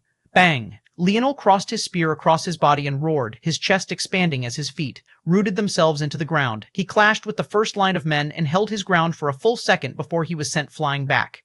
But that was all he needed. The delay of the three men he clashed with impacted the row behind them, and then that row impacted the row behind them. Leonel stabilized his footing, and then his spear snaked forward. It moved like a shadow through the air, puncturing three throats in quick succession before the line could even begin to recover. Pucky, pucky, pucky. Blood flew, but Leonel suffered a slash from the side. He didn't have his usual array of movement methods, and at some point there were just too many enemies. However, the fact there were so many was also a benefit in itself. As many as there were, only 3 or so could attack him at a single time. Leonel waded into the deep waters, his eyes glowing with determination. For every wound he suffered, he killed 3 more, and soon blood began to splash around him like a dancing array. Those on the city walls couldn't believe what they were seeing. Chapter 32001. React. Chapter 32001. React. Leonel sidestepped a spear and swung out with a blade. He cut an arrow piercing toward him in 2, sending just the arrow tip to the ground where a militiaman by the side accidentally stepped on it. The roar of pain was abruptly cut off with a head flying into the skies. Leonel became like a reaper, his body coated both in his blood and that of his enemies. The army had become such a mess and had lost any semblance of leadership they had, so even when they tried to run, they would find themselves face to face with Leonel, without options to save themselves. An arrow pierced into the flesh just above Leonel's hip, but he only pivoted to the side, causing a spear to miss his torso and slice the arrow away for him instead. Finishing his pivot, his spear arched back and up, running the blade through his helper's throat and up through the back of his skull. Every action of Leonel's seemed to serve 2 or 3 actions at once. He tried to delve into the mysteries of spear force, but he found himself relying more and more on his ability index. Every little calculation was well within his means, but the calculations themselves seemed to take up far more stamina than they ever did in the past. Leonel found that he was slowly encroaching on the level where instinct and calculation were becoming one, and he was only able to sense it when his spear force was no longer restraining him. His movements became faster, sharper. Every time he swung out, someone died, and at some unknown point, Pucci, his spear drilled downward, pinning a militiaman to the ground through his throat with a blade. Leonel gasped for breath, the corpses of over 100 men lying at his feet as he propped his foot up on one of their chests. Despite the shock and awe of those on the city wall, Leonel wasn't satisfied in the slightest. Almost half of the men had managed to run away and escape, for one. But he would have been able to let that slide if he had advanced considerably. Unfortunately, he didn't feel like he had. The fusion of his ability index and his spear abilities seemed great, but Leonel didn't see how this would help him awaken his spear force. If anything, it was bringing him further away by muddying the waters again. A new spear force would have to be purely spear force. It wasn't a path he was looking for, he already had plenty of those. What he needed was something fundamental, something grounded. Making his spear force more complex wasn't the path to that. He had really pushed himself to get everything he could out of this battle, and yet it wasn't enough. Leonel knew that he had time, but he just wasn't satisfied with this alone. If he allowed himself to lull into the pace of this battlefield, maybe he would never make the progress he wanted to make at all. Huffing for breath, he looked down at the spear in his hand. He raised a hand to his hip, ripping out the arrow tip stuck inside and tossing the bloody, flesh-mangled mess to the side. He closed his eyes, taking another deep breath before his gaze sharpened. A large, looming shadow had appeared over him. A man with the head of a bear and the menacing momentum of a beast stood towering over him at more than twice his height. The power of his muscles rippled, practically superheating the air around him, causing steam to billow out in waves. Leonel looked up calmly, his gaze indifferent, and his spear still pierced through the throat of the man he was stepping on. Above him, the bear beastman had a maw open and dripping with blood and saliva, his teeth littered with bits of ripped flesh. "It's you!" The growl of the bearman caused Leonel's hair to flutter back. "Die!" A spear descended from above. Leonel felt like his body was screaming at him to find some place to rest, but he still raised up a block. Bang! Leonel had killed quite a number of people on this battlefield, but there was only one beastman that he could recall. As for how this man knew it was him, he didn't know, nor did he care. Another whetstone had appeared. Bang! Leonel fell heavily to a knee, his spear braced above his head. The beastman kicked out. There was a slight shift before. After all, he had to retrieve his spear to balance himself while he sent out such a kick. But it was still too fast. Leonel could barely block with his own spear before it landed. Snap!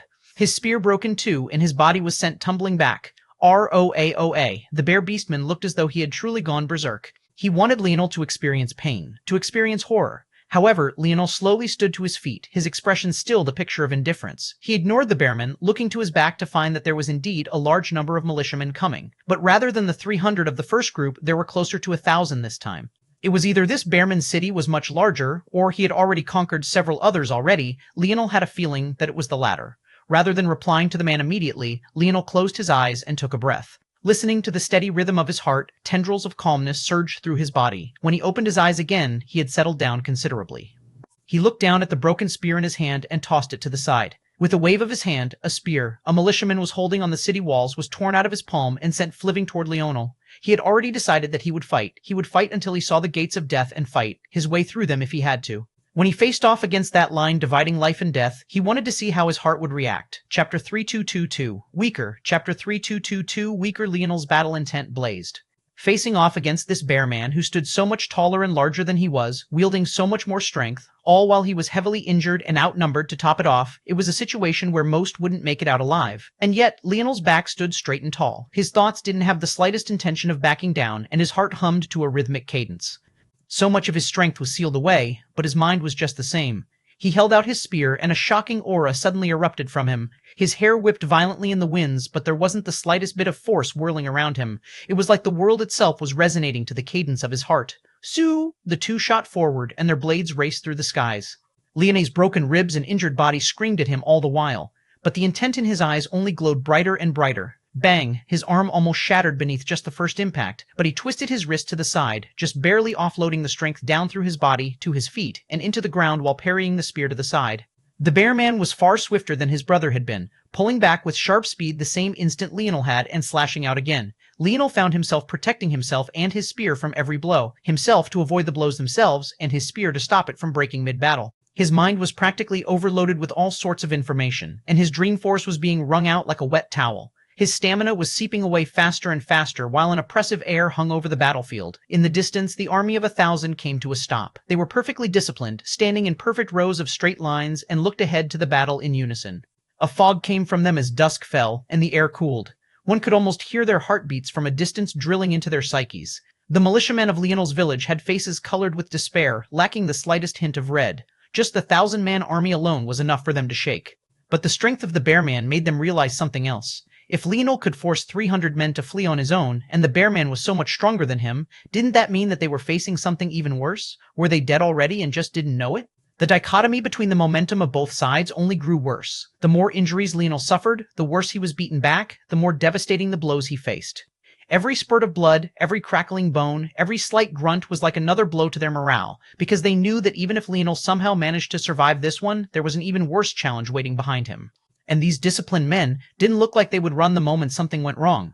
Leonel could practically feel the pressure on his shoulders increasing. It was an amorphous feeling, one that had been so fleeting to him in the past and yet so clear now. Not only could he feel the weight pressing him down, but he felt it clearly as the Bearman seemed to grow stronger and stronger.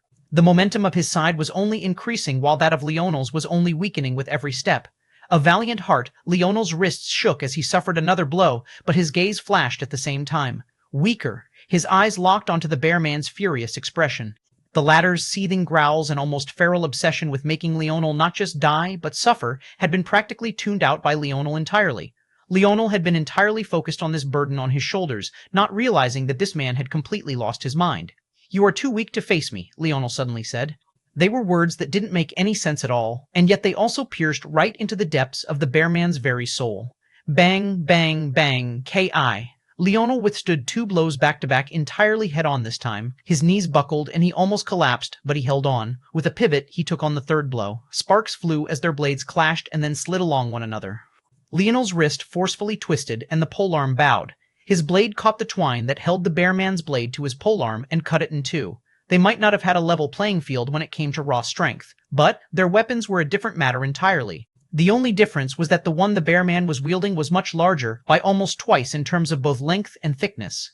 Unfortunately, that didn't matter. Leonel's spear swept to the side, hitting the tip of the Bearman's spear with precision that shook the soul. His blade tip couldn't have been steadier, and for a moment his back carried shades of his father's presence. It didn't matter how heavy the burden was, he would carry it. Shilly, shi-ai, shi-ai, shi-ai, shi-ai. The Bearman's blade was almost completely knocked out of the groove it sat in. When he tried to strike again, he found that he didn't even have a straight blade anymore. And in that moment of hesitancy and shock, shi-ai, Leonel's spear ripped through his throat. The Bearman froze, and many eyes opened wide in shock. Leonel's earlier words felt like nothing more than a joke.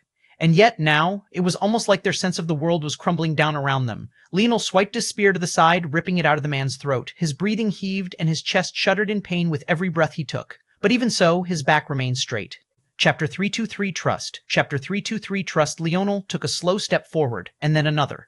His aura continued to grow, the burden on his shoulders solidifying as he faced off against the now somewhat shaken army of 1,000. However, though they were shaken for a moment, their discipline ultimately shone through. Their own momentum began to climb, clashing against Leonel's and almost smothering it down to ash.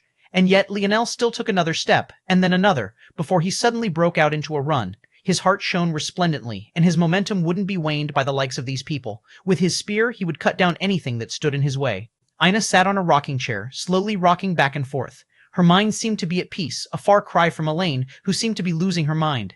The middle-aged housewife had noticed that her husband wasn't here, and rumors were already flying around in the city about a 1,000-man army being outside their gates. She wasn't a fool. She knew what happened in situations like this one. There would be a forceful conscription.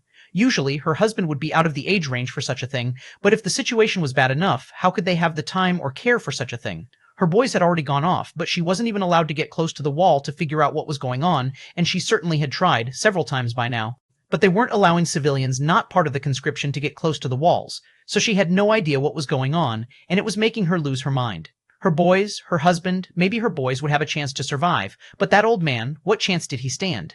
In her delusional fantasy, she thought that she should be there by his side swinging her rolling pin. Maybe she would be able to stop a few enemies that tried to stab him in the back. Elaine rushed to the open pit over and pulled out the 3rd apple pie of the day. The house was practically steaming with the scent of fresh baking. This might have only been the third apple pie, but she had lost count of the other baked goods she had made already. You should try cutting the apple slices thinner next time, Ina said lightly. More cinnamon, less brown sugar. Also, bake the crust ahead of time a little longer. She spoke these words with a casual flair. Right, right, Elaine nodded, looking down at the pie on the counter as though it held the dream she was suppressing. Again, do it again. Elaine listened to Ina's vague instructions, somewhere in the back of her mind knowing that Ina was doing things like this on purpose. After all, if she just told her how to make the perfect apple pick, maybe she wouldn't have anything to distract her anymore. Plus, the variables of the cook changed every time she started.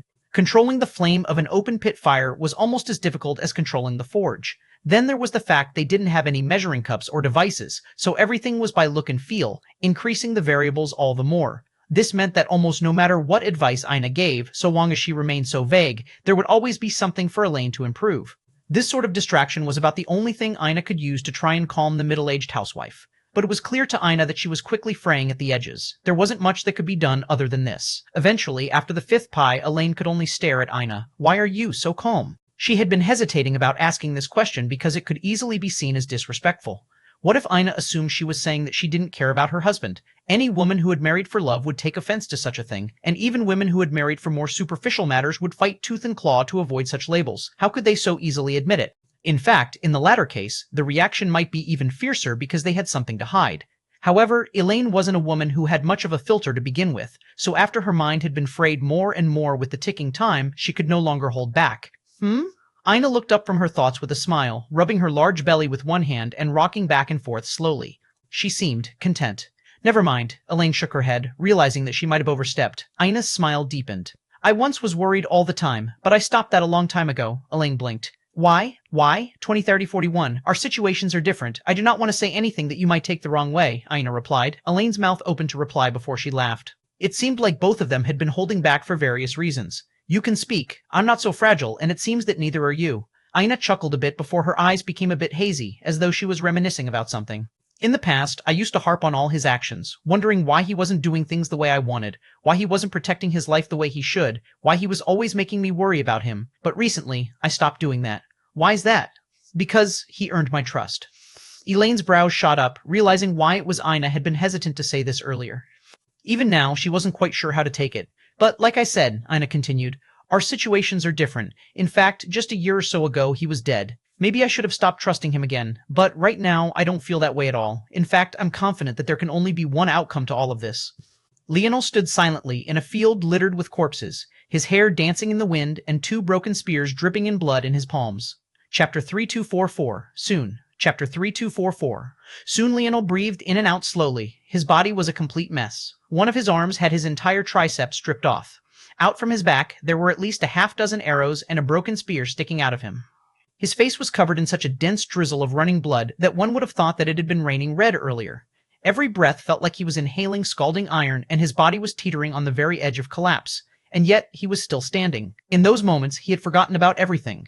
Almost like he was the iron being tempered in flames, he allowed the pain to wash over him, suffering countless blows, injuries, and horrors. With his normal body, these injuries were nothing. But with a body suppressed to the 3rd dimension, it was a miracle that he was even standing at all. And yet, he was. The silence hung palpably. Even until the end, those of the city didn't know how to react. When had they ever seen a man defeat 1,000 on his own? In the end, more than half had ended up running away once again, leaving Leonel disappointed in his own performance. But it was hard for those of the city to look at it like that at all. Leonel unleashed a shuddering breath as he raised his head to the skies. He couldn't help but wonder where that line existed. What was holding him back? Was it still the regulator? His hands loosened, and the broken spears fell from his hands, piercing into the ground. He turned back toward the city, walking with slow, steady steps. If this one battle wasn't enough, he would fight another. If that wasn't enough, he would fight a third. If that wasn't enough, he would fight a fourth. He wouldn't allow himself to be stalled here. His steps would continue to trudge forward until he reached the end of this road and the demoness's head lay on the ground before him. He walked directly into the city and disappeared. From start to finish, no one spoke a single word. What could they say? In the end, it was City Lord Anesi who took control of the situation and sent people out to clean up the battlefield and burn the dead. In a world like this one, allowing the bodies to stay around for too long would end up spreading disease and killing off their city's population. However, even as they did this work, none of them could forget the scene they had just witnessed. It was only made more shocking when Leonel did it again the following week, and then again the week after that. Leonel fell into a boiling vat of water Ina had prepared. They had been in this world for 2 months already, and at least once a week there would be a large-scale attack that was triggered. Every time, the enemies would be stronger and stronger, and in this most recent battle, the enemy actually had a rudimentary form of spear force that seemed almost about to take shape. Not only were they getting stronger, but their numbers were growing as well. The bear man had been a bit of an anomaly at first, but now it felt like every time an army appeared, it was 1,000 men strong. And every time they came, Leonel would fight them alone. Sitting in the wooden tub with his wife behind him, cleaning his wounds, there was a silent peace in the air. Leonel didn't feel his pain at all, he just felt comfortable. His injuries were slow to heal in this world, but Ina had managed to find a way to speed it up. After studying the herbs that were around for a week or so, she managed to find combinations of normal third-dimensional herbs that were excellent at stimulating his healing processes. By now, Leonel was easily twice as powerful as he was when he first stepped into this world, and somehow he both felt like his spear force had advanced by leaps and bounds and that he hadn't made any progress at all. It was an odd feeling, to be sure. Being twice as powerful didn't sound impressive until one thought about how long it would take a mortal to achieve such a thing normally. To be twice as strong as the common man should take at least half a decade to a decade of training for most. But Leonel had accomplished it in less than 2 months, but he didn't feel like there was anything impressive about it at all. That was because 2341, as others gathered, regained their humanoid forms and slowly began to access more of their lineage factors and ability indexes on top of unlocking their weapon forces. Leonel was stuck in a rut the regulator wouldn't let him out of. From an outsider's perspective, it seemed only natural that he would eventually run into a wall that he couldn't surpass. When that time came, he would die, and his wife, without the ability to protect herself, just might follow suit. How could Ina fight against so many enemies in her current state? Leonel even began to wonder if he had made a mistake by not investing in conquering more men. In reality, there were many he had defeated that came to the city of their own volition, growing it. By now, their 300-man militia was not only fanatically loyal to him due to his power and strength, but they had more than tripled in size, giving him a 1,000-man army as well. But he pushed such thoughts down. He knew that this path wasn't for him. For Leonel, building an army and using it to conquer everything would be too easy. No one could outmaneuver him on a battlefield. But none of this would help him unlock what he needed. He had come to the idle battlefield for his own power, not to raise a power that would be useless to him outside of these walls. I'm going to give birth soon, Ina suddenly said. Chapter 3205, tomorrow. Chapter 3205, tomorrow. Leonel's gaze flickered, but he eventually calmly nodded. Then he smiled. When? Tomorrow. Okay, Leonel beamed.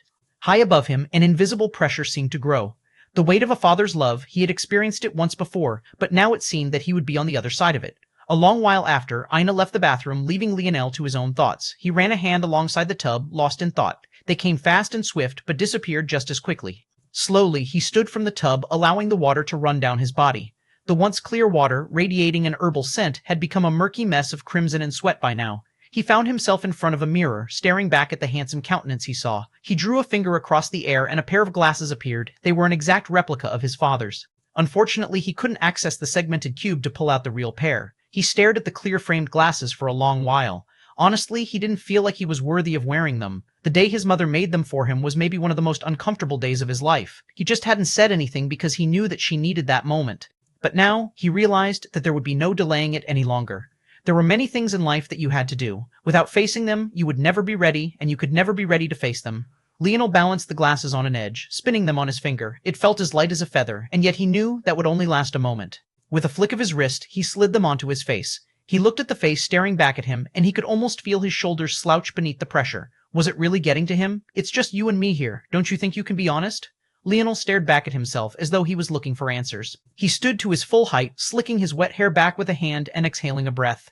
After feeling like he had delayed long enough, he dried himself and walked out. With emotion, he grabbed a wood-body spear from the side. I'll be back, Leonel said lightly. Ina nodded, rocking on a chair that Leonel had crafted for her this time. She had liked the one in Elaine's house so much that she had to use her wife privileges to get one of her own. Leonel headed out of the door, smelling the air as it whipped around him. About 80%. Better than the usual. That was how much he had recovered since his last battle. By now, they happened so frequently that he could smell them coming over the horizon. That dense scent of blood, that subtle shaking of the earth, the shift of force in the air. He could feel it all almost, intimately. He walked through the city slowly, and a silence seemed to fall. Everyone who saw him had the very same gaze of respect in their eyes. Almost out of respect, the city had a moment of silence whenever Leonel went out to battle.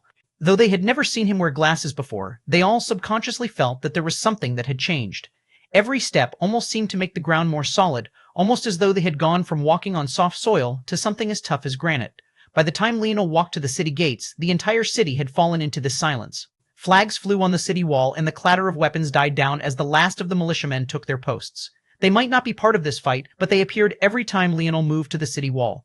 It was their way of showing respect. Leonel had never led them personally. He hardly talked to most of them. In fact, they only seemed to receive orders through City Lord Anesse. And yet, there was no doubt about who they respected the most. Leonel took a seat, allowing his legs to dangle from the city wall. He laid his spear across his lap, looking out into the world. The approaching army wasn't even in the line of sight of most. At best, one could see lines of smoke rising into the air. But as they got closer, Leonel realized that this one was going to be a true challenge, as though the others weren't enough already. It wasn't just a single army, but two. Each one had what must have been upward of 2,000 men, but the numbers weren't the real issue. It was the two that led them, a Sylvan and a Pluto. The Pluto was none other than Geran, the very young man who had once been by Elryan's side. But just the fact that he was a Pluto spoke volumes all by itself. And the Sylvan, a man who went by Valen. These two were the very same two that had caught Leonel's attention in their waiting room. It seemed that his luck was truly bad, to have not just one, but both of his strongest competitors appear here at the same time, and not even 3 months into a zone that was supposedly meant to last for years. Was his luck really so bad? Obviously not. And neither was he meant to have faced enemies so frequently either. Under normal circumstances, he shrugged off the machinations of the regulator. He had managed to control that seething anger, and he hadn't allowed it to erupt again since the first time. But he was particularly sensitive today. Targeting him like this on the eve of his child's birth? Was that supposed to be another coincidence? A deathly sort of aura began to radiate from Leonel. Sparks of something unknown cracked and popped around him. Chapter 326, A Father's Fury, 1. Chapter 326, A Father's Fury. 1. Crackles of air shook around Leonel as he picked up his spear, stepping off of the wall and falling to the ground with what looked almost like a light brush with the soil. A minor puff of dust rose up around his feet, but other than this, one would have thought that a feather had fallen from the skies. Leonel exhaled a breath, trying to control his temper. But as he walked forward to the coming armies, he was finding it more and more difficult to do so. Something rattled around inside of him, his body wanting to erupt. It was tempered by his own several controls and his insights for the future, but like a wild dog bucking against its chain, he could feel that it truly wanted to unleash. The two armies came to a stop. Valen and Geran stood at their helms, their eyes glowing with murderous intent as they locked onto Leonel, and maybe for good reason. Valen knew that Leonel had touched upon a taboo of the Sylvan race, taking their Sylvan hearts and using them for his own personal purposes as though they were truly trees to be lopped down for their lumber.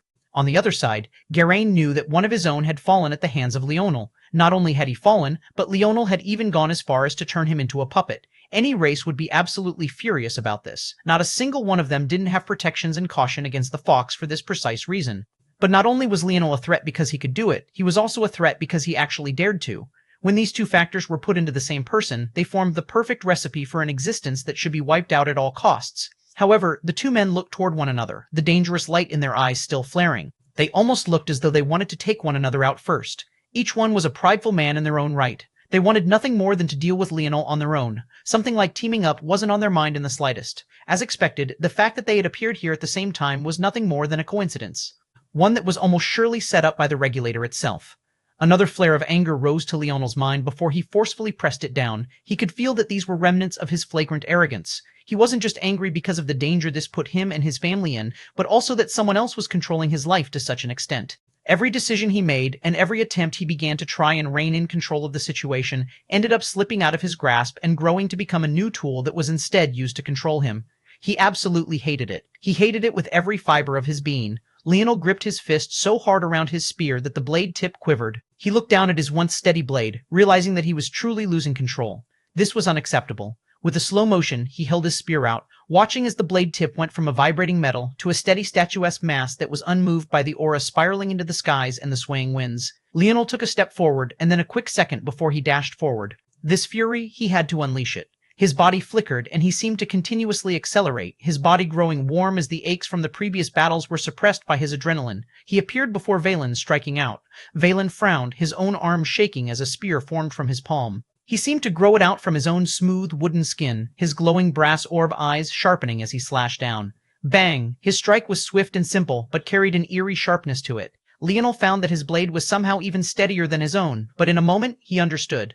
As steady as Leonel's blade was when he was standing in silence, in battle, there were bound to be some quivers, not just due to his movement, but also the reverberating clashes with an enemy. However, a true spearman could easily compensate for this, giving the illusion that the blade remained stable nonetheless. Leonel had obviously long since mastered this, but at least in this respect of spear mastery, Valen was better, and that was for no reason other than the fact his spear was literally grown from his body. In terms of overall spear skill, no one could match Leonel, but in terms of spear control, it seemed that this Sylvan was in a tier all his own. He could control the very wood of his spear itself as he fought. This was a level of precision that Leonel couldn't match. Leonel hadn't realized this at first, and his fury was clouding his mind too much. This caused his attempt to parry the Sylvan to fail miserably. The Sylvan's blade suddenly changed inside position with his own, snaking from the outside of Leonel's parry to the inner blade, reversing the parry and jetting Leonel's spear off to the side instead. Leonel found the blade appearing before his throat in an instant. It was a level of countering he had simply never seen before. The Sylvan had actually reversed his parry into one of his own, deflecting Leonel's blade to the side and still somehow keeping enough curve on his spear to attack in the same fluid motion. For a moment, all Leonel could see was that spear tip and those brass orb eyes that looked as though they had calculated everything in advance. Thoughts of things ending just like this, so easily, so swiftly, crossed his mind. He wondered how many opponents had died at his hands just like this. The weight on his shoulders trembled. Leonel's gaze sharpened and he dropped a knee. The weight he carried around seemed to accelerate his fall downward and to the side. Veins popped across his neck as he dodged, rolling out of the way. And yet there was still a spurt of blood that arched through the skies. Leonel felt a sharp pain in his neck and trap as deep gashes appeared in both. His artery was nearly cut, and he felt his right arm hang limply to the side as its connection with his shoulder was nearly entirely severed. Coughing up a mouthful of blood, Leonel continued to roll, sliding out of the way of a second strike before somersaulting to his feet. Blood poured down a side of Leonel's body in a rain. The Sylvan stood over him, large and imposing. Whether it was Geraint or Valen, the both of them were practically twice his height. It might have been even worse had they not been suppressed by the regulator too. And unlike him, there was a flicker of spear force on the end of Valen's blade. Leonel could feel it rampaging in his flesh, making it near impossible for him to stop the bleeding in short order. "This is all you have? And you dare to blaspheme the warriors of my race?" Valen's voice came out in an almost ancient cadence, as though he was several generations older than he truly was. Leonel didn't respond, slowly rising to his feet and touching the gash on his shoulder and neck. The wounds were so deep that even an entire finger couldn't clog it up. His vision was already swimming, and it felt like he could collapse at any moment. And yet he had still forced himself to stand. How many months had he been here already? Just 2? It felt like so much more than that. "I'll take your head here and then feed your corpse at the altar of our young. It's the only way you can atone for your sins." Leonel looked up for the first time, meeting the gaze of the Sylvan. He looked like a man who could already be dead. Blood coated his hands. An entire side of his body was a shower of his own crimson, and his neck looked as though it had already been an eighth slashed open. Practically speaking, for a third-dimensional existence, he was already a walking corpse. But for some reason, Vaclin suddenly felt uncomfortable. "You know," Leonel began to speak, his voice coming out in a gurgle as blood spurted out from and into places that it shouldn't. "An emperor like my grandfather really would be in perfect control of his temper, but I don't know why I'm wasting my time. All that effort to try and control my emotions, and it's just making me slower. Why bother?" Leonel looked like he was genuinely asking Valen for answers. "I'm no emperor. I'm a king, and right now, you're really pissing me off." Leonel's temper flared. Chapter 328, A Father's Fury, 3 Chapter 328a, Father's Fury, 333. The hours ticked by, and Geraint and Valen had begun to frown themselves. They didn't care about their armies. Quite frankly, they only had them to stop others from taking advantage of them. In truth, they understood that the true purpose of the trial was to strengthen themselves. They just hadn't had much time to do it yet, as it had only been a handful of months. However, they also didn't want to lose them all. Leonel just seemed relentless, and every time they thought he would fall, he dug deeper. What they also hadn't forgotten was that Leonel should have an army of his own. They could see them on the city walls, and they weren't bad themselves. Even though they were definitely weaker than their own army, and the numbers were inferior as well, it would at least do something to help. But the more they watched Leonel, the more they felt a fear creep into their hearts. He was just a small human, less than half their size, and yet he looked like a mountain looming in the distance. There was nothing flashy about his attacks at all, and yet he took each individual down with ruthless efficiency. And because he wasn't moving much, as the corpses piled on around him, his kills only became easier because their armies had to climb over their companions on uneven footing just to make it to Leonel in the first place. In the end, they even had to start diverting some of their manpower just to move the corpses out of the way, but that dampened morale and only put them at more risk of being killed. Stable. That was the one word that they could use to describe Leonel. It felt like no matter what happened, he would be a stable mountain standing in their way, never allowing them to gain a single advantage on him. After his outburst about being a king, Vaclin was certain that he would find a chance to deal a death blow to Leonel, only to realize that somehow that outburst and that outpouring of fury had somehow only made Leonel even-keeled. It was like all his fury had been channeled into his spear, making it heavier, sharper, faster, more controlled. Every stroke elevated showed an improvement to his power, which made little sense because with every stroke he lost more blood and should have only been becoming weaker. The anxiety in the hearts of the two men only seemed to be growing, and they wanted to step in, but they couldn't. One part because of pride, another part due to something that they couldn't put into words. It was almost as though they wanted to see if it was really possible for a man with nothing left to give could actually make it to the end of the road. And what shook them all the more was that Leonel didn't seem to spare them a single thought or glance. It was almost like they were just another one of the numbers he was facing. Who cared if it was 1,000 enemies or 1,001? Who cared if it was 2,000 or 2,002? They were all the same. Threats. Threats he would cut down. Kii. Kii. The breath coming out from Leonel's mouth became so hot that it formed tendrils of smoke that curled out from the corners of his mouth, spiraling into the air in plumes of gray. It carried a crimson tinge to it, as though his blood was being vaporized itself, but the weaker he looked, the stronger his spear became. It seemed like his blade was no longer being propelled by his body alone. Eeless limbs, the torque of his torso, and the twist of his hips were nothing more than a secondary afterthought. Maybe it was a trick of the light, but the Sylvan and Pluto even felt like there was an eerie light that was slowly coming out from the blade as well, almost as though it was also overtaxed and expelling its own steam and fatigue and overheating. Chii, Chii, Chii sat on her rocking chair, rubbing her belly and singing a small tune. The happiness on her face was practically palpable. She had a rosiness and life to her that could probably only be experienced by a woman who could feel every aspect of the little one's life growing within her. Her voice was truly beautiful. If anyone other than her child could hear her, it would have brought birds descending from the skies and deer walking out of forests. She laughed to herself at the thought. Leonel definitely would have gotten a kick out of that. Maybe he would even start calling her Snow White as an inside joke between themselves. No, he wouldn't pick a nickname like that. He would definitely go with Bambi instead. Your father's brain works in mysterious ways, Ina said softly. She felt a strong kick and her smile deepened. It seemed that it was about time now. Ina stood slowly, supporting her belly with one hand. But before she could even make it to the door, a familiar middle-aged woman burst through, carrying a large array of boxes.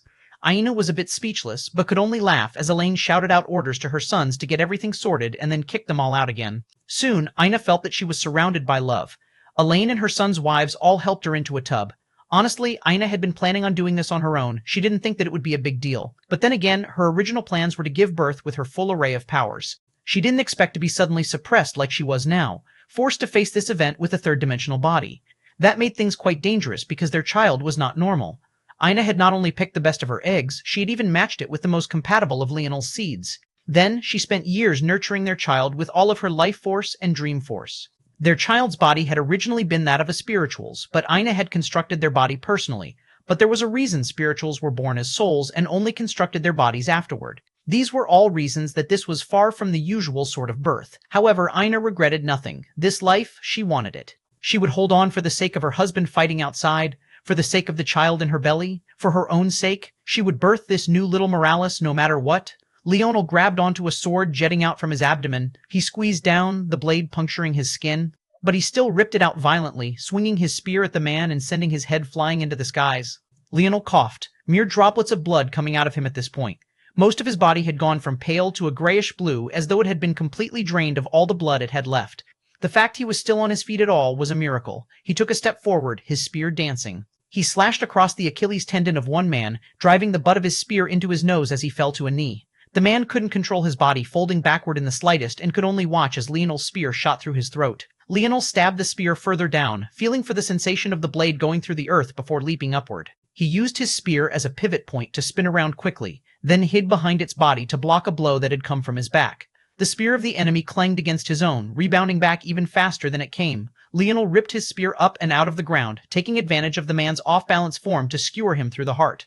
He stood in the middle of a battlefield littered with corpses, looking around for a new enemy, only to realize that there was none. He sent a glance toward the city, feeling that something on the inside was changing. He didn't need to think much to know what it was at all. Raising a blood-caked hand to his face, he adjusted his glasses, looking toward the Sylvan and Pluto. By now, he had run through their entire armies, leaving them just 5 meters from him. Neither had moved a muscle even up until he killed the very last of them. As for why that was, Leonel didn't care. The answer wouldn't make a single ounce of difference to him, and what was in their hearts was irrelevant to him. Standing there at half their height, he somehow still seemed taller than the both of them. Slowly, he raised his spear to face them. Crack, crack, cry, cry. Leonel looked down at his spear to find that the blade had finally given way. A mournful cry filled the air as the lament of the blade echoed. Leonel could feel its sadness. This normal blade had truly wanted to fight to the end with him, if for no other reason than to witness this final ride. "Is that what you want?" Leonel asked, looking at the cracked blade. Okay, then we will do this together. The blade never mattered. Leonel raised his spear higher as the cracked end of the spear fell off. Not so long as he could guide his blade with his heart. Chapter 327, A Father's Fury, 2, Chapter 327, A Father's Fury, 2. Leonel's words sounded ridiculous, especially when there was blood spurting out of his mouth and his neck like a fountain. It looked as though he would truly die at any time, even his skin was only becoming paler. However, Leonel himself didn't seem to notice the state of his body at all, and neither could Valen for reasons he couldn't describe. Leonel looked the same, and yet felt entirely different at the same time. The weight of his world descended from above, and the Sylvan just felt heavier. Leonel exhaled a breath, and a chilly fog came from his lips. Then he took a step forward, thrusting out with his spear. Bang! Leonel's spear almost flew from his hands, the strength of the Sylvan being too much. But Valen was still forced to take a step back, being unable to follow up with a counter as fast as he would have usually liked to. Valen's gaze flickered with surprise. Why was Leonel's spear so much heavier now? Bang! Bang! Bang! Bang! The two crossed blows and exchanged combinations. For a moment, it looked as though neither were experts at all, their attacks feeling somewhat stiff and unpracticed. However, the more they fought, the more furious their blows became, the more fluid their strikes looked until they suddenly reverted back to a bland, unsubstantial echo of what they had once been. Valen felt his heart leaping up in shock every time this happened. For Leonel to make him feel so uncoordinated was definitely on purpose. Leonel was trying to find a counter to his great control, and that was also what made Vakelin realize something else shocking. Leonel's skill in the spear was far beyond his own, by a measure he couldn't even fathom. He was easily 3 times stronger than Leonel, a gap that, to even experts, let alone mere mortals, was simply impossible to close. And yet, Leonel's spear had not only magically become heavier, but his skill was able to bridge that gap. Every time their strikes became uncoordinated, cold sweat would permeate the Sylvan's back. That was because he could catch sniffs of death. But when their strikes became fluid again, he felt even more fear. That was because the danger you couldn't sense was the most shocking of them all. Suddenly, Valen pierced down from above, snaking through an opening and aiming right for Leonel's chest. Leonel swayed to the side slightly, but while his spear was heavy, his body movements were lacking. As he lost larger and larger amounts of blood, his body function was obviously impaired. He was already injured before the battle even began, let alone now. However, even when Valen thought he would be able to tear through Leonel's body, his blade only nicked his side, slipping through almost too easily. Did he? Valen's eyes widened. The only way his spear wouldn't meet much resistance was if he had slipped between Leonel's ribcage.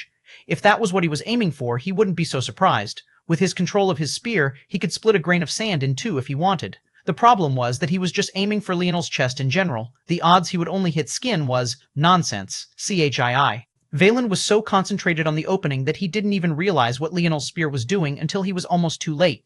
A root extended from his foot and forcefully pulled him to the side, but a gash was still cut across his neck. Valen hurriedly made distance between himself and Leonel, touching at his neck with a look of horror on his face. Had he almost died? Why did he feel that way? The vitality of the Sylvans was hard to describe in a few words, even while suppressed like this.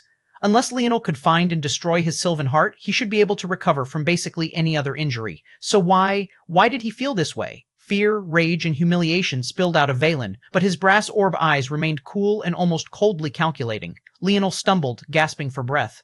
His face had turned such a ghastly shade of pale that he practically looked like a ghost. The only good news was that the blood was drying, but every time he moved too vigorously, the wound would begin gushing again, causing him to lose even more blood. If not for the fact he had strengthened his body somewhat, helping his recovery along, and had some of his wife's residual herbs still lingering in his bloodstream, death would have truly been the only outcome for him. Valen couldn't believe that this half-dead man had almost taken his life. However, he didn't charge forward in a rage. He was a Sylvan, not a brainless brute. He looked over toward Geraint. "Do you want to kill him, or not?" Geraint sneered, his voice coming out in a rumbling cadence. "What is that supposed to mean?" Valen's gaze flickered and he came up with a plan. The Pluto were too prideful to gang up on someone. But it would all depend on how you approached things. He's too pathetic. Let the armies kill him. Is this a warrior that's worth fighting in the first place? Geraint's gaze flickered. Indeed, seeing Leonel's weak state made him lose basically all interest. He didn't want to have such a victory at all. He wanted nothing to do with it, quite frankly. So long as Leonel died, he didn't care what else happened. There would be no pride in taking down this kind of opponent. As for why Valen wanted to send in both their armies, he could guess that as well. Even if Leonel was on his last legs, he could probably take out a decent number. After Leonel was dealt with, they would almost certainly be at one another's necks, so this was Vaklin's way of evening things out. As for what happened afterward, that would be settled by them. It would have nothing to do with Leonel. "Fine," Geraint said indifferently. "Go kill him." The armies rumbled. Leonel stood there in silence, gasping for breath as blood gushed out of him. He almost looked like a white canvas painted red. Half his body was covered in the crimson, while the other half was as pale as a sheet. He coughed up a mouthful of blood, but his back remained straight, piercing toward the skies above. With a raise of his spear, the world fell into silence around him. He didn't hear the stomping feet or the roaring war cry. Everything slowed, but it was hard to tell if he was truly so focused, or if it was because he was about to pass out. All he knew was that his wife and child were behind him. A flickering image seemed to appear to his back, and deep within his eyes, reflecting across his glasses, he could see his own father's back. Leonel took a step forward and clashed with the army. His spear danced, ripping out through, severing limbs and puncturing hearts. His blade slid through the gaps in rib cages, avoided the bone of limbs to tear through frail ligaments and tendons, even having such precision that it slipped between the discs of their spines while avoiding their armors at the same time. There was a steadiness to his blade now that made it feel as though the world itself had said it should be, like the weight of the world was concentrated into its very fabric. He hardly moved at all, only taking steps from side to side from time to time to conserve what little energy he had left. But even when it seemed like he should run out of it, he dug into a deeper well, and then a deeper one than that. His body began to overheat, and then from overheating, it became eerily cold. It was just a normal day, and the temperature was about at room temperature, and yet a frosty blue began to appear at the tips of Leonel's fingers and feet. His body heat receded into his chest to protect his valuable organs and heart, but it didn't have anything else left to give for everything else. And yet, his blade still remained steady. His arms seemed to move on their own, his body being pulled along by the strength of something beyond even himself. The laws of the world continued to gather around him, the shackles the regulator had on his dream force rattling and quaking as though they might shatter at any time. Control, control, control. That was true freedom. Shine, shine, shine, shine. Again. Again, his spear drilled through the neck of one warrior, twisting until it found the path of least resistance out from the side of his throat. He arched his spear out of that man's body and right through the gaps in another's armor, slipping right through their ribs and puncturing their heart. With every kill, Leonel's presence seemed to become a larger and larger mountain. Chapter 3209, A Father's Fury, 4. Chapter 3209, A Father's Fury, 4. A spiraling aura took shape around Leonel's cracked blade. His heart thumped, and his body's aura soared to pierce the skies. The pressure of the mountain on his back seemed to descend into the world itself. Staring at him, one could tell that there was absolutely nothing that would make him lower his spear, nothing that would impact his will, nothing that would dull the blade hidden in his heart. His body might have seemed to have lost all life, his force didn't seem to respond to him, and his flesh itself had practically begun to atrophy, but the light in his eyes, that hadn't dimmed in the slightest and seemed to have no intention of doing so. Come, that was the one word it seemed to roar at the top of its lungs. And then Leonel moved. His spear danced through the skies, carving what looked like a simple arc, but actually targeted both Sylvan and Pluto at the same time. He truly treated them no differently from the men he had just faced off against, and he would cut them down no differently. Despite his pride, Geraint reacted on instinct, feeling the scent of death kissing at his neck. Before he even knew what was happening, he was locked in a battle, shoulder to shoulder with Valen, and had no easy way to extricate himself without suffering a lethal blow. The Pluto's gray-blue skin rippled with an underlying violet light as his eyes flickered with rage. Humiliation. Undisguised, unabashed humiliation. He couldn't tell if Leonel was doing this on purpose or not, but somehow, the idea that he wasn't could make him feel more fury. The fact that Leonel didn't have to think to target him like this, to think of attacking his pride, and only doing so as though it was only natural for a pitiful, puny human to fight against the lofty Sylvan and Pluto race all on his own. He didn't second-guess it. He didn't even hesitate in the slightest. It was like to Leonel, this was just another battle. They were only another road he would cross, mountain he would scale, sky he would pierce. Bang, bang, bang. Leonel's spear weighed heavy, but its swiftness was undeniable. He pushed Valen to his back foot before crossing blades with Geraint and taking a step back. His feet pivoted as he parried the Pluto's spear to the side, erupting with a flat foot to the side of Geraint's knee.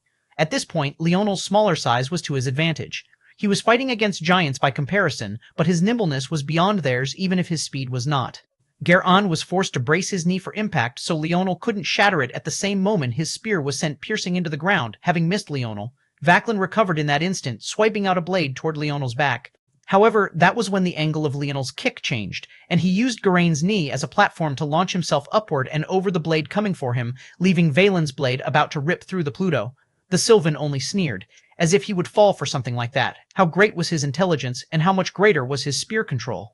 His blade came to a steady stop, ready to pierce up toward Leonel, who had not left himself in a vulnerable spot mid-air.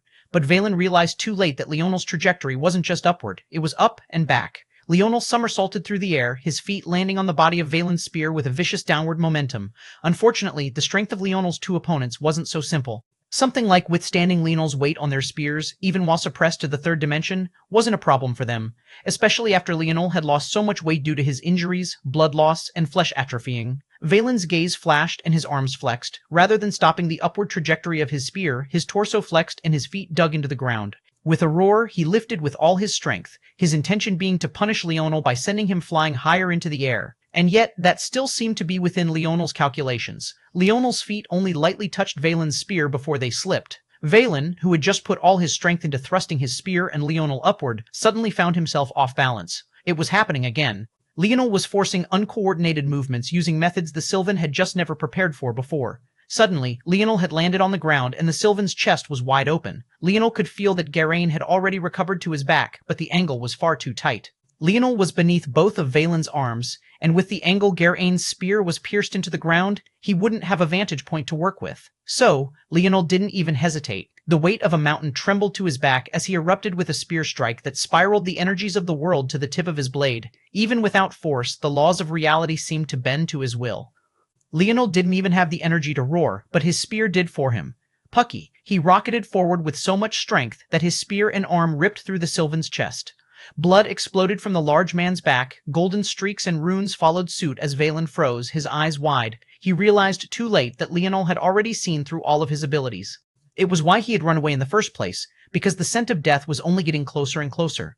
With the added variable of Geraint, a man he neither trusted nor was used to working with, he only sped himself closer to death. And the fact he didn't trust Geraint only seemed smarter after Leonel suddenly sensed a blade rip through Valen's body and head right for him.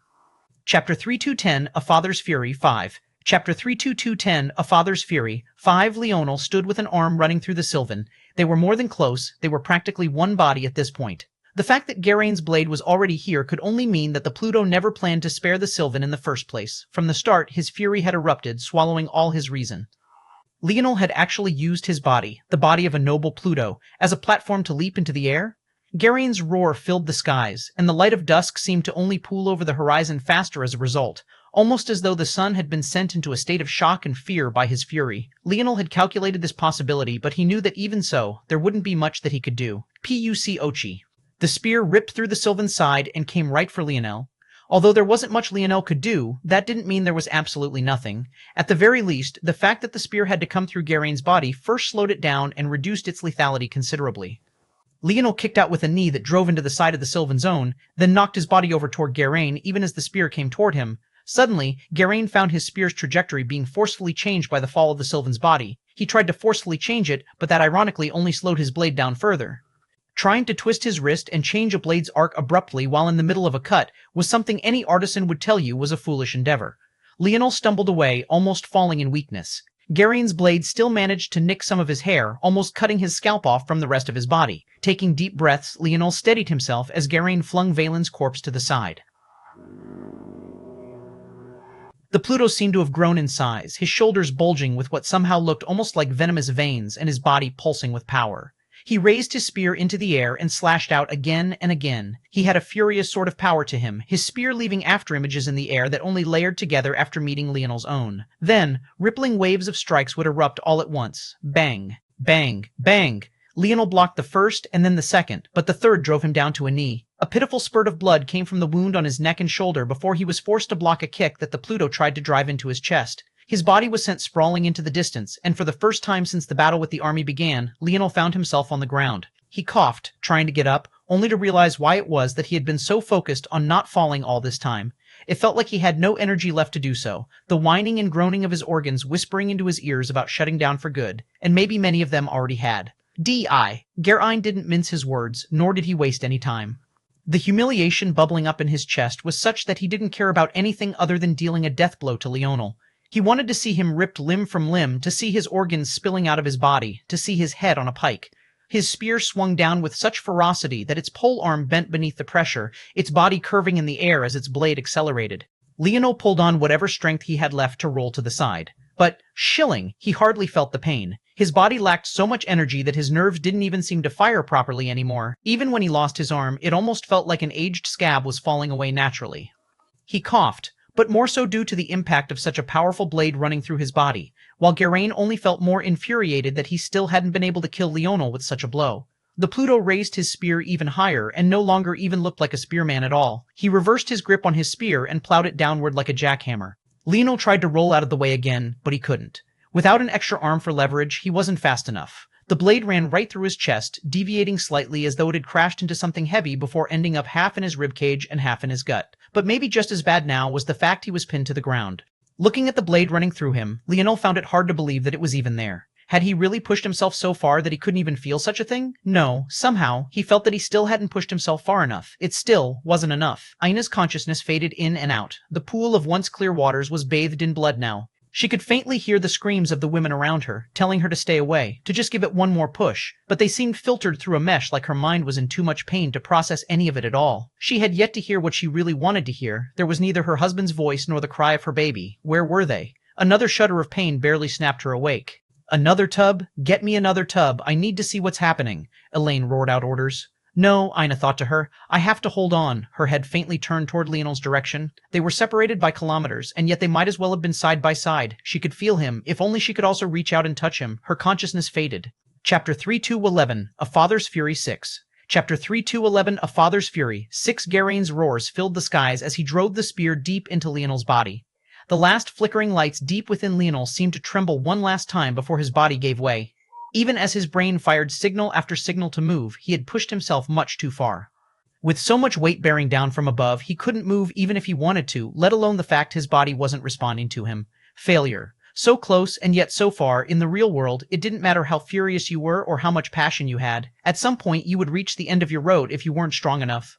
Leonel unleashed shallow breaths because he couldn't physically breathe deeply anymore. He might not have felt the pain, but there was nothing at all that was good about that. Faintly, he could feel his wife's gaze from the far-off distance, but he couldn't even turn to look at her. And even if he could, there would be kilometers, a city wall, and countless buildings in their way. A fury bubbled up in his chest, writhing out of control like it had before, but it was likewise useless.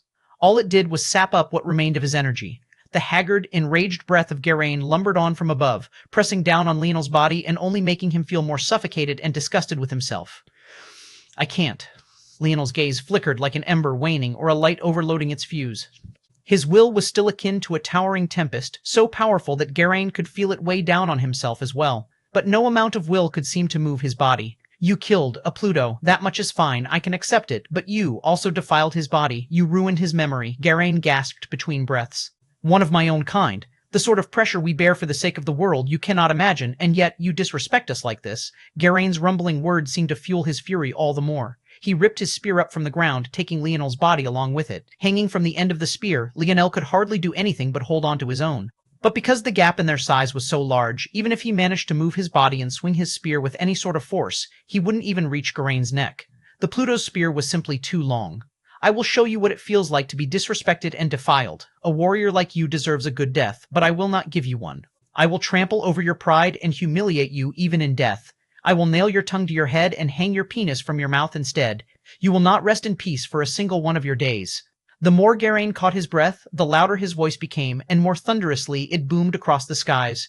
The fury of a Pluto seemed to have spilled forth from him, and Leonel only now finally grasped what Garain's path of the spear was. It had been hard to grasp, much harder than Valen. He had assumed that it was somewhat related to time, which was why it was so muted, but the reality was that this wasn't the case. In fact, part of the reason Garain was so agitated came from a reason even he couldn't properly understand for the same reason. His spear was filled with the pride of the Pluto race, the pride of a race that stood atop the world, that bore the weight of humanity's survival for so long. But ultimately, how could such a spear show its might before Leonel's? How could such a prideful spear continue to be when it was so clearly inferior?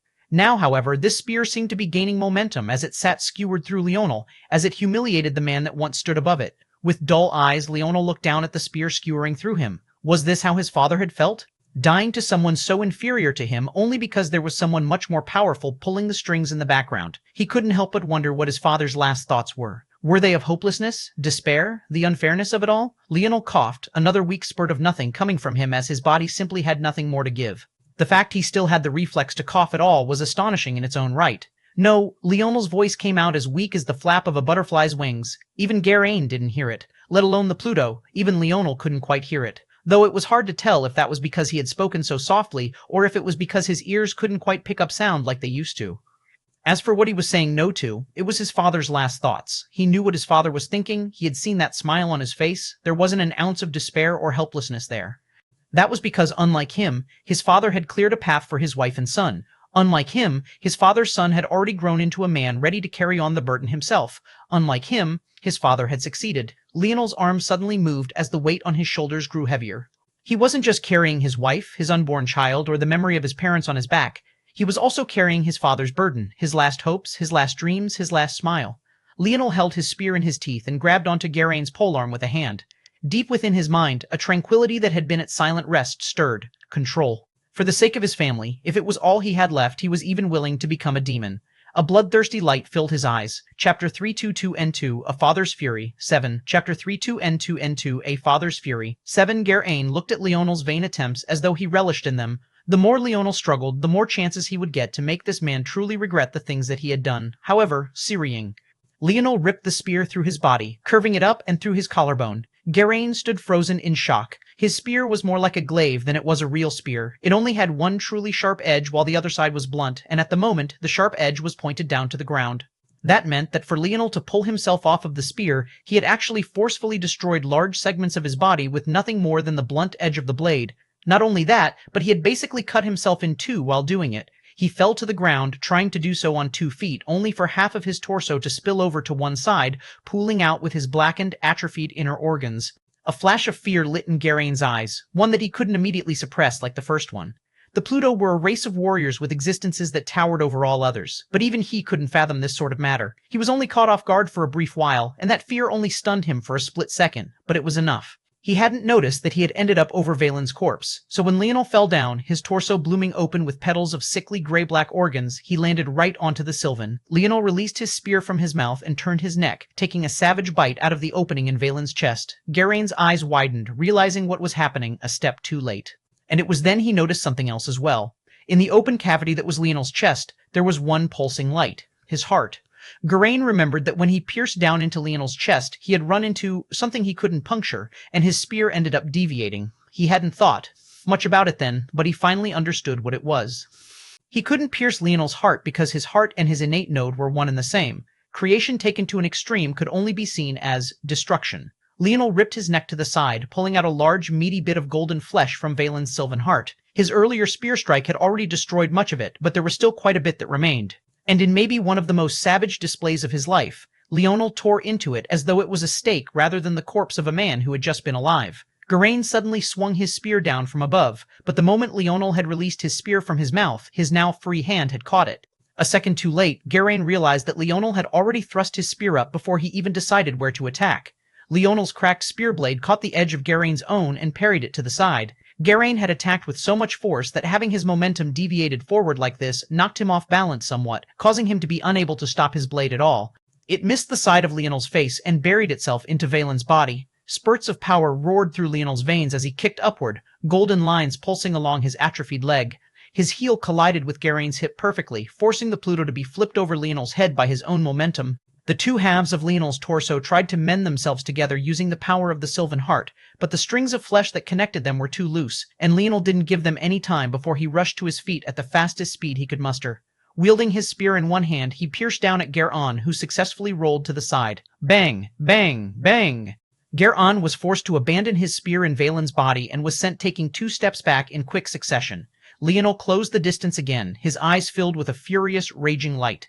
The fear in Geraint's heart only grew. The sight of a man fighting with a single arm while his body was both figuratively and literally falling apart was too much. Every time Leonel made a vigorous movement, the tendrils of flesh trying to hold his torso together would snap, but it was as though he didn't notice at all. If he didn't care about the sylvan blood dripping down his chin, why would he care about this? And somehow, his spear strikes were only becoming heavier. It was like he was the one who had insulted Leonel, as though he was the one who deserved to pay for all the things he had done. And suddenly, Geraint began to wonder if he truly did deserve death. Should he just accept that his life should be taken away by this blade? Was that what he deserved? Leonel's spear shot through the air again and again, becoming faster and faster. It didn't have nearly as much variation as it usually had when he wielded it with 2 hands, but he seemed to have adapted instantly, pressing Geraint, who could only use the gauntlets on his fists to defend.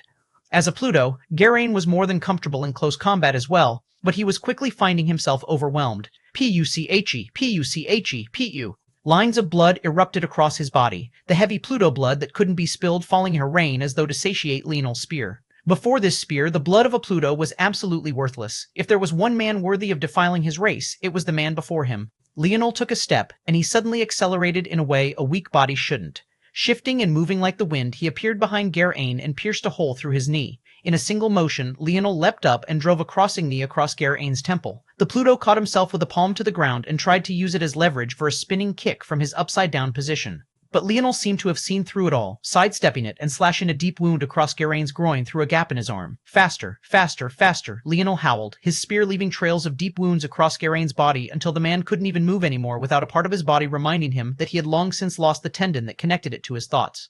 Geraint barely managed to prop himself up on his elbows, biting at Leonel's approaching blade as a last effort to stay alive. In the end, he was still a Pluto. He would die with... Leonel's spear shifted with a twist of his wrist, undercutting Geraint's bite and tearing into his throat. The Pluto's head was sent soaring into the air, and Leonel's spear flashed, dancing through the skies in streaks of silvery light that erupted into gold. Leonel roared, and Geraint's head was split into hundreds of pieces in an instant. Leonel raised his head to the skies. Rip, lip, lip, lip, lip, lip, lip, lip. Chapter 32320, Precipice. Chapter 32320. Precipice. Leonel's aura seemed to rip through the veil of the world itself, towering up with such ferocity that even the clouds were pierced. A royal crest Dharma appeared in the air once more, but this time it grew more shimmering and resplendent. The spear hidden within became flooded by force as it poured in from all directions. Like a dam that had been breached, the floodwaters barraged their way forward, moving with such momentum that even the regulator couldn't hold them back anymore. Leonel's spear howl shot through the air, the cracked blade in his hand shuddering as it underwent a baptism that shocked the world. The bow followed suit. Leonel had lifted his bow up a single time since coming to this city, and there was a reason for that. He had always been confident in his path forward when it came to the bow. He knew that if he could succeed with his spear, his bow would only naturally follow. That was his confidence as a marksman, and he was proven correct. As force began to spill over into the bow construct of his Dharma as well, the world trembled to its very core, shaking to the point it seemed that it might collapse. In these months, Leonel had had several ideas for how he might reforge the spear and bow, but none of them felt perfect. Every time he thought of a change, he realized that it was less of something that was appropriate for a weapon force, and more so something that was more appropriate for a path. However, none of that was good enough. Just making the spear faster, or heavier, or sharper was useless. What made weapon forces so special was the underlying fluidity of it all. It was precisely because spear force could be used in such a wide variety of ways that it was so special as a weapon force. Or, more accurately, it was precisely this that made all weapon forces special. Changing something so surface level as weight or speed or sharpness wouldn't get Leonel the results he was looking for. If anything, it would just box in his spear force, get rid of its fluidity, and create something that was much weaker overall. But then Leonel had a breakthrough in his thought, a breakthrough triggered by a spear surging into his palm. Leonel had always taken his casual control of spears for granted. He could resonate with them, causing them to snap into his palms. It was also this very same mystical connection that allowed his sovereignty to destroy most other spears he came into contact with. In truth, the idle battlefield was the first time Leonel had ever actually fought against spearmasters. All his life, spears would crumble every time he faced off against them.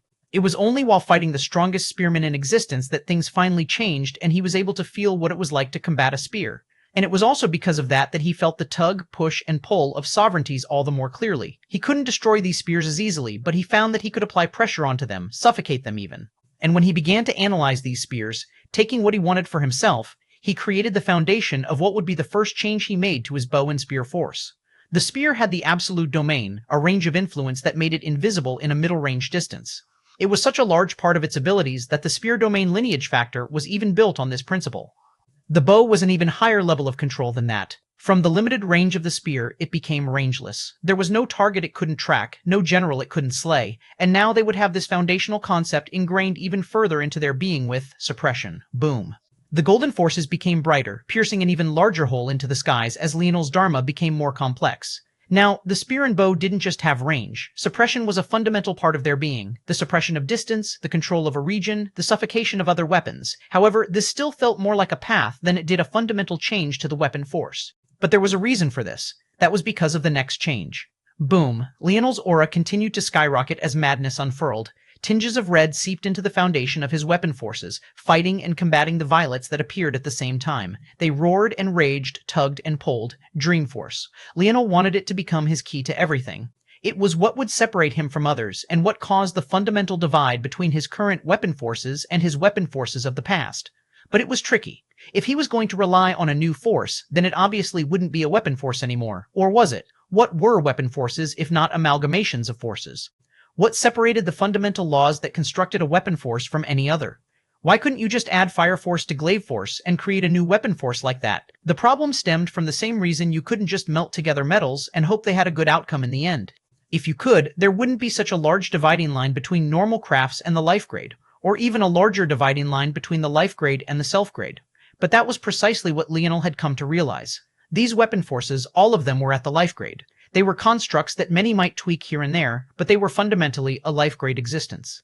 It was sovereignty that tweaked it further, pushing it toward the self grade, but it wasn't nearly enough. It was at that moment that a precipice of combat and crafting came to a head. Chapter 3214, a third. Chapter 3214, a third. Boom. Leonel's roar filled the skies, towering up and above even the pillar of light corrupting from him. It traveled far and wide as though letting the world know that he had arrived.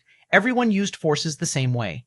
Through their ethereal globellas, they communicated with the world around them, and based on their affinities, there were a range of responses. Every time, it was the world that granted the right to access forces, and it was often limited by various factors of the world as well, such as world spirits, regulators, and sometimes even the Northern Star itself. When you had a sovereignty, you had the right of priority over these forces. Your dominion over them became more assured, and the worlds you were in placed fewer restrictions on you compared to others. If you had an innate node, in some cases, you were even better off. The force naturally formed within you, so you didn't have to communicate with or rely on anything other than yourself. However, the relationship with the world was still there. It was the Northern Star that allowed this sequence to happen. As such, there was hell to pay when it came to forming dharmas and idols after the fact, something that Leonel had already personally experienced. This was the weight that came with innate nodes, and why, though gods could create them with relative ease, they chose not to. The only difference was when one was innately born with an innate node. This was the only factor that changed things so considerably that one could have their cake and eat it too, almost like receiving a blessing from the Northern Star. What was the main difference? Why did Leonel face so much more resistance with his new Weapon Force innate node than he would have ever faced with his Scarlet Star Force innate node? The self, Leonel realized something profound from that simple action of forcing a spear to soar on its own volition into his palm. Dreamforce was tied into the second dimension, and life sparked in the third. By the time one got to the fourth and started using forces, there were already 2 degrees of separation that would only grow worse. That was when Leonel realized that the reason innate nodes one was born with were so much easier to manage and handle was because, from the very spark of one's birth, one had been experiencing its changes, meaning the very fabric of the innate node was already woven into your dream force from birth. How was it that a spiritual could be naturally given innate nodes if they were born as nothing more than a soul? Wasn't that obviously because someone that was either born with an innate node or not could be seen even from the depths of the second dimension itself? In that case, why not do the reverse? Why not take his weapon force and change it so fundamentally that it acted as an innate node of sorts all on its own?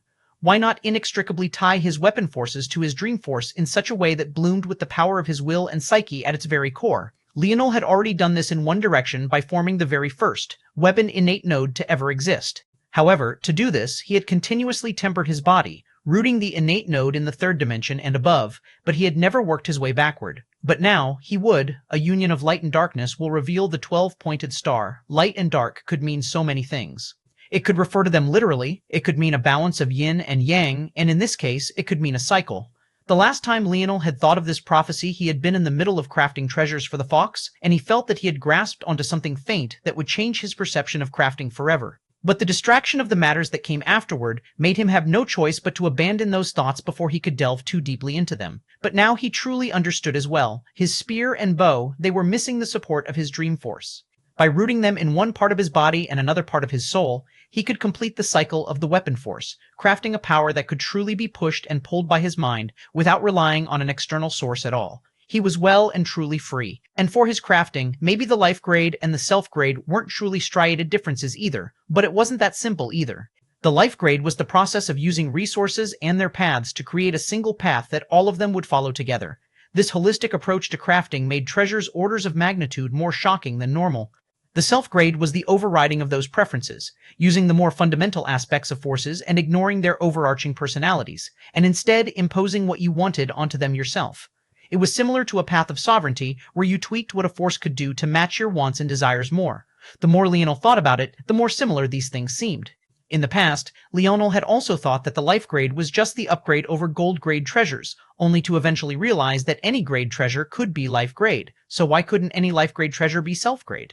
Much the same way his weapon forces could be rooted in the physical dimensions and the mental ones. Why couldn't his treasures be the same, striking a balance between what was and what he wanted them to be? When he found this stroke and a perfect balance was struck in his mind, his dharma began to change once again. The spear and bow shifted, moving to the side to make room for a third, the force quill. Chapter 3215 Quill. Chapter 3215 Quill. Boom, boom, boom. The crest's dharma morphed and changed, swirls of purple, red, and gold surging as it warped from the shape of a royal crest to that of a 12-pointed star. Leonel savagely suppressed it from becoming an idol, but he could feel the power in his body practically overflowing. His innate node greedily swallowed up 3 forces from the surroundings. The spear and bow forces were no longer just golden in hue, but carried underlying tones of violet and red as well. As for what this violet and red was, it was none other than Leonel's soul, and the third force, Quill Force. This was a force that had never existed before because it wasn't seen as necessary to exist. Many, when they used their force quill, poured their dream force in. That was what allowed them to communicate with the world around them and give their force arts power, thus permanently etching whatever abilities they wanted into their crafts.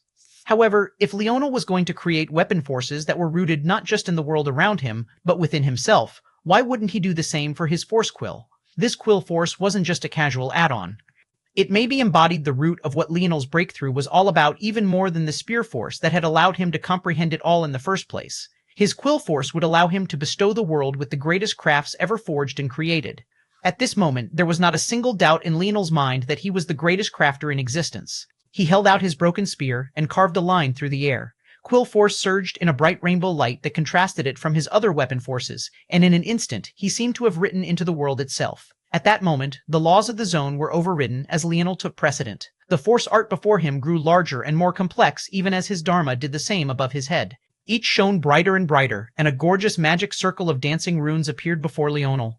The only question that seemed left in all of this was, how had Leonel done it? That tinge of red wasn't a coincidence. The first time Leonel had come across that red, it was when he almost failed to awaken his metal synergy lineage factor. He had been young, and he overextended himself, not preparing properly. Ultimately, he almost suffered for it. The second time he came across it, he realized that it was in his own mind. An odd secondary lineage factor of the Dream Assuras that he still didn't quite know much about had been birthed within him. This secondary lineage factor manifested his soul into humanoid form, and it was chained and locked up within his body, seeping in a pool of blood. This blood had the very same crimson hue to it, a perfectly identical color with not even the slightest shade or hue off. The third time this crimson appeared was when he began to use his destruction sovereignty to its greatest extent, and he finally began to learn to use and manage his power properly. When he realized that he had actually been a creation sovereign all this time, his aura turned to violet and he abandoned the crimson entirely, thinking that this was the right path. But it wasn't until he was in his most desperate need of something, anything, that he recalled this crimson energy. Back when he found himself on the other end of Geraint's spear, he had truly had nothing left to give. He had pushed his body as far as it could go, and he literally could not move. It wasn't a matter of willpower. His brain simply had no more energy to fire his neurons. His muscles didn't have the ATP it needed to contract. His body had been, for all intents and purposes, dead. The only thing keeping him going was his soul, and the fact the one thing the regulator couldn't suppress was his dream force, but even that had become useless. In those last moments, the only thing that was able to save him was this crimson energy, and he finally knew what it was. It was what his creation sovereignty became when it overextended itself. It was the dividing line between creation that created and creation that destroyed. And the latter of the two represented taking from what didn't have anything more to give, forcefully borrowing from a future that was promised and crushing it beneath your feet. With this explanation, it was clear then why Leonel had just so suddenly been able to move when he couldn't move a single inch before. And with that, his comprehension of his creation sovereignty had soared up, surpassing his destruction sovereignty so thoroughly that it could no longer be described in mere terms of silver or gold. It stood above all on its own, peering down from the skies with a mighty momentum. And it was with that creation sovereignty that he would undo this world. He buried his fury deep within his heart. He would make that regulator pay, and dearly at that. However, there was absolutely nothing more important to him than his wife right now, and she was dying because her body was too weak to birth their child. Thinking about how the regulator probably knew this would happen, how it wanted to use his wife's death to instigate his own death, he could feel that slumbering madness bubble up within him. He didn't try to force it down like he had before. That wasn't good enough. A king didn't always need to make the rational decision, and they didn't need to always maintain a level head either. However, their madness had to be controlled. Their rage had to become their fuel, their fury, their war banner. Leonel completed the last stroke, and the world lit ablaze. But he had already vanished. Chapter 3216, Help Me. Chapter 3216, Help Me. Leonel appeared in the midst of the panic. Elaine and her daughters-in-law were rushing around, doing everything they could, but Ina seemed to have reached the end of her rope. Leonel was a mess himself, caked in blood from head to toe, but at the very least his torso was no longer hanging in two pieces, and he had his arm back. One of the many benefits of his spear and bow body was that he could absorb weapon forces to heal himself, and just now he had absorbed plenty of an extremely high caliber, and that was all before he undid the suppression on his dimension, so he was even easier to heal than normal. However, despite how dirty and caked in blood he was, it didn't stop him from taking a step forward and carefully propping his wife's head up. It had sagged onto the blood-filled wooden tub, and it seemed like she was completely out. Anyone else who saw such a scene would think her dead, and considering the tears of the women around and how none of them tried to stop him, they probably thought she was already dead as well. Leonel tuned their cries out, trying to loosen the tight clench of his jaw to no avail. This was a fury he couldn't seem to control at all, but he had no choice. He gave Ina a light kiss on the forehead, a subtle spark of dream force shaking her mind awake. His wife was strong, he knew that. She was holding on with everything she had, and her consciousness was still faintly awake. He could even sense her pelvic muscles contracting, although extremely weakly, just to give their baby even the slightest chance to survive without her. Ina looked up to find her blood-caked husband standing over her. Seeing the blood that had dried down his chin, she weakly reached up and touched it. Through that soft touch, she seemed capable of seeing everything that Leonel had been through, how he had been willing to become a demon for the sake of her and their baby. She leaned forward, pressing her forehead against Leonel's head as she felt her strength slowly returning to her. I love you, they spoke at the same time, their words spinning into a mixture of feminine and masculine cadences that still somehow sounded like a single voice. The light in Ina's eyes grew brighter as her strength returned finally. She could feel that Leonel had somehow written over the rules of the zone, causing it to be unable to suppress her any longer. And now that she had her full array of abilities, would there even be trouble any longer? Leaning against her husband, Ina began to push once more. This time, she wasn't focused on just trying to get their child out and having them survive. She even had room to help make the experience more comfortable for them as well. She poured her heart and soul into the process as though she was already caressing her child. Catch him for me, Ina said with a light smile. Him? Leonel seemed to have caught a case of idiocy because he was so enraptured by Ina's words that he forgot the task she had given him. When he finally recalled, he scrambled over to the other side of the bloody tub. He almost looked like a bumbling fool. Ina released a beautiful laugh as tears fell from her eyes. They weren't tears of sorrow or pain, just pure, unbridled happiness. She had never had a happier day in her life. Leonel reached in and brought their child out of the bloodwaters. A cry filled the air, and it was accompanied by a force that rocked the zone. If the foundations of the zone were already shaken before, it was even more exaggerated now. Leonel didn't even have a chance to check if there was an umbilical cord or placenta he had to deal with because their baby began to shine almost as though he was holding a nuclear bomb rather than his son. His son. It was a word that shook him to his very core, so much so that he looked at this bundle of light with a dumbfounded expression. He hadn't even seen the child's face yet, and yet he felt a welling up of pride accompanied by an even heavier weight on his shoulders. Pillars of light destroyed the roof of the small home, and Leonel had to somewhat absent-mindedly destroy the remaining shards so that Elaine and the others, who were stuck in a state of shock, didn't die warrantless deaths. Was this what it felt like to be a father? No, he had already felt what it was like. That weight on your shoulders, it would never disappear. But for this little bundle in his arms, he swore with everything he had that he would carry that weight. No, he would carry 10 times, 100 times even, if he had to. No one would ever make his boy suffer, other than himself, of course. Leonel grinned a silly smile, the tears brimming in his eyes as he still didn't quite know what to do with himself, and that was when his wife dropped another bombshell on him. Catch her too, she said softly. Leonel looked up from the bundle of light in his arms for the first time since he caught his baby boy. The light was so bright that most people would be blinded by it, but his own eyes seemed to be able to look right through and see the amused and loving gaze his wife was giving him.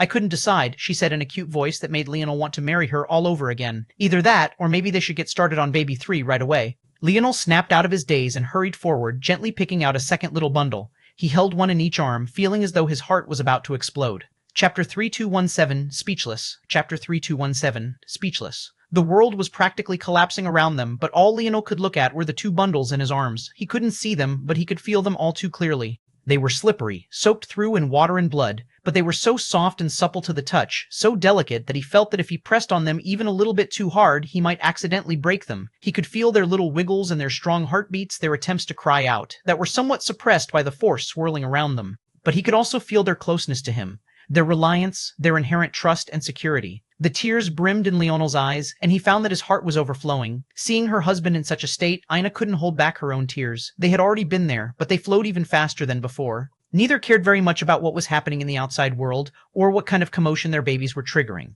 All they cared about was the fact they had been born spry and healthy, two little cute, adorable bundles of joy that made one feel as though they were gushing with love. Elaine and the other wives had to stumble away, the pressure of their baby's birth being too much for them to handle. This sort of force momentum was unlike anything a third-dimensional existence would ever face. Even a fifth-dimensional existence would feel wholly inferior. It was only right that they try to make some distance and separate themselves, lest they accidentally die from one of their baby's cries. Leonel shook his head, not having the hands left over to wipe his tears away. But he had to force himself to focus. He didn't know exactly what was happening to his babies right now. According to his own parents, he had had a phenomenon manifest during his birth, but it was related to his Scarlet Star innate node. As far as he was aware, there weren't any other phenomena related to birth at all. But it didn't feel like it was just an innate node being formed either. At the very least, the momentum shouldn't be so great even if it was one. Leonel's current senses couldn't be described in just a few words, and after his recent breakthroughs, his ability to see through the world was on another level as well. He trusted his judgment. But it still felt murky for now. There was definitely something odd happening. He could sense weapon forces swirling in the air, but as far as he knew, that didn't make sense. It wasn't possible for innate nodes to be inherited in the first place. And even if they could be, he had only formed his weapon's innate node after he impregnated Ina and entered a century-long seclusion. So even if there was something to be inherited, his babies wouldn't have been able to. But he couldn't have been more certain about it. His son was quickly forming a Spear Force innate node. His daughter was quickly forming a Bow Force innate node. He thought that might be the end of it, but then Axe Force descended and then Fist Force. Leonel's lip twitched. What the hell was going on? His son and daughter were forming a full array of weapon forces in their bodies, and it was leaving him completely speechless. But then he caught a subtle twinge of something in the air that made his gaze sharpen. So that's it. His son and daughter wouldn't just gain his own lineage factors, but that of Ina's as well. But there had been a mutation in the Brazinger family lineage factor. The Berserk War God lineage factor was one that allowed the Brazingers natural control over weapons. It was part of the reason, aside from her ability index, that Ina was able to seamlessly use so many weapons over the course of her life, though she always focused on the axe in the end.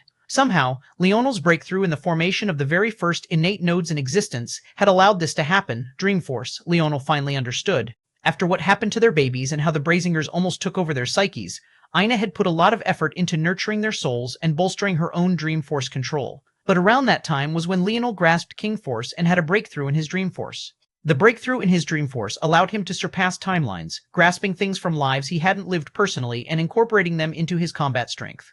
The breakthrough in King Force had allowed him to gain the ability to rewrite the past with new rules, like how he had used his King Force to break into the seventh dimension in a single bound by making it seem like he had always had King Force by his side. King Force could rewrite the laws of causality, breaking the rules of the world, tweaking a rule, and then applying it as though it had always been ironclad. When these factors all came together, their babies forged an entirely new path, forming 10 innate nodes of various weapons and martial forms in a single bound. And then, as though that wasn't enough, both formed a King Force innate node, something that even Leonel didn't technically have. It took shape right in the place of their ethereal glabellas, and the difference between their ethereal glabella and the innate node was next to nothing. In fact, in a shocking change, they seemed to be one and the same. And then the Morales lineage factor took root. Metal, body triggering all on its own and changing their constitutions to ones that matched Leonel's own. This should have been enough to end it all. But then, they gained their mother's soul clairvoyance lineage factor. Although they didn't gain the ability index to match it, did it matter when they had King Force? Chapter 32018, their father. Chapter 3218, their father. Leonel was truly speechless about what he was sensing. The more he grasped, the more shocked he became. He and his wife had always been two of the greatest talents they had ever seen. Even when they came to the God realm, not much of anything had changed. They were simply on a level all to their own. But now, in front of their own children, it felt like those thoughts were more of a joke than anything else. Still, all Leonel was happy about was the fact his children wouldn't have to be weighed down by the Dream Ashura blood that once ran through his veins. The demoness had taken it from him and killed him in the process before being the reason his mother was no longer here. But in the end, at least in this instant, she had done him a favor. His babies would never have to watch such a guillotine loom over their heads ever, and he couldn't be happier about it. Even as he was being shocked by his babies, he was still grinning ear to ear. He had no idea how his children would make use of so many weapon force innate nodes, but they would figure it out. He had that sort of belief in them. They were his babies, after all. The anticipation in Leonel's heart grew as the light began to fade. The pressure in the surroundings calmed, and though he was sure that his babies probably had other shocking talents that he hadn't looked into yet, he couldn't be bothered to give them any attention right now. Isla's babies could have been the worst talents in the world, and he wouldn't have cared. All he wanted now was to see their little faces. Ina was a cheater. She definitely had seen them already. She had been observing their growth all the while, and she had even hid that she was holding twins from him. He would definitely have to teach her a lesson later for that, but right now, it was his turn to see them, and then he finally could. The last of the light faded, and the tears began to fall from his eyes uncontrollably. He tried to do his best to keep them at bay, but he realized quite early on that it was all useless. The little bundles of joy were covered in bloody waters, but he could still see their features well. They looked like babies that were already a month into their lives, with large golden eyes that stared up at him curiously, and little strands of wispy violet hair that seemed half corporeal and half formed of dancing force. They both had little button noses and little plump pink lips that quivered with curiosity. His son reached toward him with his chubby little arms. Leonel couldn't help but reach forward, only for the little guy to forcefully grab his bottom lip and tug with all his might. Leonel laughed through his tears as his daughter kicked at his son as though to try to get him to stop. The two tussled in his arms, their liveliness making Leonel's heart feel full. With a step, Leonel entered the bloody wooden tub with Ina, lowering the babies until they were between them. The two cuddled together in silence, ignoring the commotion of the world as they looked at the lives they created together. There had simply never been a happier moment in their lives. "Did you decide on their names?" Leonel asked softly. Ina smiled, her golden eyes sparkling with a beautiful light that could only come from motherhood. Leo and Leah. Leonel found his heart skipping a beat for some reason. He didn't know why, but the moment he heard their names, he felt even closer to his children. The couple sat there, both bloodied for completely different reasons, and yet seemingly not caring at all. Their babies splashed around in the water, spending half their time fighting for supremacy and another half trying to gain affection from their parents. It was a scene that should have been eerie, the kind that should only appear in a bloody, murderous battlefield. The splashes of blood that flew around anywhere were enough to make almost anyone else feel sick to their stomachs. And yet, this family of four felt at peace, as though this was their natural state, as though there wasn't anything else to consider but this moment right here. Leonel couldn't believe it had taken him so long to agree to have children. This sort of happiness wasn't something that he could describe in a few words, and even if he had a lifetime, he couldn't do it. At the same time, he felt a welling up of strength in his body that completely overshadowed anything he had ever experienced before. He felt that even if he was asked to sever the Northern Star in two, he could do it. There might never be a moment that would be better than this one for him. His son and daughter were alive, they were healthy, they were vibrant and lively. They were two bundles of soaring happiness that knew nothing of the world and wouldn't have to for as long as he could allow them that freedom. No, he would allow them that freedom. Maybe there would come a day when he would train them hard, where he would push them to extremes so that they could become the best versions of themselves, where he would teach them the value of respect and persistence. But today wasn't that day, nor would it be tomorrow. This coming battle, he would clear the challenge for them. This enemy would be his own to slay. He didn't care how talented his son and daughter were. This wasn't their burden to uphold. It would be his as their support, their anchor, their father. Looking at his children, Leonel's grin faded into a soft, genuine smile that came from the bottom of his heart. Chapter 3219, Own World. Chapter 3219. Own World. Leonel didn't know how long he basked in the moment, but he only snapped out of it when the two little guys started crying. Unlike usual new parents, though, Leonel could tell what was wrong immediately, and through him, so could Ina. Once Ina started to breastfeed them, their unhappiness went away and they started suckling away madly, their large adorable eyes blinking away as they begged for more. Leonel laughed, seeing just how much they were eating. The sort of high-density food Ina could produce would probably put a grown man out of commission for 3 days just from a single mouthful. But these two demons practically had little bulging bellies by the time they were finished. Then they fell asleep with happy smiles on their faces. Leonel and Ina looked toward one another, a gentleness in their eyes. They had had the thought more times than they cared to count by now, but they had truly never been happier. Standing to his feet, Leonel helped Ina up. It was probably about time that they get cleaned. Although they didn't mind all the blood, they couldn't allow it to continue for too long. There was no easy method of getting clean here, and Elaine seemed to realize that as well. But Leonel just waved her away. With a step, he vanished with his wife and children. When they appeared again, they were in the middle of nowhere, a calm lake lying before them and a line of trees surrounding them from all sides. Ina's body was still a bit frail, especially after Leo and Leah sucked up so much, so Leonel gently held onto her waist, helping her in. The two took turns washing one another and then helped their babies get clean. "I made so many clothes," Ina said, feeling somewhat sad. Unfortunately, most of them were still in the segmented cube and Leonel hadn't regained access to it just yet. That's okay. Leonel drew a finger through the air, in one part drying his two sleeping children, and another part clothing them in soft fabrics that nurtured their souls and deepened their rest. Ina smiled, and the two walked out of the lake together. With a slight rush of wind, they were clothed as well. Ina now wore a harness that held Leo and Leah to her chest, the giddiness in her eyes practically overflowing. Her gown flowed through the air as she moved, her strength returning to her rapidly as she inhaled the force around them. Leonel took her hand, grabbing at the air and forming a spear that rippled with gold, red, and violet.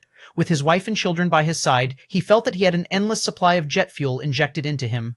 Every time he looked over and saw Ina's happy smile, he would know that he made the right decision. Who cared about the end of the world coming? No, with this sort of strength at his fingertips, why couldn't he stop the end of that world? The world crumbled around them, and Leonel slowly shook his head. He knew that this would happen. Unfortunately, he didn't get the chance to see his uncle, but he bet that it wouldn't be long before he did. Piss off, Leonel growled, rage flaring in his eyes again. He could feel that the regulator was trying to separate him and his wife again. His spear slashed out just a single time, and it was like the world was truly split in two. A rippling wave of gold, violet, and red soared forward, shredding everything it came across into nothingness. The invisible hand of the regulator was minced to pieces, and its attempts were thwarted. Hey, you can't say words like that anymore, Ina said sternly. Leonel coughed. Yes, ma'am. Ina nodded in satisfaction before sweetly grabbing onto Leonel's arm. The two took a step forward, and when their vision cleared, they found themselves in a familiar hall. Well, at least it was familiar to Leonel, who had been here before. This region was none other than the very same place the Spearmasters had gathered. But this time, there were only a small number of them, even compared to before. The number that had entered the idle battlefield had already been cut down significantly, to the point where there were only 5 people present, and that included Leonel, Ina, Leo, and Leah. The only other person was none other than Leonel's uncle. He was the one and sole survivor of the Spearman stream aside from Leonel himself, and quite frankly, Leonel found this shocking. Why had so many died? He had done a lot of killing, but that was mostly of the existences that had spawned along with the zone. In terms of actual candidates that Leonel had killed, there were only about 12, but now that Leonel thought about it, that was quite a number of those that had been here. The only reason he even faced that many to begin with was because the regulator had been personally targeting him. Now, however, it obviously lacked such an ability. At the very least, Leonel had a lot more capital to protect himself because the regulator had rules that it, itself, had to abide by. Leonel stared at his uncle for a long while. The man looked toward him as well, somewhat confused about why there was a woman with children here. If Ina had been here before, he wouldn't be confused, but she hadn't been. Also, the zone had only lasted less than 3 months, compared to the years it was supposed to take instead. For experts like them, it usually took longer to conceive, not less time. It didn't make sense for 2 babies to suddenly pop out, and why did he feel so uncomfortable looking at those children? Confusion colored his face, and he didn't know what to make of it. In a shocking showing, though, Leonel didn't say anything. He found a corner to sit with his wife, and they lost themselves in their own world. Chapter 3220, Timely. Chapter 3220, Timely. Leonel didn't seem to notice the time flying by. He assumed that if the zone was meant to last years, and he had destroyed the zone so soon, then they would probably have to wait at least that long for everyone else to finish theirs. And he didn't mind one bit. Originally, he came here ready to miss the birth of his child and their formative years. But now, he had not only gotten to witness the birth of not just one, but 2 of them, but he also could watch them grow as well. What more could he ask for? Every day, though, his babies seemed to surprise him in new ways. After they woke up from their first meal, they were already crawling around without any help at all. Leonel formed some toys out of thin air and stoked some of their competitive spirit. Much to Ina's dismay, she didn't want to trigger some sort of sibling war, but Leonel was here for it. The 2 of them found a way to fight one another no matter the circumstances. There was even a time where Leah tried to monopolize both of Ina's breasts for herself, kicking her older brother away. It was a funny sight, watching her little head bob back and forth as she tried to suck on both nipples. Leonel could practically see the gears churning in her noggin as she tried to figure it out. Leo came back with a fierce vengeance, and Ina could only helplessly watch as the twins jostled for position when she clearly had more than enough room for both. She looked to Leonel for help, only to find that he was laughing his ass off. On the 3rd day, the 2 of them were already walking, and by the 2nd week, they were already running. It was amusing to see their little bodies try to complete ridiculous maneuvers time and time again. They seemed to be very good at coordinating their bodies, but the problem was that while their brain and cognitive development was especially fast, their bodies grew at the same rate as other children. As such, even if they could walk and run, which was actually much more like a fast waddle, Leo picked up after snatching Leah's toy. They didn't have the body proportions necessary to make it effective. Their stubby little legs couldn't even quite extend properly, and they were very top-heavy, causing them to fall back on their bums all too often. It was also probably because of this that their first words weren't until over a month later. Funny enough, they neither said mom nor dad. Instead, they each said one another's names first. Leonel got a real kick out of that one. That was because it was definitely Ina's fault for calling out to them so often. Those 2 words were practically the only ones they knew. It was hard to describe how it felt to watch them grow day by day. From happiness, it became pressure again soon enough. As funny as it was to watch the 2 lock heads every day, Leonel knew that Ina was right. They couldn't allow it to go on forever. It might be early, but it was probably about time to start teaching them about some matters of discipline and self-control. If their babies were going to grow up so fast, then it was only natural that they push things forward as well. Soon, Leonel was basking in the not-so-fun part of being a parent, trying to delicately guide his children down the right path. It didn't take long before he understood his father's approach to things. Sometimes, even pretending that you didn't care for your child as much as you did was the most effective. However, Leonel and his babies were different. Leonel was a person who could have rightfully ended up on the Cloud province of the Ascension Empire, jailed together with the rest of the savants because of how his brain worked. Because of that, when his father was cruel to him, he never really saw it that way. He had always analyzed things from a more rational foundation. But that didn't mean that Leo and Leo would be the same. They might need the warmth and affection that Leonel had never really needed. It was hard to get a perfect grasp of their personalities as they were changing every day, but he already knew that his children were different from him. They had his desire to win in all things, which was why they clashed so much. But beyond that, they might as well have not been related to him at all. However, Leonel and Ina didn't just start with harsh lessons and reprimands. Instead, they started with stories, fairy tales that they wove from things they had already read and things they had experienced themselves. Since they were trapped within these walls, they wanted their babies to experience the world in other ways. Sometimes they would fall asleep in the middle of the story as dream force wrapped through the air, forming one image after another for them to gasp in shock and awe about. But Leonel and Ina didn't wake them, instead allowing them to rest their minds and digest what they had heard before picking things up later. Slowly but surely, the two grew. After a year ticked by, Leonel already couldn't hold back and gave them their first weapons. Now that they understood more about values and morality, it was the right time. Their bodies were still disproportionate, but the moment Leo got his hands on a spear and Leah touched her first bow, it was like their eyes had come alive. Nope, Leonel shook his head. Don't even think about adding your own flair to it until you can beat him. But Dad, I already beat it, Leo protested. Lucky shot, Leonel said with a grin. Leah laughed from a distance, dancing around as she tried to get used to firing arrows off balance. It was not lucky, Leo said, somewhat embarrassed. Leah laughed harder. Leo had only gotten a shot in because Mom was scolding Dad, and Dad was too busy flirting. In truth, Leonel had allowed Leo to get a win in on purpose. How could he slip up like that? It was all for this moment. Leah was too busy laughing and lost track of her steps. She stumbled over and slipped off of the wall, landing nearly in Montez's lap. Leah froze, looking up at the scary man who had not said a single word in over 2 years. Tears brimmed in her eyes as she suddenly didn't know what to do. Chapter 3221, Long Time. Chapter 32221, Long Time. Leah's lips trembled. She tried to be strong, holding back her tears, but she wasn't even 2 years old yet. Seeing his daughter like this, Leonel felt his heart breaking. As for Ina, she was already on the verge of tears herself, but both of them remained in their positions, looking toward the situation from a distance. Leo seemed to realize something was wrong after his sister stopped laughing. He looked up in shock and didn't notice the odd reactions of his parents at all. Leah. Leo rushed over without thinking much and was by his sister's side in a flash, standing defensively in front of her. Leonel's heart warmed when he saw this. They might clash heads, but much like any other siblings, when it came to facing the world, they did it together. He didn't think that he would be so enamored by such a sight. Leah trembled a bit behind her big brother's back, but when she saw that Leo was trembling as well, she grit her little teeth and tried to stand with him. The two of them had never heard this man speak, but every time they accidentally crossed eyes with him, they would feel a pressure that came from him that they didn't feel from their parents. What the twins didn't know was that was only because their parents went out of their way to coddle them. Montez, however, did not. He stared down at the two, his pressure enveloping them. The toddlers couldn't even breathe. Their minds went blank, and they forgot all semblance of logic. They didn't even seem to remember that their powerful parents were right behind them and could step in at any time. They felt all the things one would in their first battle without even raising their weapons. Leah's hand trembled on her bow, and Leo could hardly hold his spear. Both suddenly felt far too heavy for the both of them as they fought back to stop the tears from dripping from their eyes. "Why did you do this?" Montez said slowly, his eyes never leaving the children. The two thought he was speaking to them, but Leonel knew that he was speaking to him instead. A stubborn light lit in Leo's eyes. "My sister just stumbled. Why are you questioning her like that?" An amused light lit in Montez's eyes before it disappeared. Is that? Montez switched to speaking to Leo as though he had never asked Leonel the question. "Then what will you say if I kill her?" Leo's brows jumped with shock before he was immediately enraged. "You won't," he more shouted than spoke. "Why wouldn't I?" Leo didn't say anything more as he swung his spear at Montez's head. Montez seemed taken aback, but Leonel was trying his best to hold back his wild grin. No speaking, just acting. Like a true Morales, Leah seemed to realize what her brother was doing and instantly followed up as well. When they acted, it was as though they had forgotten that they were supposed to be trembling. She knocked an arrow and released it.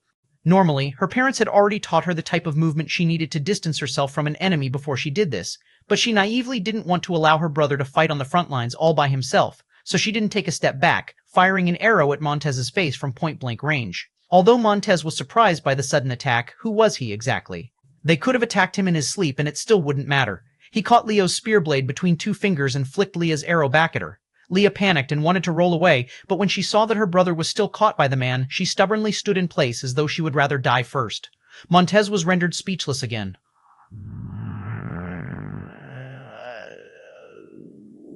Are all Morales so stupid? He had only said the words once when he paused. Morales? Who was that? Why did he say that? Everything was happening so fast, and the little girl was about to have her head split in two. Montez had originally controlled the speed of the arrow so that she would have time to dodge, but who knew that she wouldn't?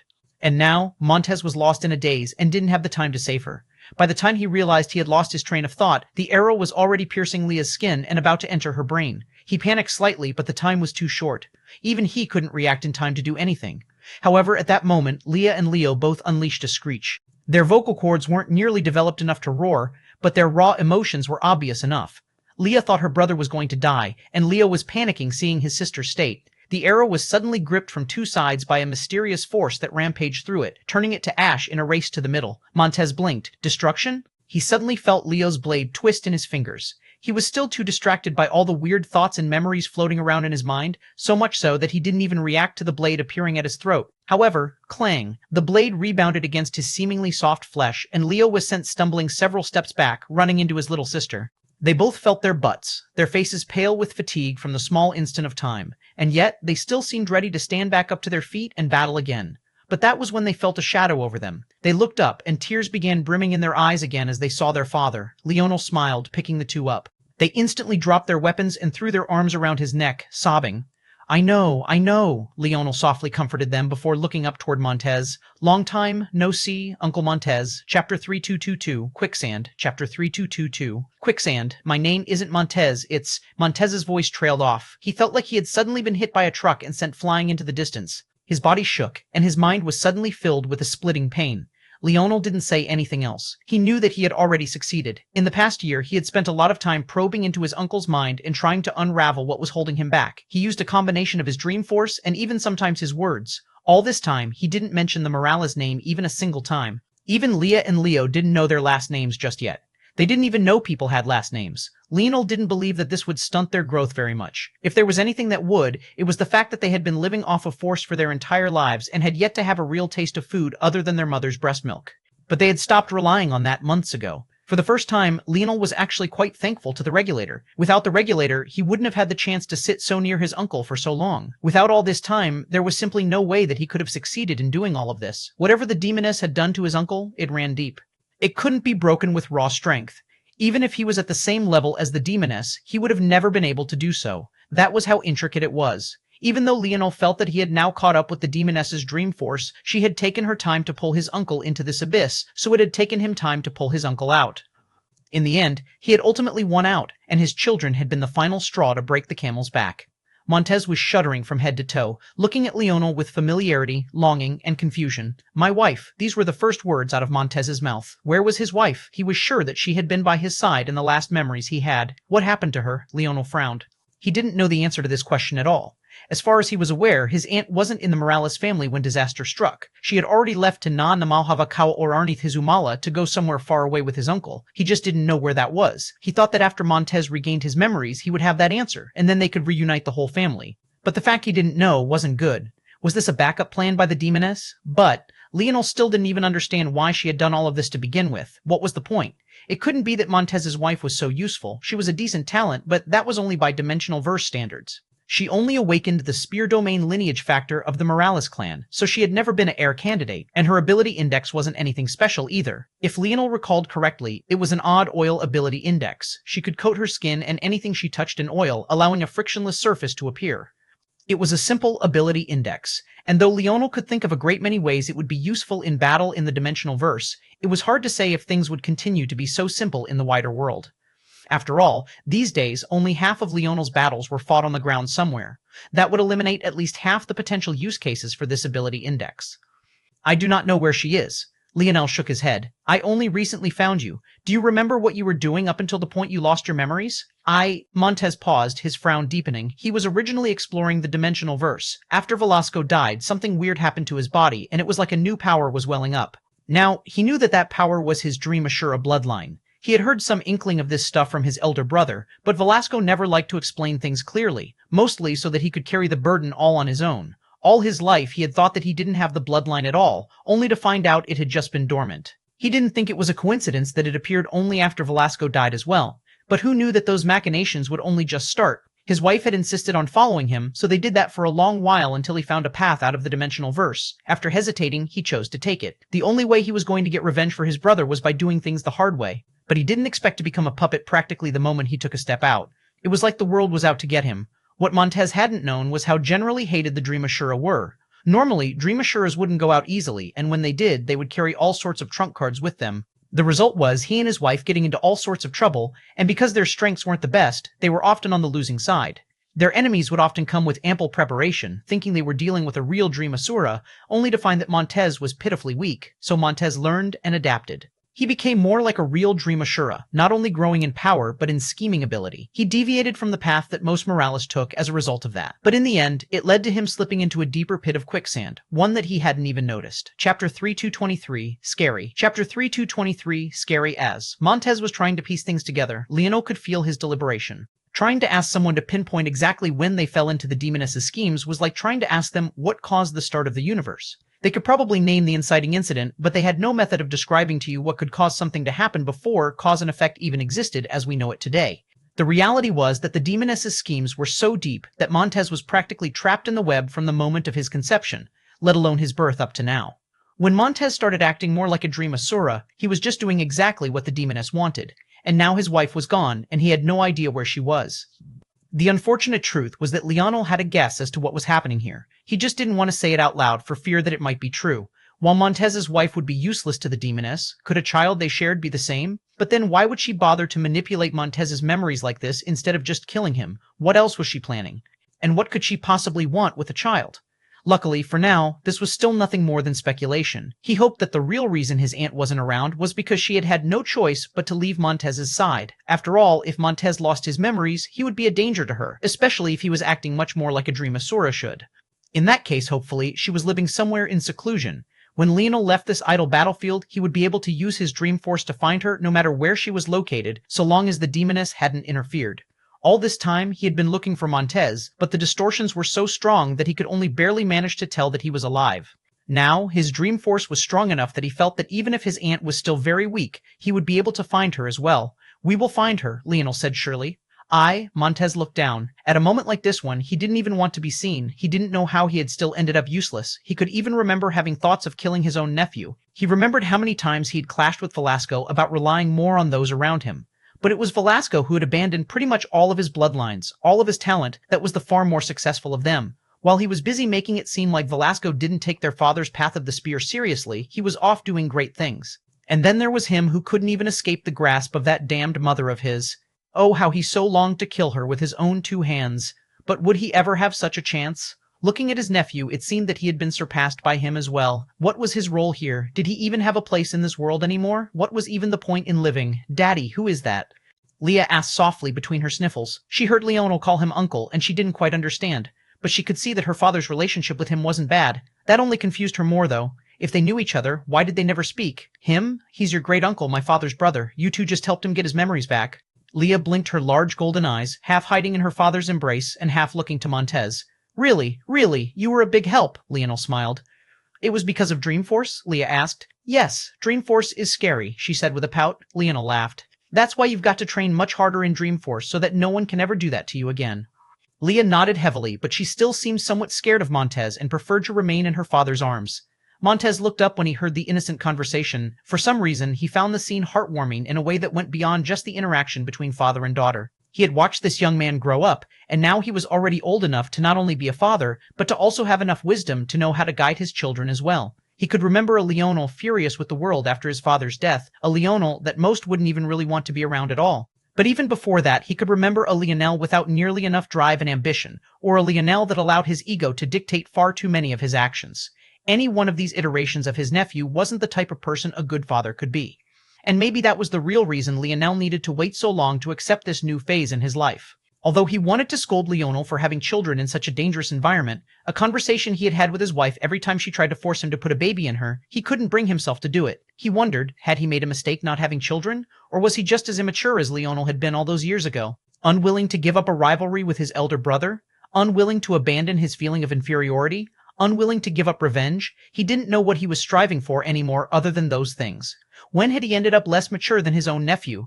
Tears brimmed in Montez's eyes. Dad, he's crying, Leo whispered. Leonel smiled warmly. Sometimes that's all right. What really matters is what you do afterward. After, Montez said softly, a burden seemed to be lifted from his heart as a world-shuddering aura erupted. Chapter 3224, Free from Comparison. 3224, Free from Comparison. After, he never thought of after, all he thought of after. All he thought about was what he could do right now to make himself stronger, how he could strive to reach those heights his brother had that he never could, how he could rip the head from the body of the woman he hated the most in this world. But he never thought about what he wanted after, what he desired. He had made every aspect of his life a part of his training. He didn't even give his wife the happiness of a child. He wore his divine armor everywhere he went, and there wasn't a single moment where he wasn't thinking about how he might refine his spear further. But what he didn't think about was how hollow he would be if he ever accomplished those things. Did he really care about them enough for them to become the foundation of this being? Leonel had been faced with this question not too long ago as well. He knew that he wanted to kill the demoness, but was that enough for him to base his entire valiant heart on? Of course not. If he hinged his entire being on a person he would soon enough kill, then what would he do after? Would he just end his life right then and there? He chose freedom to base his valiant heart on precisely because it was so generic. Leonel had never had any grand aspirations or desires. He had never been able to take things seriously because it all came easy to him. What he wanted wasn't some grand goal. It was just the freedom to do whatever he might desire on a whim, the freedom to laze around, the freedom to play around with his kids and flirt with his wife, the freedom to joke around with his brothers. As for Montez, he could remember the image of his father quite well. That man should have had all the reason in the world to hate the demoness, but he never said a bad word about her. He was so laid back and casual about things. Ishmael was a man who took life in stride. He had only spoken to his son seriously about the demoness a single time. Even to this day, Montez could remember that conversation clearly. If you want to hate anyone, don't hate your mother, hate your father, because it's my fault that I wasn't strong enough to give her what she needed. How can I be the man of the household when my back wasn't straight enough and my spear wasn't strong enough? Not long afterward, he had died, but that smile was seared into Montez's mind, because it had been from the bottom of his father's heart. He had meant every word he said, and yet he had also not let it affect his mood. Maybe in terms of raw power, Ishmael wasn't a match for the top echelon of gods, none of them ever had been, but in terms of heart, he was in a league of his own. His father liked to claim all the time that there had been a point in their relationship when the demoness had truly loved him. They sounded like the mad ravings of a man who still hadn't given up on his one true love. But right now, Montez suddenly felt that a father with a heart like his couldn't have possibly been lying about such a thing. Unfortunately, whatever love that was didn't last long. The one thing his father had never said was that the demoness loved him even now. But he probably never said such words because 1, he knew they would be a lie, and 2, because he really didn't want his sons to hate their mother. It was just that was a ship that had set sail long ago. There was too much anger to hold on to. These were things that could simply never be forgiven. But his father's carefreeness, where he didn't think about what others thought and didn't feel the need to cater to their needs or even to compare himself to them, that was what Montez realized he desired most. To be free of comparisons, to be allowed to live his own life without the restrictions placed on him by others. There was a blossoming in Montez's heart as his power ripped through several stages. At some time unknown to Leonel, he had long reached the 9th dimension. But now, his forces had finally caught up. The silhouette of an aged man with bronze skin and bright white hair appeared before Montez. He was handsome in a way that made one wonder just how much better he looked when he was younger, and he had a gentle, amiable sort of smile that filled one with warmth. This was the first time he had ever seen him, but Leonel was certain in that instant that this was his grandfather. Montez was forming his idol in the image of his father. The bronze eyes of Ishmael's silhouette sharpened as spearlights radiated from them. It was ironic to build his valiant heart on avoiding comparisons and then forming his idol in the image of his grandfather. Those two things seemed to be directly contradictory. But Montez didn't see it that way. In fact, he would say that the fact he dared to do this now meant that he was clear in his heart about what he wanted. In the past, he wouldn't have been able to draw such a clear distinction, but now he could feel it tangibly, that difference between respect and idolization. He respected his father to the bottom of his heart, and from this moment on, he would hold his spear up for the sake of both of them. "That's Grandpa?" Leah asked. Leonel nodded. "Leonel, yes? I have to go now. I can sense her." Leonel looked down toward the soul tie on his uncle's finger and nodded slowly. "If you need anything, just say my name," Leonel said softly, even though he was certain his uncle would do no such thing. Montez grinned. "Look at you. You probably don't even realize how ridiculous that sounds, huh? You and your father, 2 peas in a pod, just speak his name from anywhere and he would know?" It seemed that his nephew had reached a truly shocking stage. However, this was something he had to do on his own. With a step, Montez vanished. Chapter 3225, Coddle but Not Baby 3225. Coddle but Not Baby Leonel didn't say anything more for a long while. It wasn't until his 2 children started squirming around in his arms and play fighting that he snapped back to reality. The 2 of them seemed all too comfortable to duke it out in his arms. Seeing them using his head like it was some sort of fortress to hide behind while they launched their attacks left him with a smile on his face. On the one hand, his uncle's actions today had reminded him that this thing was far from over. But on the other hand, he felt that even in the gloominess, he could still find his happiness at the same time. He could only hope that his uncle would find his. Look at you two. I'm glad you can be happy now, but what was that? Is that what I taught you about fighting an enemy that is too powerful for you? Leonel started to scold. The twins snapped out of their play session and ducked their heads, trying to use their father to hide away from their father. Leonel didn't know whether to laugh or cry, but he had too much control over his body to let a chuckle slip out now. Having the courage to face someone stronger than you is good. I'm proud of you for that. But throwing your life away isn't courage, it's stupidity. You have to find what your strengths are, and most importantly, which of those strengths your enemy doesn't immediately nullify, and capitalize on those. Ina listened from the side and didn't say much. Half of her wanted to make fun of Leonel because he too jumped into danger without much thought. But the reality was that the Leonel of back then had never thought that he would die no matter what danger he got himself into. Even if logic said he would likely die, he was so absurdly confident in his own intelligence that he thought he would always find a way out no matter what. The Leonel of back then heavily relied on his ability index to close the gap between his enemies and himself, and he wanted his children to learn how to use their brains just as much as their brawn. Leo and Leah were so talented that maybe in 99% of situations they could get away with only the latter, and with their father around, maybe there would never be danger that truly threatened their lives. But Leonel didn't want to get them used to such a thing, which was why he had had them face their first life and death situation so early on. He was proud of the way they reacted, but it needed to be tempered. However, he was also cognizant of the fact that his children didn't have the same methods he had. His son didn't have his control ability index, he had what seemed like a gravity ability index, but was actually an extremely weak form of a space affinity ability index.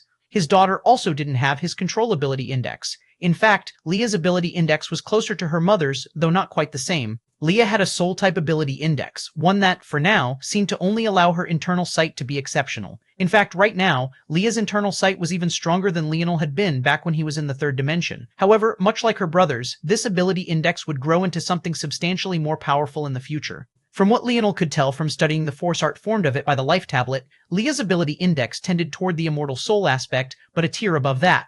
Rather than just being immortal, it was more accurate to say that her soul was truly like a second body to her. In the future, doing things like splitting it in two to form two perfectly identical and perfectly whole copies of herself would be possible because her soul was simply that flexible. Even if it was heavily injured and harmed, she could replenish it. Even if a tiny sliver was left, she would survive. In truth, though, this was only to illustrate the kind of flexibility her soul had. In terms of what sort of potential powerful abilities she could use, the list felt endless to Leonel. For example, with a soul like this one, Leonel had even thought of modifying the human race dimensional method granted to Ina by the stele. Leah could split her soul, leaving one to every dimension, instead of stretching it through or pulling it along.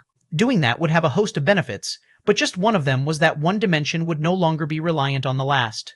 When people usually crossed from the sixth dimension to the seventh, a lot of things were locked in and could no longer be changed, but Leah could casually go back and change her path at will. In fact, she could become the first person ever to form multiple idols precisely because of this ability index. That was the kind of scale and scope this talent of his daughters had. By comparison, his son's spatial ability index was much more straightforward, but the fact it manifested as gravity at its very first level meant one very important thing. It wasn't just a spatial ability. It was a space-time ability index. Leonel hadn't told his son that, though, and he also didn't tell his daughter about the dimensional method he was creating for her. He wanted to keep them at the third dimension for as long as possible so that he could see what ideas they could come up with on their own before he started. His own father had taught him the value of respect and persistence, but he would have never truly understood it if he hadn't been forced to travel so far on his own when his father could have handed him everything. Would he coddle and love his children? Yes, but he wouldn't baby them. Chapter 3226, Outside World. Chapter 3226, Outside World. The next year passed by in relative harmony. Leo and Leah seemed to be growing more and more every day, and now their third birthday was approaching. However, such times of peace could only last for so long. Leonel looked up to the skies, seemingly sensing something before his eyes sharpened. By the time he looked down, his gaze had already softened considerably. He gave a look to his wife, and she seemed to understand as well. The both of them nodded. Come here, Leah. It's about time we get out of this place. Really?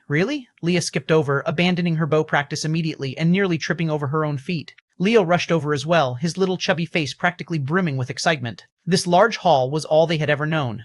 Their parents would show them the outside world from time to time, but that only made them anticipate it more. They also wanted to taste this so-called food their parents kept talking about.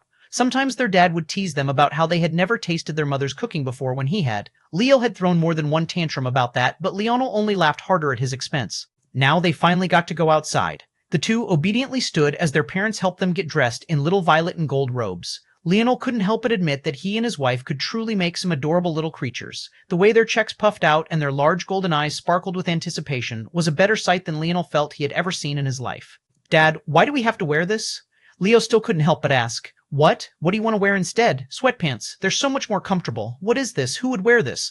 Leonel burst out into laughter. It seemed that his genes were quite strong. Sometimes perception matters. "But you said to never care what anyone else thinks." "You shouldn't care about what anyone else thinks, unless you've decided that you should."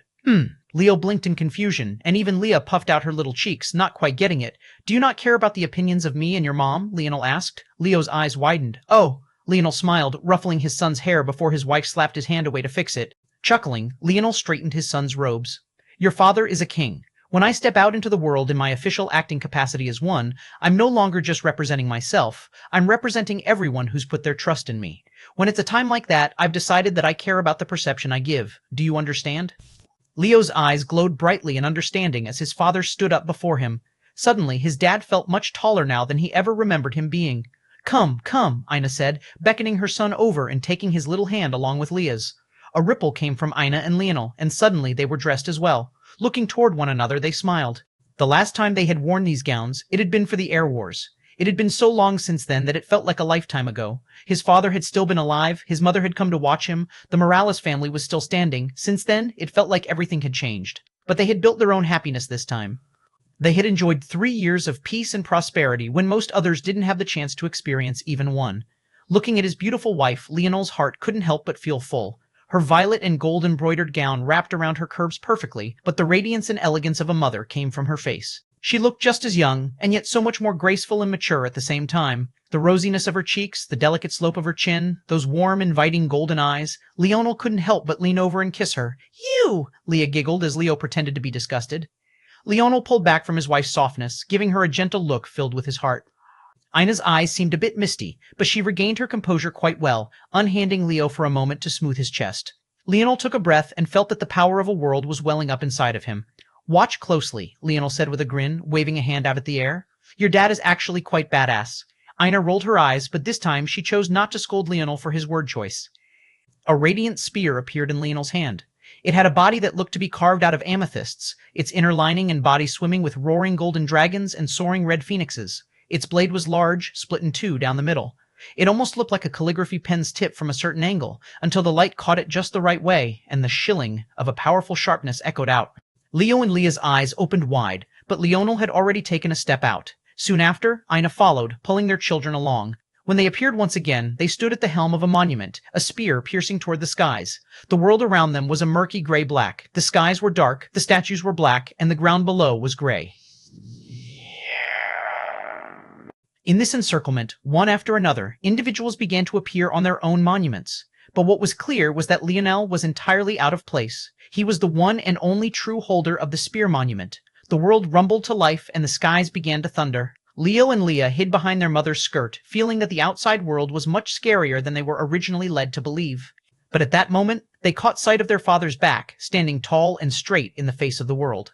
Chapter 3227 Deserves. Chapter 3227 Deserves. Leonel took a breath and closed his eyes. There was a shimmering aura around him, and his body seemed to almost be revving up like the engine of a well-oiled machine. He hadn't even held a spear in 3 years, let alone swung it. He spent all his time with his wife and children, not even thinking about battle outside of what he could teach his kids about it. But now, stepping foot onto the true idle battlefield for the first time, he felt like a piece he was missing had finally come back. He never shied away from battle. In fact, he loved it with every fiber of his being. It was just that all the battles he fought felt so high stakes that it would inevitably become suffocating after a certain point. But maybe the harsh reality of it all was that it was precisely those high stakes that made it all so worth it. Maybe that was what made his blood boil and his heart bloom. Leonel grinned wildly as his eyes snapped open. In the far-off distance, he watched as a monument shuddered. It was odd compared to all the ancient airs fluttering around it. This one felt almost too modern by comparison, but that was because it was none other than Drake's gun force. The world shook as Drake established himself. The rookie blinked in confusion for a moment before opening his eyes. The first person he saw was also Leonel, and he couldn't help but smile before he was shocked by the two little tykes behind him. Drake couldn't help but be speechless, seemingly piecing together the real story here quite quickly. While everyone else was banging their heads against the wall, looking for a way to survive, Leonel had actually been enjoying his new family. He knew that Ina was pregnant, they all did, But they all also thought that Leonel was going to miss the birth and first few years of his children's lives. In the end, Drake just relaxed and smiled. This was a good thing. Son of a bitch. I was working my ass off and this guy was just out frolicking about. James appeared on the Saber Monument, with Elthor and Noah not too far behind. Language, Ina said with a frown. James's next words were caught in his throat. Yes, ma'am. Leonel's brothers appeared one after another. Joel to the Glaive Monument, Milan and Arnold to the Palm Monument. Alan actually appeared on Drake's Gun Monument several hours later. Every appearance was like another weight off of Leonel's shoulders. There was another rumble and the earth shook as yet another monument rose into the skies in the form of a machete. On its back, Hutch and Florin appeared. While they were appearing, individuals that Leonel didn't know were appearing as well, including humans. When Leonel saw these people appearing on the martial arts monuments, he couldn't help but give them an extra look.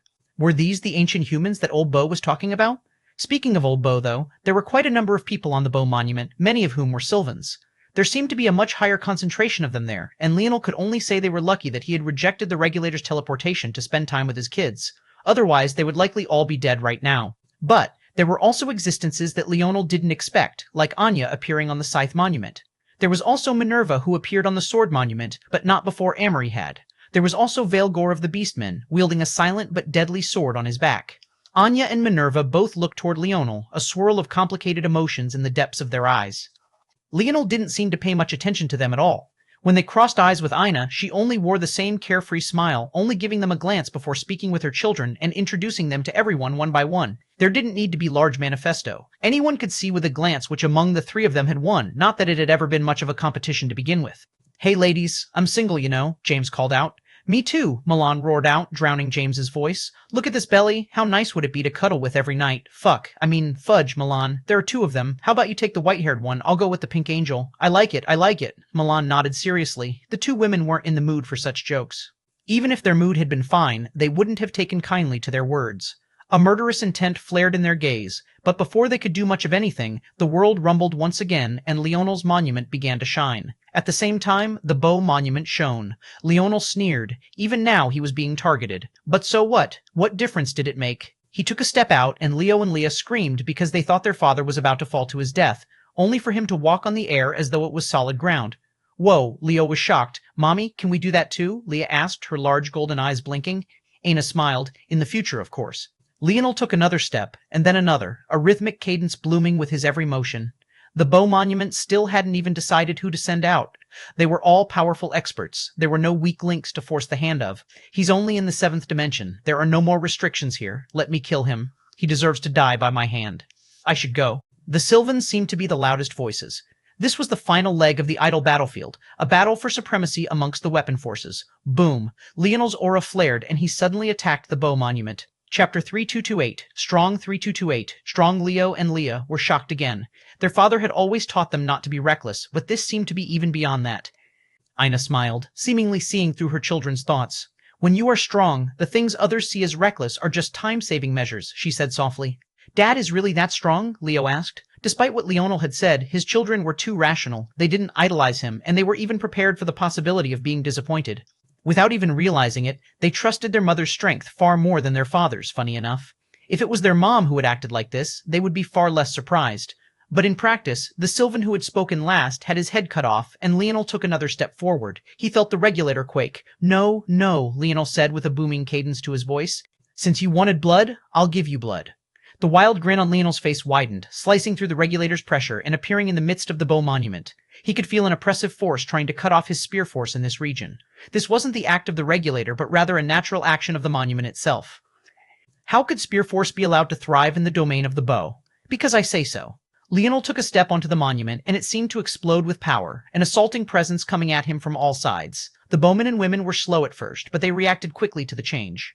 Even as Leonel's robes fluttered down to catch up with his speed and forward momentum, they had already fired their first arrows.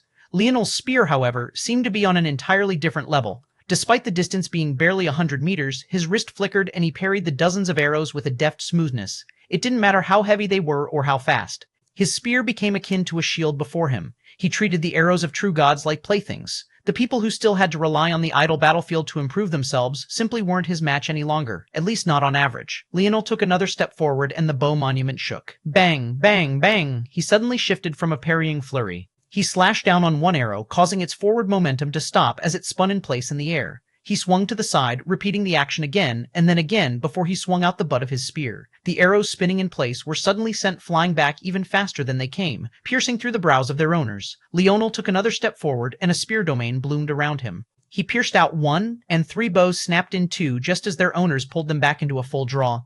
The rebound of the bows smashed against their skulls, shattering their own heads to pieces.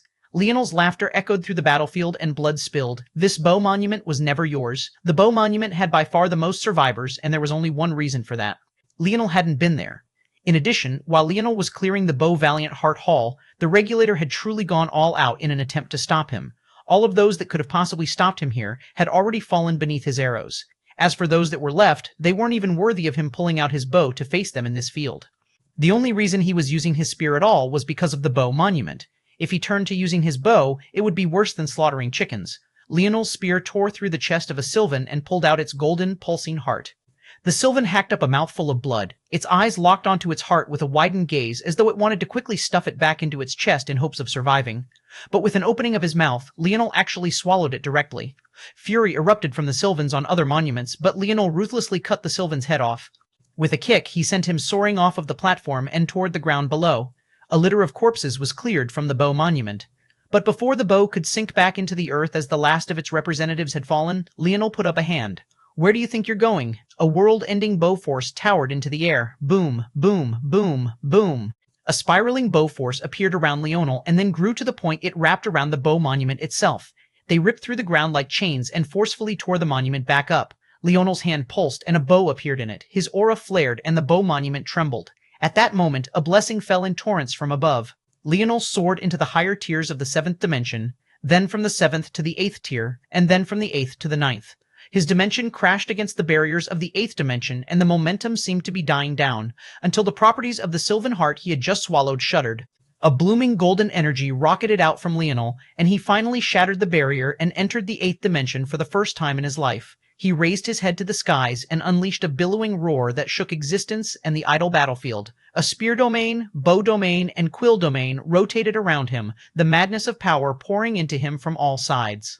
Leonel's violet hair danced in the wind. His eyes, shimmering with sharpness as a crown he was suppressing, flickered into and out of existence on his head. When his aura finally solidified, the world fell into silence.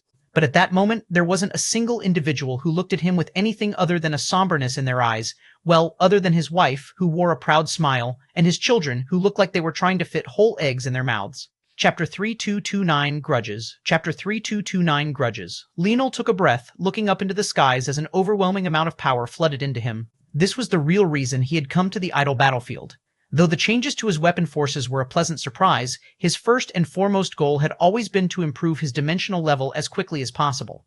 The trouble with doing that was that he required far too much energy, more than most could even begin to fathom. Just now, he took the entire blessing of a monument, meant to be split between over a dozen people, all for himself. And yet, he technically only moved up 3 tiers. If not for Ina's calculations and a timely use of a Sylvan heart, he wouldn't have been able to break through into the 8th dimension. Now, he felt that his forward progress had slowed even more substantially. He doubted that he could even reach Tier 2 even if he claimed an entire other monument for himself, and there were a limited number of monuments to begin with. Even between the new ones like Drake's Gun Force or Ramon's Spearhammer Fusion Force, Valore Force, there were still only just over a dozen monuments here. If just one couldn't even get him to Tier 2, it felt like his hopes of bounding toward the 9th dimension through the use of the idle battlefield was a hopeless case. Plus, he couldn't also steal blessings from his own brothers. He needed them to be powerful as well. There was only so much that he could do all on his own. Leonel exhaled his deep breath, his gaze calm. If he was bound to be stuck in the 8th dimension anyway, that was fine. The fact that he had made it here to begin with meant that whatever sliver of a chance these people had had before no longer remained. If he was so powerful at the 7th dimension, how powerful was he now? Leo and Leah were still at a loss for words. By now, they had a great understanding of power and its scaling. They had been training practically ever since they were born, and that was enough to tell them one very important thing. They were no match for their father at all. Maybe that should have been obvious to them, but maybe due to them gaining some of their father's bad habits, they were just a little bit too confident in themselves. But now, they could really feel it. That gap. For Leah especially, she felt like the moment Leonel grabbed onto a bow, it was as though hers didn't even want to listen to her anymore. It was like she was suddenly trying to hold a pencil with her off hand. It looked so much more natural in her father's hand, as though the bow was always meant to be there. And no matter how hard she looked, she couldn't quite pick up on what the difference was. It was so complex in its simplicity that it left her little head spinning. Wow, the twins said wide-eyed, but then their father ruined it all with a look and a wink. The twins were stunned before Leonel started laughing. Maybe his two little kids thought that this was a serious situation that should be treated as such. But for Leonel, he didn't see the idle battlefield like that at all. This was a place for children. A place his grandfather didn't even care about enough to show up in. A place he was certain that many others had the very same emotions above. He was a father now. How could he play around with children? Wouldn't that bring him down to their level? At that point, he'd have to start asking Leo and Leah to feed him. If he struggled in this place, he might as well hand his head over to the demoness right here and now. Leonel took a step and appeared off of the bow monument. The regulator tried to send down another command, but a fierce domain had already appeared around Leonel, swirling in colors of violet, red, and gold. Half of him seemed steeped in darkness, while the other was so radiant and beautiful that he seemed to become a star of his own in the middle of the skies. A lot of you have grudges against me, but that's fine, Leonel said with a grin. I have a lot of grudges against you too, so how about we lay it all out on the table? Leonel's spear swept to the side as he strapped his bow to his back. The spear tip leveled out at the most powerful of the Sylvans he could find, a woman with a head of flowing branches that almost looked like writhing snakes. I've eaten more Sylvan hearts than I care to count. He swept out his spear again, landing in a group of Void Race members. In specific, Louis Shea, Sean Ray's elder brother and supreme genius of the Void Race. I can practically smell the rage on you. Let me guess, are you related to Sean Ray? Interesting. She was very obedient when she died for my sake. Leonel's wrist flickered and his spear pointed toward a member of the barbarian race that he shouldn't have recognized at all. You've lost weight, Talon. Did you think I wouldn't recognize you if your belly wasn't spilling over your pants? How was imprisonment? Wasn't I a good warden? Every word Leonel spoke came with an even more towering aura, as though he was responding to the pressure of being hated by so many. The fiendish light in his eyes only grew as his momentum did, his spear landing in a group of beastmen, and then flickering to land on the group of ancient humans. I don't care much for beastmen, just stay in your lanes. The spear isn't the weapon for you.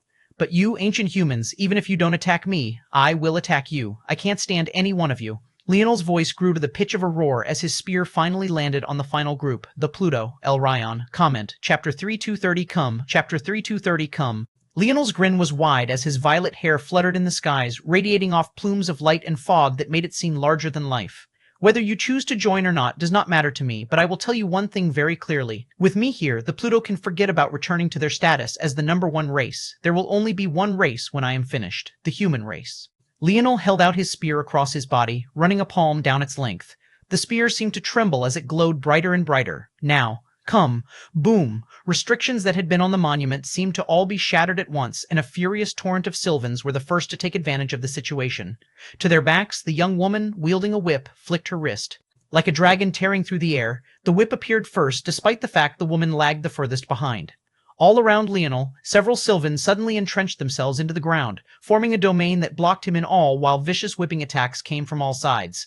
It was clear that the Sylvans had a particular affinity for whip force that most others couldn't compare to, and recalling the level of control the Sylvan spearmen he had fought had, Leonel could see why this was the case. Unfortunately, he just didn't care very much. The Sylvans should grow weak when they rooted themselves into the ground like this. But it was a different matter when there were many of them linking up in this way. Taking advantage of their leader's attack, they formed a quick ring around Leonel, digging themselves deeper and deeper until they formed a hollow connection between one another that was steadily growing. Leonel took one step back in the face of the whip, his spear flickering to meet it. Lena, the Sylvan, sneered, her whip expertly changing directions in the air.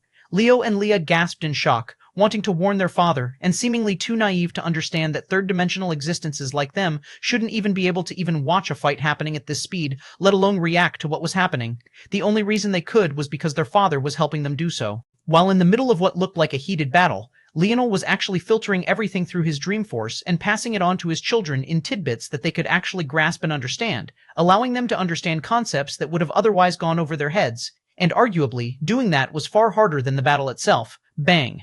The whip Lena thought would slip right by Leonel's defenses was almost carelessly parried away. The Sylvan's eyes widened, but she sighed a breath of relief at the same moment. That was because her companions had already surrounded Leonel successfully. A suffocating life force formed and then took control of the realm. Green grass began to grow on the idle battlefield, and, for a moment, the skies even seemed to be somewhat bright.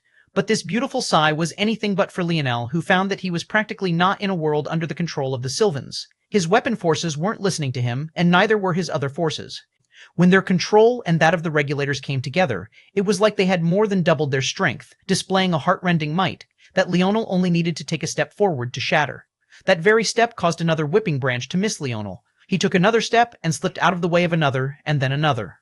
He walked through the minefield of savage whipping branches that could split planets in two as though he was on a normal stroll, and then he suddenly swung his spear. A tree froze, only to be cut in two. Lena's eyes opened wide as her aura flared. The idol she had just formed appeared behind her in a forest of writhing, thorned vines. A strong energy burst from her whip force as she lashed out with all the strength she could muster. Leonel lowered his spear and caught the whip out of the air. Before Lena could react, there was a tug of his wrist, and she came flying forward, right into the waiting arms of his spear tip. The blade ran through her body and right through her bleeding, sylvan heart. Leonel's wrist twisted and he cut her heart out of her chest, sending her flying to the ground as though she was worthless garbage. He tapped at the air with his now free hand, and Tolliver bloomed into action, swallowing up the sylvan heart. Leonel took a step and then slashed, then took another and slashed once more. Every time he did, another sylvan would fall and their sylvan heart would be swallowed up by Tolliver. Little Tolly's body grew and grew until it formed the head of a menacing beast roaring to the skies. It seemed that Leonel had completely lost control of the metal spirit, having fed it too much in too little time. Tendrils of silvery whiteness slashed down and swallowed up the large bodies of the Sylvans. It was like the masses of ancient golden trees they had formed weren't worth anything at all. Tolliver just wanted to eat more, to have more, and wouldn't be satisfied until everything had been devoured by it. Leonel walked through the battlefield almost carelessly, as though he couldn't see the danger at all, like he hadn't just unleashed a demon onto the world. And it was then that a scythe suddenly appeared behind him, flickering out of the darkness and looking to take his head off. The speed was considerable, and the stroke was one of genius, one that only the likes of Louis Shea would possibly be able to execute among the many scythe force wielders here other than maybe Anya herself. But what good was it? A spiraling absolute domain formed behind Leonel, rebounding against Louis Shea's scythe with a drilling force. Chapter 3231, My King. Chapter 3231, My King. Louis Shea was sent stumbling several steps back, his wrist shuddering. It didn't feel like he had collided against a wall of force. It felt more like he had just run into an impenetrable universe. When he felt Leonel look back at him, he felt a cold chill that spiraled down to the very depths of his soul. It didn't feel like he was looking at a normal human boy at all. Louis Shea was already the size of a planet. He towered so far above the idle battlefield that he seemed to have a battlefield on his person itself. By comparison, Leonel was only a fraction of his size, not even enough to count as a pebble to him. However, for some reason, he felt so very small right now, like he was the insignificant being. Bang! Leonel's spear only flickered once, and a hole the size of a moon was torn through Louis Shea's body. A shame. If you were more patient, maybe you would have lived a little longer. At the very least, you should have attacked me with everything, but just like the rest of the god races, you're far too arrogant. Haven't you realized which among us is the ant yet? Leonel's spear shot upward, and Louis Shea was torn in two, the halves of his body coming tumbling down in two pieces. Standing above the carnage, Leonel rested his spear on his shoulder and reached out a hand. Louis Shea's enormous scythe landed in his hand. Despite all the pressure Leonel was putting into an infinitely small section of it in order to hold it up, that scythe didn't show any signs of wavering at all. Then, Leonel carelessly tossed the scythe to Tolliver, who swallowed it up with just as much vigor. The world fell silent for a moment before the infuriated Void Race members charged. Their bodies weren't nearly as large as Louis Shea's, but it hardly seemed to make a difference at all. If anything, they only suffered more for it. By the time they realized that their Void Race should have had shocking healing capabilities, but they weren't even able to save themselves from a single one of Leonel's spear strikes, it was too late. The first time Leonel met the Void Race, they had been able to sacrifice the galaxies in their bodies to heal even from lethal injuries. Having their heads split shouldn't have been the end of the road for them, but when they were facing off against Leonel, it might as well have been. Before Leonel's spear, they didn't have the right to heal themselves. Before a sovereign of creation, why would they believe that they could be in control of their own lives? SSKKKRRR. Tolliver's rampage only became more wild until it suddenly couldn't hold back anymore, leaping onto the Bow Monument. The idle battlefield began to shake from its very foundations. However, Leonel didn't even look back as though he didn't notice what was happening. What? You've all turned coward now? The last of the Void Race fell, and it was like no one on the idle battlefield had the capacity to speak or think properly anymore. These weren't weak existences. The Void Race had held back on a lot of the geniuses they sent, only sending one supreme genius and a bunch of lower-tier geniuses after the fact, but this was still a race of people who were vying with the Pluto for supremacy. On average, they might not be as strong as the Pluto, but they weren't too far off either. And yet they were treated like ants, torn and shredded apart as though they might as well have not existed at all. And now the man who had done so stood there, taunting and goading them, sneering down at them from above. A human, a normal human, since that's the case, arise. Leonel's gaze flashed, and an overwhelming dream force poured out from him, overflowing into the world in a tidal wave. The Sylvans and Void Race members that had collapsed began to have their spirits forcefully ripped out of them. At first, there were strong protections that descended from above, but with a single sneer from Leonel, they shattered to pieces, falling in a rain. At this point, there were only two existences that Leonel would give even a sliver of a chance of having Dreamforce on the same level as himself, his grandfather and the Demoness. There was no third. No matter what protections these people had, it was worthless to him. Bang, bang, bang, bang, bang. The restrictions shattered one after another, and they were forcefully resurrected just as fast. They quickly fell to a knee, crossing their arms across their chests and lowering their heads toward Leonel. My king. Their combined voices shook the idle battlefield. The skies overturned, and a royal crest that looked eerily similar to Leonel's Dharma appeared before each and every one of their foreheads. The sight of dozens of violet figures kneeling to one man didn't seem like it should have shaken them to their cores. But when one realized that each one of these individuals was a genius amongst geniuses, an existence that would hold up a piece of the skies all on their own in the future, it was something that hit a completely different place in their hearts. And to make it worse, Leonel didn't even care to use them. It was as though he was bored and wanted to stretch out his own legs for once, as though he was here to take a stroll and had no desire to have someone else drive the carriage for him. At that very moment, two beastmen appeared before Leonel. One of them was Veilgor, a white tiger beastman wielding an enormous white sword, and the second was Ajgar, the sole owner of the Clawforce monument. It seemed that the dragon beastman had succeeded in doing what he set out to do, carving out a new path for him. Chapter 3232, very cool. Chapter 3232, very cool. Leonel looked at them and their twitching noses. He could tell that they could smell the death of their people on him. He didn't know how their sense of smell worked, nor did he particularly care. It was an ability that he had no intention of using, nor did he feel the need to circumvent it. Maybe in the past he might have cared enough to find a way to supersede it because he would have to spend more time running away from these god races than actually fighting them. But right now, what did he have to fear? Coming to throw your lives away like everyone else, not very smart. You aren't helping the stereotypes, Leonel said indifferently. Ajgar grinned a toothy, draconic grin. If I don't step out, you humans might actually think you run the place. Vakilgor didn't say anything, but his battle intent was much the same. It was clear to Leonel that the more powerful he was, the more likely the beastmen would be to step out. This battle-hungry race wanted for nothing more than blood and carnage. Leonel didn't have to point his spear at them for them to take action. They would have done so anyway.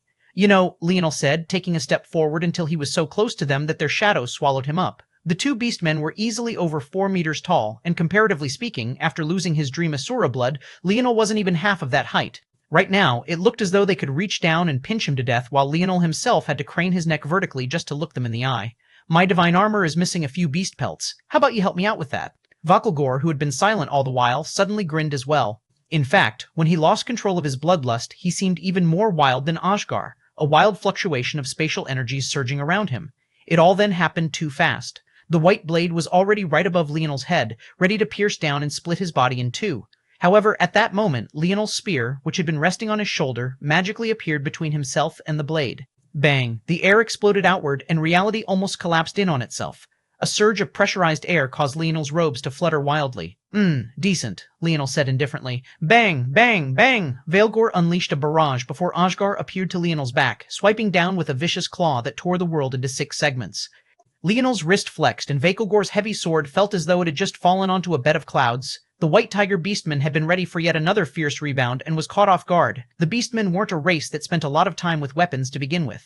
In this regard, they were a lot like the Pluto, except for the fact the Pluto at least dabbled in close combat methods and controlled weapon forces like Fist Force and the like. But Beastmen didn't even usually have that much. This showed the moment the two began to attack. They had a wildness to them that was completely different from the usual systematic methods of weapon force users. And that actually benefited them. Leonel couldn't see through them in an instant, so they ended up weaving through the skies until he found an opening. Veilgor found himself off balance as Leonel took a step to the side, flicking his spear upward. The white great sword met Ajgar's claw, and the two beastmen were repelled apart by their own strength. Leonel's figure flickered, and he appeared before Veilgor in an instant of time. The beastman hurriedly spun around and slashed out with his sword and tail at the same time, both wreathed in a blackened energy. CHI. Veilgor was stunned to feel one of his own legs go limp. He looked down to find that Leonel, who he thought was behind him, was actually to his side, piercing into his leg and tearing its tendons apart. Suddenly, he felt even more off balance in the air. CHI. CHI. Leonel's spear strikes accelerated.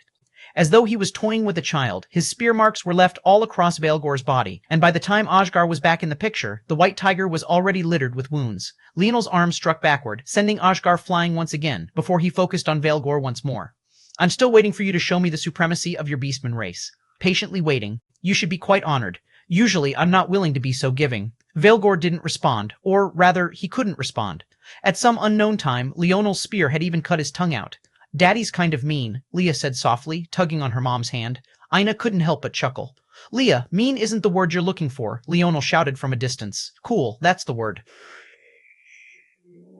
Your daddy's very cool, Leah giggled, but seemed to have no intention of correcting herself. As expected of a pair of toddlers born into a river of blood, Leo and Leah didn't seem to care about the bloodshed at all. Somehow, they felt that it was perfectly normal for their father to be a mass murderer. Yes, Dad's very cool, Leo said. Attaboy, can I have that big sword? Leo asked with a burning desire in his eyes. Leonel almost coughed out his first mouthful of blood. Was this the real reason his kid was complimenting him? Where was the shame? You can use a sword when you can beat me with a spear. That's not fair. You know what else isn't fair? Being born with a Spear Force innate node. If you can't do that, what good are you? Leo grit his teeth and seemed to want to run out onto the battlefield with his tiny little legs all ready just to prove his father wrong. Chapter 3233 Have It, Chapter 3233. Have it, Ina had to catch Leo before he actually rushed out onto the battlefield. But even as Leonel was speaking, his wrist had already twisted like a writhing dragon through the air. Pucky, Veilgor's head was sent flying into the air. Ashgar froze in place, his slit pupils trembling. Maybe he just couldn't believe what he was seeing. He had Veilgor weren't even of the same bloodline, one being a draconic beastman and the other being of the White Tigers. But they had grown up like brothers, both taking unorthodox paths of their race, both rising up to become geniuses among geniuses, both stoking one another's flames for as long as he could remember. You killed him, Ashgar's rumbling, deep voice trembled out in disbelief. I was as though he was trying to make sure that everything was still real, that he wasn't imagining what was before him. Had his brother of a lifetime really fallen right before him like this, and he couldn't even do anything about it? Leonel didn't even respond, kicking Ashgar's body toward the rampaging Tolliver. His large body was swallowed up, and it was like nothing more than another resource. A manic roar filled the skies as Ashgar howled toward the darkness above them. With a stomp, Ashgar had already appeared before Leonel, slashing out with a wild claw. It seemed to embody the savagery of the Beastman race, and Leonel actually found that it was more than 10 times as powerful as it had been the last time Ashgar used it. This wasn't a strength boost brought on by mere fury. The truth was that this unbridled fury was precisely the last piece Ashgar needed to make his claw force work.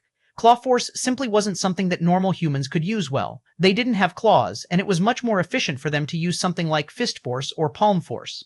Ashgar had been trying to make his claw force too much like fist or palm force, when in reality it needed less systematic guardrails and more wildness. And now, thanks to Leonel, he had reached that threshold. There was a sudden rush above his head as an already formed idol became sharper and stronger. If one looked above Asgar's head, it would look as though a dragon's 10,045 claw was descending from the skies themselves, ripping apart the clouds and severing the world beneath it into two. It was an overbearing idol that only became even more so. Leonel's eyes narrowed as he took a step back. His spear danced as he met Asgar's wild attacks. D-E-G, D-E-G, D-E-G. Sparks flew, and Asgar suddenly clamped down onto Leonel's blade, his 5 claws sending hot droplets of molten metal flying out in all directions.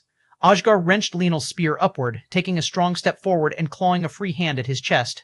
Leonel removed a hand from his spear and punched out in retaliation, his spear-wielding hand twisting at the same time.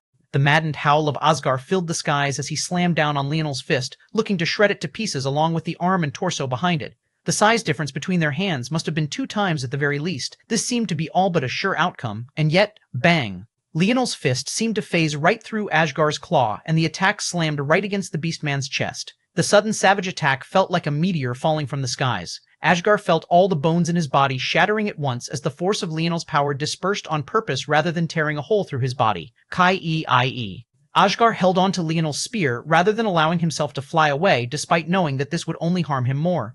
Leonel might have bypassed his defenses through mysterious means, but now he was in his grasp, so close that his fist was still against the beastman's chest. There was no escaping now. Ashgar's claw grew a size larger and changed directions mid-air. The sudden and abrupt shift in momentum was so great that the echo of a tendon snapping echoed through the air. It was akin to the twisted steel cords of an anchored chain popping out at once. He had forcefully injured himself once again just to deal a death blow to Leonel. He cared about nothing other than taking his life. Unfortunately, his hopes and dreams didn't matter. Decent. The spear that Ashgar had been holding onto all this time was finally twisted out of his control. It cut across, severing Ashgar's neck and down his opposite shoulder, cutting away the very claw he was using to attack Leonel. Ashgar froze. Deep in his eyes, he seemed to have already foreseen this outcome.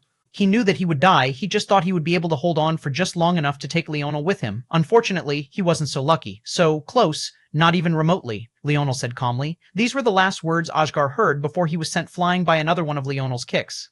Tolliver slapped out with a tendril through the skies and seemed to shatter the sound barrier several times over. It slapped down and looked like it would knock Asghar flying again, but instead he was swallowed up in a single sweep. Leonel stood in the skies, resting his spear on his shoulder again as he looked down on the world. The idle battlefield had fallen into silence once again, and no one seemed willing to fight any longer. The amount of power and strength that Leonel had displayed was too great. SKKKKRRRRRRRRRRRR, Tolliver howled. Still not enough? Have that one then, Leonel said indifferently, pointing at the new claw monument. It had only existed for a short few minutes, but now it would collapse much like the bow monument had. Today, Leonel wouldn't be satisfied until the idle battlefield collapsed. But how could the ancient humans allow that? Chapter 3234, Overwhelming. Chapter 3234, Overwhelming Bodhi. His skin was dark and his feet were particularly large. He still stood at 3 meters tall, a height that was shockingly huge for someone who was a pure-blooded human. And yet, it only seemed natural on him and his long legs.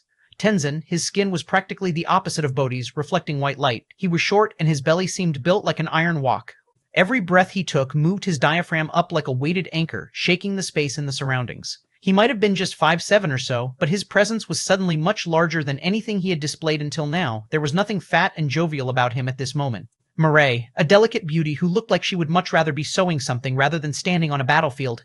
Her fingers were covered in rings, and her temperament was the most reserved of all three. Yet she felt no less dangerous. All three of these young men and women were bald, their hair shaved down to the point even their follicles were no longer visible, and every one of them radiated the same dangerous aura.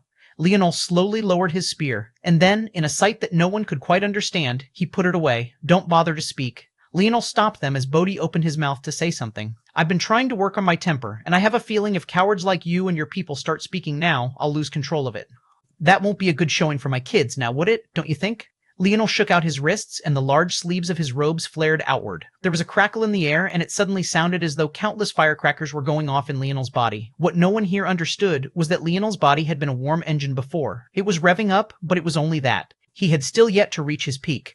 After years without battle, the rust was falling off slowly, and the flow of his force was only growing smoother. Plus, one also had to factor in the fact that he had only just now had a great and sudden breakthrough. He still had to get used to the new power that was at his fingertips as well. But if there was anyone in the world that could quickly get a hold of their body, it was Leonel Morales. Right now, however, he would have much preferred to feel the faces of these people deforming beneath his own knuckles and flesh. If he was going to rank a hierarchy of those that had pissed him off the most on this idle battlefield, number 1 would be the Regulator, but a close number 2 would be the ancient humans who had triggered its existence to begin with. The fact that these ancient humans had also gone off into hiding while the rest of their race was treated as the shit to scrape off the bottom of every other race's shoe all this time only filled Leonel with more fury. He was going to subdue this race of ancient humans. The human race only needed one head, and by human race he meant every race in existence. Leonel took a step forward, his robes flapping and his hair dancing in the air as he punched out.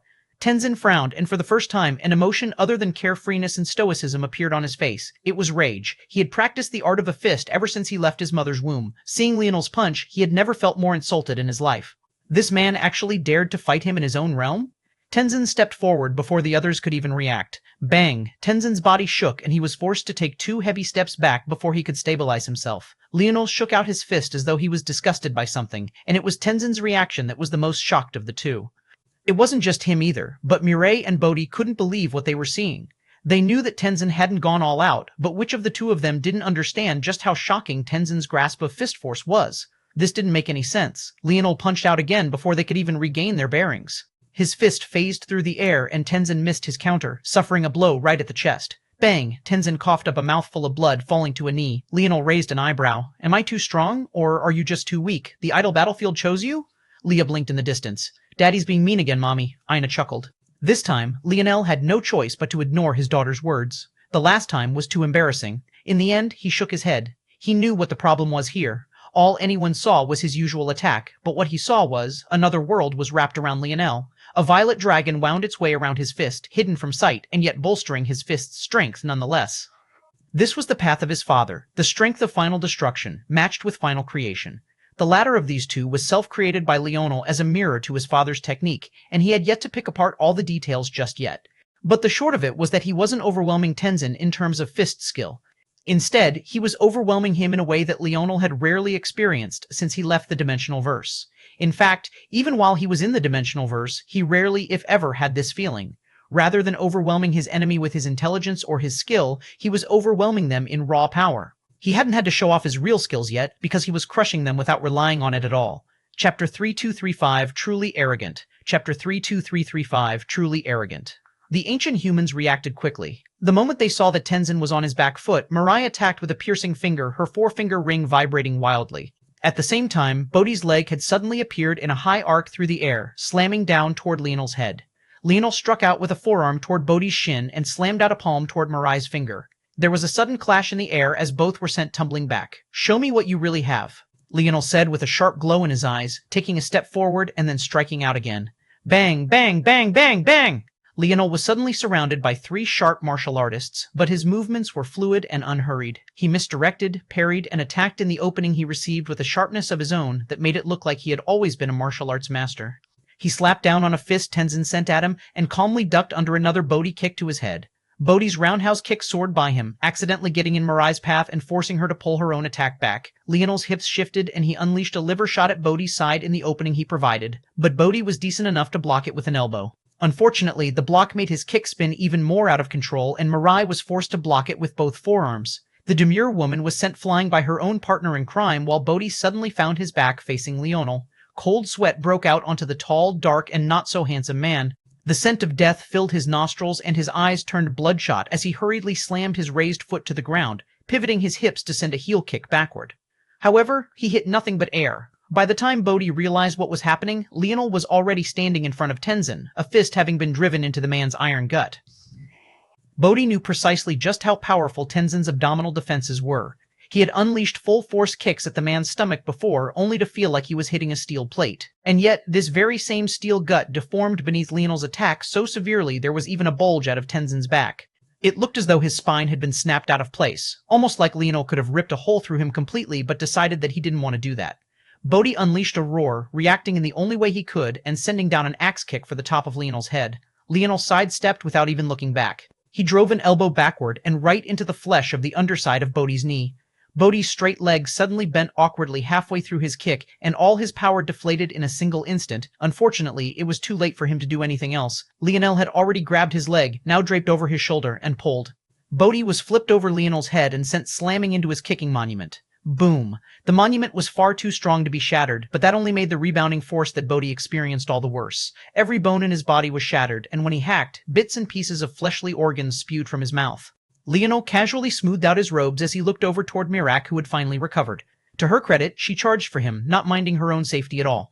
With a step, Leonel dodged out of the way of her finger. She unleashed a roar, her simple robes fluttering as an idol of rings appeared high above her. 8 bands spread out before her, and she struck out with a finger toward Leonel. The finger sent out a strike that passed through one of the floating rings, and all of a sudden, an attack concentrated to a small area became unavoidable, expanding to the point it was even larger than the monuments. Leonel's eyes narrowed as he punched out. Bang! The finger force was shattered to pieces, a rain of volatile energies fluttering around wildly and nearly nicking his robes. Mirai sent out another, and then another. Sometimes they would enlarge, sometimes they would become wreathed in flames or descend like a waterfall crashing from above. Every time, Leonel would just as calmly shatter it. Constrain! Mirai roared. All of a sudden, the dancing energies in the surroundings reformed into rings that trapped Leonel on the inside, squeezing down to shatter him to pieces. And yet, Leonel's body only shook once. The rings shattered once again. Taking a step through the mess, Mirai could react before Leonel had already grabbed her throat. She had obscured the battlefield so much through her own attacks that she completely lost track of her opponent. Leonel raised her up and slammed her down toward the ground. Mirai hacked up a mouthful and she unleashed a shudder, her consciousness fading in and out. She couldn't even see straight anymore, and the entire back of her skull was covered in fractures, flattened out to the point she wouldn't blame anyone for thinking her entire brain was nothing more than mush right now. Leonel continued to stand high in the air, his imposing air lofty and indifferent, and then he looked down toward Elrion. Sparks seemed to fly through the air, an overwhelming sense of might filling the skies. You're just as arrogant as any one of them. Leonel shook his head, looking down at Elrion. He may have grown, but in Leonel's eyes, Elrion was still that 14-year-old kid. You think I'm arrogant. But I think you're the arrogant one.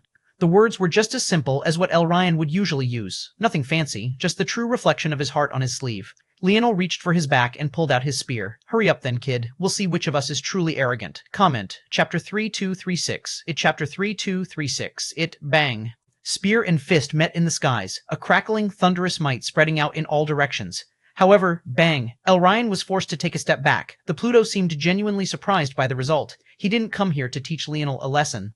Even after Leonel technically humiliated him in the past, using him for the sake of giving the human race a path to survival, Elryan had never been particularly angry. He only wanted Leonel to understand who was superior between the two of them. Ever since the first moment he met Leonel, he had always had this loftiness to him that belied his inferiority as a human. It was like he didn't understand that humans were supposed to be a weak race, and Elryan could never understand it. The cognitive dissonance was something that Elryan couldn't quite grapple with. What made it more difficult was his personality and his experiences. He had always been respected, even within the Pluto race itself. People deferred to him just because of his existence. He never needed to prove himself before. Normally, he wouldn't even care to prove himself. He never took much of anyone seriously. Ironically enough, he was just as arrogant as he claimed Leonel to be. But something about Leonel made him feel like he had the need to prove him, that he should be the one to set Leonel straight about the differences between the two of them. What Elryan didn't realize was that the moment he had such thoughts, it was probably already over for him. He had arrogantly given Leonel time, saying that he would give Leonel a chance to catch up to him, but at some unknown time, Leonel had already long since done so. And now, looking down at his own fist, Elryan was surprised by the result. A trickle of blood came out, and his body, which refused to bleed even when heavy or injured by a Void Race ancestor, was suddenly leaking like a faucet. His blood fell from the skies like meteors, crashing across the idle battlefield and leaving craters everywhere one looked. The carnage was absolutely devastating, and yet Elryan could only continue to look at his fist as though he couldn't believe what was happening. Leonel retracted his spear calmly. To him, this wasn't even the slightest bit troublesome. Elryan had grown, but he was still a baby in Leonel's eyes. He was already in his 20s now, but he might as well have still been a child.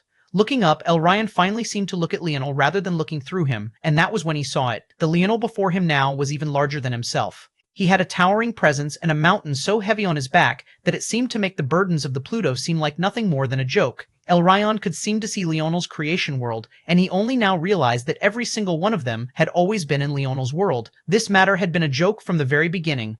There wasn't a single aspect of this battlefield that wasn't completely under Leonel's control. The gap between him and everyone else was so enormous that Elryan couldn't even understand how he had done it. To say that Leonel was just playing around with them was a heavy underestimation of what was actually going on. He was just putting on a show for his children. It seems I gave you too much time.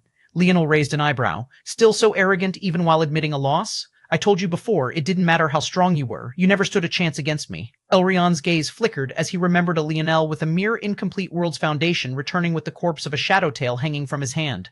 However, even with that image, he couldn't quite accept it. Maybe. These were the only words he said before he turned around and left. He didn't even stay to gain the blessings of the Fist Monument. A single strike and the strongest genius of the Pluto decided to give in. The gap was so enormous that it couldn't be put into words. It was then that the idle battlefield began to rumble. Finally can't hold back anymore, huh? A malevolent light lit in the depths of Leonel's eyes. A rage he had been suppressing 1u1 began to seep out into the surroundings, a suffocating presence blanketing the battlefield. Those that had already felt a great amount of fear due to Leonel's earlier display of strength almost pissed themselves now. It was like they had finally realized what Elryan had. He was just toying around with them. All the while, Leonel had only seen one thing on this battlefield as an opponent, the regulator. Boom, boom, boom. High in the skies, a dark figure stretched out a blackened palm that blotted out the skies. It descended with a momentum that looked as though it would shred apart the entire world if it had to. So long as Leonel died, it would be satisfied. The power was all-encompassing and suffocating. There was simply nowhere to hide. This wasn't the power of a person, it was a force of nature. Leo and Leah shook, hiding behind their mother's legs as they looked up in fear. Even Ina's brow furrowed. Was her husband really ready to go up against such a thing? Leonel unleashed a roar, and the world shook around him. He took a step forward, and he thrust out his spear with all of his might, his power tearing a hole through space and drilling upward with a valiant momentum. Boom, boom, boom. The spear and palm paused against one another. A shudder ran through the world, and Leonel was sent flying backward and toward the ground. Bang, bang! He hacked up a mouthful of blood, the furious light in his violet eyes dimming as the palm continued to descend from above. It wanted blood. Chapter 3237, A Sun's Fury, 1. Chapter 3237, A Sun's Fury, 1. Leonel watched as the palm fell down from above, the intent in his eyes blazing. There was a dance that seemed to be occurring in his mind, one that flitted between wanting to unleash the fury in his heart and not doing so. He had to set a good example, one that taught his children that sometimes controlling your emotions was the best outcome for you. Often, venting your frustration wasn't really going to make you feel any better. That was something that Leonel had learned firsthand after his own father's death. But right now, Leonel didn't seem to care to be the bigger person. This regulator was the one who disrespected his father's memory, plucking his soul out from whatever stream of consciousness it had been lost in and forcing it to appear here. How could his father's statue have appeared here when he had never been to the idle battlefield before? What the regulator had done was worse than digging up his corpse. The only way it could even succeed in doing something like that was by reversing the flow of time and plucking his father out from the stream the moment he died. The more Leonel thought about it, the more infuriated he became. While he was in a daze over his father's death, this bastard had actually swooped in and desecrated his body in a way that he had been too weak to realize back then. Back then, his father's corpse had vanished into a rain of ash. There wasn't even a body for him to go back and see. An expert of his father's caliber, under the laws of the incomplete worlds, should have been able to remain in pristine condition for thousands of years with ease, and that was without accounting for other preservation methods. Back then, Leonel didn't think much about it because he thought that his father had just expended every ounce of energy he had, eventually leading to the result.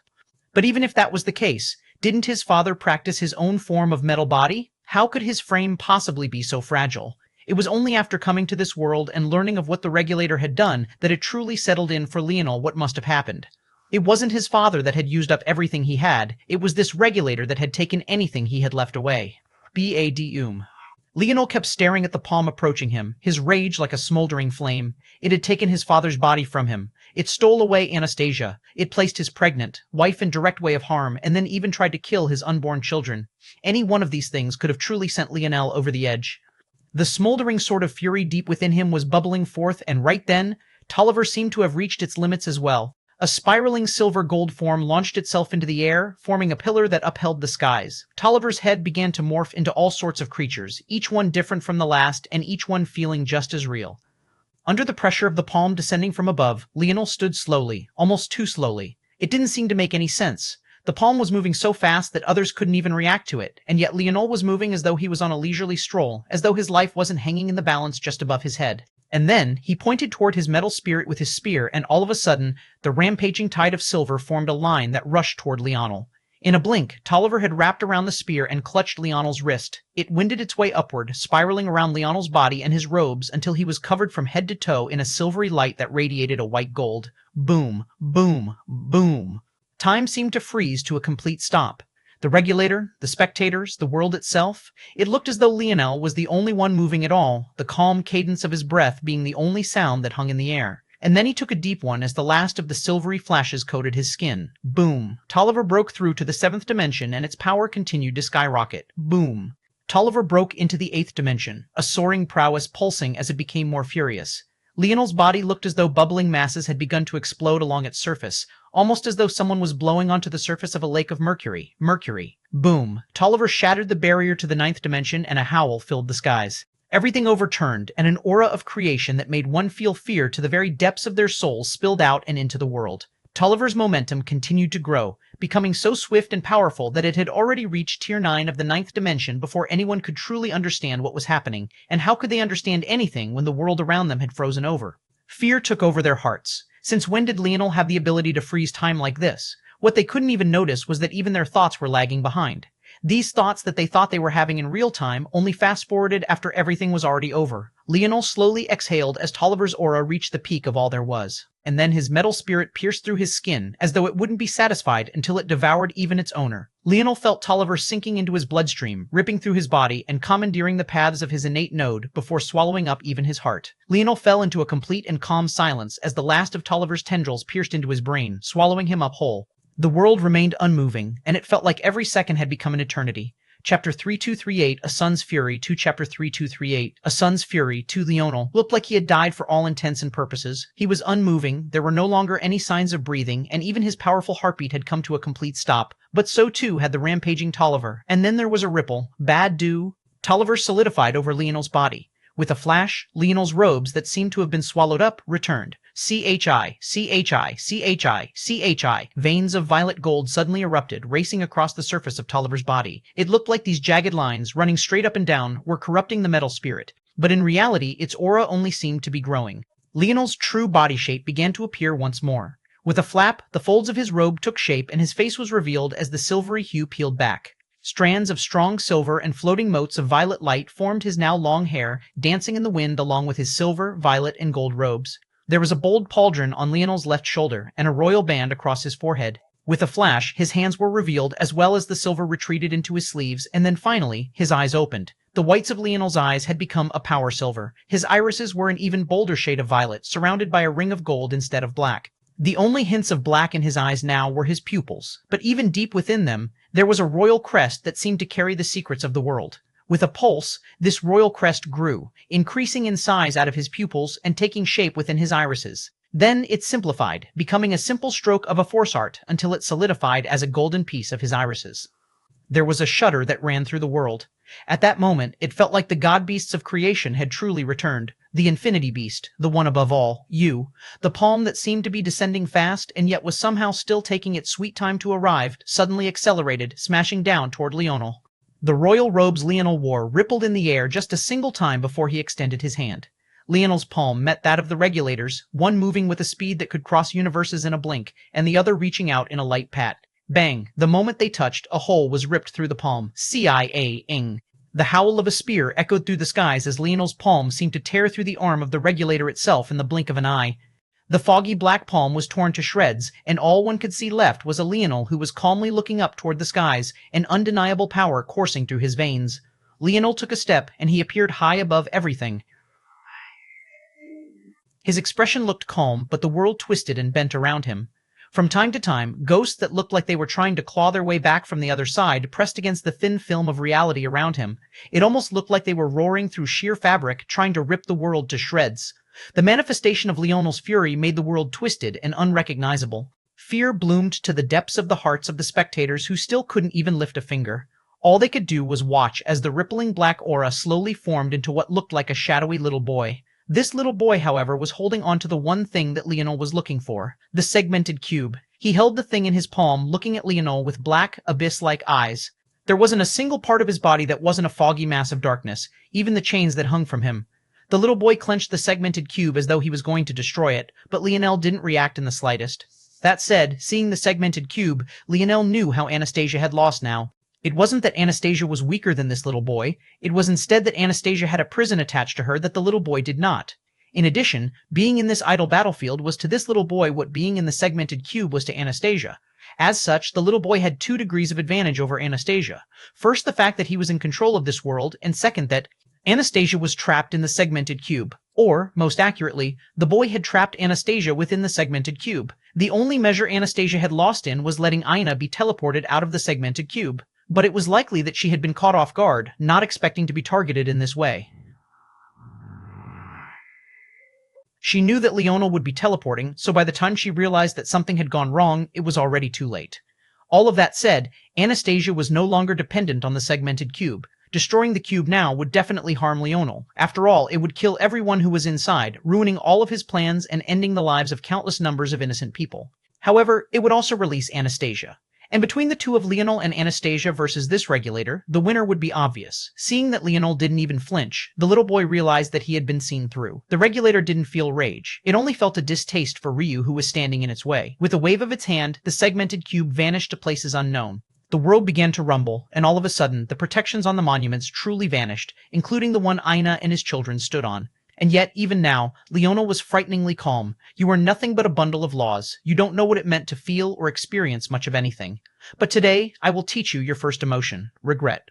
Leonel raised a hand, and the flickering image of a bow began to take shape.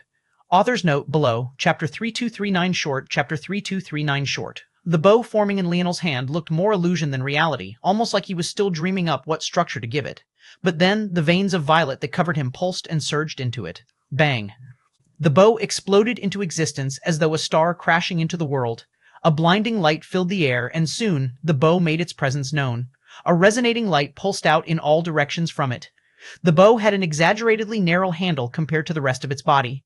The arcs of its body were far thicker, looking like metal plates of silver etched with amethysts and gold. Its bowstring was so thin that it couldn't even be seen with the naked eye. A single touch might cause a weaker person's fingers to be sliced off entirely, let alone if you were pulling back with your full strength. However, Leonel knew that this bow wasn't complete. That was because I was still missing one thing, but he would get it very soon. Leonel hadn't used his bow a single time since he exited. In fact, he hadn't used his bow in years now. It should have felt foreign to the touch, especially since it was a new weapon that he had never used before. And yet, instead, he felt right at home. He didn't say any words after he finished speaking the first time. The word regret just continued to echo in the air until he pulled back his bowstring and trained it on the regulator. The heart of the regulator skipped a beat as he experienced something he never thought he would. What was that feeling? Why did it feel so uncomfortable? Not liking what it was experiencing, the regulator attacked first. Chains lashed out at the air with a momentum even more furious than his earlier palm, slashing out at the air again, and then again, and then again. Soon, the skies were filled with snaking lines of black chains that clattered and whipped with the air of whip force, and yet something far more constraining at the same time. It was deeper than anarchic force, but it was very clearly related at the same time. It was an evolved force, one likely unique to this regulator, or maybe it was just that Leonel's senses were good enough now that he could feel the minor differences that he had never been able to before. Leonel's fingers began to pluck at his bowstring as though he was playing a zither, his arm blurred and arcs of arrows that manifested from thin air bent and twisted. The skies were split in two by a silvery light and endless blackness, the cascading destruction akin to the end of the world. At that moment, down below, Ina held Leah's little hand in one of her own and Leo's in the other. She watched the scene above calmly, comforting her children, but it seemed that she didn't need to comfort them very much at all. Despite how they teased their father, they were looking up into the skies with their large, blinking eyes filled with awe. It was like the two couldn't believe that it was their dad in the skies like that. Ina couldn't help but smile a warm smile. She had wanted nothing more than this for a long time, and yet it was still beyond her expectations just how much contentment and joy she would feel from it. It was almost to the point that she wanted to blame Leonel for taking so long to put a baby in her. Of course she had to have two. Who knew when the next time she would be able to trick Leonel would be? Ina looked down from the skies, feeling several gazes land on her, but her smile didn't fade. Instead, her eyes shifted, landing on the battle axe monument. She couldn't really see anyone of note there. Well, maybe that was because she never paid much attention to such things in the first place. Though it also didn't help that Leonel had killed too many of the geniuses around here already, not leaving much room for anything else. Get out of my way. This is my battle, not yours. At that moment, the voices of two women echoed, and Ina only now seemed to realize that Anya and Minerva had appeared before the spear monument. Without the restrictions in the way, movement was far more fluid now than ever before. It was only natural that they come to settle scores. However, the two of them couldn't seem to decide which of them should be allowed to attack Ina first, and this led to the current situation. Sparks flew. I don't think they're interested, Milan, James called out. They're missing out. Don't I look like a great cuddle buddy? That's one way to look at your fat gut. What's that chiseled jaw ever gotten you outside of STDs? Fuck you. Boom. The banter of the two men was drowned out by a sudden cacophonous boom. Ina's two children hid behind her skirt as a battle axe with a polearm of over 2 meters long crashed into the ground. She held the axe lightly with one hand as her hair danced in the air. Do you think Mom is scary too? Leo whispered to his little sister, thinking their mom couldn't hear him. Leah blinked her large eyes and grabbed onto her brother's arm. No, Mommy is very cool, she said, her eyes brightening up. Suddenly, she wanted to leave the bow behind for a battle axe. Leo shuddered as he looked up to find his mom smiling down at him. He coughed, hurriedly hiding behind his little sister. Ina ruffled her son's hair with a light laugh, looking forward to the two women before her. I'm not sure why the two of you want to fight me so eagerly, but I don't mind obliging. My children are waiting for me, so we'll keep this short. Come together. Chapter 3240. Unforgivable. Chapter 3240. Unforgivable Ina didn't give them the chance to refute. She took a step forward, and the arc of her blade flashed. Anya and Minerva were both forced to raise their defenses as quickly as possible, Anya with a scythe and Minerva with her sword. Ding, ding, ding, ding. The two were forced to take a step back, and they were, rightfully, stunned.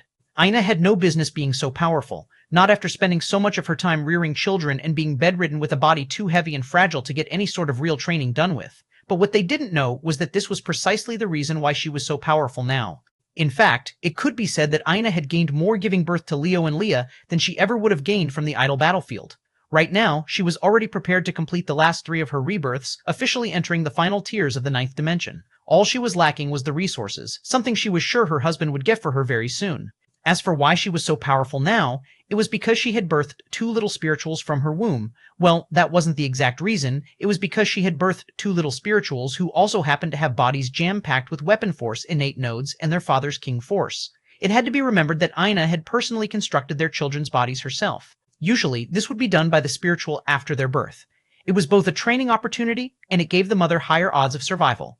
Spirituals were so supremely talented that if they were birthed the normal way, the mortality rates of mothers would be through the roof, so evolutionarily speaking, it was far more beneficial for the bodies to be formed after the fact.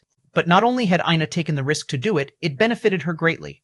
Essentially, while her babies were in her body, their souls and their bodies were just extensions of Ina's own. This meant that Ina's soul and body clairvoyance abilities applied to her children as well. On the one hand, this allowed her to construct their bodies with absolute perfection, and on the other, it also allowed her to grasp weapon forces that she never had before, incorporating them into her own understanding. In the past, Ina had used weapons to strengthen her own weapon force. She had tried the sword, the spear, even unconventional weapons like ribbons and the like. Every time she did so, she would return to her axe just the slightest bit stronger. But this was on another level entirely. She didn't just dabble in the weapons a small bit. She'd helped her children to construct entire innate nodes. That meant that as many weapon force innate nodes as her children had, Aina had the sovereignties to match them all, a perfect understanding of them. Her daughter had the battle axe force innate node in her body. Even if it was just that alone, having the comprehension to craft it from scratch would give Ina a shocking amount of power. But in the end, Ina had taken the same route her husband had. With so many innate nodes at her fingertips, why would she only incorporate a single one into her understanding? Ina's aura bloomed and her manifestation appeared to her back. It was a woman, with blood-red hair that cascaded like rivers of life and equally as bloody red eyes. She wore an armor that looked worn and torn by the tides of time, and in her hand she held out a weapon that was constantly changing shapes and forms until the weapons vanished entirely, leaving nothing more than a finger pointing down on the world. Ina's axe flickered and a slash cut across the skies. The two women desperately blocked once again, only to find themselves getting blown back even faster. Damn, James mumbled, looking over toward Milan, who was staring back at him already. You think we can comfort them after this loss? I don't think Sis is going to let them live. James sighed. Why'd they try to be homewreckers? They brought this on themselves. You think Leo would bring them back to life? You want Cap to die an early death? Sometimes. James nodded after thinking about it for a while. With every step Ina took forward, they were blown back again and again. But then, Che and in Lustanad, she suddenly stopped. Rotating her wrist, Ina seemed to have felt that she had knocked off enough of her rust. Her smile bloomed like a rising sun as she raised her axe once more. With a flash, she vanished. Clang, clang, clang. Her every stroke seemed to be predictable that even Minerva, who seemed to be on her back foot, could react quite well every time. And yet, Pucky! Blood suddenly spurted out of Minerva's shoulder, an injury she didn't understand suddenly hindering her. Clang, clang, clang, clang, clang, clang, clang. Another unknown gash appeared in her thigh, then across her chest. Ina's wrist twisted, and her axe swung up from below in a wide arc. To Minerva's horror, she realized she couldn't block. There wasn't a single sound. The axe flowed through Minerva's body so fluidly one would have thought that she was made of nothing but air. Unfortunately for her, she wasn't. Minerva froze, not quite understanding even now how she had died so easily. She tried to pick up the pieces of her body, but it was all useless as she fell from the skies in two pieces. Ina looked at her blade, seemingly satisfied that there wasn't even a hint of blood on it. Then she looked toward Anya, who was holding onto her axe so tightly that her knuckles had turned a pure shade of white. I've sensed you eyeing my husband for a long while, Ina said with a blink. He met you when we were going through a slightly rough patch, right? There was something particularly dark about Ina's smile right this moment. I don't like you very much at all. If it was just this, maybe I would give you an easy death, but you've allied yourself with the Brazingers. That is unforgivable. Chapter 3241, Dangerous. Chapter 3241, Dangerous. Anya felt a great pressure descending onto her, a suffocating aura threatening to rip all the air out of her body. Ina only stood there in silence, and yet Anya's knees creaked and her bones almost collapsed beneath her. Anya roared out, gathering what power she had left to burst out in a rain of light and darkness. Her two sovereignties twisted and danced around one another, trying to form a barrier of momentum to fight against Aina.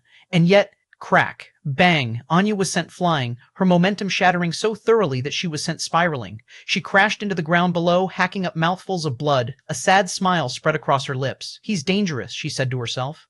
He's too dangerous. Ina looked down indifferently. The words made her ears twitch for a moment, but she didn't have the time to carefully consider them as she sensed something else. She looked up to find that the four great families that had come to support Anya were trying to sneak around her and toward her children. Ina frowned. Logically, she knew that they stood no chance in doing such a thing. She was too powerful. But her motherly instincts made her feel antsy. She didn't just want her children to be safe, she didn't want them to come even close to harm. Taking a step back, Ina drew her axe across the air. There was a slow ripple before it suddenly exploded in speed, slicing the four great family members in two. When her attention turned back to Anya, she found that the woman had already struggled to her feet. Even now, she was still mumbling the same things, but there was a light of confusion in Anya's eyes as though she couldn't quite understand what she was saying. Ina realized then that Anya was quite the victim herself. Raised in the three-finger cult, she only knew one way of life, meaning she had always been a pawn of the demoness. Unfortunately, she had become a worthless pawn. Leonel had grown up too fast at every turn. This was the last chance Anya would have had to deal a death blow to Leonel, and yet it had ended up failing this time as well. In fact, she wasn't even worthy of fighting Leonel himself. She couldn't even last a single strike against his wife. Anya coughed up another mouthful of blood and looked toward Ina with bloodshot eyes. You have no idea what you're doing? Ina didn't respond, continuing to stare at Anya as though she was deciding whether she should feel pity or not. It was clear and obvious to her that Anya had feelings for her husband. Why that was, or how they had come to be, she didn't know, nor did she particularly care. What was important was that those feelings had seemingly become twisted by a mass of something else, something weighed down by duty and a twisted sense of control and suffocation. Ina had put a great deal of effort into improving her dream force in these last few years, ever since she almost lost her babies to the schemes of the Sylvans. But this, she felt, was far beyond her pay grade. Ina slowly raised her axe. There was only one way to deal with this situation, and that was to end it here. However, when her axe reached its apex, she hesitated again. Leonel had already done this before, hadn't he? He had killed her already. Ina knew that for sure. So how was she here? Someone had brought her back. But for what purpose? A union of light and darkness will reveal the 12-pointed star. The sudden thought didn't come from her. It came from Leonel. Their souls were intertwined, and when they so chose, they could practically share their minds when they wanted. That was when it clicked for Ina. Wasn't Anya a light and shadow sovereign locked away in a single body? Could this prophecy have had nothing to do with Leonel or Ina? You have no idea what you're doing, the words repeated like a broken record. Anya's body shuddered and seemed to split in two before they came back together. Then they split again and fused once more. A twin pair of versions of herself rippled out into existence time and time again, fusing once more every time. Ina's gaze became sharper as she chose to take a step back. In a flash, she had appeared on the spear monument once more, protecting her two children with her body. There was a rumbling that shook the idle battlefield to its core, and the world seemed to be flipping and overturning right before their eyes. The idle battlefield pulsed and rippled, delaminating into two, much like Anya, before snapping back together. Every time this happened, there was a cascading force that rippled outward. Anya stumbled down below, holding onto her forehead with a palm while her other hand barely held onto her scythe. Her confusion was only growing with every passing second. All she could mumble about was how dangerous he was, but it wasn't clear if she was referring to Leonel or someone else entirely. Logic seemed to dictate that she was speaking of Leonel. Since the first time they had met, she had said that he was a danger. But if she meant him, it was odd that she didn't look toward Leonel a single time, almost as though she couldn't bear to face him. The shaking of the battlefield only grew more feverish, and soon it felt like the entire world was shaking along with it. The grip Anya had on her head only grew stronger until she suddenly pierced skin, her nails digging into her scalp in what seemed like nothing more than an accident. You have no idea what you're doing. The words that had always been directed at Ina seemed now directed at herself. He's too dangerous. No, I'm too dangerous. Boom, boom, boom, boom. Chapter 324212, Pointed Star. Chapter 324212, Pointed Star Scythe Force. It was maybe the oddest of the weapon forces, not just because of the uniqueness and rarity of the weapon, but also because of its origins. When speaking of other weapon forces, its lore had almost no impact on its current reality. No one cared why the first spear was created, and whips, though originally an instrument of torture, didn't have much of its force related to these origins either. But scythe force, it was very different. The scythe was originally an instrument for farmers and harvesters. It wasn't a weapon used for death, but rather to give others new life. As time passed, this instrument of life slowly morphed into something else. Ironically enough, what Leonel didn't know was that the weapon force he had the most compatibility with wasn't the bow, it was precisely the scythe. Today, the scythe was primarily known as an instrument of death, the symbolism of reapers. It was used predominantly by the Void Race, who, while they were more well known for their spatial abilities, had abilities related to destruction and the former Void Beasts that made them arbitrators of death as well. However, this wasn't the true face of the scythe. The scythe had a lot more in common with Leonel than any other weapon in existence. It, too, was a weapon of creation that had become so distorted and twisted that it was now only known for its destruction, and this formed the foundation upon which caused everything that was happening now. Anya had been a light sovereign while her twin sister had been a shadow sovereign. However, after Leonel killed her sister, the two became one individual, sharing light and shadow together and becoming a new person, or rather, at least Anya gained a new body while overtaking her sister's mind. This matter was simple enough and could mostly be waved away as an odd quirk of this world of dimensional and supreme powers. But how could it be that easy to describe if such things were happening now? Things seemed relatively fine until Anya began to truly focus on her scythe force. When Anya first came to a complete world, she had faced much the same issues as everyone else. The skills that she had once been so proud in plummeted off a cliff, unable to keep up with those around her. The difference between an incomplete world and a complete one was too large. But her talent still shone through. Slowly, she began to rebuild her foundations until she reached the stage she was at today, and the most important of those foundations was her scythe force. When she formed her Dharma, her two sovereignties took a back seat to her scythe force, allowing her scythe force to become the center of her very being. What she didn't expect, though, was to suddenly succeed in forming her idol right here and now. No, it was almost like someone or something was forcing her to succeed, pushing her down a path of no return. What was the 12-pointed star if not the visual representation of the Northern Star? However, it wasn't just this alone. The Northern Star lineage factor, both halves, each had 6 stages each. Exactly. The snowy star owl, the white stone elephant, the starry-tailed fox, the twinkling light bear, the golden tiger, the infinity beast, the shadow tail, the dusky steel bat, the aurora black panda, the crimson claw ape, the death pulse deer, the void beast. 12 perfect stages. 12 perfect pieces of the puzzle. When the experiments of the envoys began, the human race was the only one who seemed capable of taking on their power and displaying the might of the Northern Star lineage factor. However, what no one had ever explained was why this lineage factor had such a name. Why wasn't it called the creation lineage factor or destruction lineage factor, or maybe the infinity and void lineage factor? There seemed to be any number of names that were far more appropriate. It was a question that was lying in plain sight, and yet it was one that no one ever answered for reasons that couldn't be explained, unless one considered one person. The demoness. Every time one felt as though they had stepped off of her chessboard, it was as though she was looming over an even larger one, her gaze peering down over the world and waiting for the last of everyone to fall into her traps one after another. If even the ancient god-beast of destruction, the primordial terrors, couldn't escape her schemes, then how could the modern-era god-beasts of destruction and creation possibly do so? Even this lineage factor, down to its barest of bones, was personally crafted by the demoness, much like the Morales lineage factor and all its parts had been. And all of it was for this very moment when the only prophecy that Leonel had yet to truly grasp fell into place. The scythe, a perfect balance of creation and destruction.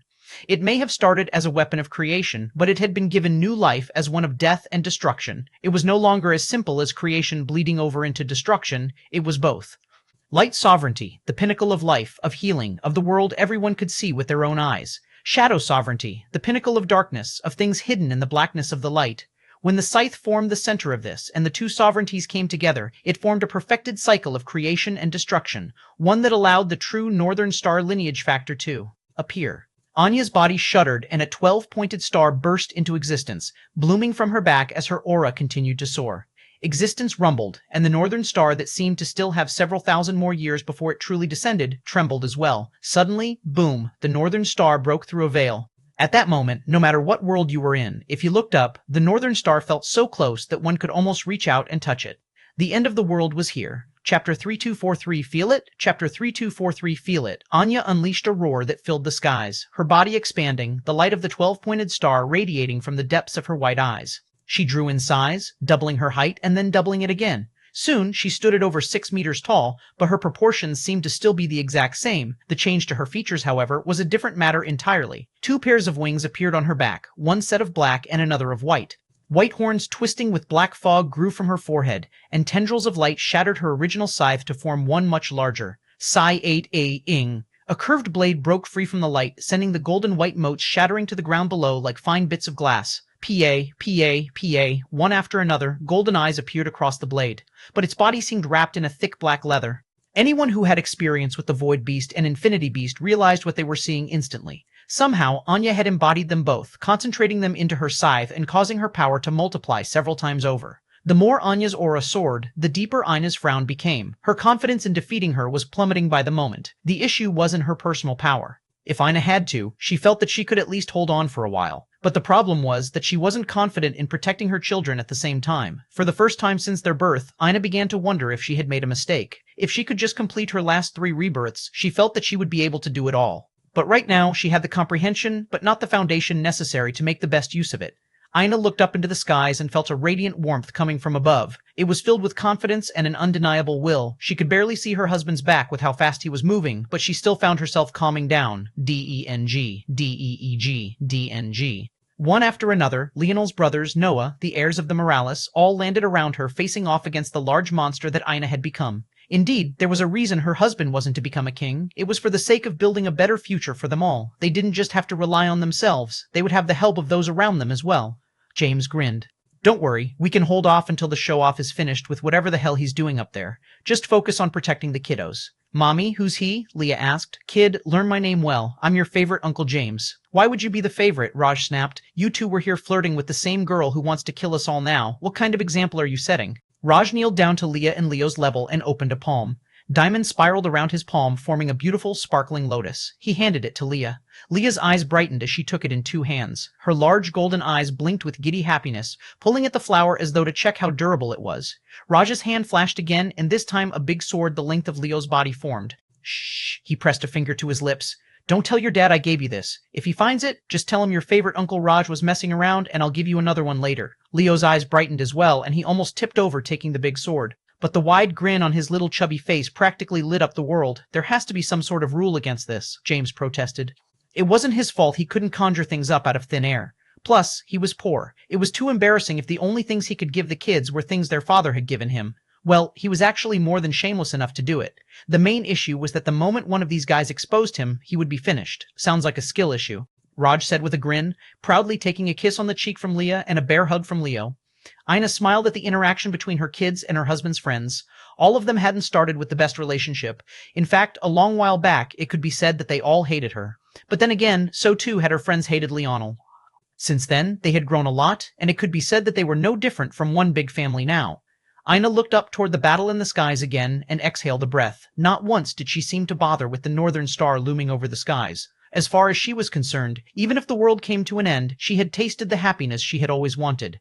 These last 3 years with her children and her husband had been more than she could have ever asked for. Taking a knee, she helped her children fix off the wrinkles in their clothing and the messiness of their hair after being ruffled by so many hands. She smiled a bright smile. "Are we going to be okay, Mom?" Leo asked, seemingly sensing that something was off. Leah's large eyes began to brim with unshed tears, the worries of her brother seemingly alerting her to something as well.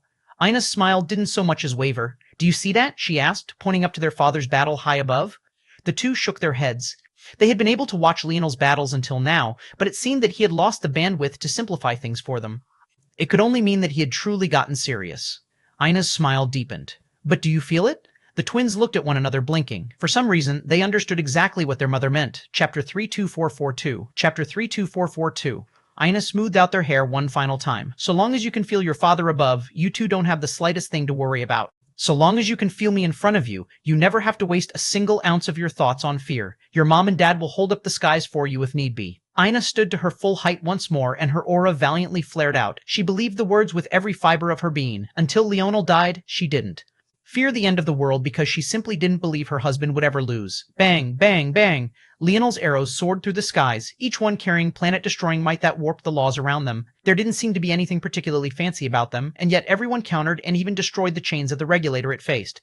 There was a surging confidence to Leonel, so much so that he didn't even look down below to check what the situation was. By comparison, the little boy found himself growing more and more flustered. How could a regulator have any sort of battle experience? What experience they had was based on the laws they mastered through their domains. Logically speaking, that should give the regulator the ability to use all weapons with a shocking amount of fluidity, and the fact it had created a new sort of anarchic force to wield displayed that quite well. However, for some reason, it found itself feeling clumsy in front of Leonel. What it had yet to realize was the fact that it was no longer completely standing in its world any longer. Its world and that of Leonel's creation world were clashing and fighting for supremacy, causing the laws that the regulator was used to wielding to deviate and weaken somewhat. Leonel was so expertly controlling things that he was outmaneuvering even the regulator itself, but he was still remaining cautious, inching forward and displaying a calmness to him that belied his true age. He didn't go on the attack, calmly using his arrows to deflect the snaking chains that continuously tried to take his life. The idea of a loss never crossed his mind, not a single time. Today, he could only win. For the rest of his life, he could only win. And no one, not even the demoness, would be able to stop him. The regulator suddenly unleashed a manic howl as it finally realized what Leonel was doing. A great pressure descended onto Leonel's world, nearly destroying it. However, Leonel's lip only curled up in a smirk. By now, it was already far too late for the regulator. Maybe if it had noticed earlier, it could have done something. But giving Leonel this much time to prepare could only have one result. Leonel took a step forward, and his creation world bloomed into existence. Rather than hiding away in the second dimension, Leonel's royal crest bloomed above his head and pulled it into reality. Bang! A world of violet took shape. But if one looked up, they would find a world of red and black above it. The two formed together like two halves of a single whole, and at that moment, a grinding force descended. If Goddess Evergreen was still alive, she would have realized the shades of her grinding ability. But this was on an entirely different level. Leonel's worlds had already sunk their claws into the idle battlefield. Shaking him off wouldn't be so easy anymore. He had woven his very worlds into the fabric of this world's second dimension, and because of that, bang! The chains all exploded at once under the grinding force of Leonel's two worlds. He took a step forward, appearing before the regulator and reaching out with a hand. Before the regulator could react, it found itself dangling from Leonel's palm, its short legs struggling to touch the ground. It seemed to have completely forgotten that it could freely control its shape and size. But it could hardly be blamed. The only thing it could see were those eyes of Leonel's, their silvery violet depths piercing through the depths of its soul. "I don't think this is enough," Leonel said lightly, holding the regulator up. Bang! The pressure of the two worlds doubled, and the figure of the regulator twisted as it felt its idle battlefield almost collapse beneath it. The existence of the regulator almost blinked out, but it was forcefully stabilized by a power. Indeed, a regulator couldn't face true death so long as its world existed, and destroying a world on the level of the idle battlefield wasn't so simple. It was tied into the very fabric of humanity itself. It was a world woven into reality so deeply that even if Leonel did somehow manage to destroy it, it would simply return when given enough time. So Leonel wouldn't destroy it, he would take it. Leonel's body rumbled, and his 10 inner worlds trembled along with it. Then, with an inhale, the crumbling body of the regulator was pulled into his body. Violet veins pulsed across Leonel, and his belly and chest suddenly grew a size as though he was about to explode from the inside out. Leonel felt more powerful than he ever had before, but he knew it wasn't enough. The 8th dimension wouldn't even be enough for him to stand head-to-head with his grandfather or his master, let alone the demoness. The only way for him to stand a real chance was by entering the 9th. Even if he was confident in himself to win, no matter the circumstances, there was a line between foolish confidence and reality. He was Leonel Morales. He didn't need to rely on raw brute strength to make it to the end. He had his mind to rely upon as well. Maybe the greatest gift his father had ever given him was his crafting ability. A union of light and darkness will reveal the 12-pointed star, is it? Leonel smirked. Well, I can do that too. Chapter 3245, Ripples in Time. Chapter 3245, Ripples in Time. The first time Leonel had thought of the prophecy in a long while was when he was helping out the Fox with their crafts. He had felt that he was onto something back then, as though something had finally clicked for him. But it wasn't long after that the Pluto appeared, and he was forced to derail his thoughts, especially after he realized that he needed to really shake things up if he wanted to completely free himself from the schemes of the demoness. Unfortunately, after coming here, he realized that it wasn't so easy to leave that woman behind. If Leonel could think of using the idle battlefield, she certainly could as well. Of course, there was still something Leonel benefited from. The idle battlefield had come too early, but it was the reason why it had come so early that was important. This time, the idle battlefield appeared far ahead of schedule because of Leonel's actions. The reason why this wasn't enough was because, technically speaking, the idle battlefield would have had time to descend naturally given how much time existence had left. Although everyone was feeling the weight of the world ending, the truth was the near end they all feared was still tens of thousands of years. The only reason it felt so looming was because such a time frame was nothing more than a blink given the lifespan of a universe, let alone existence itself. This was all to say that the demoness would surely have contingency plans for the idle battlefield. In fact, Anya's existence was proof of precisely that. Anya was only able to reach this step after affirming her Scythe Force path, and she was only able to do that with the help of the idle battlefield. Was that a coincidence? Whenever it was something related to the demoness, Leonel felt that it would be foolish for anyone to take things at face value. This woman had schemes that ran so deep that they were hard to fathom, and there was one question that Leonel still didn't have the answer to. Well, there were actually multiple, but one of the strongest of them all was, why the three-finger cult? Why was it necessary? And now, it seemed that he had his answer. Anya. For whatever reason, the demoness wanted an opportunity to speed up the end of the world, and now she had her wish. From tens of thousands of years, existence had just months left now at best. As for why, Leonel still didn't know, but he was brimming with anticipation. The fear that should have been there was, and he had an intent blazing up from the depths of his heart. That was because he knew that soon enough, he would have this woman's head on a pike. Several times now, this demoness had taken his efforts, twisted them in her fair hands, and made them her victories. There was no greater example of that than when he personally acted to kill the primordial terror, only for her to swoop in at the last moment and claim victory herself. Such a feat should have been spoken of for countless years, but no one even seemed to recall that he had defeated a legend with nothing more than his mind, and yet it was practically erased from history. The demoness didn't want to be remembered. Even in the minds of the most powerful existences, she was probably nothing more than an afterthought. If one looked through the recollections of these events, she was maybe not mentioned at all, or maybe only in passing. But now, it seemed that it was about time Leonel gave her some of her own medicine. Leonel slapped his palms together, his aura rumbling. A shimmering light bloomed in his heart as his innate node shone with a brighter and brighter hue. Deep within his body there were several incomplete worlds, but these worlds were very special. They were the worlds of Invalids. If there was any other race of people who wanted to see the world end along with the demoness, it was none other than the Invalids that seemed to have disappeared after successfully climbing to the God realm. But Leonel, unlike others, hadn't forgotten. Finally, Leonel seemed to understand the purpose of the prophecies he had left behind. They weren't just methods of informing him of what happened in the future, but they were small jumps, tiny distortions in reality that would allow him to trick even himself. It was only now that he had reached an adequate level that Leonel realized that he had thought of a real solution long ago. Back then, it seemed like he had grabbed onto the incomplete invalid worlds because he had no choice. Even he thought that that was the reason, when in reality there was another. Leonel hadn't just been trying to quickly fill up his nodes for the sake of reaching the end of the sixth dimension, he was laying his own trap, a trap that had been prepared ever since he formed the perfect cycle between his two creation sovereignties and his two destruction sovereignties. Leonel's aura flared out. A union of light and darkness will reveal the 12-pointed star? That's cute. Light and dark would certainly do it. They were the perfect dichotomies. But what could an inferior path of light and dark do in the face of creation and destruction? Leonel's severed memories came flooding back to him at that moment, and he realized that the demoness might have taken his dream Asura bloodline away because she needed it, but it was also because she feared what he might be able to do with it.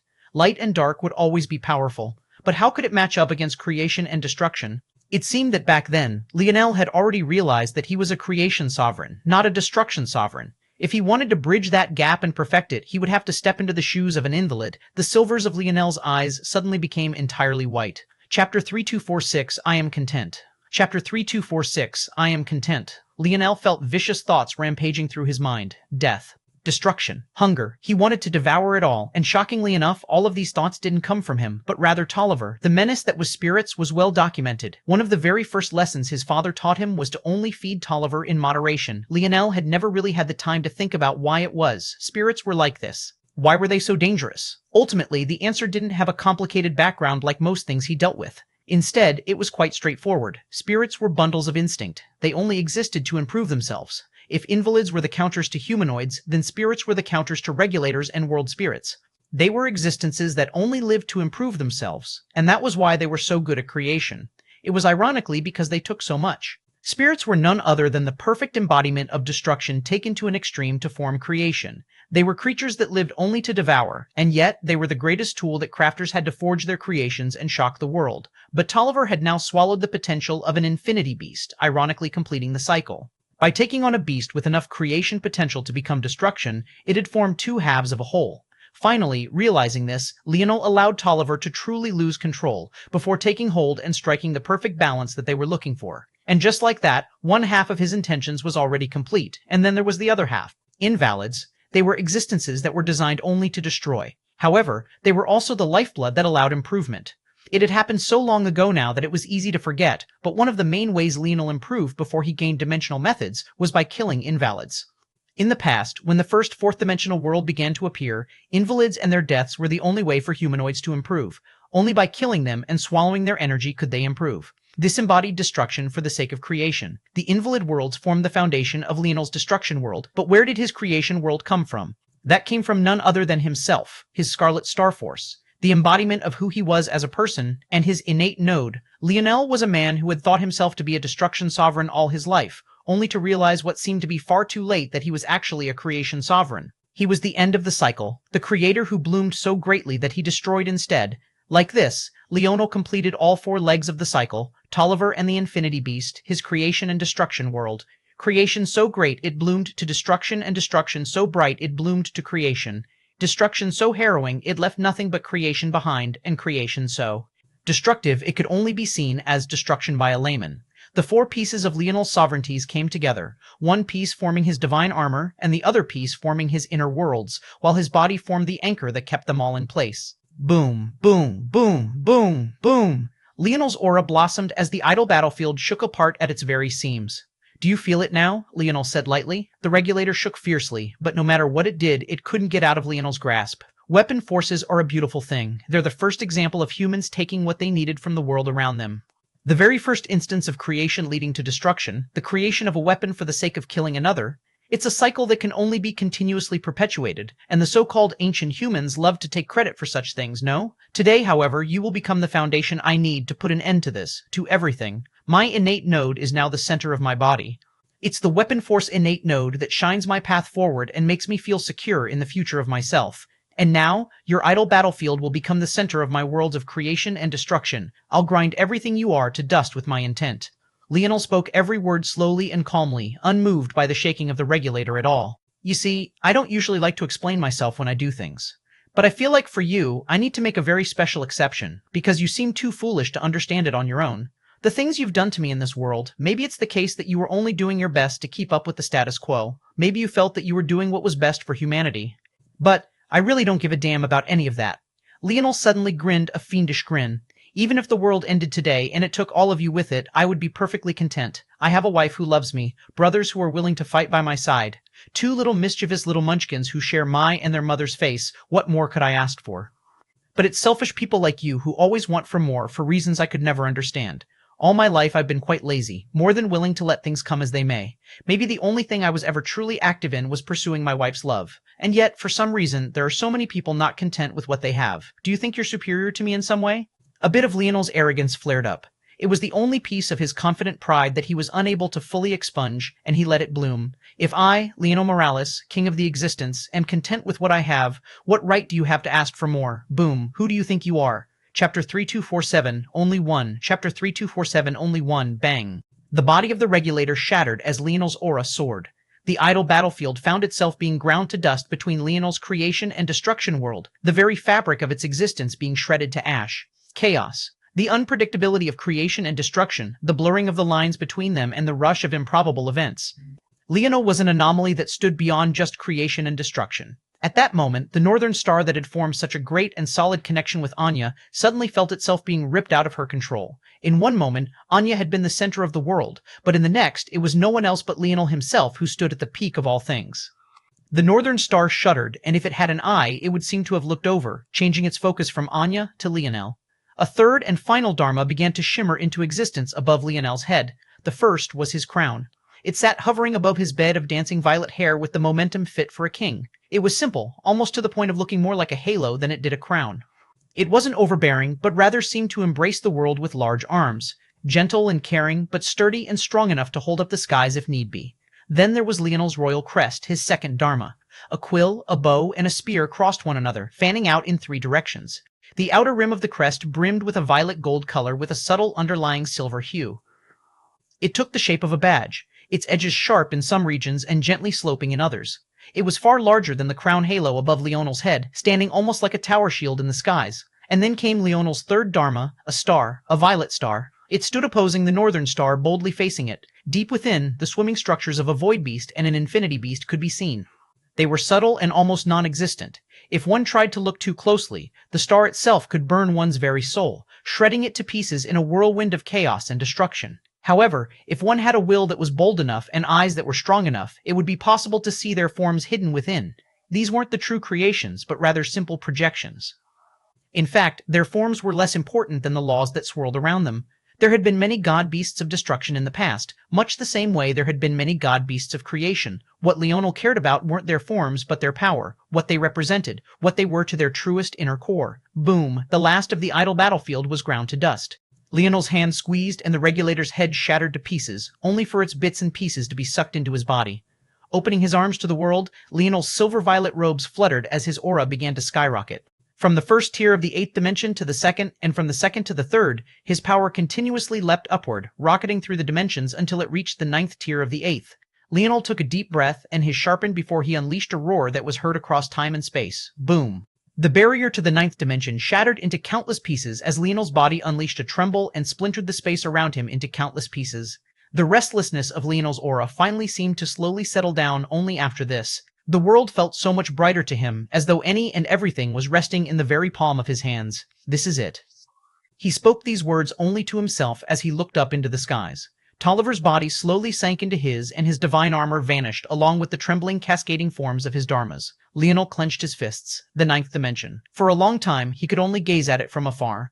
But then when he came to the dimensional verse, it almost felt like an insignificant realm, one that so many had touched upon. But now, it was once again a full circle moment. The 9th dimension was truly a demarcating line, one that separated the weak from the strong. Most who could manage it would slow their progress through the dimensions for the sake of bolstering their force manipulation first, and there were very good reasons for this. The weight of one's dimensions was far heavier when one's force manipulations could keep up. You usually only received one chance at this sort of baptism. It could be said that Leonel's breakthrough into the 9th dimension, though, was entirely unprecedented. That was because he had waited until he not only had one Dharma, but three of them, and each one of these three Dharmas was more than powerful enough to have been an idol all on its own. In fact, in the case of his Royal Crest Dharma, it was the equivalent of three idols, taking up the forms of his spear, quill, and bow forces into one. But now, the roadblock to forming an idol felt impossible to cross. It was like Leonel was staring up at a mountain without a peak. It reached so high into the skies that he couldn't even see it past the clouds it pierced through. But Leonel's lip curled into a smirk. He was very much used to lifting mountains.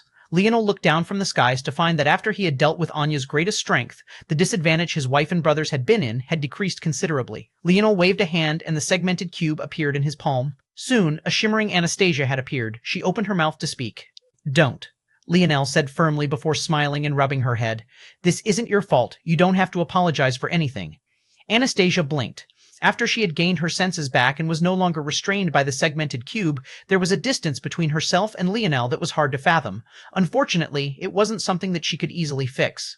She honestly didn't know how to do so. She didn't have the emotions of a human. But Leonel's next words left her in a heap of tears again. "What are you standing there for? Don't you want to meet your godchildren?" 0949. Leonel grabbed Anastasia's little hand and he flickered and vanished, appearing on a floating rock in the depths of space where the two little tykes were currently bickering. Leah and Leo didn't know how to react to the little girl that was a sobbing mess before them. Anastasia barely looked any older than them, but they found themselves having to comfort her. Leonel watched with a smile, especially when Leah offered the pretty little lotus Raj had made for her to Anastasia in hopes that would make her feel better. But that only made Anastasia cry harder. Leonel looked down at the segmented cube in his palm. He could feel that Anastasia had never stopped working to help everyone within. In these years, he had made a great number of improvements to the forces under Leonel's banner. "We'll be needing these." Leonel was very much focused on the demoness, but he knew that this wasn't a battle he would be able to win on his own. As powerful as he had grown, he would never underestimate the hidden ancestors of existence. Or, more accurately, he would never underestimate the demoness's ability to manipulate and make use of them. The ancestors of the Sylvans, the Pluto, and the Void race would be handled by him and Aina, but they still had countless subordinates under them. If he wanted to achieve what he wanted to, he needed an army, and now he had that. Aina suddenly appeared by Leonel's side, heaving for breath. Leonel looked over and carefully wiped a line of blood away from the corner of her mouth. "Did you have fun?" he asked with a smile. Aina blinked as though surprised by the question for a small while before a gorgeous smile spread across her face. She nodded like an enthusiastic little girl, the dichotomy between her bright expression and beautiful countenance contrasting with the blood that caked her and her battle axe. Leonel raised his head to the skies and unleashed a booming laughter. "Good. In that case, we will return now." The fighting intent within Leonel was blooming as well. He too was eager for battle. It was time to put an end to all of this. But first, there was something else that he needed to handle. The human race could only have a single head. There was only room for a single king, and that king could only be him. It seemed that the match between himself and his grandfather could only happen now. Let's return to the Ascension Empire. Just this one last chapter for today, DKM. TBH, as DD gets closer to the end, there'll be more one-chapter days like this one. They should hopefully be action-packed, though. By the end of the year, DD will likely conclude. Happy reading. Chapter 3248, A King and an Emperor, 1 Chapter 3248. A King and an Emperor, 1 run. Really? I get to be a big sister? Leah excitedly put her little palms onto her great-grandmother's large belly. She seemed to want to pull the baby out right here and now. She was growing tired of Leo always making fun of her for being born just a few seconds earlier. Not long ago, Leah had pouted to her mom. With Ina's control, she could have easily let her be born first. Toward her daughter's dissatisfaction, Ina could only smile bitterly and chuckle while Leah wasn't looking. "So what?" Leo said with a wide grin. "Then I'll just have 2 little baby sisters." Leah pouted, giving her brother a glare. The Empress of the Ascension Empire watched the 2 siblings squabble with a happy smile on her face. It had been a very long while since she had felt such a simple joy. In this warm little garden, with her great-grandchildren around her, and her granddaughter-in-law braiding her hair, she felt at peace. Ina had a light smile on her face as well, sitting cross-legged on the soft green grass and listening to the bickering of her children like it was the sweetest joy. Neither of the 2 women looked toward where their husbands likely were. Maybe it was because the 2 had an undisguised confidence in their men. Or maybe it was because they were content no matter what the result was. Or maybe they had truly forgotten about it, choosing to lose themselves in these final moments of peace. Their hearts were settled and their thoughts were unrushed and unhurried. They didn't take even a single second for granted. If the world ended right this moment, they would be all right with it. Leonel stood in silence, his hands clasped behind his back as he gazed toward his grandfather. A droplet of water fell from on high, rippling down to the ground below and spreading out across the calm surface of the lake of emerald they were in. Gervais, however, sat silently on his throne, seemingly hardly acknowledging his grandson's appearance. The region felt dark with the only light coming from the waters beneath their feet. The lake stretched for seemingly an ungodly distance. Even Leonel's eyes couldn't see it through to the end. This location was in the depths of the Ascension Palace. YWWW. When Leonel arrived here, his grandmother was already waiting in his courtyard. He simply greeted her with a smile, spending some time with her before he climbed the stairs to the Ascension Palace. This time, there was simply no one capable of laying a finger on him. Even when Mordred and her wife appeared, it was useless. If before they could stall him, now their weapons weren't even able to penetrate a domain around Leonel. They would have died with a single thought if Leonel so chose it to be so. But he didn't feel that there was a need. In the past, Mordred had been one of his men along with her father, King Arthur. But oddly enough, King Arthur hadn't appeared while Mordred had. That told Leonel something quite profound. Mordred's views had changed. She chose to side with her wife and thus the Ascension Empire. Arthur, by comparison, was still not fully under the control of Leonel's grandfather. The difference was that Gervais didn't care. What emperor could claim absolute loyalty from all of his subordinates? Such a man didn't exist. All that mattered was having the power to keep everything under his control, and Gervais felt that he had that. And much the same way, Leonel didn't care very much about Mordred's change in allegiance either. Would it matter when he claimed the throne for himself? Leonel suddenly smiled. "You're quite confident, old man. I know you could have stopped me from triggering the Pluto like I did, but you didn't." Gervais looked up and met Leonel's gaze, his expression still calm. "I did that for my wife, not you," he said lightly. Leonel's smile deepened. "And that's exactly why I'll let you keep your head. Aren't I nice? Is that so?" Gervais slowly rose from his throne. As he did so, the world seemed to rumble around him. A violent torrent of force rose to the skies. Bang, bang, bang! A whirlpool with a depth that sunk into an endless abyss appeared between grandfather and grandson, a clash of emerald green and gorgeous amethyst, separating the world into two. They were separated by over a kilometer, and yet, given their strengths, they might as well have been just a single step from one another. "I, however," Gervais continued lightly, am not so kind."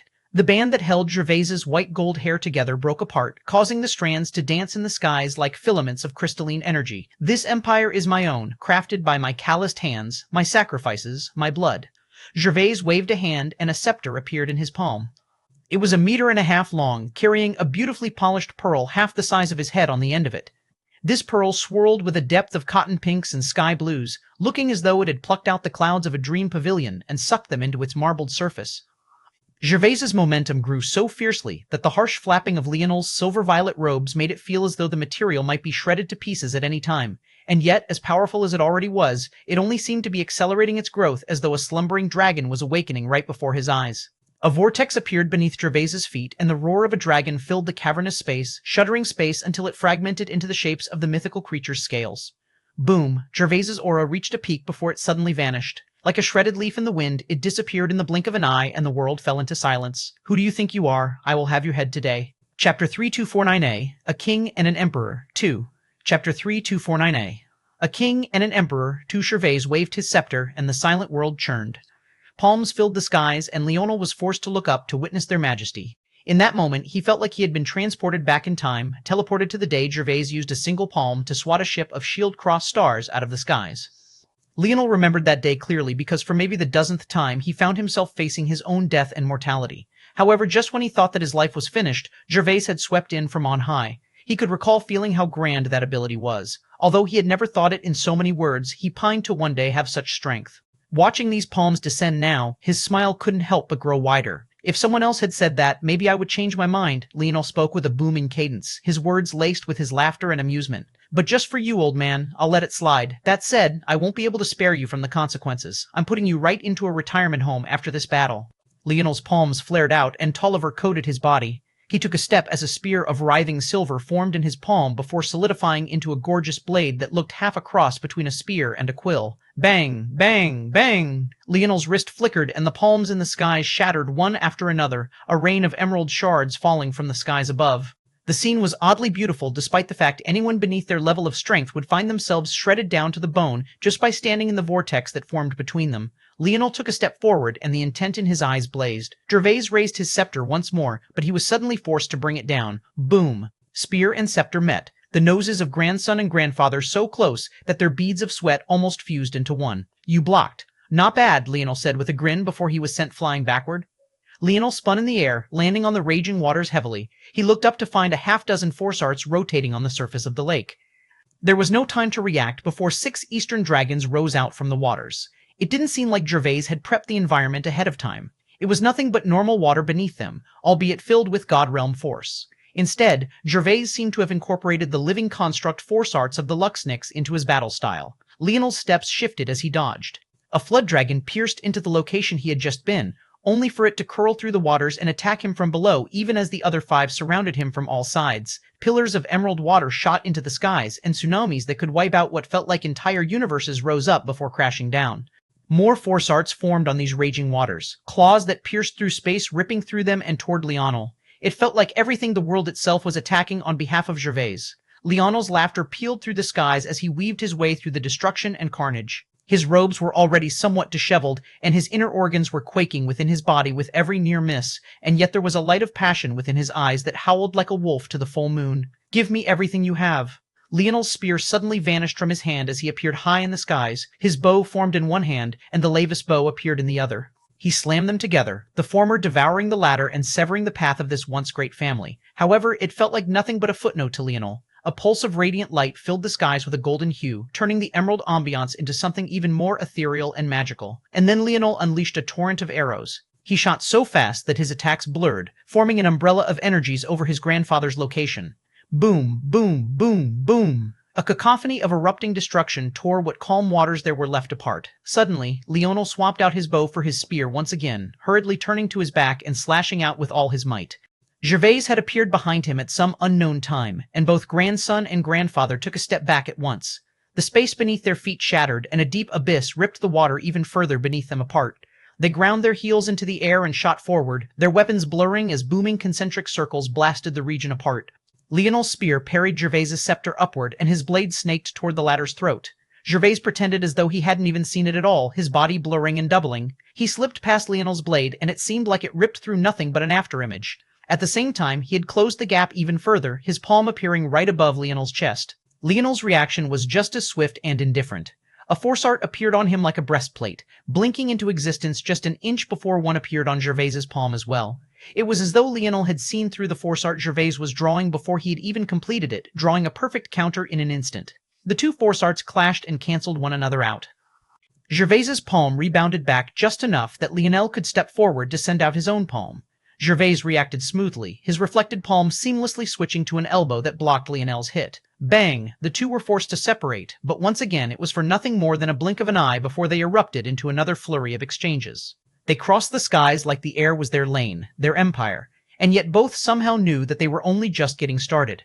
They separated once more, and Gervais unleashed an uncharacteristic roar, force arts far more substantial than any he had drawn until now appearing. Leonel realized immediately that Gervais was summoning something.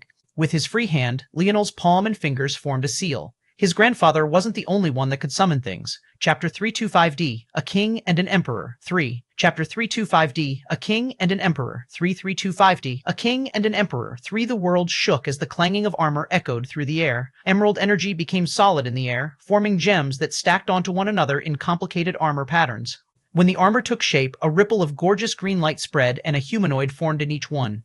The force arts they formed from collapsed, fusing into their bodies. Leonel didn't recognize their faces, but he could recognize their races more than easily enough, and when he did, he couldn't help but burst out into laughter once more. Plutos. 6 of them. It was said that the Pluto race couldn't be blasphemed, that the world wouldn't allow it, and yet here were 6 of them turned into construct puppets, refined for no other purpose than to do his grandfather's bidding. Leonel's hand danced in the air as the last of his seals took shape.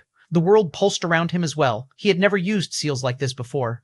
However, in this context, it was very much necessary. Every shift of his hands seemed to direct his force to move in very special ways. That was because despite the billions of ways Leonel could split his mind, he had focused them all on the man before him, straining himself to the absolute limit. If he could avoid shifting his attention away for even the slightest moment, then he would take it. His Dream Seal ability was something that he had prepared specifically to deal with opponents as strong as Gervais, individuals who needed his full and undivided attention for every second he could spare it. Dream Seal was an offshoot of Dream Counter. Dream Counter was only meant to trigger when Leonel faced death, subverting his reaction time and bypassing his mind to force his body to commit an action ahead of time. Dream Seal worked similarly without the need for death. By assigning very specific force movements to the positions of his fingers, he could trigger these actions without thought, and in this case, summon his Destruction Beast.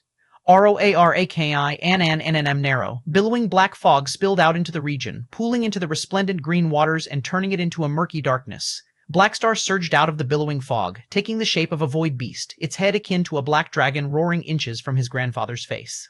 However, that was nothing more than an illusion of shadows that scattered a moment. Afterward, Leonel had already appeared on the real Black Star's back, and they shot forward as a single entity. A bow appeared in Leonel's palm. Timeless radiance filled the skies. Arrows moving instantaneously through time and space looked prepped to riddle Gervais's summons with holes. However, Leonel's attack just clattered off of their armors as though they had no strength at all. Black Star's roar filled the skies as he swiped down, a smirk spreading across Leonel's lips. Crack. The armors that looked to have been doing just fine suddenly cracked seconds later. Gervais's eyes narrowed, raising his scepter only slightly.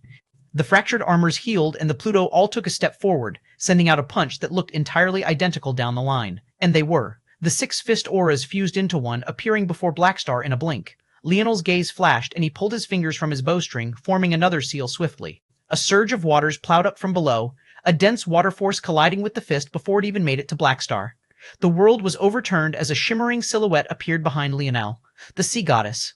In all her glory, her green-blue skin shimmered beneath the radiance, her body draped in solid violet armor. She opened her cherry lips, a chant echoing as the emerald waters around them began to surge again and again. Spiraling flood dragons took shape once again, and the attacks of the Pluto were shredded apart. Leonel, Black Star, and the sea goddess burst through its rain of aura, appearing before Gervais. Black Star smashed a palm down toward Gervais, while the sea goddess controlled the emerald waters once more. It looked like Gervais was standing over an abyss, but the sea goddess caused the waters beneath him to tremble, forming tendrils that wrapped around the emperor. Leonel himself drew his bow, firing out 6 powerful shots, but not a single one of them were aimed for Gervais. Arrows carrying the weight of the world appeared before all of the Pluto, stopping them from helping Gervais deal with the situation.